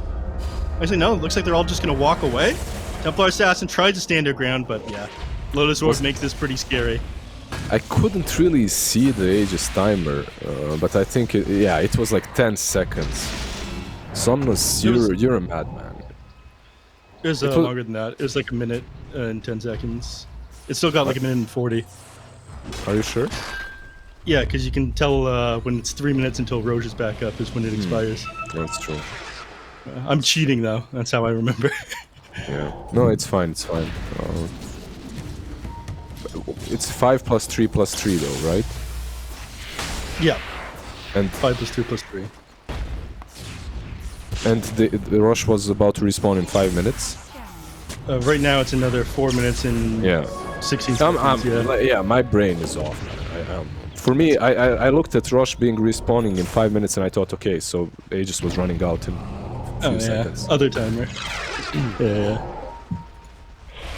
All right, the smoke up on LBZS, just making a trap on Fonte, I guess. Do you pronounce Fonte? Are you as gracious as I am, or do you just say font? I was saying font because last time I was doing weird pronunciations, I got made fun of. And I just don't have the confidence anymore. Yeah. I'll go back to doing Fonte if I've you on my side, though. Yeah, I'm down for the Fonte camp. Okay, yeah. I'm Fonte from now on, then. Fonte playing the Visage. But it is Visage though. It's also Pugna, but whatever. Yeah. Some other time. Apparently Yule Scepter is supposed to be pronounced Oils. Yeah, because it's... Wait. What am I saying? Why would it be? Well, there's an Euler mathematician, so... Yeah, that's the reason why. Yeah, so it should be Oil Scepter, yeah. Euler But Scepter. nobody calls it that, and you get made fun of if you call it that. Yeah, I mean, you're just being pretentious at that point. Meanwhile, Fonte is completely fine. Oh, Salad jumping forward under the hoodwink, and they might just get this kill. There it is, coming into play there. The Aeon disc, but it didn't end up mattering, just like you said. Would have wished he had a BKB. The attachment now goes down as well, but they managed to kill 2 heroes at the start of this team fight. Molasses that tried to go onto him, but he's already expended his Ravage. Not that important of a casualty, and slowly he'll get finished off here. Good experience with the last hit on that. Yep. A buyback on the gyrocopter doesn't really help there, and they're ready to... Well, they're ready to slowly back off and continue farming. A bit anticlimactic. Yeah.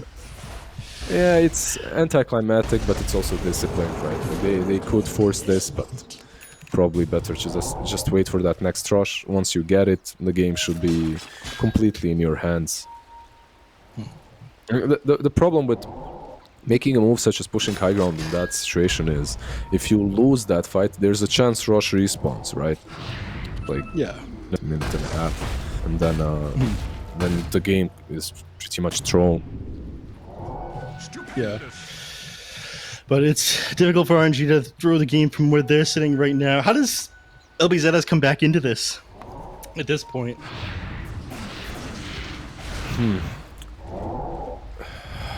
Let me see. Hard question.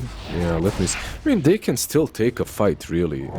They're 12k behind, it's true, but you have Ravage to work with. Rupture versus Pango. I feel like it's not impossible for them to take a good fight. Just have to find a way to deal with the Linkenses and the Lotus Orbs that are plenty on the side of RNG. Yeah, they're definitely itemizing well. Somnus BKBing and jumping in, trying to get on top of these heroes. PP stands ground for a second, but just going to TP out with his BKB. There's no way to interrupt this one, unfortunately, and tosses the Wraith King up onto the high ground. He's going to be here until his Blink Dagger's off a cooldown, but stuck on the ledge here on the Bloodseeker. Fonte. That's the best usage of telekinesis on Rubik that I've seen in a while. I love that. Nice shard. Yeah, that's why I bought the shard. I knew Salad likes them cliffs. Tossing him up there. Yeah, finds the kill. And they're gonna try to stall this one for now. But they've got... Okay, Ravage is up now. They can spam this out with Aghanim Scepter. They're whittling him down here, but I don't think they're gonna be able to keep this tower alive. Yeah, I don't think so. Maybe even the Raxes, as Bloodseeker is down for 40 seconds. Yeah. Oh, okay. Ravage actually ends up coming out. They're going to try to go on this one. With Experience still alive. Chalice sitting pretty low as well. They can't finish off any of these heroes, though. And now PP about to drop. Does end up bringing down the first life of the Wraith King, but he's going to come back up with Reincarnate. And you've lost Salad. You end up losing the Templar Assassin as well. End up losing the Rax anyways on their way out. Ravage has been expended. There's really no reason for these heroes to get back right now, I feel, but they're getting back anyways. Yeah, that fight really, Molasses, he shouldn't have jumped. It's as simple as that. Your TA still had 10 seconds on a cooldown of her BKB. Look, RNG just went into the pit, and LBZS is really lucky that this rush will respawn in 2-minute time, so it's a really long respawn. If rush respawns right now, that would pretty much be game. The game is already looking really grim, but that kind of a fight just seals the deal. Sometimes losing a side should be accepted. You just move on and you play around the next objective, which could have been rush for LBZS, but for this next rush, you might not even have an opportunity to use Ravage properly. It's a rough place they put themselves in. Yeah. And thankfully, it might be off of cooldown soon. But in that last team fight, why does Molasses go for that play? Is he just desperate to get something out of the enemy's team taking their racks, or what? Yeah, it's a hard question, really. It happens. Sometimes you feel that you've that you've got more than you truly have. You connect the Ravage on multiple heroes, sure, but when you think about it, you aren't really killing anyone afterwards. Anyone significant, that is, Realize that's the last opportunity to catch them on their way out of the base and force the issue a little bit too hard. Was kind of what it felt like there. PP. They're going to try to put it on this Roche pit, but again, they don't have Ravage for another 30 seconds, and this is what you talked about. They get the hold off on the Hoodwink here. Storm Spirit ends up coming in, doesn't connect with any heroes in the back line. Felix ends up getting the shackles, though, and he ends up holding a Templar Sash. He never gets the PKB off, and she's dead. No buyback available. Now the rest of the heroes just melting. They've ended up losing 3. I don't think they're going to be able to get anybody. X-Nova on the low ground with detachment. He's the last hero left alive here, but can't even get X-Nova. And over a couple of seconds, you're going to have Blink Dagger available, and GG out. Triple kill there on the God King, and everything ended up falling apart. Desperate to make something happen at the end there, but he finally ended up getting that steal. At that point, was it too far gone? I feel like invading nearby the Roche pit when you're still 30 seconds from your Ravage. Why did they go for a play like that? They went for that play because they had no vision in the pit, and Roche respawned in a really... Roche had a really long respawn timer, but you don't know that. So you're trying to get there, you're trying to poke the pit a little bit, you're trying to see what's happening. They plant the trap, but the trap doesn't really scout the Roche, so they initiate instead of that. Salad goes way too deep behind. Everyone else follows. The game falls apart. 2 things in a row. First, the Molasses initiation, and then the Shadow Shamans won, completely losing this game for LBZS. Yeah. And, RNG, they did look... they looked like they struggled a little bit in game number 1. LBZS had just a beautiful draft that time that worked out well for them, but RNG definitely coming to show that they are indeed the better team here once again today. And honestly, I think a lot of this came down to itemization as well. Like RNG felt like they built like the perfect set of items that they needed for their heroes this game. Despite, some of the misplays from LBZS, they made the right choices all around, it seems, right? Yeah, a lot of defensive items coming out from RNG, but I think maybe the first game that they played knocked a lot of confidence out of them. They felt like they needed to be careful, not give LBZS any chances to end this game, and maybe that's why they backed away from LBZS's base at the end and went to the Roche pit instead, taking this as careful as possible after losing a single game. So very smart gameplay from RNG in this third game. Yeah, just being very disciplined, right? It's especially when you're playing versus a team that has so much aggressive potential, a draft that has so much aggressive potential. Like you were talking about Bloodseeker TA, Tidehunter Corvs. This can go real bad real fast for you. Not to talk about Shadow Shaman and all the control that he brings. So getting these earlier BKBs, Linkenses, Lotus Orbs, completely understandable. And it does net them a win. So, yeah. It seems the whole running core Pangolier into the Bloodseeker ended up being all right for them, something that we were a little bit worried about. Yeah, I mean, some of these decisions felt a little bit strange, like to overextend and commit so heavily just to get the reincarnation here. But there was also the scenarios in which, the TA and the Bloodseeker are both kind of fighting for that position 1 almost, like who's going to do what this game, things kind of bouncing back and forth, and it's just not really working out for them. I felt like they were balancing it off of who has a better game. Like if I die this team fight, then you're the position 1. If you die, I'll take over. Yeah, it really Dota Darwinism. Whoever finds the farm becomes the carry. Yeah, pretty much. Only the strongest survive. Yeah. And again, another scenario, right, where you commit heavily here into the reincarnation, and it just gets punished. The BKB from Somnus here as he just opens up the fight for his team. I think they end up getting the Wraith King here, but it costs you the TA in the process. So it's just, it doesn't end up feeling all that good, like making these deep dives or making these like deep plays if you're still going to lose, the TA in every single engagement. My only thing that I noticed in a lot of these fights is that Bloodseeker didn't feel too particularly useful when it comes to actually dealing damage, and he pops the BKB very early on. Like that last fight when they committed Ravage, not the one we're seeing right now, when they committed Ravage on the Wraith King. Bloodseeker was... The fight lasted like 30 plus seconds.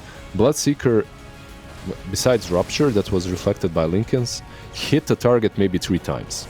And he was sitting on 50% HP. So some small little things there that could have been perhaps done a bit better. Yeah. And shout out to Rubik this game as well, right? He managed to grab some, pretty sick ravages this game. Yeah, despite the fact that early on he struggled a little bit in getting the right spells, but he did manage to still ravage I think twice, and he ended up holding the cooldown once. So well done by him. Nicely played overall by everyone on RNG, and I'm being a bit critical on LBZS. They're playing versus RNG. This is no joke. These guys are extremely difficult to play against. Even the Bloodseeker had a good start, right? But eventually it becomes difficult. This Ravage, this is the one you feel like was the real nail in the coffin, right? Yeah. They were already down and behind way too much, but that one seals the deal. That's a no comeback Ravage, pretty much. Yeah. And at this point, it was already done. 20 seconds till Ravage is off of cooldown. Felix manages to steal the shackles, gets it on Templar Assassin before she could pop her BKB. But like you mentioned, listen, it was just too far gone at this point. Yeah, it was a good game all around. A fun series to watch, and it's pretty wild. Like we've only finished 2 of our 3 series here today, and you wouldn't really guess that by looking at the time. But we still have another best of 3 coming up after this one. That's going to be Extreme taking on the likes of Vici Gaming, which should be a lot of fun, and it's going to be. I think Nomad replacing me, right? You two are still on? Yeah. So Nomad will be stepping in to, properly host this final series. I think it's going to be Snare for the first game. Because is it Nomad has run into a little bit of a snare for game number 1. So Snare is going to be there instead. I see what you did there. Yeah. Okay. But yeah, that should be a really exciting series. In terms of the standings, you got to really wonder, if LBZS, can they really pull this one out at this point after this loss? They're in another scenario where every game, every single series matters a ton. If you could have pulled out a victory against RNG, it makes your bracket run a lot better. But they have a win now, though. I mean, true. They aren't completely winless. Yeah. It's if you look at this bracket, right, all these teams, you kind of are guessing that LBZS will most likely be the bottom 2. Mm-hmm. So it's sad, and I hate to be the glass half empty kind of a guy, but at this point they lost a bit too many matches. It's going to be really hard for them to get back in. Yeah, I mean they're in a situation here where they have to beat both eHome and Magma to keep themselves alive. I mean, they still got to play up against PSG LGD, which is not going to be a real fun series, I would imagine, for them. Be easy. But I mean, they're not out of the tournament, right? They're not out yet. They're not in relegation. They are down to 0-4, which is definitely not the position you want to be in, but relegation will probably most likely mean you got to get that 6 or 7 losses. So we'll see if they can keep themselves alive as we approach later games here in the tournament. But I don't know. Any final thoughts on that series, guys? What do you think? My heart has been broken. Unfortunately, RNG ended up taking a loss, so they can't be my favorite team. That's all I got. Okay. Really? That's why your heart is broken? One team is literally on the precipice of being eliminated, and he's like, my heart is broken, RNG lost a game. Oh, my boys. Neff plays Dota and watches Dota so that he can watch people lose, not people win. I see. This is what I've learned from my time of being with Neff. So very heartless man. He's got a point. How about you, Lizard? What do you enjoy most about Dota? I enjoy making people suffer in this game, like Meepos, Broodmothers, Venomancers. Now, this series and LBZS, they have a sunshine on their logo. They can maybe get it back together. They even played with the stand-in today, so that was another negative effect on their performance, right? But I'm sure. Who do they have left? Like Magma, eHome, something like that, right? Like they really had a rough first 2 weeks. So maybe now, when the teams that are heading their way are not as strong, if you can even say that, maybe they'll find a way to win a series or two. At least they showed spirit today, winning versus RNG. One game, that is, but still, they took it. Yeah, absolutely. An improvement nonetheless. But that being said, everyone, we are going to throw it to a quick break before we come back with our third and final series of the night. So definitely make sure to stay tuned for that. And again, it's going to be Vici Gaming up here against Extreme. We'll see you after the break. Place to hide me from my own thoughts. And if I ever got lost, you find a way to bring me home. And I want something I can hold. That's what this waiting gold. And I want something that is real, something to make me feel.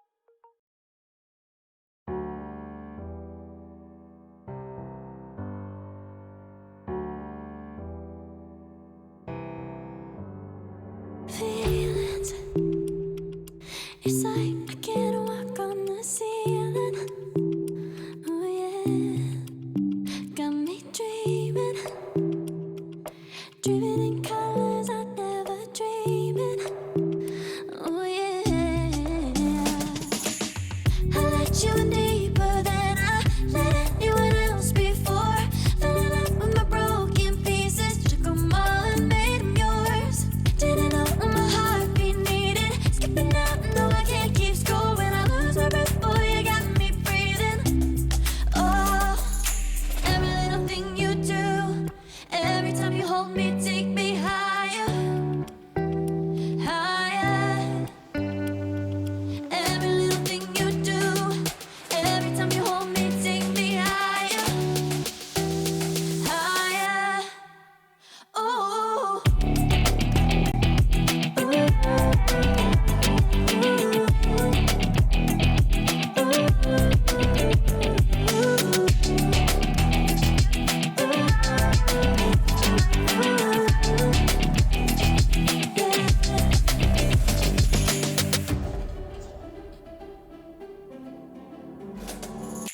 Magic. No, I'm never letting go. Now that I have it with you. When you kiss me, it's like the stars fall out the sky onto my heart to cover up what I don't wanna show. I let you in deeper than I let anyone else before. Fell in love with my broken pieces, took them all and made them yours.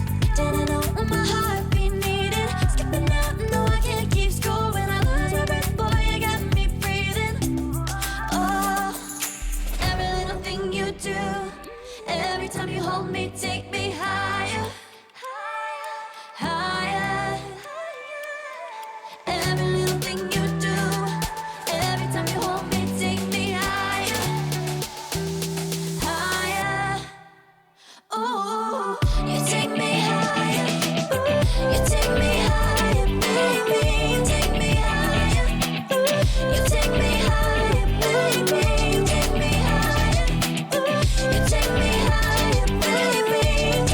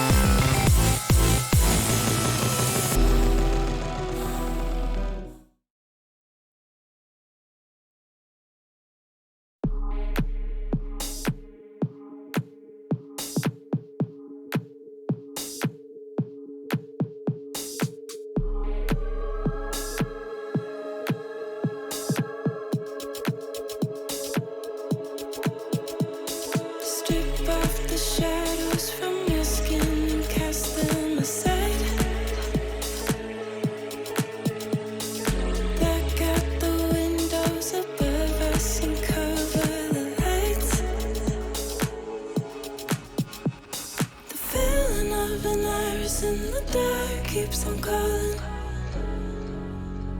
Till I find you, a fading of a fire at the spark keeps igniting like a prelude.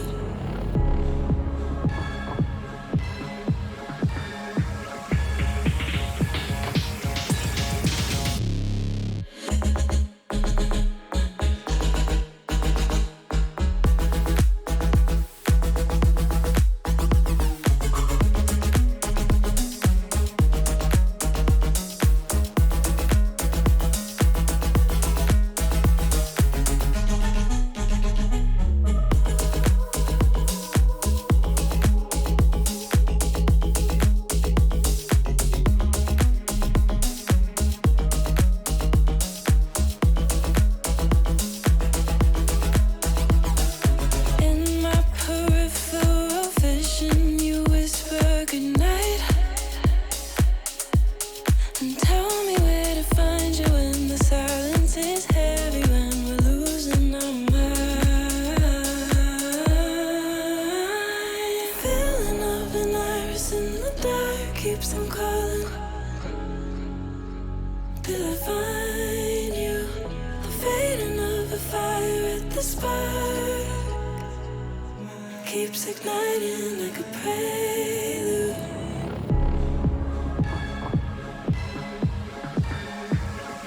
Keeps igniting like a prelude.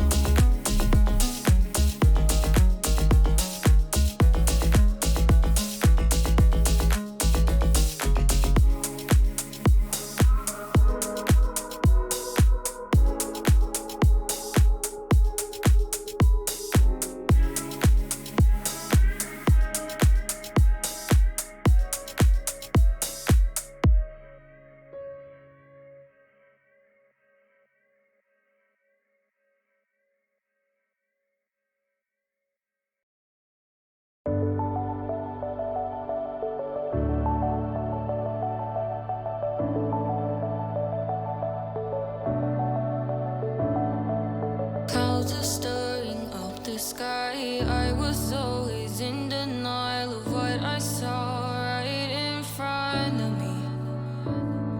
And every time I'm so damn lost to what I loved and what I lost. But let's get lost in love tonight. Hear a second voice inside my head. It's telling me to stay tonight again and hold on to the words we always said would be forever, forever. Wait another day to clear my thoughts, so jump into a love that won't be forgotten. Forever, forever. Let's run away together. Let's run away together. Let's run away together.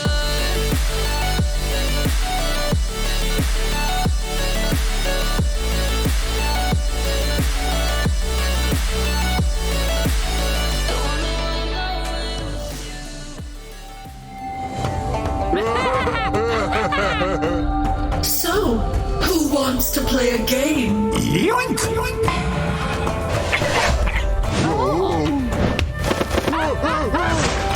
And again!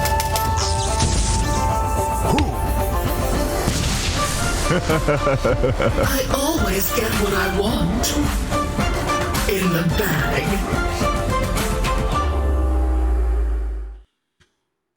Welcome back, ladies, gentlemen, and Dota World, here to Division 1 of the China DPC as we continue with the spring tour, the road to the next major, and more importantly, the road to TI itself.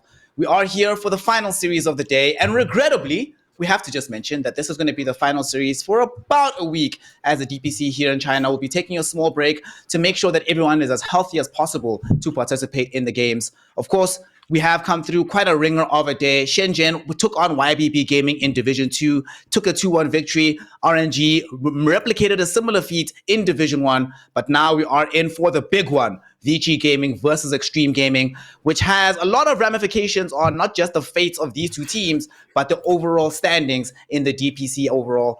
My name is Sneh. I'm joined right now by Nef Sensei and Lizard. And gentlemen, we are back in this one. We just came from a very interesting series with RNG and LBZS. And now, Nef, there's been a lot of conversation about Extreme Gaming and whether or not they are actually as good as billed. Tell me, do you believe they are? And also, do you believe that they are going to be good for the money in this series against Vici Gaming? Because should they win this, as we see on the standings, they will go to the top of the standings, competing with PSG, LGD, and RNG for that overall slot. What do you think about this team? What do you think about their chances in this upcoming series? I think they're incredibly good. Paparazzi was the man who made me believe in Shadow Fiend again, despite thinking that hero has no place in competitive Dota. He stomped these Division 2 games in the last season like they were pubs. I think the man did not have a good time on Elephant, but with this new team, he is going to pop off. I have complete faith in them. VC Gaming, unfortunately, I don't think they're the team that's going to be strong enough to bring them down. Ooh, Lizard, you're hearing him say that this about Vici Gaming. And although we have seen Extreme Gaming, Paparazzi in particular, look very, very good in the last couple of months, for Vici, it's been up and down performances from there. We've seen them look very good in some instances, somewhat off in others.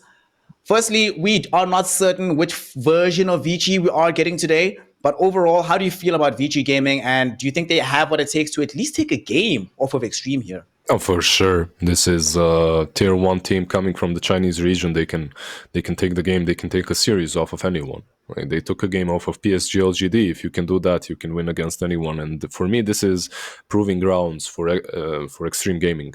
XG. Like if they manage to really take down Vici Gaming in a convincing fashion, I will be convinced as well. Because this is a team that's, they came from Division 2, but everyone is expecting a ton from them. Paparazzi, there or not, like having these talented cores is great, but when you have PYW and DY, you can pretty much do whatever the hell you want to, as those supports will enable anyone to look like a superstar. So high hopes for them, but they still have a chip on their shoulder and a point to prove. A chip on their shoulder, certainly, because we've seen them up until this point. A lot of the players that are on the team right now have been on other squads that are within Division 1. But the main thing that they haven't been able to do with a lot of these players is win the big tournaments that they require.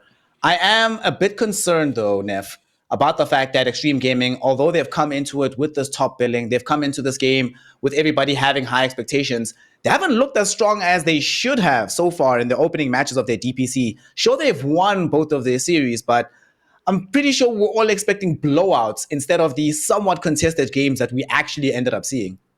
Okay, I mean, they did extremely well in the OGA Dota Pit tournament, but, you're saying that that's not a DPC match. So the DPC matches are the ones that really matter. They're the ones that these teams are prepping for. And given that Magma's at the bottom, you think they should have taken like a quick 2-0 against them?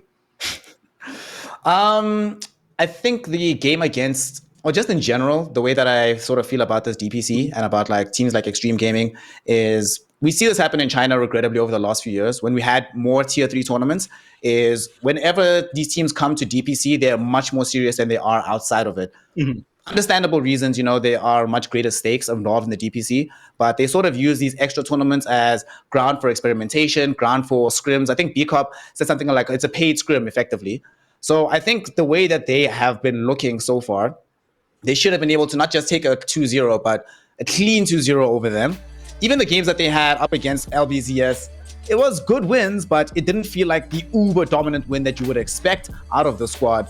And now that they are coming up against a team that it's not Magma, it's not LBZS here. Lizard, this is Vici Gaming, a team that has recognized names on the roster, a team that also have the reputation and the ability to win important games when it really comes down to the wire.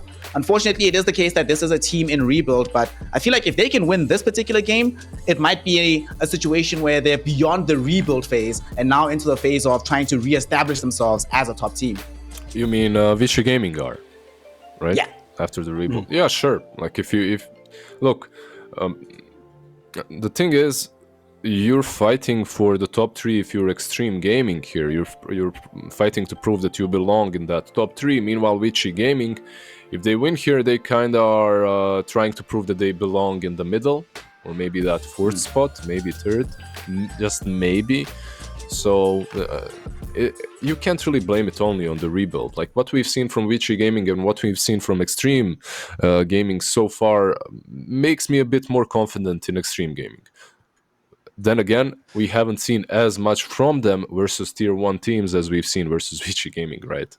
So there's that as well.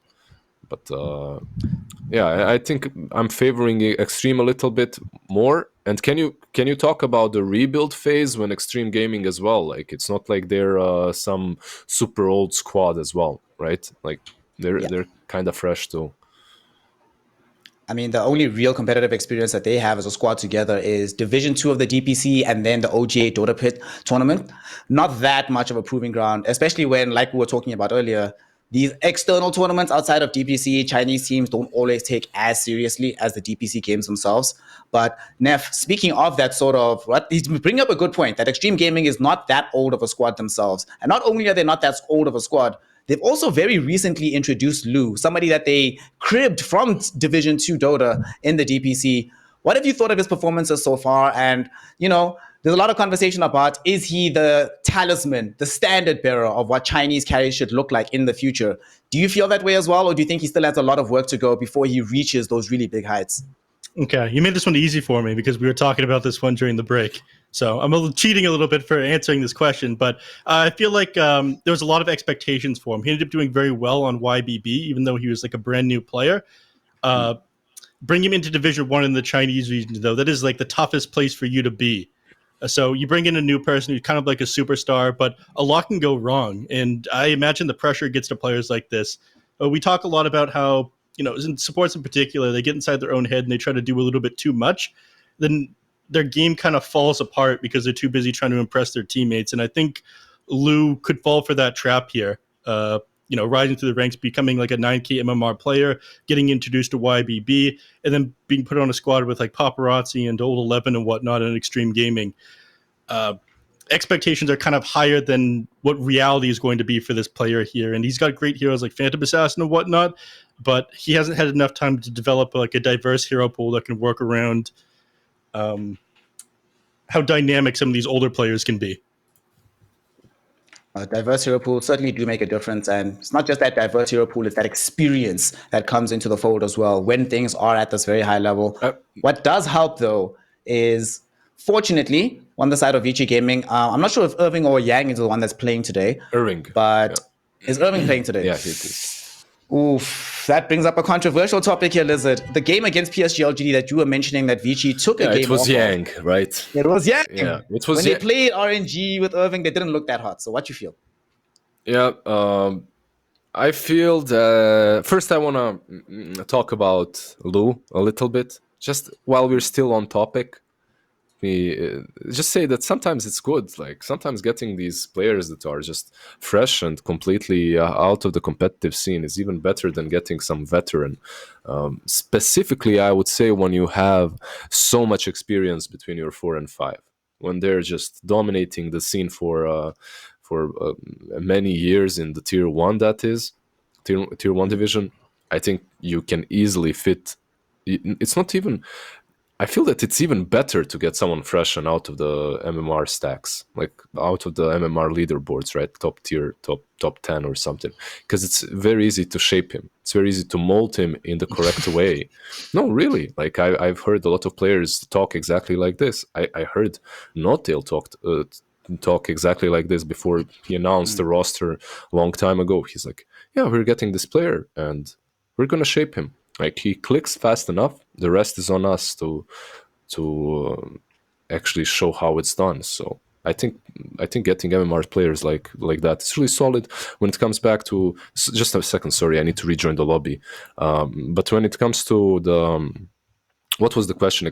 Vici Gaming and Irving instead of Yang, right? Yeah. Yeah, they look stronger with Yang. That's what I'm gonna say. There's the diplomatic answer. I mean, they certainly do look stronger with Yang, but I feel like there's a lot of factors that go into why they look stronger with Yang. Not only is he a very experienced veteran on the team itself, but he's played with the organization. He's played with Erica before. This team, Nef, is largely based around Erica Poyoyo in the safe lane. He's the person that they've entirely, pretty much, is similar to what Alliance has done in EU, but somewhat better results. Crafted their entire lineup around this one carry player. It is a kind of patch which can favor that kind of direction. However, there is an increased importance on the offlaner providing space for the carry player in the early portions of the game. Irving, a person that we have not have seen the best games out of. He had like one decent game on the, like one okay game. I wouldn't say that great one on the DK, but given the importance of drafting, especially right now, right? I want to ask you, I'm a bit worried. My personal concern about Irving isn't necessarily the skill difference between himself and Yang, although that is present, but it's primarily the lack of draft pool. It does somewhat feel like Irving is a bit more predictable. Is that an issue that can be solved quickly? Or is it a thing that you just have to deal with? This is part and parcel of having this player on your team, and you have to find a way to work around it. I don't think it's an issue that can be solved that quickly. I think there's different types of position 3 offlaners, and the best kind at the moment are ones that can be kind of dynamic and play the carry role in games that they have to. I don't think that Irving is going to be that good at that, and that unfortunately puts him at a disadvantage here on VC Gaming. Just because how fast the patch is and the concept of not being able to win every single lane. So sometimes you can put like a Kunkka on your position 3 in the offlane, or we've even seen anti-mage being played in the offlane, and he kind of becomes the carry even though it's a 3 playing it. You want your 3 at the moment to be very dynamic and able to adapt to those situations, more than you want your position 1 to be able to do that. And I think that's one of the weaknesses of VC. Yeah, it is a bit of a problem that we've seen from Vici up until this point. And, the teams are busy getting ready right now. Blizzard, you have playing experience. You've been on some, you have a young career behind you back in the day when you were a younger man. Long time ago, my friend. Long time ago. One thing that we saw, you were actually in that last game, right? In the last series, rather. Yep. The RNG versus LBZS series. Game number 1, I'm not sure if you're watching that game, but there was a point in time where Somnus sort of gave up. And he just really stopped playing. And it really felt like he was very disconnected from the rest of the squad. He was like, whatever, let's go to game 2. Who cares about this? Hell, we even saw that in the Div 2 series earlier with Shenzhen taking on YBB, where some players were just over it at like minute 25 and like, let's get her out of this game. The confidence levels when it comes to Dota right now, it feels like not that many teams believe in themselves to come back from almost impossible situations. Is that something that's just changed in the patch overall, or is it just specific to this region that we just see some teams rather, not all teams, but some teams just feel like they give up the ghost at some point and are just playing with the mind of let's delay until game 2 starts? Yeah, like Dota is a game in which anything is possible. It's not really like chess, right? In chess, if you blunder a piece or two, you kind of know that you're done. You can already GG out. That's it. You just call it on very high level. That is, and obviously, as you transcend the ranks and you go into high tier Dota, it becomes more and more similar to chess because it becomes more precise. And then teams that realize that the game is over and there is a slight chance of them winning, but they respect their enemies well enough to understand that they will not make these mistakes that will lead to these opportunities, right? These teams GG out.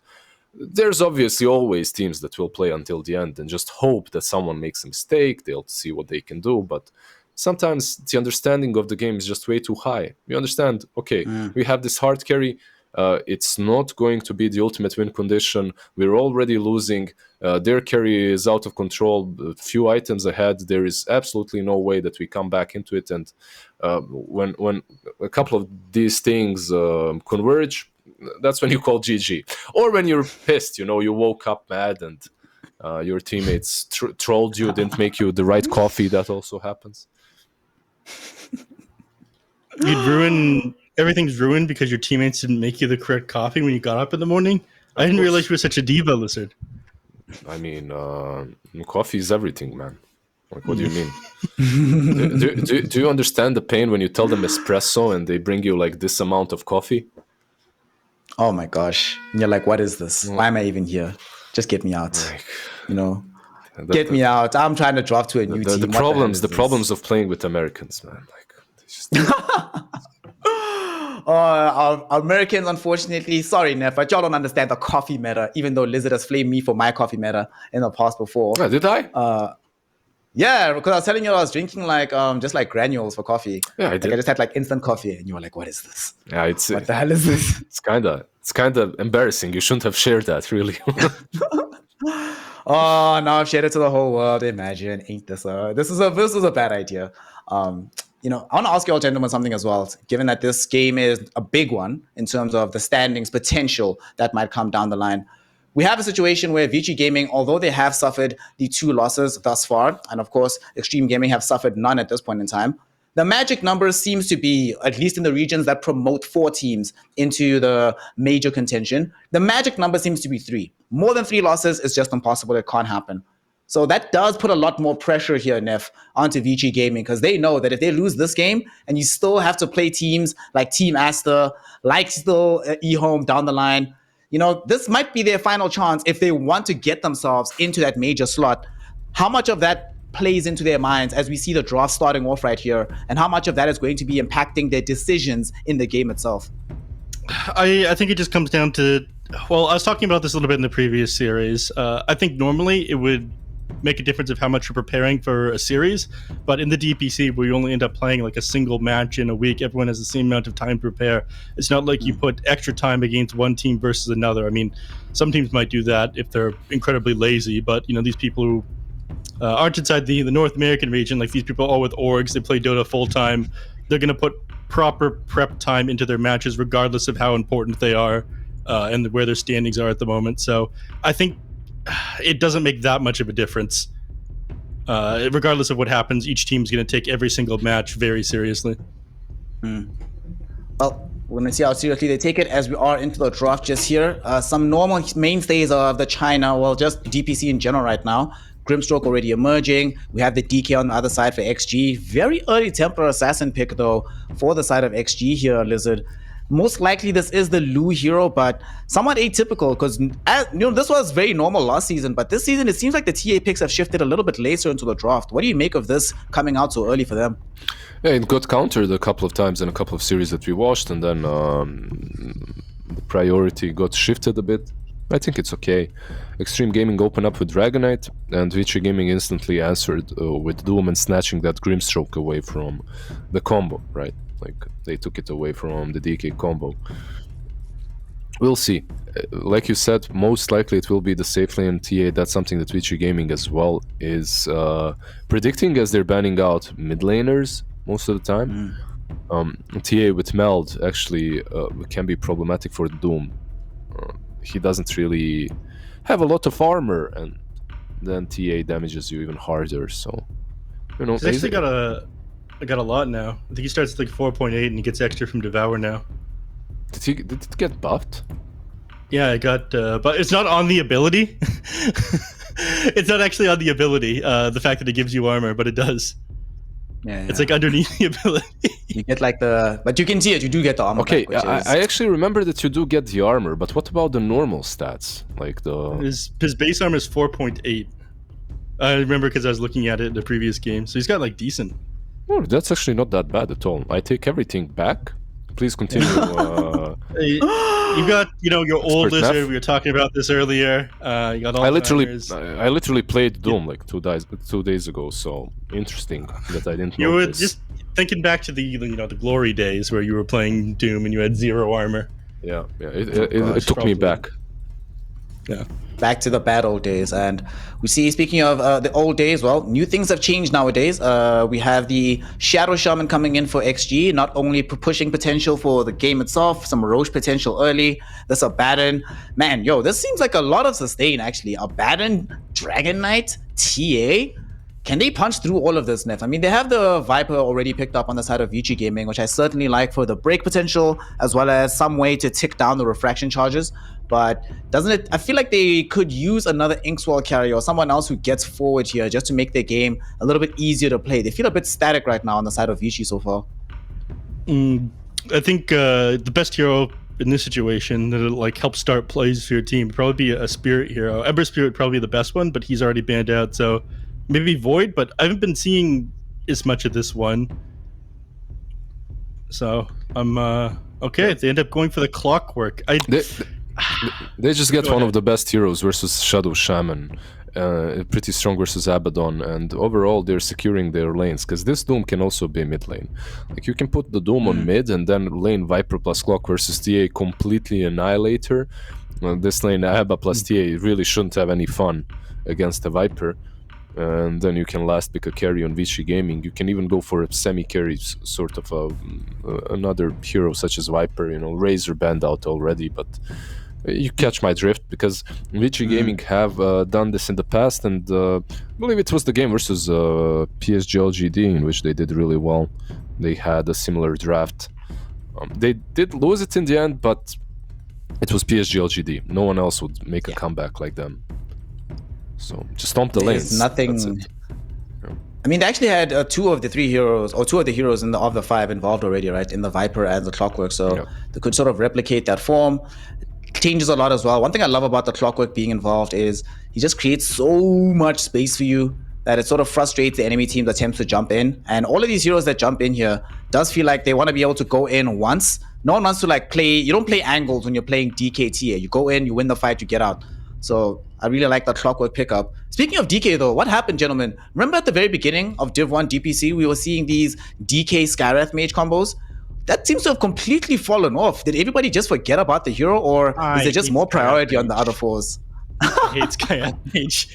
That hero just feels so bad towards it does damage, yeah, but it doesn't solve any of the other problems. And the later the game goes, it kind of sucks. No hard lockdown stun. BKB's countered out. Yeah, he's very situational. Yeah, no tower damage. Doesn't really help you with the pushing. And I don't know. It's been a long number of years before I've liked since I've liked Skywrath Mage. Yep.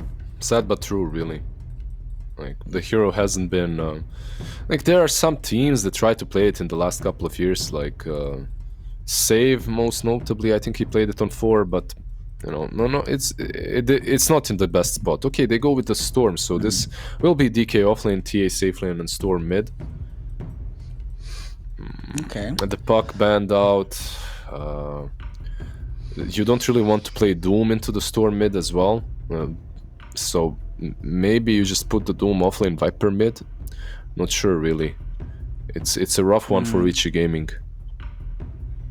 It's a hard decision to make, right? Because they could decide. I mean, we've seen safe lane Dooms in the past, but hasn't always looked that great. We've seen safe lane Vipers, hasn't looked that great either. Neither of these heroes are incredible middle. Because if you put the Viper on offlane, you can really dominate the TA, but then your mid lane might not be that great, and Storm should have an easy time, right? So you'll make this trade-off in which, you're dominating the TA, but Storm, who's the real playmaker, will have fun in the mid game and might give space to TA back, might give that space taken away from her back, right? Any illusion based? Okay, never mind. 100. Ooh, okay. I was actually about to ask y'all, what if they decide to play XM still on the Doom, but just put him in the safe lane? Instead, they come back with the decision to go for the Lone Druid. It is going to be the Erica Lone Druid. Still not a certainty of where he's going to be laning, but nonetheless, we have now, for themselves, they didn't really have much push potential before. A lot of fighting prowess now. Another Inkswell carrier on the bear. Man, if you were about to say, I was gonna say, when you started with, I was just thinking, and if you were about to say Lone Druid, like, oh no, you would have called him out. Listen. As much as we all are cloud goblins out here, right? I couldn't tell a lie that big, fam. That'd be too much. a little bit too much. Interesting one. What do you guys think? Because I am at a loss here. Lone Druid. Interesting, I guess. Haven't seen him in a long time. I am. Let's say, intrigued. Let me rather use that euphemism, right? By the direction of the Lone Druid here. Like I said, it gives them some degree of push potential. I suppose we were worried about how the lane might go against them. So they're like, you know what, get a hero that doesn't really care about going into the DK. That being said, though, this feels like such a temperamental hero in this current meta, and I'm not really a fan, personally, of this as your last pick, especially when it seems to be the case that this is not just your last pick, Neff, but your win condition. So I'm personally going to go against them and say, I love Extreme Gaming. Lizard doesn't seem too hype on this Lone Druid. Are you going to give us a bit of hope, fam? I am. Just a second, like I'm not hyped about Lone Druid. I just don't understand the pick. That's it. Like I haven't seen Lone Druid in ages, so I'm waiting to see what it can do. Go ahead, Neff. Sorry. It got a couple of buffs in this patch. I forget. I think. God, I'm forgetting what they were, but it was actually picked up in Quincy Crew against 4 Zoomers, and it ended up just absolutely dominating in the mid lane. Gunnar ended up playing it against Quinn and destroyed him. Again, it escapes me what the changes to Lone Druid were, because the information's kind of been deleted from my head after we've not seen him for so long. The Spirit Bear got buffed a bit. Yeah, base damage increased by 8, entangle duration changed around. You also get the armor now from Spirit Link, which is crazy. So we're going to be seeing it a lot more difficult to deal with the bear. However, to see how difficult it is to deal with said bear, we have to see how the game itself pans out. And we now have it. Game number 1 between Extreme Gaming and Vici Gaming. Neff Sensei, Lizard, take it away, boys. Bring us the action, bring us the hype, and we'll see you right afterwards. Good luck. All right. There's going to be a lot of hype because it looks like the team are trying to run into each other at the start. All right, never mind. Fake hype. Fake hype. What can you do? Snare trying to lie about seeing that Lone Druid coming, you lying to us about hype. When is this going to stop? Like, people aren't going to trust you guys anymore. You know, they're not going to trust you anymore. They're going to wonder why you're casting with us, Lizard. Not going to trust you either. Yeah, exactly. Like, I have to be careful. It no longer has a Lizard seal of approval. Where's so the Lone is top, right? Together with the Grimstroke, I suppose. Yeah, that one is surprising to me. I thought they would run it over in the mid lane, but I guess they wanted to match up the Viper into the Storm Spirit and just keep the Storm Spirit zoned out of the lane. It's a difficult lane for Storm. Viper isn't really easy for anyone, right? Like, maybe 2 heroes that are decentish against him. Everyone else, you just don't want to lane against. Yeah. Look at Irving. He wants that range creep, right? He wants to devour it right there. Is that the play? Yeah, that's the play. Very nice. He's going to take some auto attack damage from this one. DY is taking damage over in the mid lane at the same time, getting battery assaulted down. But why is DY burning? Do you see that as well, or is it just me? I do see that. I imagine it's probably a glitched out gem on one of his pieces. There's no reason for him to be burning, actually. I just checked all of his stuff. So it's burning for you as well, right? Yeah. He has Trail of the Burning Doom, the gem on his weapon. That's why, I guess. Oh yeah. All right, that's definitely a glitch thing. Very cool. Sorry, I guess I didn't see that one. Yeah, Ethereal Gem. Pretty good. All right, I wanted to talk about the mid lane matchup, or like the lack of mid lane matchup Paparazzi is going to have. It is surprising to me to not see the camps by the Storm Spirits mid lane not warded up. Yeah, I could pretty much guess where you were heading with that. Okay, yeah. Yeah. Okay, they didn't block it. Maybe they will afterwards, you know, after the lanes have started. It definitely gives Paparazzi a lifeline, right? It gives him something to play around. It helps out to have a small camp. Yeah. Maybe with the first rotation, they can do it. Yeah.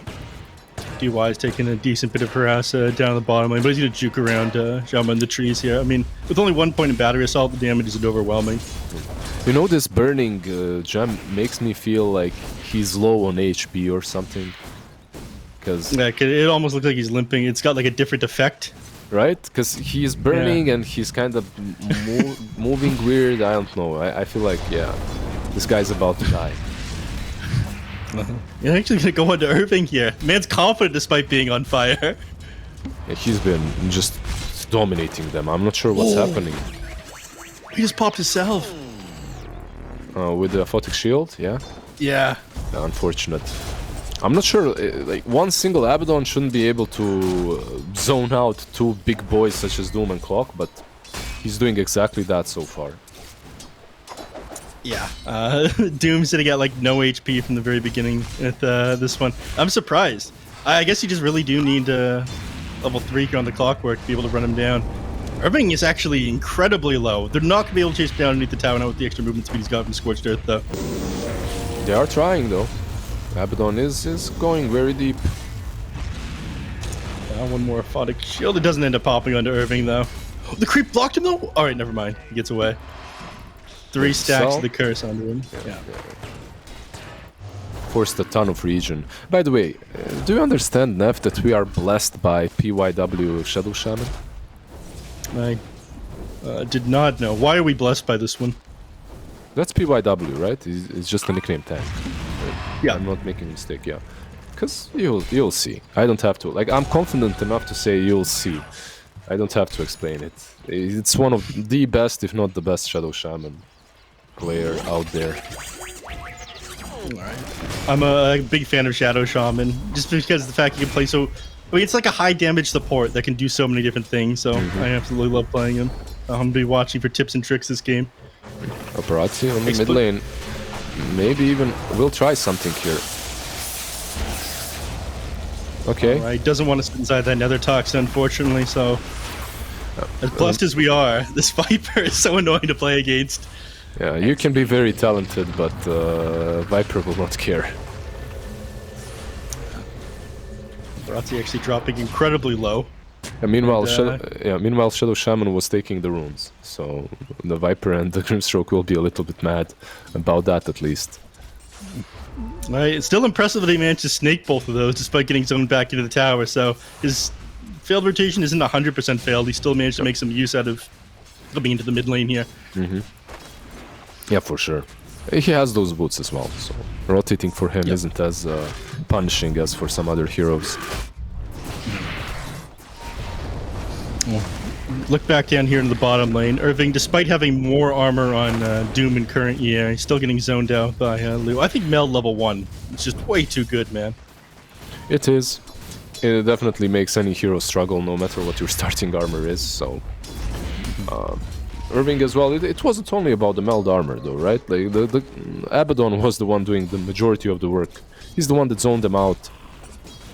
And also, he accomplished that without taking too much experience from TA, which is another bonus, as TA is almost level 6 versus Doom that's level 4. Oh no, I'm not sure if you caught that up in the top lane, but Irving getting gone on, chased down by the Templar assassin. I don't think he has the movement to get away. Scorch Earth about to expire as well. Once DY gets an auto attack off, I'm pretty sure he's just going to get run down. Yeah, there it is. First blood drawn. Yeah, really while well that was happening. Yeah, while that was happening. Oh, yeah. Why? Does end up going down as well. Dejama down to the bottom lane. Nice little pick off. That level 3 clockwork instantly becomes a killing machine, right? Like he gets that kill potential with level 2 battery assault. So nicely done by him as he was alone as well. Yeah. His kill potential isn't going to be amazing out of the Storm Spirit now that Storm is at level 6. He was trying to make the rotation over here before he had it. Up the top lane, old 11 getting gone on. If he gets the root with the bear, they'd be able to get the kill on him, but they don't manage to find it. They missed Stroke of Fate. Yep. Yeah, over in the mid lane, couple of auto attacks. This hero's pretty tanky though. 17 wand charges, he pops it, but ends up getting blown up. Now Jama too far forward. He does have power cogs to work with. He wants to pop that in order to gap a little bit of distance. Paparazzi, I don't think you want to dive forward for this one. He pops the soul ring and bottles up almost if he wanted to do it, but it's not worth going down there for. Yep. Even the shield from Abaddon. Doom dies solo bottom, by the way. Low just got him. Yeah, you can't really do a lot. He's now level 7. He deals a ton of damage. Psionic traps, obviously. If you don't have sentries, you're playing versus TA on a long lane. That's something that isn't discussed as much in length as TA Meld in the laning stage. The fact that you have traps on the long lane, it's hard to survive against it. Storm? Yeah. Phantom's Embrace just a little bit too slow coming out, so he managed to get the zip. He had nice vision on him on this cliff, and it was a nice attempt from the Grimstroke as well, as he used the Phantom's Embrace behind the tree. Yeah, Paparazzi just a little bit too fast. Yeah, they're gonna know that there's vision up on that cliff now, though. So I imagine once they know the enemies have cleared out of the jungle, someone's gonna come in to deward that. But they're putting a lot of pressure down on the bottom lane because they realize this Templar assassin is having a little bit too good of a game. Decided to move a couple of heroes down over there. But then going back to the mid. It's not easy to find the kill onto Paparazzi. You can do it with the Phantom's Embrace, but I feel like Paparazzi's been... Oh, they get him this time. Yeah, PYW just there in spot to add that one additional hit to the Phantom. Nicely done by him, securing the rune as well. Would that have connected if PYW wasn't there with the stun? What do you mean? If he wasn't there with the attack, you mean? Yeah, if he wasn't there to get the auto attack on the Phantom's Embrace with the Inkswell. Yeah, I mean, unlikely, right? Like, probably Paparazzi still lives. Not sure. Like, probably he lives. There was an Inkswell on Clockwork, he was getting closer, but it's a Storm Spirit, he was also attacking it. Yeah. Just hyping up. Just hyping up PYW, you know. The Shadow Shaman's gonna be a treat, man. We'll see. Yeah. Viper Strike ends up coming up, and Refraction, she doesn't pop it yet. I think she's waiting to get out of this haze here, but she ends up going down anyway. Paparazzi didn't want to try to jump in at that one. I'm pretty sure it'd be smart by him. He'd be dead if he went for it.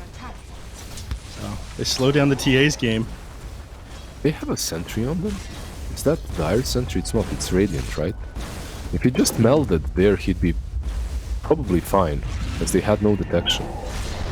They didn't have a dust, right? She wasn't dusted or anything. Boom, BY? No, yeah, he's just dead. Well, moving a couple heroes down here, trying to put some pressure on the tier 1 tower. They rotate a couple heroes up in the top lane. They pop the Elder Dragon for him as well. Erica is going to stand his ground and try to fight. Viper TPing in as well. They're going to get punished for this on several heroes. Tanky gets gone on by Jama, so he's not able to shackle him. He's going to get a little bit of distance. Finish off there. By Tank. This is... Erica, go ahead. Yeah, they only get Dragonite. Meanwhile, they lose the Shadow, right? Did they lose him? No, they actually got the Dragonite and they lost Clockwork. Yeah. Yeah. Okay. Like, it was the weirdest way to die ever. They got baited on the Shadow Shaman to go on him because he dug out a creep. Right? He was about to go back, but he digs out a creep, hits the creep, kills it, and then all this time he wants to move out of that position. But after killing the creep, he drops an item, so he needs to go back for the item as well. And then he's like, okay, I guess I'm caught by the Clockwork now. Still gets the kill, so it didn't matter, but yeah. He managed to get in and get the save for him. Not much happened. I thought Jama would try to commit onto Shadow Shaman down the bottom lane, but doesn't want to dive underneath the tower for that one. What's with the skill build on the Shadow Shaman, by the way? He's gone 1-2-2. I like this more than maxing out Ethershock, really. I like the control. I think that's why the hero is played, but so you see a ton of players just going for 1-1 as well. I guess it depends on the game. Like in this one, maybe it's not even as necessary as in some games in which you're playing versus Storms and Voids and whatnot. It's PYW, he usually likes more control. And of course, I break it down for the viewers. Listen, you can take it away this time around. All right, the very balanced, piercing style of attack on the Serpent Wards now make it so Roshan just melts the Shadow Shaman. Of course, with the added minus armor on the Templar Assassin, they make very quick work of it. So everything as intended, right? Icefrog's greatest creation. Of course. Exactly how they wanted it to be. It's funny because a lot of players were complaining about how easy it is to kill Rosh at this point, right? And then this last patch just made it even easier with a ton of heroes. We hear you and we want you to know that we don't care.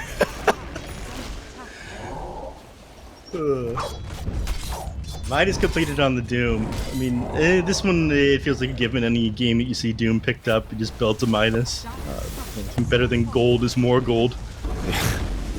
There was a time and place in Age of Dota in which when you buy a Midas on Doom, people would blame you. Like, why are you getting this crap? Like, you already have a Midas. What's wrong with you? Just get items that are useful. But one thing about Midas on Doom is it works really well with Infernal Blade. So it's not only that you're getting extra gold, which is obviously why you're buying it in the first place, but levels and Infernal Blade being casted faster, right? It's really nice. Top lane.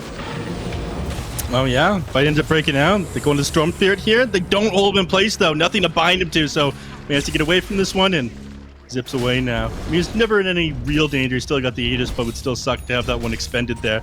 End up finding the kill off the Shadow Shaman though. Yeah, I think Erica could have held Savage Roar a little bit longer. They stacked their stuns. Disables, that is. And when you stack your disables versus a Storm, usually he gets away. It was a difficult one to get anyway. You were right. Yeah.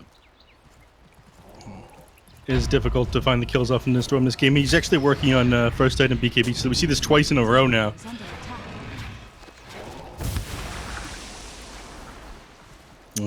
Seems to be the standard these days. People just don't want to go down the mid here. They want to be as active as possible.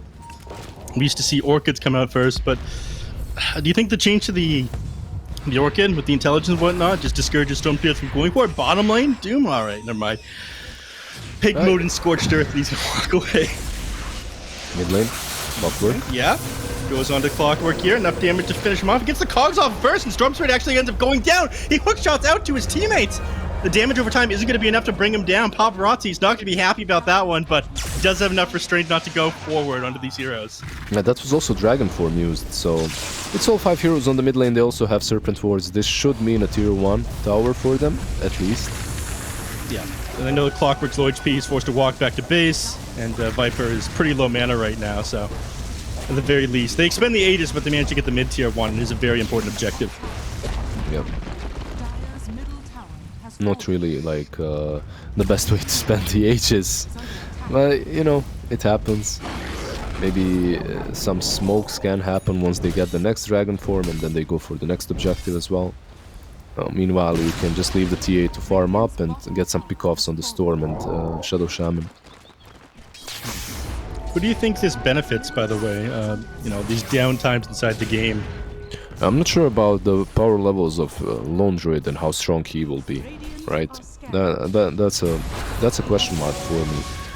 I'm waiting to see Erica and his performance and fights, and then it will become a little bit clearer, as he was completely out of it so far, right? He wasn't really joining any of the team fights.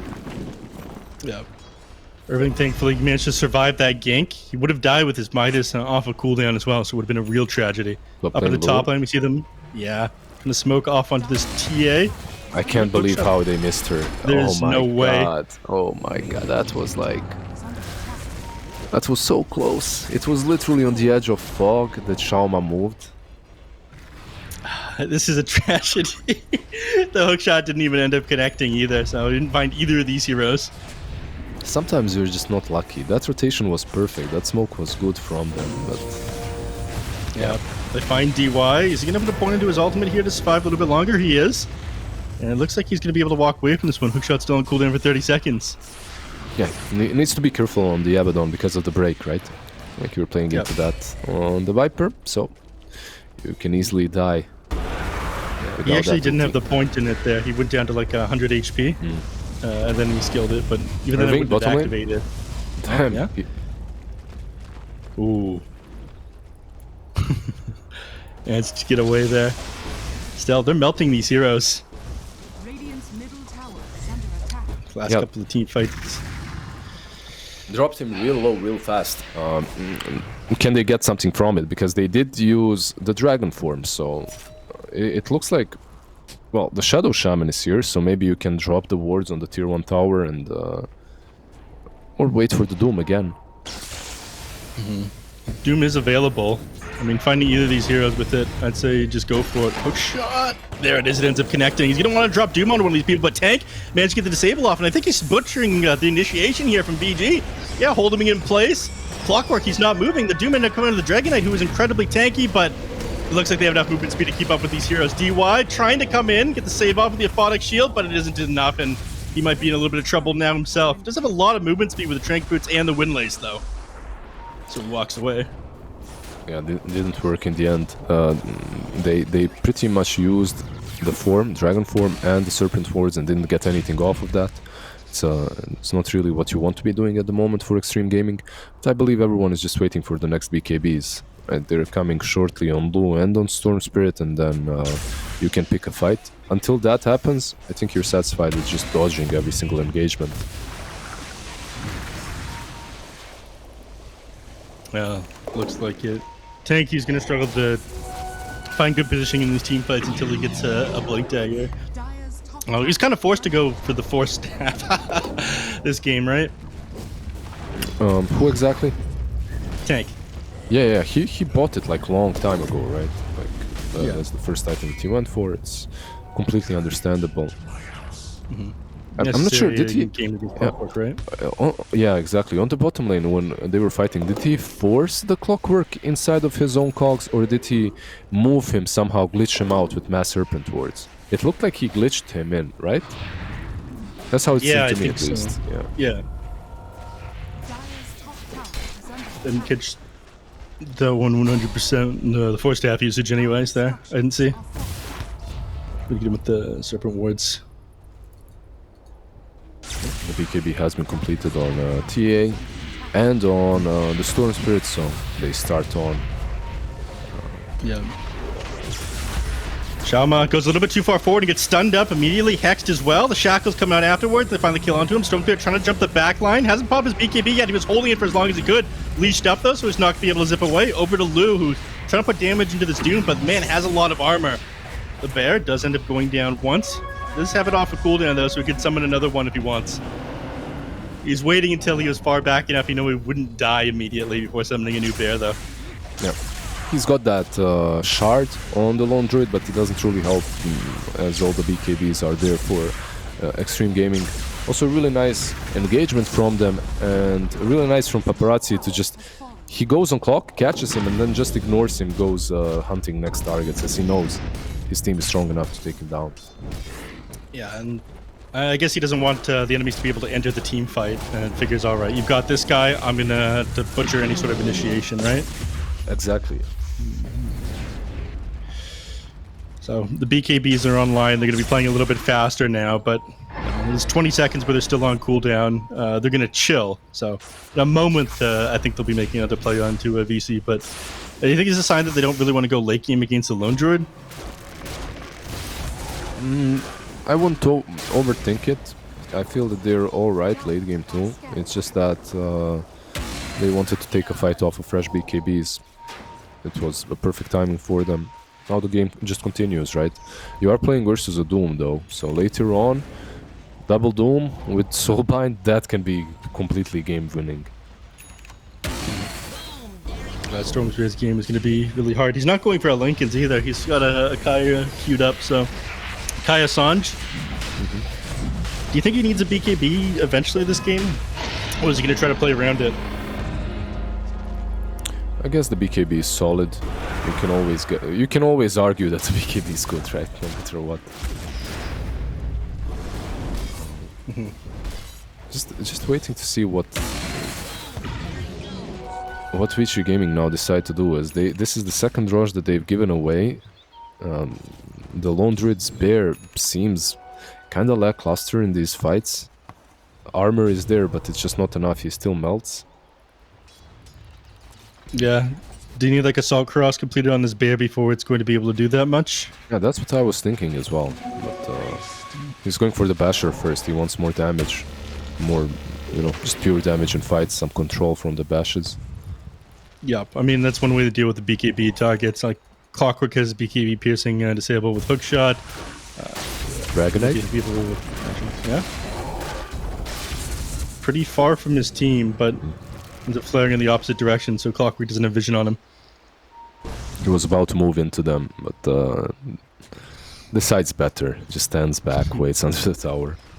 Gamer senses, right? Yeah. It's just the Fireball makes the game so much easier for Dragonite. This shard is just... you never have to get caught anymore. You can defend as an offlaner should be able to, just by spamming Breathe Fire, Fireball, and moving back. Oh, the hookshot ends up landing onto the Storm Spear, but he gets the BKB off anyways. All right, does end up getting bound, so no jumping around. The double Doom that you were talking about onto the two cores. I think they've just lost this team fight. The BKB, it doesn't even matter at this point. The Storm Spirit, he's going to end up melting. Templar Assassin, she's going to go down as well. She does have Aegis available, though. She's going to come back up in a second, but her BKB was already expended. Abaddon, ultimate pop, forced to walk away and held up by the fear, held down, pushed back by the cogs. All these heroes, everything is falling apart. Can they get more? I probably don't think so. Yeah, no hookshot there available. And did you see the way that the fight started for Extreme Gaming, though? It was so unfortunate for them. Storm Spirit, they had a vision, right? He jumps onto the clockwork, but that clockwork was aiming at TA with the hookshot.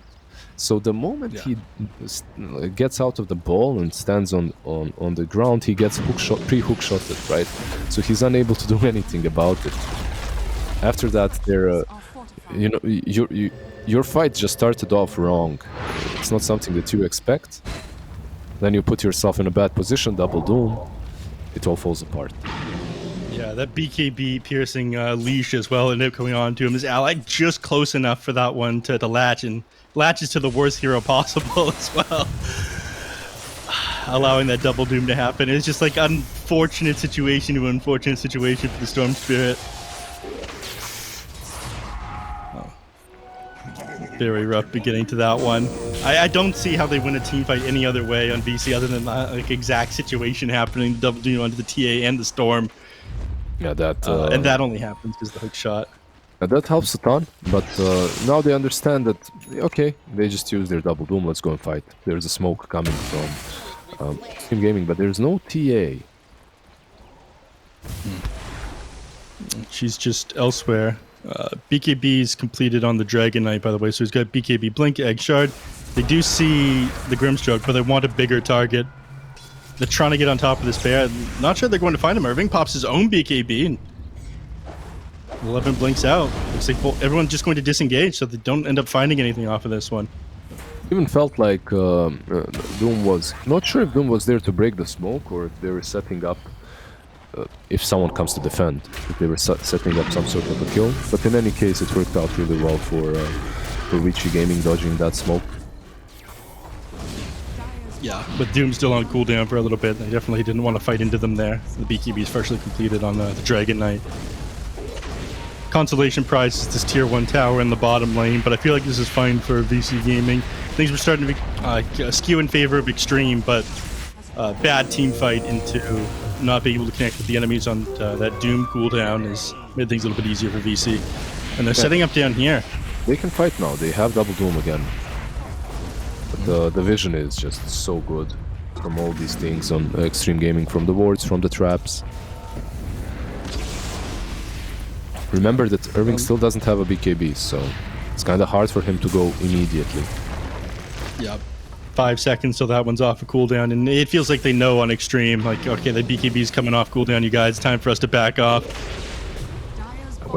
When you're playing versus something that's as potent as Double Doom, you probably don't want to fight around an objective, because if you're fighting around it, if you're trying to take an objective and taking a fight off of that, most likely VC Gaming will know where you are exactly. Like, your positioning will be a bit more revealing than it usually is.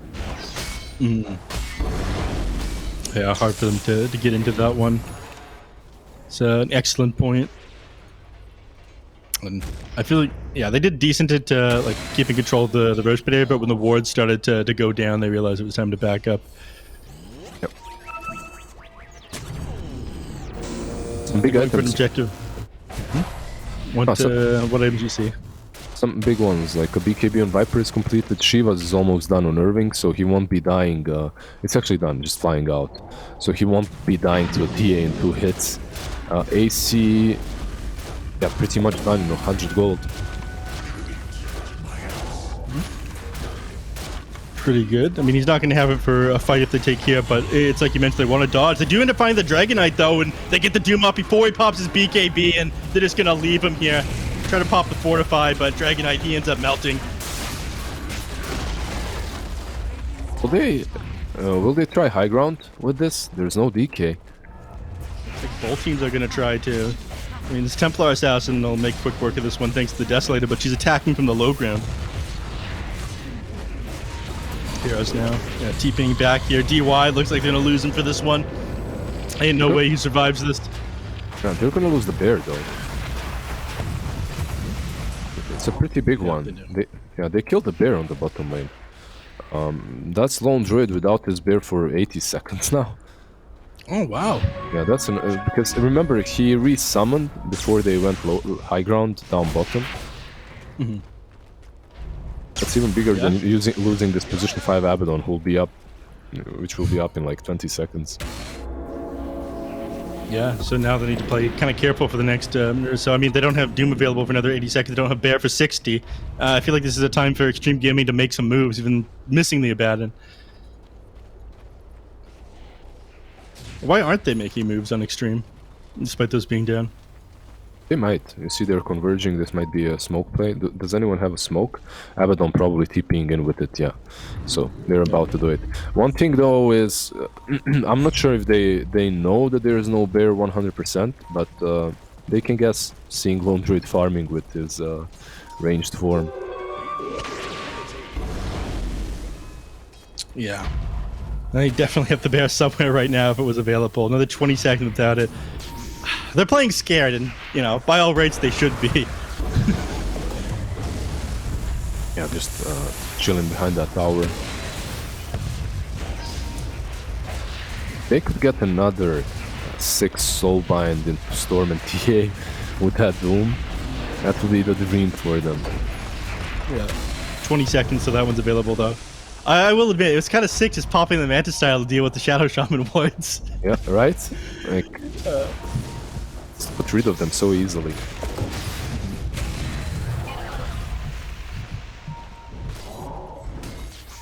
Why do you even go for this Manta style?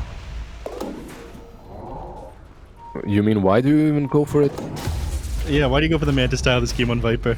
It's not really the most common item, but you are playing versus the TA and versus Shadow Shaman, like you noticed, so getting that Manta to deal with some of the charges on TA and Shadow Shaman is nice. Clockwork finds DK, or DK finds Clock. Does, but he managed to stall out long enough for him to grab this Roshan, so Aegis and Cheese going their way. Doom end up initiating the hookshot, coming onto the Abaddon, separating him from his team, so they end up losing him. The Doom ended up coming onto the Storm Spirit on the backside of the fight before he got BKB off as well, but managed to walk away. He's not going to quite tick down this one. Irving dropped pretty low, but they don't end up losing him either. So the only hero that ends up being the casualty here does end up being the Abaddon. Yeah, they lose the Abaddon, they bait out the Doom. Storm is tipping up, but there's a refresher shard, like, he can still die here. Oh no! Alright, he pops the BKB and he has to! The Phantom's Embrace was coming for him. Hookshot not up for another 10 seconds, so he might be able to get away from this one. Goes through all of his mana leaving, so he comes out just to go back to base. Is he just keeping the shard on Lone Druid? I guess so, right? So far it looks that way at least. He's got the refresher shard, they're just keeping it on him. If the bear dies, you can re-summon it. I think giving it to Doom is probably as much value, maybe more, but also safe. Do you think they'll pass it back to Doom maybe in a moment when you have another summon of Spirit Prayer? He has it already. He has 2 bears. Or you mean the moment he... Yeah, not sure. Maybe Doom will just stroll up to him right now and take it. Maybe he won't. Yeah. Erika, you know, he's the boss here, right? In Litchi Gaming. Like they said, the whole team has been rebuilt around him, so... If he wants the shard, he gets the shard. If he wants the cheese, he gets the cheese. If he wanted the tower, he gets the tower. They're trying to TP home afterwards. Yeah. They can make quick work of this one, even without the Manta style Lone Druid Bear deals with this one pretty easily as well. It's more about forcing them back than anything else. Like you're buying yourself some time, you'll be able to fight somewhere else perhaps. You get a lot of vision. If you can get a pick off now on Extreme Gaming and delay the game before Aegis is retaken, that would be the dream.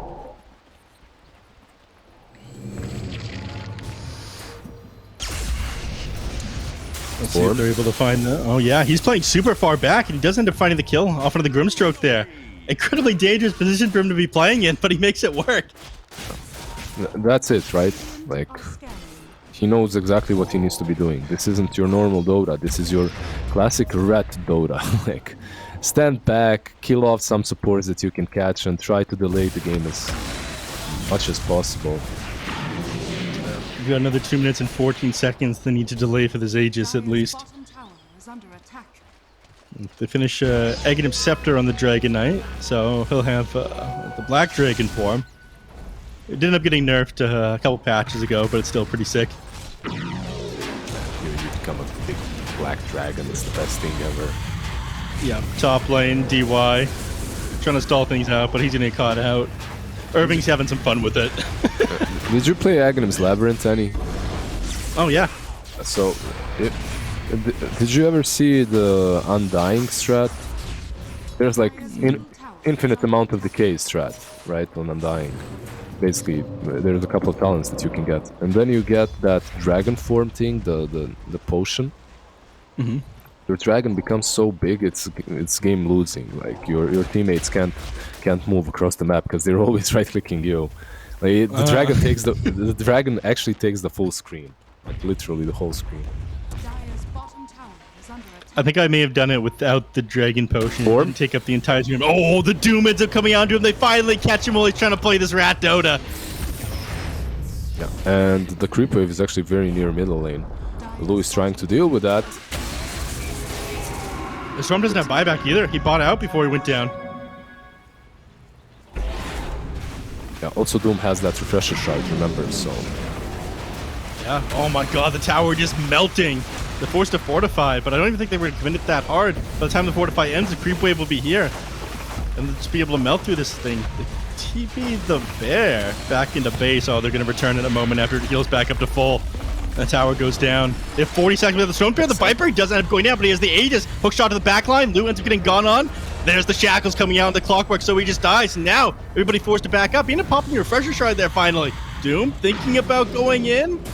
Savage roaring, everybody running away. Tank, he ends up getting the Hex off onto the bear. If they can get that at the very least, it'd be great. But XM zoning these heroes out. Lou is going to struggle against them. Oh, that Trap side comes blade. out. Yeah, side blade onto Erica. They end up getting the first bear. He summons another one. Ends up coming out, but there it is. The Doom coming out of the Dragon Knight. He's going to melt off of this one. And on the backside of the fight, end up getting the bind off onto two. The Templar Assassin in the tank getting brought down. He's trying to run into the base right now, and Lou does have BKB available still. Storm Bear now finally responds, jumps the backline, going to go onto Irving, and he does end up dropping. Doom ends up coming out, though. Wait, does it? No, that wasn't Doom. Other side, Erica now getting walked out of the base. Has no Spear Bear available. He's just got to walk away now. Middle of the fight, DY walking away from the Viper. XM. Couple auto attacks, doesn't have ultimate available. Lou is going to finish him off with a couple auto attacks. The break makes him so he has to walk up close to him. He will end up surviving inside. All right, there it is. Comes off on the electric vortex on. Okay, he's dropped. Over on that one. Oh man, like, I actually did not believe that XG will be able to defend that. It looked like a side to me. It looked like just such an easy side to take for Richie Gaming, but did they overcommit? Did they go too deep? They go too deep versus the Dragon Knight versus the Shadow Shaman.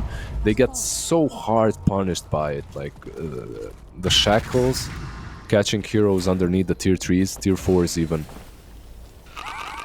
For a slight moment, Extreme looked like they were doing the same thing, like overcommitting, chasing a bit too far. But the buybacks are what was the difference. Like Richie Gaming, they never took the outposts, so the buybacks couldn't really help. Meanwhile, Extreme Gaming, they're fighting in their base and they buy back both of their supports. The supports join the fight again, make a difference.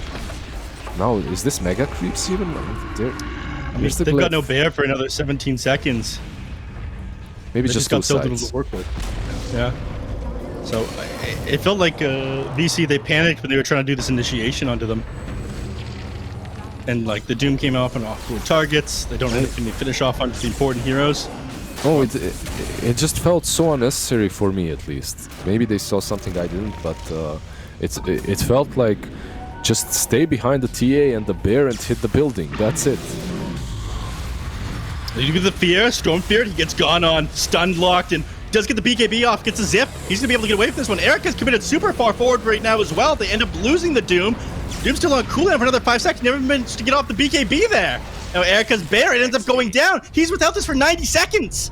Oh, that should be it. I don't see the way any longer. How do they defend with this one? Yeah, Doom doesn't have buyback either. They get a stun off from the Clockwork. He's held in place. Look at the damage coming off the Templars after they can't finish him off. They have a lot of armor with the Lotus, but the Shackle's off onto the Viper. They're going to lose him as well, and he doesn't have buyback either. No gold. They're underneath the tier 4s. Grimstroke, he's down. Jelma, he's down. That's it. And that's it. That's GG. VC overextended. Looked like they had the game. They were winning this one, and off of overextending their extreme gaming, they get the punish and they close out the game. Yeah, because both of these teams push really fast. Like, their objective taking capabilities are through the roof. And one mistake is all that they needed. Extreme Gaming, all they needed is one mistake from Witcher Gaming, and they just completely turned this one around. I'm not saying that the game was out of their control completely, but it looked rough. They were playing versus an Aegis, a Refresher Shard, Doom. Their mid lane was about to fall, but that one overcommitment, overextension from Witcher Gaming, and they lose it completely. You know, Lizard, there was an interview with Puppy, 2014 TI. They asked him about the nature of Dota 2, and he said the thing that he loves but hates about this game is that you can be playing for 45, 50, even an hour, and you're winning the game for most of that time. You make one mistake and then you lose, and then it's over. And then that's just it. I mean, so many things happen in those last 2 minutes in that game, right? Firstly, we had that Rax defense that really shouldn't have been a defense. They should have lost the side instantly off of that fight. But also, Storm Spirit. If Storm Spirit dies in that last fight, off of that other jump, the game is markedly different than what it actually ended up being. But because Storm doesn't die, there's no impetus for the side of Extreme Gaming to have to back off. Then suddenly, they lose 1, 2, 3 heroes on the side of Vici and Neff. Afterwards, although they looked so good, it looked so promising, it looked like they had push potential, but then the game just ends. Oh my gosh, this must be so devastating for the side of Vici right now. Yeah, I mean, they basically had it. The Storm Spirit ends up going down. He had bought out there, but Lizard summed it up about as well as you could. You extended too far forward, and Tanky he forces you to extend forward. He gets it disables off one of the right heroes. He makes taking these team fights so difficult. I feel like it's partially on VC for getting distracted there instead of keeping their eyes on the ball, but the play that won Extreme Gaming the game was, Storm Spirit going down and VC baiting themselves too far. We've seen it happen many times before. You bait yourself too far forward, and there were some really good fights that Vici were able to take in this one. We see the double doom being applied here, got them a very strong team fight victory. Overall, these fights seemed a lot more difficult to take than what we were anticipating. And Lizard, what do you make of this Lone Druid performance in this game? Though they ended up losing, I think he did relatively decently. And also, I should have known this hero was going to come in. This is unfortunately, the 6th game of Lone Druid, the 3rd loss. It's 50-50 win rate in DPC overall. And I was actually, ironically enough, involved in one of the games, so I wouldn't have been lying too much if I said it was going to come out. But how do you feel about what it performed like in the game itself, and whether or not it's a worthwhile pick in general in the current meta? I think it looked all right. I mean, any carry really for them, I think, would have worked. It's the game wasn't lost because of the Lone Druid. It also wasn't being won because of the Lone Druid. They just had a really solid draft. The Soulbind worked wonders with the Doom, with the Viper. And then the Lone Druid obviously helped out with objective-taking capabilities. It helped out a ton. I'm not convinced that the hero is like some top-tier material pick, but I think there are definitely games in which he can work. I think also that this is a game in which he could have worked. It's just, unfortunately for Vici Gaming, they got outplayed in the end. They got outplayed, but... Sorry, it's always hard in this game. Like, you can have the best draft and still lose with it. And then you won't know for sure if it's the draft or if you just got outplayed or if you were unlucky in some certain moments. This last fight is beyond unlucky. The initiation just doesn't pan out exactly as they needed to. The survival there of the Paparazzi Storm Spirit turns the entire game around. And after you've committed everything forward, I think this is one of the weaknesses of the Lone Druid Neff, is that as good as the hero can seem in certain instances, unfortunately, it is one of these heroes that there's a toolkit that you have to commit forward every single time you utilize the hero. And if that toolkit, in this instance, the bear, goes awry, doesn't work out, you have literally nothing else to offer as this particular hero. And it seemed like VG Gaming didn't know how to play around the fact that they didn't have a bear in certain instances. Yeah, and they got too aggressive at times that they shouldn't, like a bear. The cooldown, it was on cooldown right at the final fight there. Doom was on cooldown for a couple seconds. They took the fight against them outside the base. I think they overestimated their ability to fight into them there. And I don't know. I don't feel like it was on the lone druid. I think you would have run into these issues with a lot of other carries. I'm with Lizard on that one. Yeah. It was just poor execution in a couple of these team fights and getting themselves baited there. I think is the biggest issue. Yeah. Backpedaling a little bit. I don't think lone druid was the issue. Does certainly feel like the issue was that the understanding of the game was just a little bit higher on the side of Extreme Gaming. They knew when to press the envelope, when to push their advantage, and when they couldn't. And it's the righter thing, or the better thing rather, to just step back. Although Erica ends the game not dying at all on his lone druid, ultimately it doesn't really matter. Dota is not a game about kills, not a game about deaths. It's defense of the ancients, and their ancient ends up falling. On the side of Extreme Gaming, though, I will admit, Lizard, that I don't think this was the cleanest performance from them. And yet again, I find myself in this awkward position of acknowledging that this team is really good, that they have a very high ceiling of potential, but still not seeing the kind of performance that justifies, in my mind, this team necessarily being, okay, they're challenging for top 2 guaranteed. We're still a bit shakier than what could have been otherwise in a game like this, right? Yeah, you can say that. I was actually impressed with their defense of the ancient in the last fight when Vici Gaming started diving them.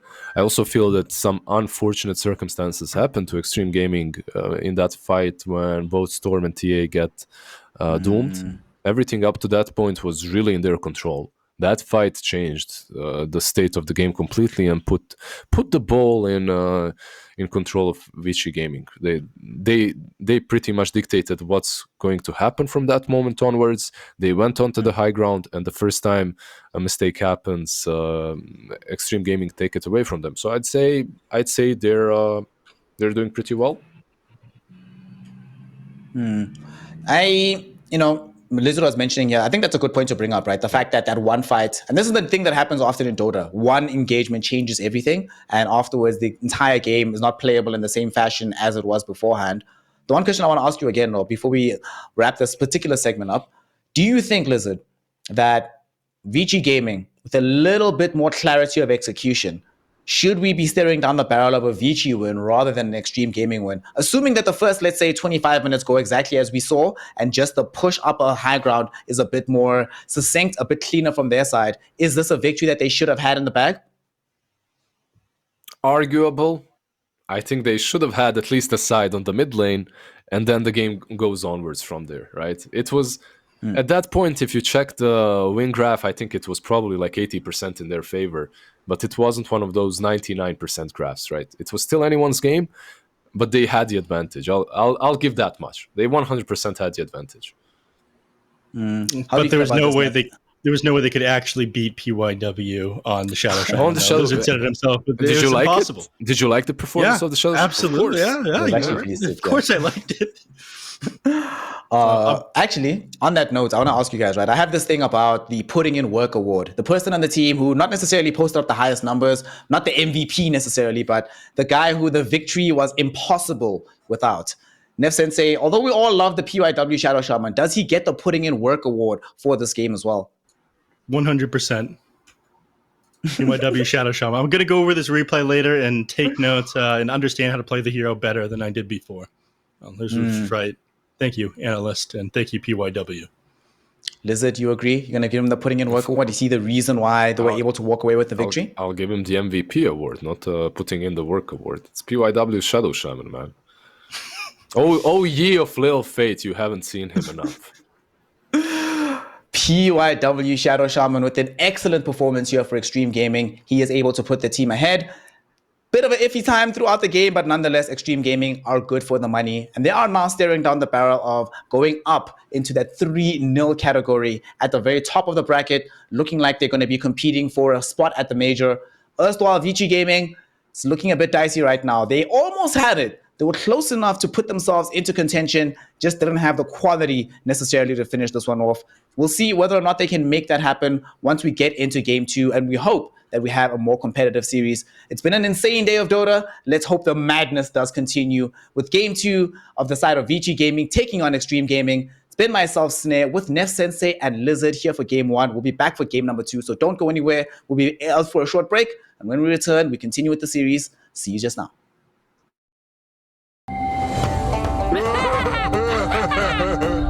So, who wants to play a game? Yoink!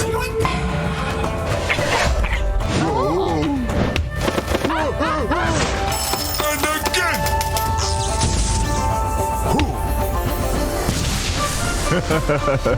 I always get what I want. In the bag.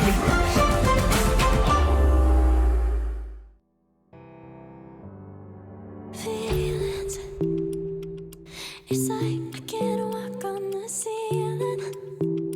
Oh yeah, got me dreaming, dreaming in colors I never dreamed. Oh yeah, I let you in deeper than I let anyone else before. Fell in love with my broken pieces, took 'em all and made 'em yours. Didn't know what my heartbeat needed. Skipping out, no, I can't keep score. When I lose my breath, boy, you got me breathing. Oh, every little thing you do, every time you hold me, take me higher, higher. Every little thing you do, every time you hold me, take me higher, higher. Oh.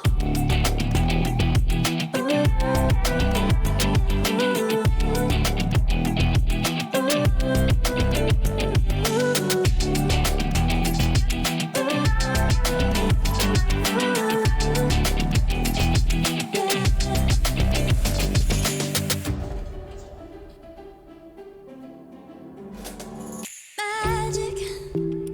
No, I'm never letting go. Now that I have it with you. When you kiss me, it's like the stars fall out the sky onto my heart to cover up what I don't wanna show. I let you in deeper than I let anyone else before. Fell in love with my broken pieces, took 'em all and made 'em yours. Didn't know what my heartbeat needed. Skipping out, no, I can't keep score. When I lose my breath, boy, you got me breathing. Oh, every little thing you do, every time you hold me, take me higher, higher. Every little thing you do, every time you hold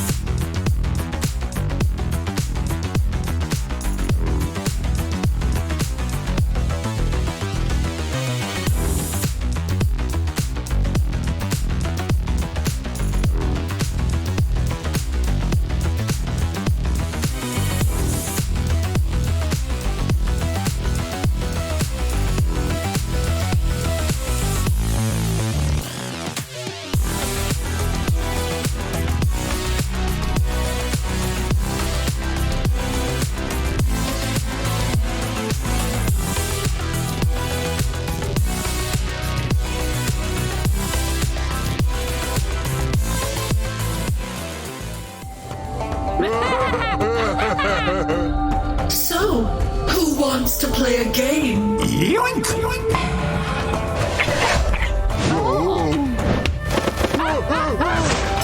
And again!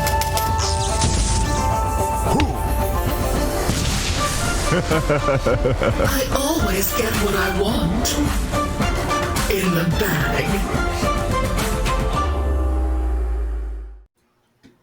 Welcome back, Dota World, to the resumption of the spring tour as we continue with the journey towards the next major and potentially towards TI as well. We are in game number 2 of VG Gaming taking on Extreme Gaming. So far, it's been a competitive series. Extreme Gaming were able to eke out the victory, but they made it a very, very intriguing series. Nev Sensei, I'm joined with you. I'm joined with Lizard, myself, Snare, of course. But the game itself was way closer than most of us would have anticipated just off the bat of what the billing would look like, right? Yeah, they ended up extending just a little bit too far forward at the very end. And I think ultimately that's what ended up costing them the game. Them getting a little bit overconfident towards the end there. I don't think they'll make that kind of mistake again. In fact, they believe in themselves so much based on that previous game that they start with some of these exact same heroes. In fact, the exact same on both sides here. Yeah. They're going to be fully confident in how the drafts panned out last time. Not even the same heroes, the same order, the same start. Lizard, are you a fan of this, generally speaking? Like, outside of just this game in particular, how do you feel overall about teams just replicating Game 1 drafts, continuing with that particular style into Game 2 as well? Well, if they believe in it, why not, right? I really think that that game was pretty much even, and Vichy Gaming could have won it. If not for those couple of mistakes in the end. So if they want to try it again, sure, give them another shot. Maybe this time Doom +1 won't be completely zoned out by an Abaddon, because an Abaddon is banned. So so they are switching things up a little bit in the banning stage, and we will see different drafts, right? Like the Viper on one side is banned out, on the other the Abaddon. Yeah. You know what hero has... Oh, go ahead. Go ahead. It's too late. I said go ahead first, yeah. All right, whatever. All right, we'll see. I was curious to see if we would see a little bit more Clinks, a little bit more Brewmaster. I absolutely love these two heroes. I thought they were two of the big winners of the patch, and we see them every so often. They have a pretty big impact, but I don't feel like we've seen enough Clinks for how strong he is. He was in all 3 games earlier tonight, but not so much in Division 1. Yeah, I personally here, Nev, I think I've seen enough Clinks for the day, if I'm honest. A 4-hour series involving Clinks, probably okay that we have a series of games without him. However, I do definitely agree with you. It made no sense to me that those were the first Clinks games that we've had in DPC at all. And seeing the performance of the Clinks, yeah, they were. No one else would pick them. And given how well the Clinks performed in those games, we can definitely see that, yeah, more teams should be picking up heroes like that. The Brewmaster we did see in recent times here, most of the time that we've been seeing the Brewmaster, it started being played in the off lane, but it seems to have been relegated more and more towards support roles here, Lizard. Do you think this is a natural progression for how this hero should be played right now? Or is it just a thing of, we need Brewmaster badly enough that we're willing to play him in support, even if it's not his best role in the current meta? I feel like every patch there was a team that experimented with a position 5 or even a position 4 Brewmaster, right? And sometimes it can work, sometimes it can backfire. There are reasons why it usually gets forgotten after a while, and that reason usually is it's a bit too greedy, a little bit too cooldown dependent for that support position. So we might see it, but I'm still not the greatest fan of him as a position 5. Maybe on offlane, under the right circumstances, when you're playing versus illusion heroes, he can definitely work, but he's not an instant pick for me. He's a ton more fun now with the stances, though. Yeah, he is. Well, you must be happy, Neff. You get your favorite hero in the game right now. Emerging here for the side of VG Gaming. Earth Spirit. Not just Earth Spirit fan, but this is Earth Spirit with Inkswell to help him get forward, with Soulbind to keep heroes in a nice small cone for the magnetized damage to just pop off. So this feels like already a pretty decent enough Earth Spirit game. And on the other side of Extreme Gaming, I mean, there is some lockdown, but he's never going to be the primary target of this. So always be able to skirt in and out of the fights, dishing out the damage that he needs to. Hopefully. I mean, using Shackle is always a pain against an Earth Spirit because he's always going to have the geomatic grip that is going to hit you. He can roll into you to disable your Shackles just on a super low cooldown of 4 seconds. And he has amazing catch if you're like a straggler and trying to get away from the team fight on the Shadow Shaman. So Earth Spirit, pretty good against SS in these fights. Weaver picked up as well. Oh, okay, I very much like the Weaver pickup here. Obviously, it can't be a position 1 against the Doom, and it isn't going to be. But they don't have any hard lockdown for it. Like rolling Boulder into the Weaver actually feels super bad. So Weaver's a value pickup here. But that means either both the Shadow Shaman and the Weaver can't both be position 5 here, Lizard. Yeah. Why do you think that it can be a 1 though?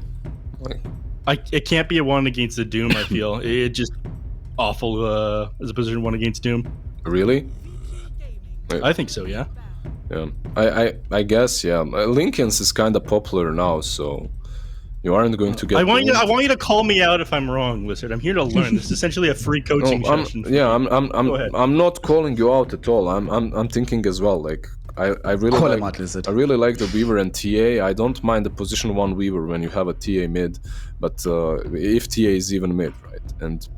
But I also don't mind the position 5 Weaver. Like you said, both of them can be 5.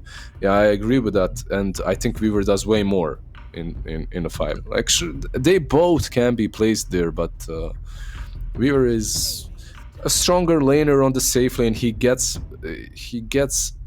more out of low amount of resources that position 5 usually gets as well. And I believe that should probably be the position that he's in, if it's not a 1. Why do you guys think that this Weaver has fallen off in general, just being played in a position 5? We used to see him literally, not even practically, literally every game in the last patch. But in 7.31, we're not seeing him nearly to the same degree. I mean, sure, there have been some changes to how the hero functions, but what's with this very steep drop-off for this hero? Is it just the style that the patch is being played right now doesn't help having a 5-position Weaver? It's just small little nerfs to the hero. The bugs, the amount of hits onto it has changed from 4 to 3 at the first 2 levels. That actually makes it like significantly easier to knock them off you when you're trying to run away, because before it would be like just enough to get the kill, and they end up increasing the cooldown of Sakuchi at early levels as well. So it feels a lot worse as a support because those low level abilities aren't as value. Can anyone explain the lanes to me for extreme gaming? Shadow Shaman 4, Weaver 5, Doxia 3, TA safe lane, DK mid is what I probably imagine is what they're going to do here. But it does... I'm not fully confident in whether or not that's going to work, as Vici coming in for the Lost Pick Coddle. Lost Pick Coddle is very strong lanes. Yeah, DK mid. Yeah, mid lane Coddle. Okay. Mid lane Coddle. Well, Neff, you literally just said it better not be mid. It is mid. Why do you not want it to be mid? And what does this hero do in that particular role that you didn't want to see from Vici Gaming? It's not a fight starter. It doesn't have disable. It's easy to get on top of for a couple of these heroes. It gets blown up. I feel like they were running this in Europe. Nine was playing this one. It ended up popping off. But in these games, in these China games, I'm pretty sure it's just lost every single game it's played. There's something fundamentally wrong with how they're playing it inside this region. I don't really think it belongs in the mid lane either. It's like something that Nine has no business being able to do, but somehow does, and they're trying to run it in this region as well.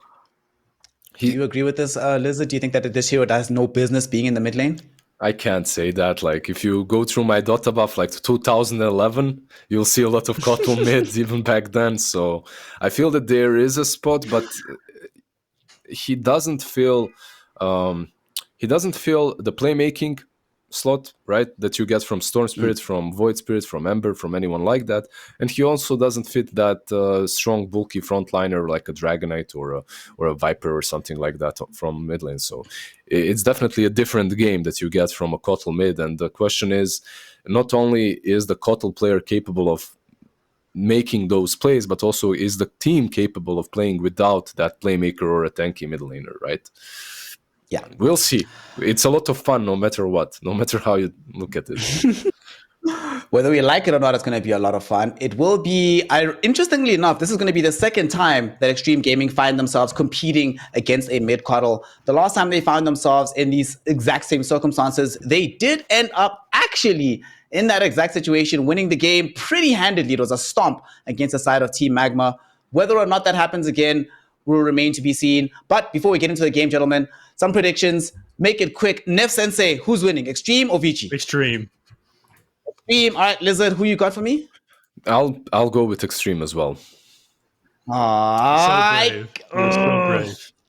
I want to see mid-coddle win. I want to see some exciting Dota, and I want to see a game 3. So I'm going to be going with Vici Gaming and hoping that they can deliver that result to us. But without any further ado, let's get into game 2 and see if they can do it. We've got Nev Sensei, we've got Lizard on the mic. Gentlemen, take it away, make it hype, maybe less hype than game 1, and take us into the next one. Good luck and see you afterwards. I don't know about you, Lizard, but in my opinion, Snare is completely unhinged. He wants to see 3 games. He's been here since game 1. Yeah, it's been a long day for you guys. That man is not well. We're gonna send him some help later. Free him from this prison. I only started on game 4 tonight. This is like what overall 8? We're on 8 now, and two of the first games were over an hour. Yeah, it's a really long day. Not something that we've experienced before, right? But yeah, it's all right. I respect his eagerness to watch some more Dota, you know, especially when it comes to these 2 teams, because it's a lot of fun. Realistically, it's a ton of fun. I'm wondering, what do you think? Kotl versus Dragonite. How do you feel? Like, usually Kotl blasts you so many times in the lane that you can't really deal with it. But I'm thinking at the same time, it's a DK. 1 Bracer and 2 levels of your Dragon's Blood, you should be fine, right? You'd think so. Do you think he goes out of Defiance this game against Kotl in the mid lane? And then just like stops caring about the blast? Nah, I don't think so. This is ridiculous. Are you seeing this? He just ended up connecting with him anyways. Yeah. It's hard to dodge, especially as Kotl has been changed, right? So the amount of time that you need to pump that blast is way shorter than before. So it's much easier for him to last it. Yeah, especially later on, it becomes much easier. So I don't know. The changes of it have definitely made it better as a core hero, but I still don't think it should be run as a mid laner. But people like it, like you said, they think it's fun. Oh, ye of little fate. I played like Kotl, Jakiro, Venomancer, techies. Remember when 1v1 mid, when that was a thing in Dota, when you could queue up for that, when you could search that match? That's literally what I would be playing to warm up. You and Snare are both unhinged, man. Just make someone suffer and then go into your official games or scrims. Makes you feel good. I think you already hear when we're talking about how I just want to watch teams lose rather than want to watch teams win, but making it a techies to warm up for games is very unhinged behavior. Oh yeah, last hitting with techies is not that easy. It wasn't that easy, at least before. Yeah, it is now. Yeah. At least easier than it has been. He's had a lot of base damage. He still has as much attack range as he ever has at 700, so... Just way more damage, yeah. But enough about techies. I don't know. We'll look at some of these lanes here. Up in the top one, we see DY on the Shadow Shaman this game, rather than on the Weaver. Is DY scary on this one, or is this nothing to be worried about? I think the hero overall is scary, right? It's in a good position, so DY is just as good. He just won't get as much farm on it, so perhaps not as much impact from him. Yeah. And down here on the bottom lane, we see the Darkseer, and he does reasonably well in lanes against the Terrorblade, I feel. And, you know, in the late game, being able to throw the wall off onto the Terrorblade using the Metamorphosis can do a lot of damage to his team. Do you see XM and what he's doing on mid lane? So watching the bottom lane here, because it looks like he's about to go down. In fact, he does, and Tank that might lose him as well. They do. Mm-hmm. That's auto attack managed to finish him off, and that's the nerf on Sakuchi coming into play there. I think 3 seconds faster would have been able to get away from that one. Dodge that last auto attack. Oh, 100%. Like that's the main reason why you want to max out Sakuchi. It's the cooldown, right? Even before it was like that. But he does get the first blood, which is nice. Even versus the Metamorphosis, they get the first blood, so that urn is now up and running. Meanwhile, top lane. Yeah. Rolls in. Irving looks like he's about to tick down. One more attack does finish him off. DY. Jama would like to turn around on him, but not enough damage in order to finish him off. And he ends up walking away. He got the boot, so he's able to. Yeah, you have Meld to minus the armor, and then you have this Shadow Shaman who for some reason hits for 81, right? With the right clicks. It's not an easy lane to sustain yourself. Yeah, he hits for 81. He's got an Ether Shock at level 1, does 140 burst damage. He's got a hold that also heals him now. He's the perfect hero. Yeah. 2 disables. I feel like he might be a little bit overtuned at this point. You think so? I don't think I don't think Dota ever does that. Like Ice Frog never overtunes anything. It's the perfect balance of the frog. Yes. Always. Rimstroke, He does not make mistakes. I think he's dead. Just under the tower. Yeah, last auto attack from Tank finishes him off. Tips come off both ways over here in the mid lane. I have absolutely no idea why. Because Kotl isn't laning. He literally goes mid, uses 1 blast, and then stacks. He's been in the jungle for 99% of the time so far. So you're saying jungling is real, but only if you're also taking up the mid lane. Yeah, because he can. He's so fast. The boots allow him. Look, he goes mid, pops that blast, goes into the jungle on time to continue farming. I mean, this is... yeah. He's got boots and windlays as well. Yeah, just so he not? can get no, he's staying over here by these creep camps a little bit too long. I guess he wanted to finish this one off. He's going to lose part of this wave because of it. Paparazzi's trying to pull the wave back as close to his tower as he can, so that he's not able to get both on this Coddle. Yeah. Dragonite is definitely coming out on top here. He has more farm, right? When you look at it. More farm, more experience. What's the net worth looking? Yeah, he's ahead on that by about 400 gold as well. Up the top lane, Irving gonna chase down the tree. The shackles come out. Lou, he's gonna try to burst this Doom down, but man has a lot of armor still. XD. Does end up getting the kill. We pretty much see the repeat of the lanes in game 1, right? Like, Irving not really bottom lane. Inkswell is there, old 11. Yeah, gonna chase him down. Bugs end up coming out onto the Earth Spear, but I don't think it's gonna be enough to save him. Erica finished him off with Metamorphosis attack. 3 more seconds till you have Sakuchi available, so we'll be able to run away from this one, and they lose Grimstroke.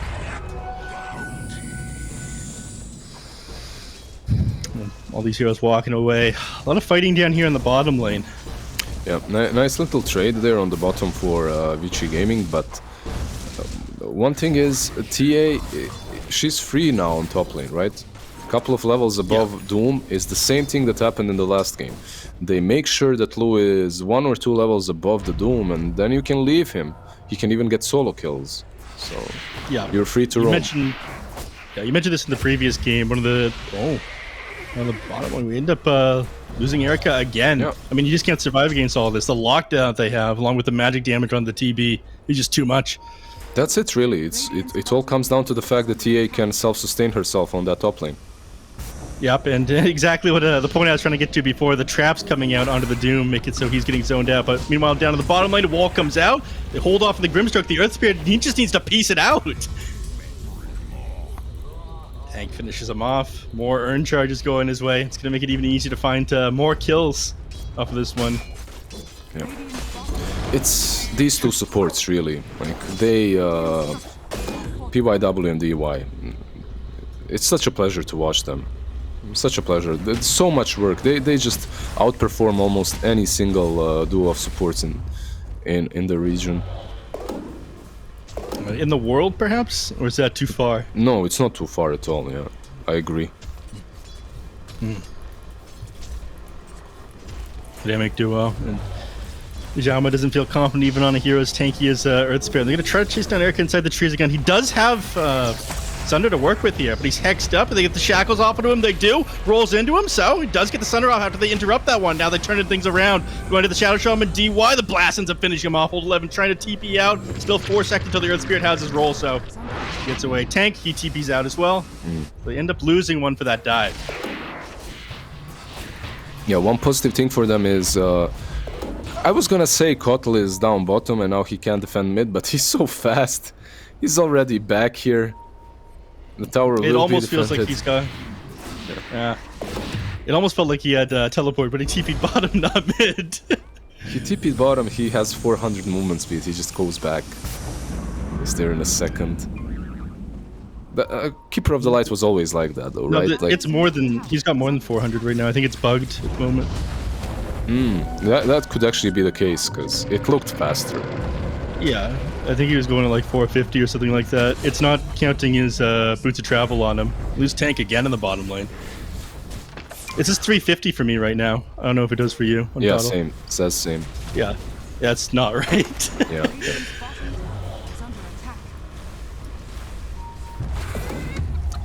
Hex comes out onto the Earth Spirit. That they don't want to shackle him as well. And they do see Grimstroke heal. Just drop the Phantom Embrace instead. He drops the Phantom Embrace onto the Darkseer, who's now in the middle of this Terrorblade, but finished off by XM, who came down here just to yoink the kill. And once again, we're going to see him make the migration back to the mid lane. A very fast one. Very swift rotation. He gets to take a creep camp as well. Oh, he's gracious too. He ends up giving that one up to Jauma. What a teammate. Was it really necessary for him to rotate down there and yoink that kill though?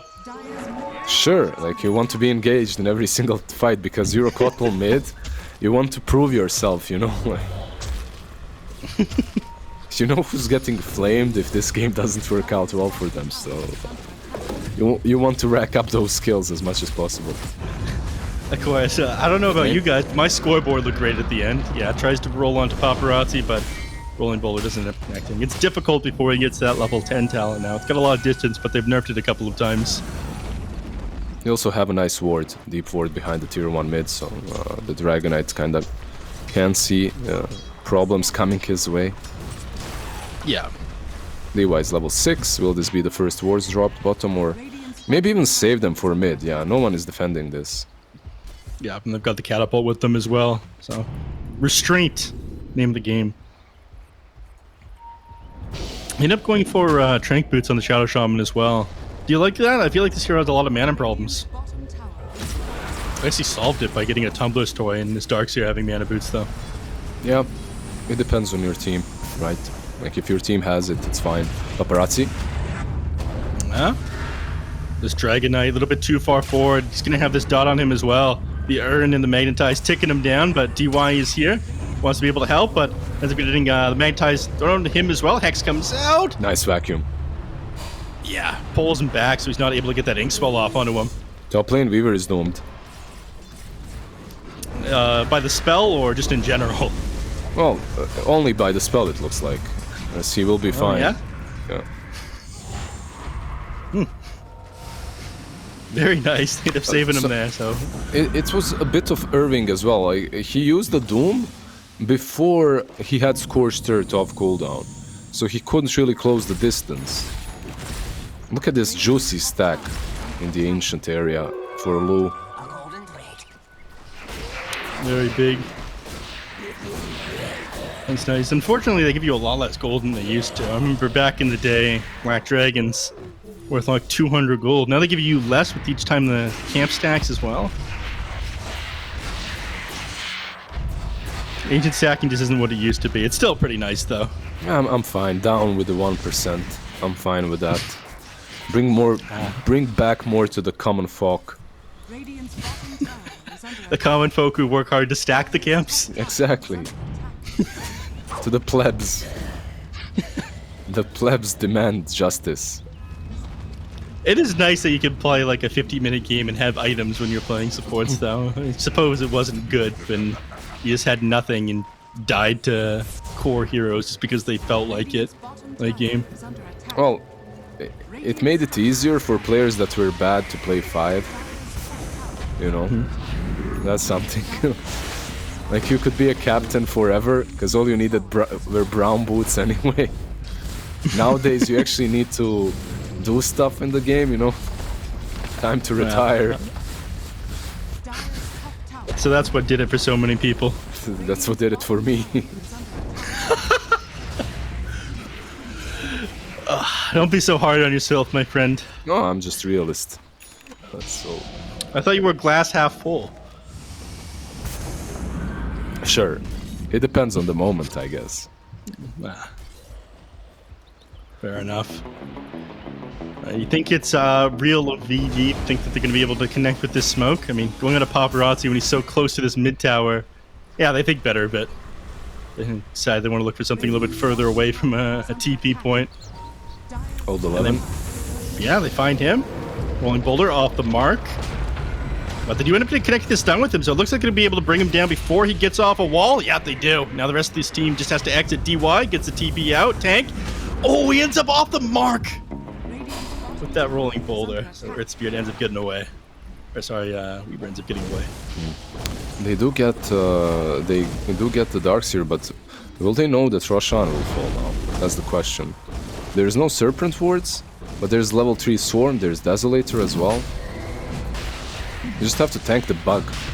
And they're gonna do it, right? Yeah, there. Yeah, the bug tanked up. Look at all this minus 37 there on a Roshan for a moment. Or it's not necessary. It'd be nice, but not when you got a Templar Assassin on your side. He just dies too fast to so many things in the game right now. It's yeah. You don't even have time to react to it, really. It took like what, 15 seconds or something? Yeah, pretty much. But okay, while that was happening, they were all farming up. XM actually has Travels and Kaya and almost a Dagon completed.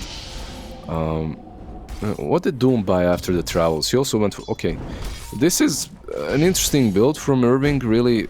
Like, going for Travels on Doom? Yeah. No Midas. I like you using the interesting technique again. Yeah, like... Top lane, Erica. Actually... Yeah. Wall comes out, vacuum back in, 2 heroes bound up with the leash here, and fortunately no follow-up to this one, but it might allow him to get the disengage. The glass and Coddle comes out, old 11, looks like he wants to stand his ground. Metamorphosis is popped, it's almost like they want to take a team fight, but both teams a little bit hesitant to move forward. They want to stay nearby their tower here on VC. And I continue to back up. Anticlimactic there. Yeah, it looked like they might jump the TB.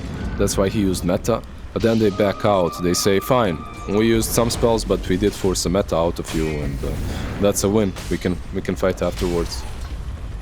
Yeah, and they'll still have the Aegis afterwards, right? Mm-hmm. Exactly, for a couple of more minutes.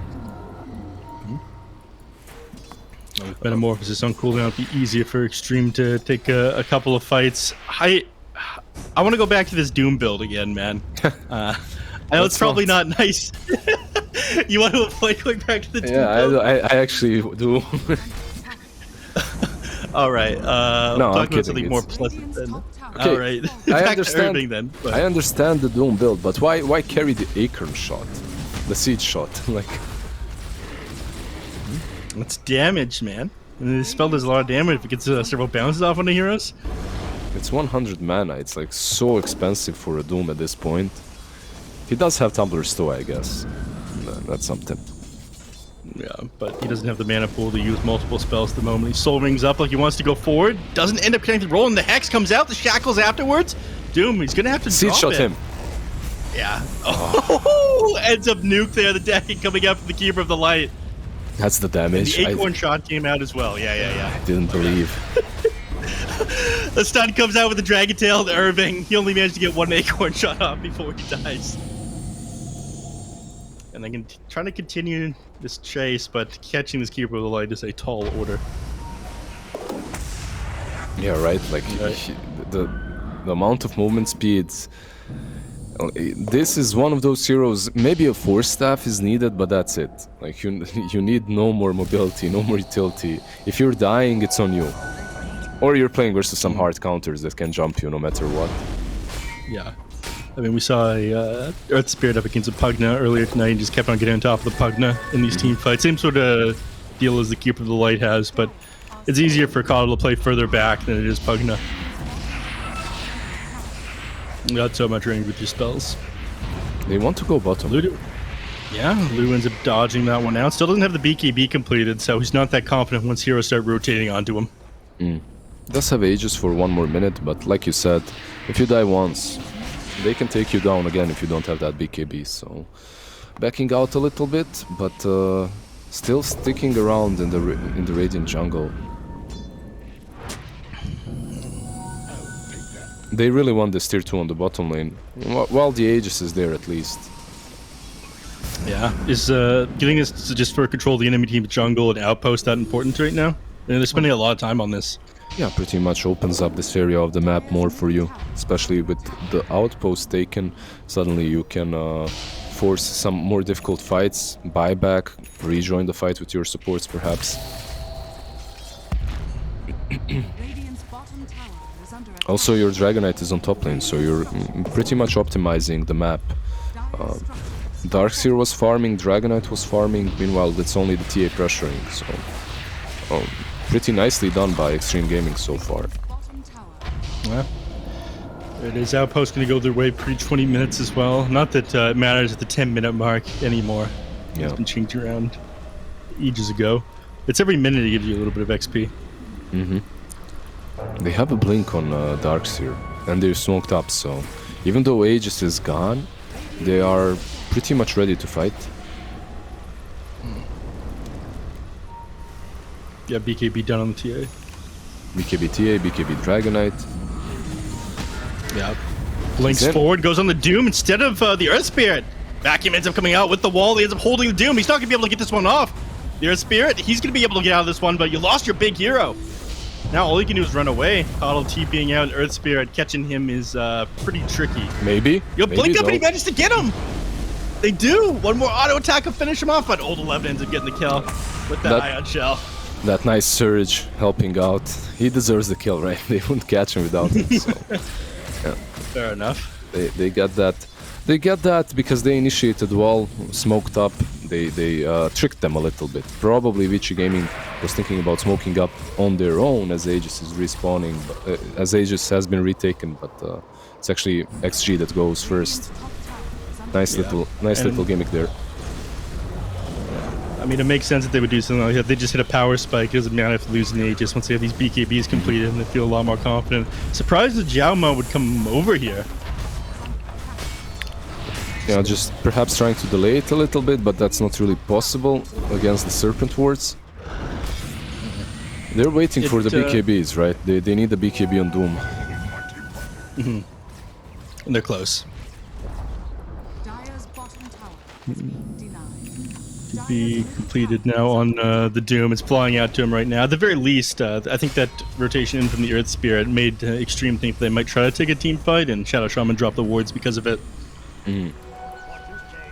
Yeah, that can be it. Baited it out a little bit. And those same wards are just farming wave after wave. Yeah. Alright, has Keeper of the Light impressed you enough at this point, Lizard? We're at 22 minutes in. It's time for the Coddle check. Yeah, we haven't really seen a lot so far, right? And they haven't really been doing a lot on their side. Is it because of the Coddle?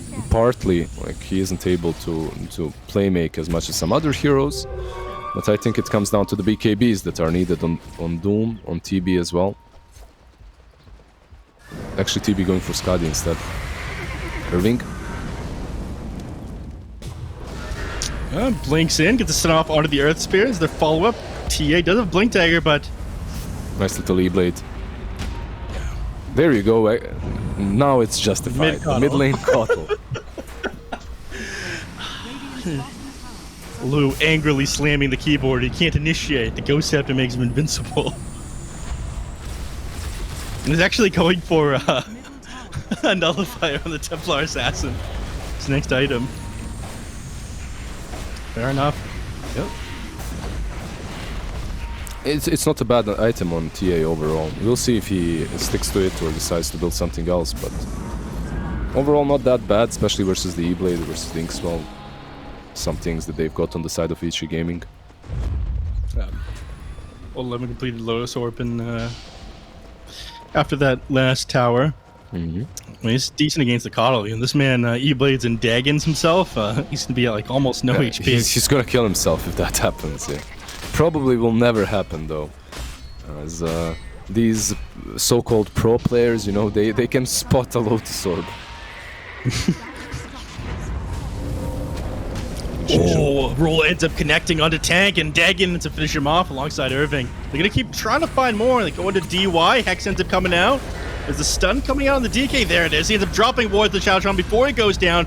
Survives for a moment with that blast, but he is finished off. Flying back into the game right now on the Earth Spear, but it's going to take a while for him to get into this team fight. But Blue running a train on your team in the meantime. Irving is able to get out. He doesn't. Old 11 finishes him off with a punch. They're going to keep this chase going now. He's going to be able to get away. He does pop his pops his Manta on his way out. But he's used Metamorphosis. They want to go into Roshan. There's no way for them to fight into this. Yeah, that's a big problem. They went into that pick-off with the smoke. They did get a couple of kills, but Rosh has respawned.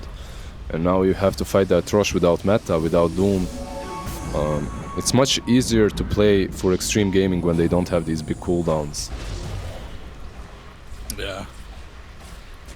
They have to play without this for like 90 seconds. Now they actually back up out of the Roche pit. I'm kind of surprised by that one, but I guess they're worried about these blasts coming in from the Keeper of the Light. It looks like they're smoking up. Maybe they want to get the pick off first. Yeah, they're probably going to find it. Jama shows himself. He gets on the Keeper of the Light, the worst hero they could find! The vacuum pulls everyone together, and they end up finding 3.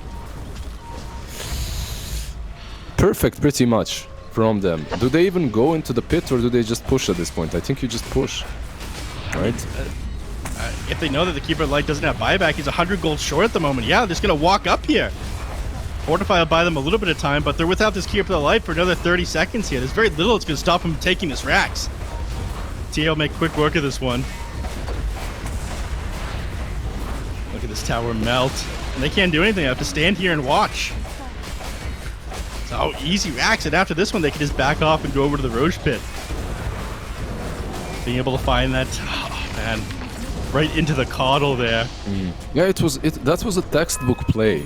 I was surprised that Vici Gaming got caught so easily, but they probably expected Weaver and TA to be in the pit, right? Because they take Rosh so easily. And they wanted to just ward up the area around their base, set up a defense. Instead, they just got wrecked hard. Nicely played by Extreme Gaming.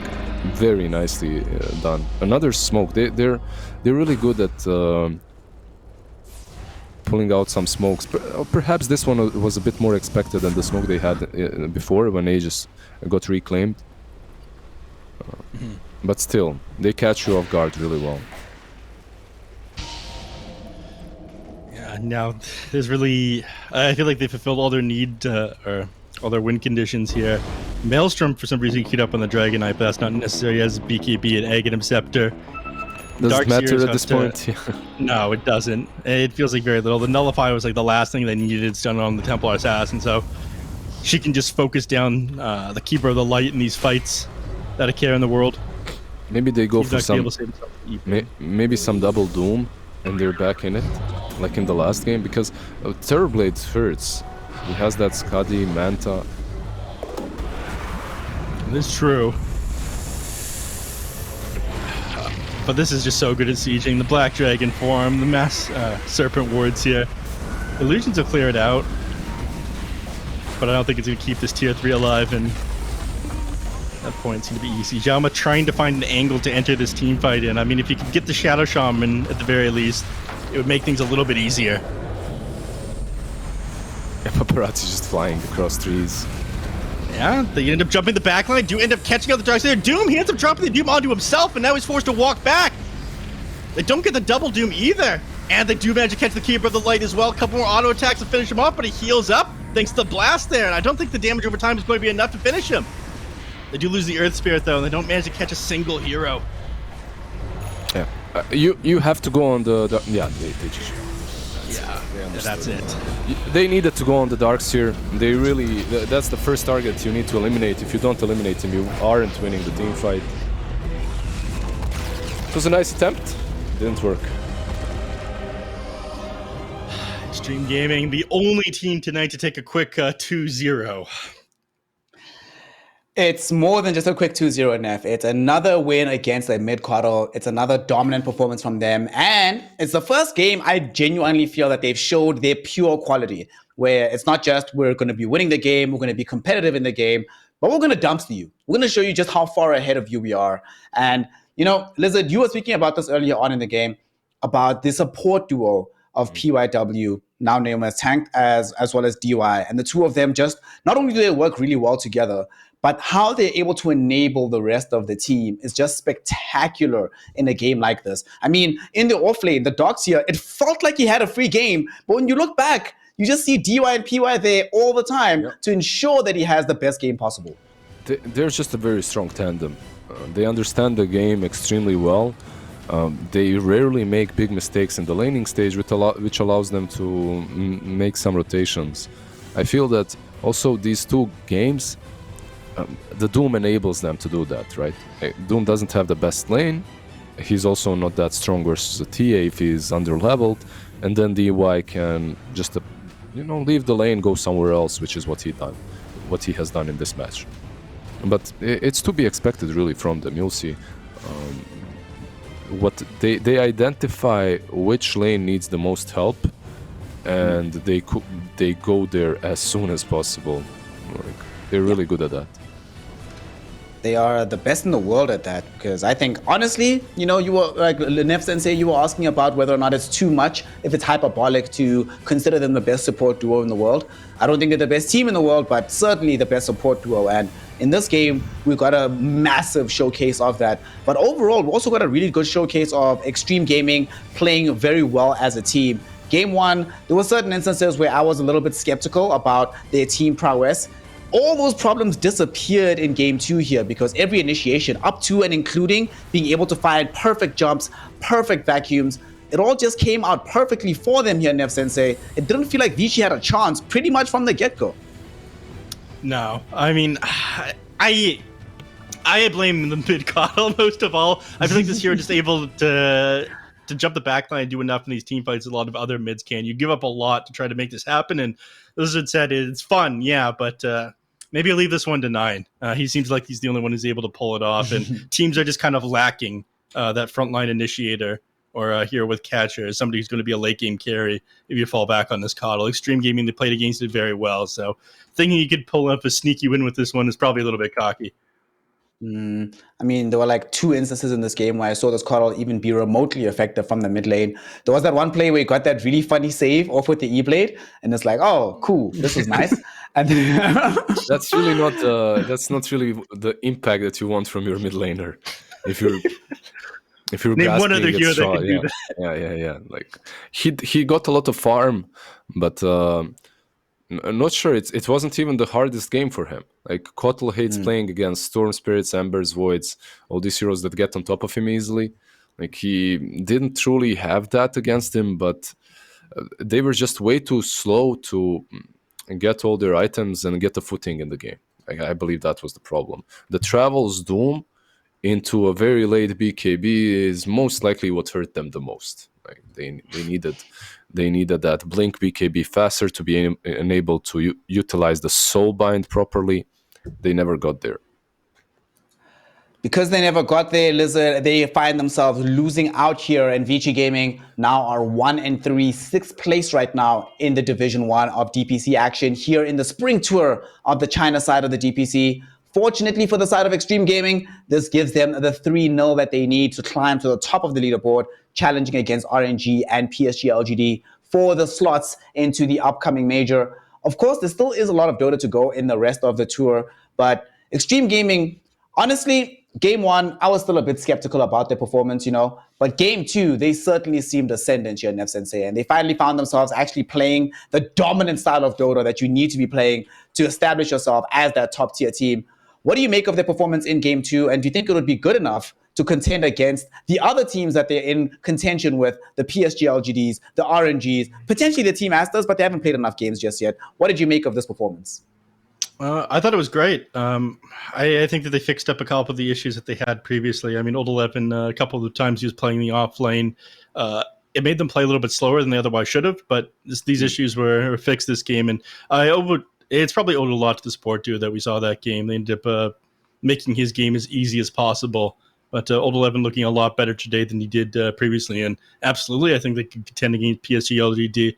You've said yourself, Blizzard, a couple of times that PSG LGD, they're not this invincible team some people think they are. I'm just trying to the patch.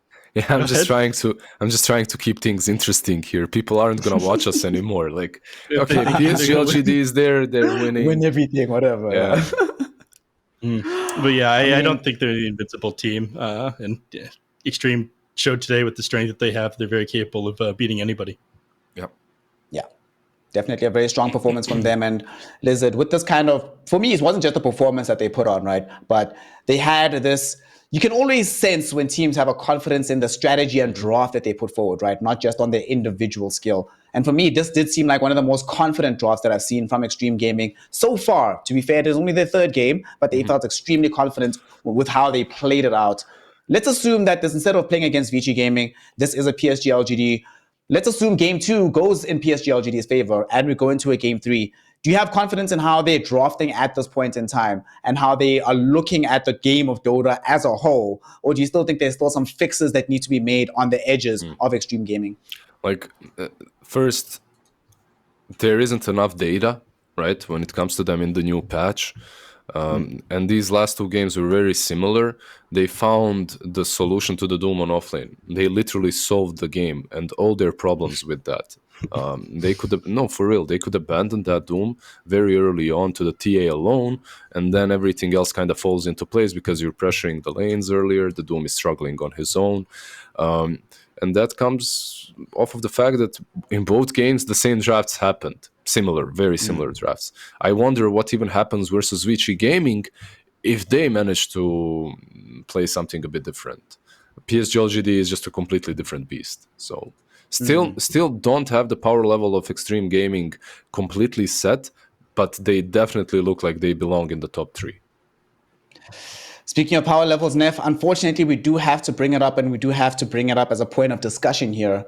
The difference between Irving and Yang. We were speaking about how there's a difference in the draft potential, and regrettably, because they had to orient around Yang, they had very similar drafts in game 1 and 2. Let's imagine, around Irving, excuse me. Yeah. How much better would Vici have done in this particular series if they had Yang in the pool, especially if it meant that they could pick different strategies, which wouldn't allow for Extreme Gaming to solve them in the same fashion that Lizard was talking about just now?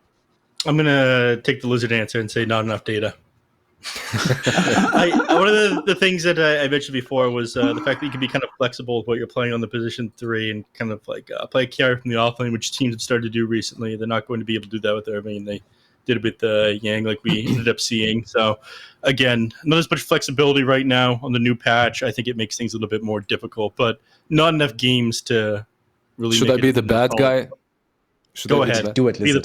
They looked so much better with Yang. Like, it's just everything would fall into place, really. And keep in mind that they played versus a much stronger, well, let's not call them much stronger team, but they did play versus PSG LGD with him. So, yeah. Yeah. Certainly a more established team, if not necessarily stronger, right? A team that we are very aware of what their ceilings and heights can be. And they did a lot better. They even took a game in that particular series. But without Yang, Vici Gaming do seem to be struggling a little bit. However, there's still a lot of time left, as both of you have mentioned, not enough data to conclusively say what their season will look like. More games to come. They still have a good shot of being able to remain in this league right now. However, that means that they have to work very, very hard for the future games. The way things look, though, positively for Extreme Gaming, I would say that right now, although we don't have as much data as we would like from them, we are finally starting to see the ball rolling. Very excited to see what they look like come the major itself, if they get there. I feel like they're going to get there. I think I put them as my top seed. Really hoping it works out. But after today, I'm a bit more confident in this. Yeah. Yeah, exactly. That's the most important thing, man. That's the most important thing.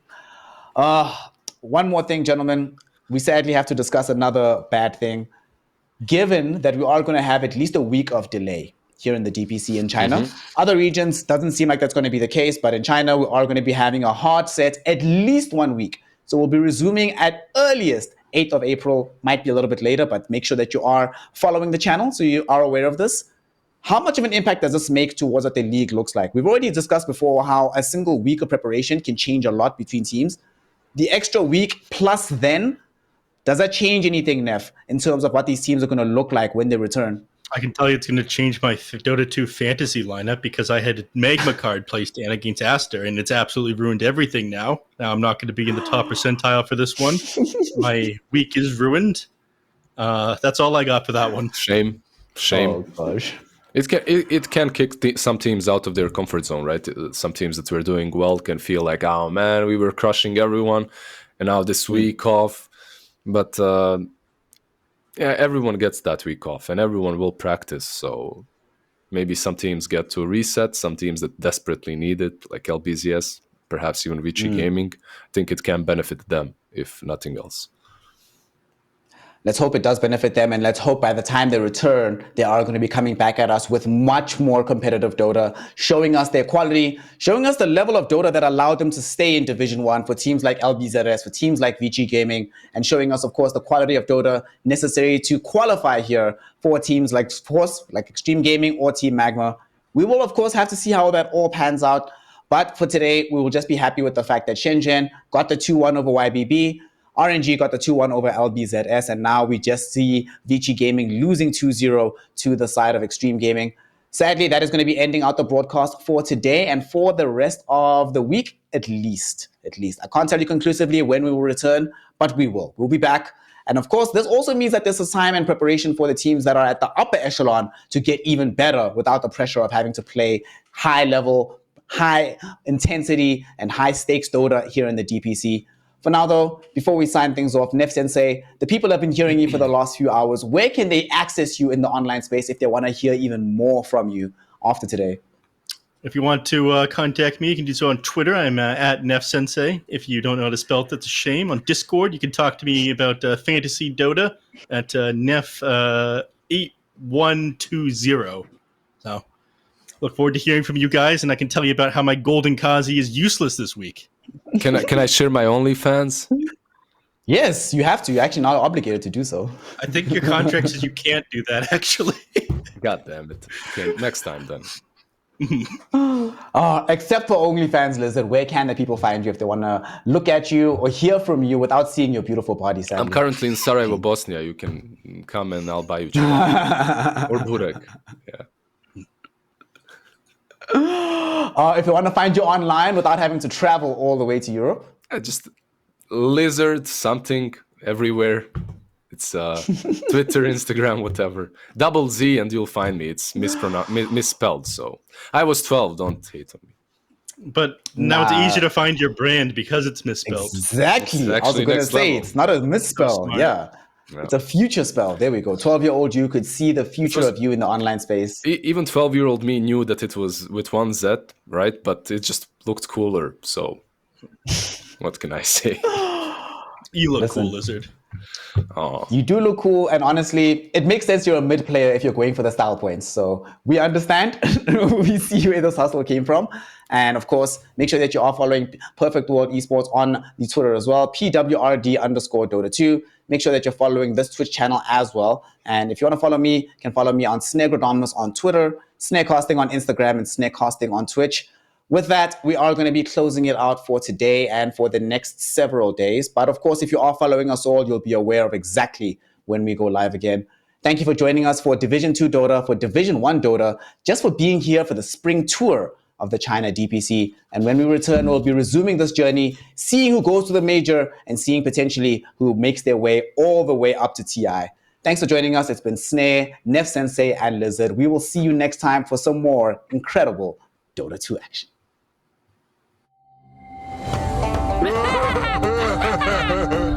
So, who wants to play a game? Yoink!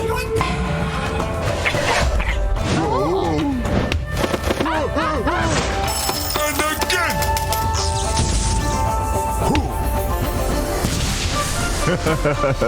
I always get what I want. In the bag.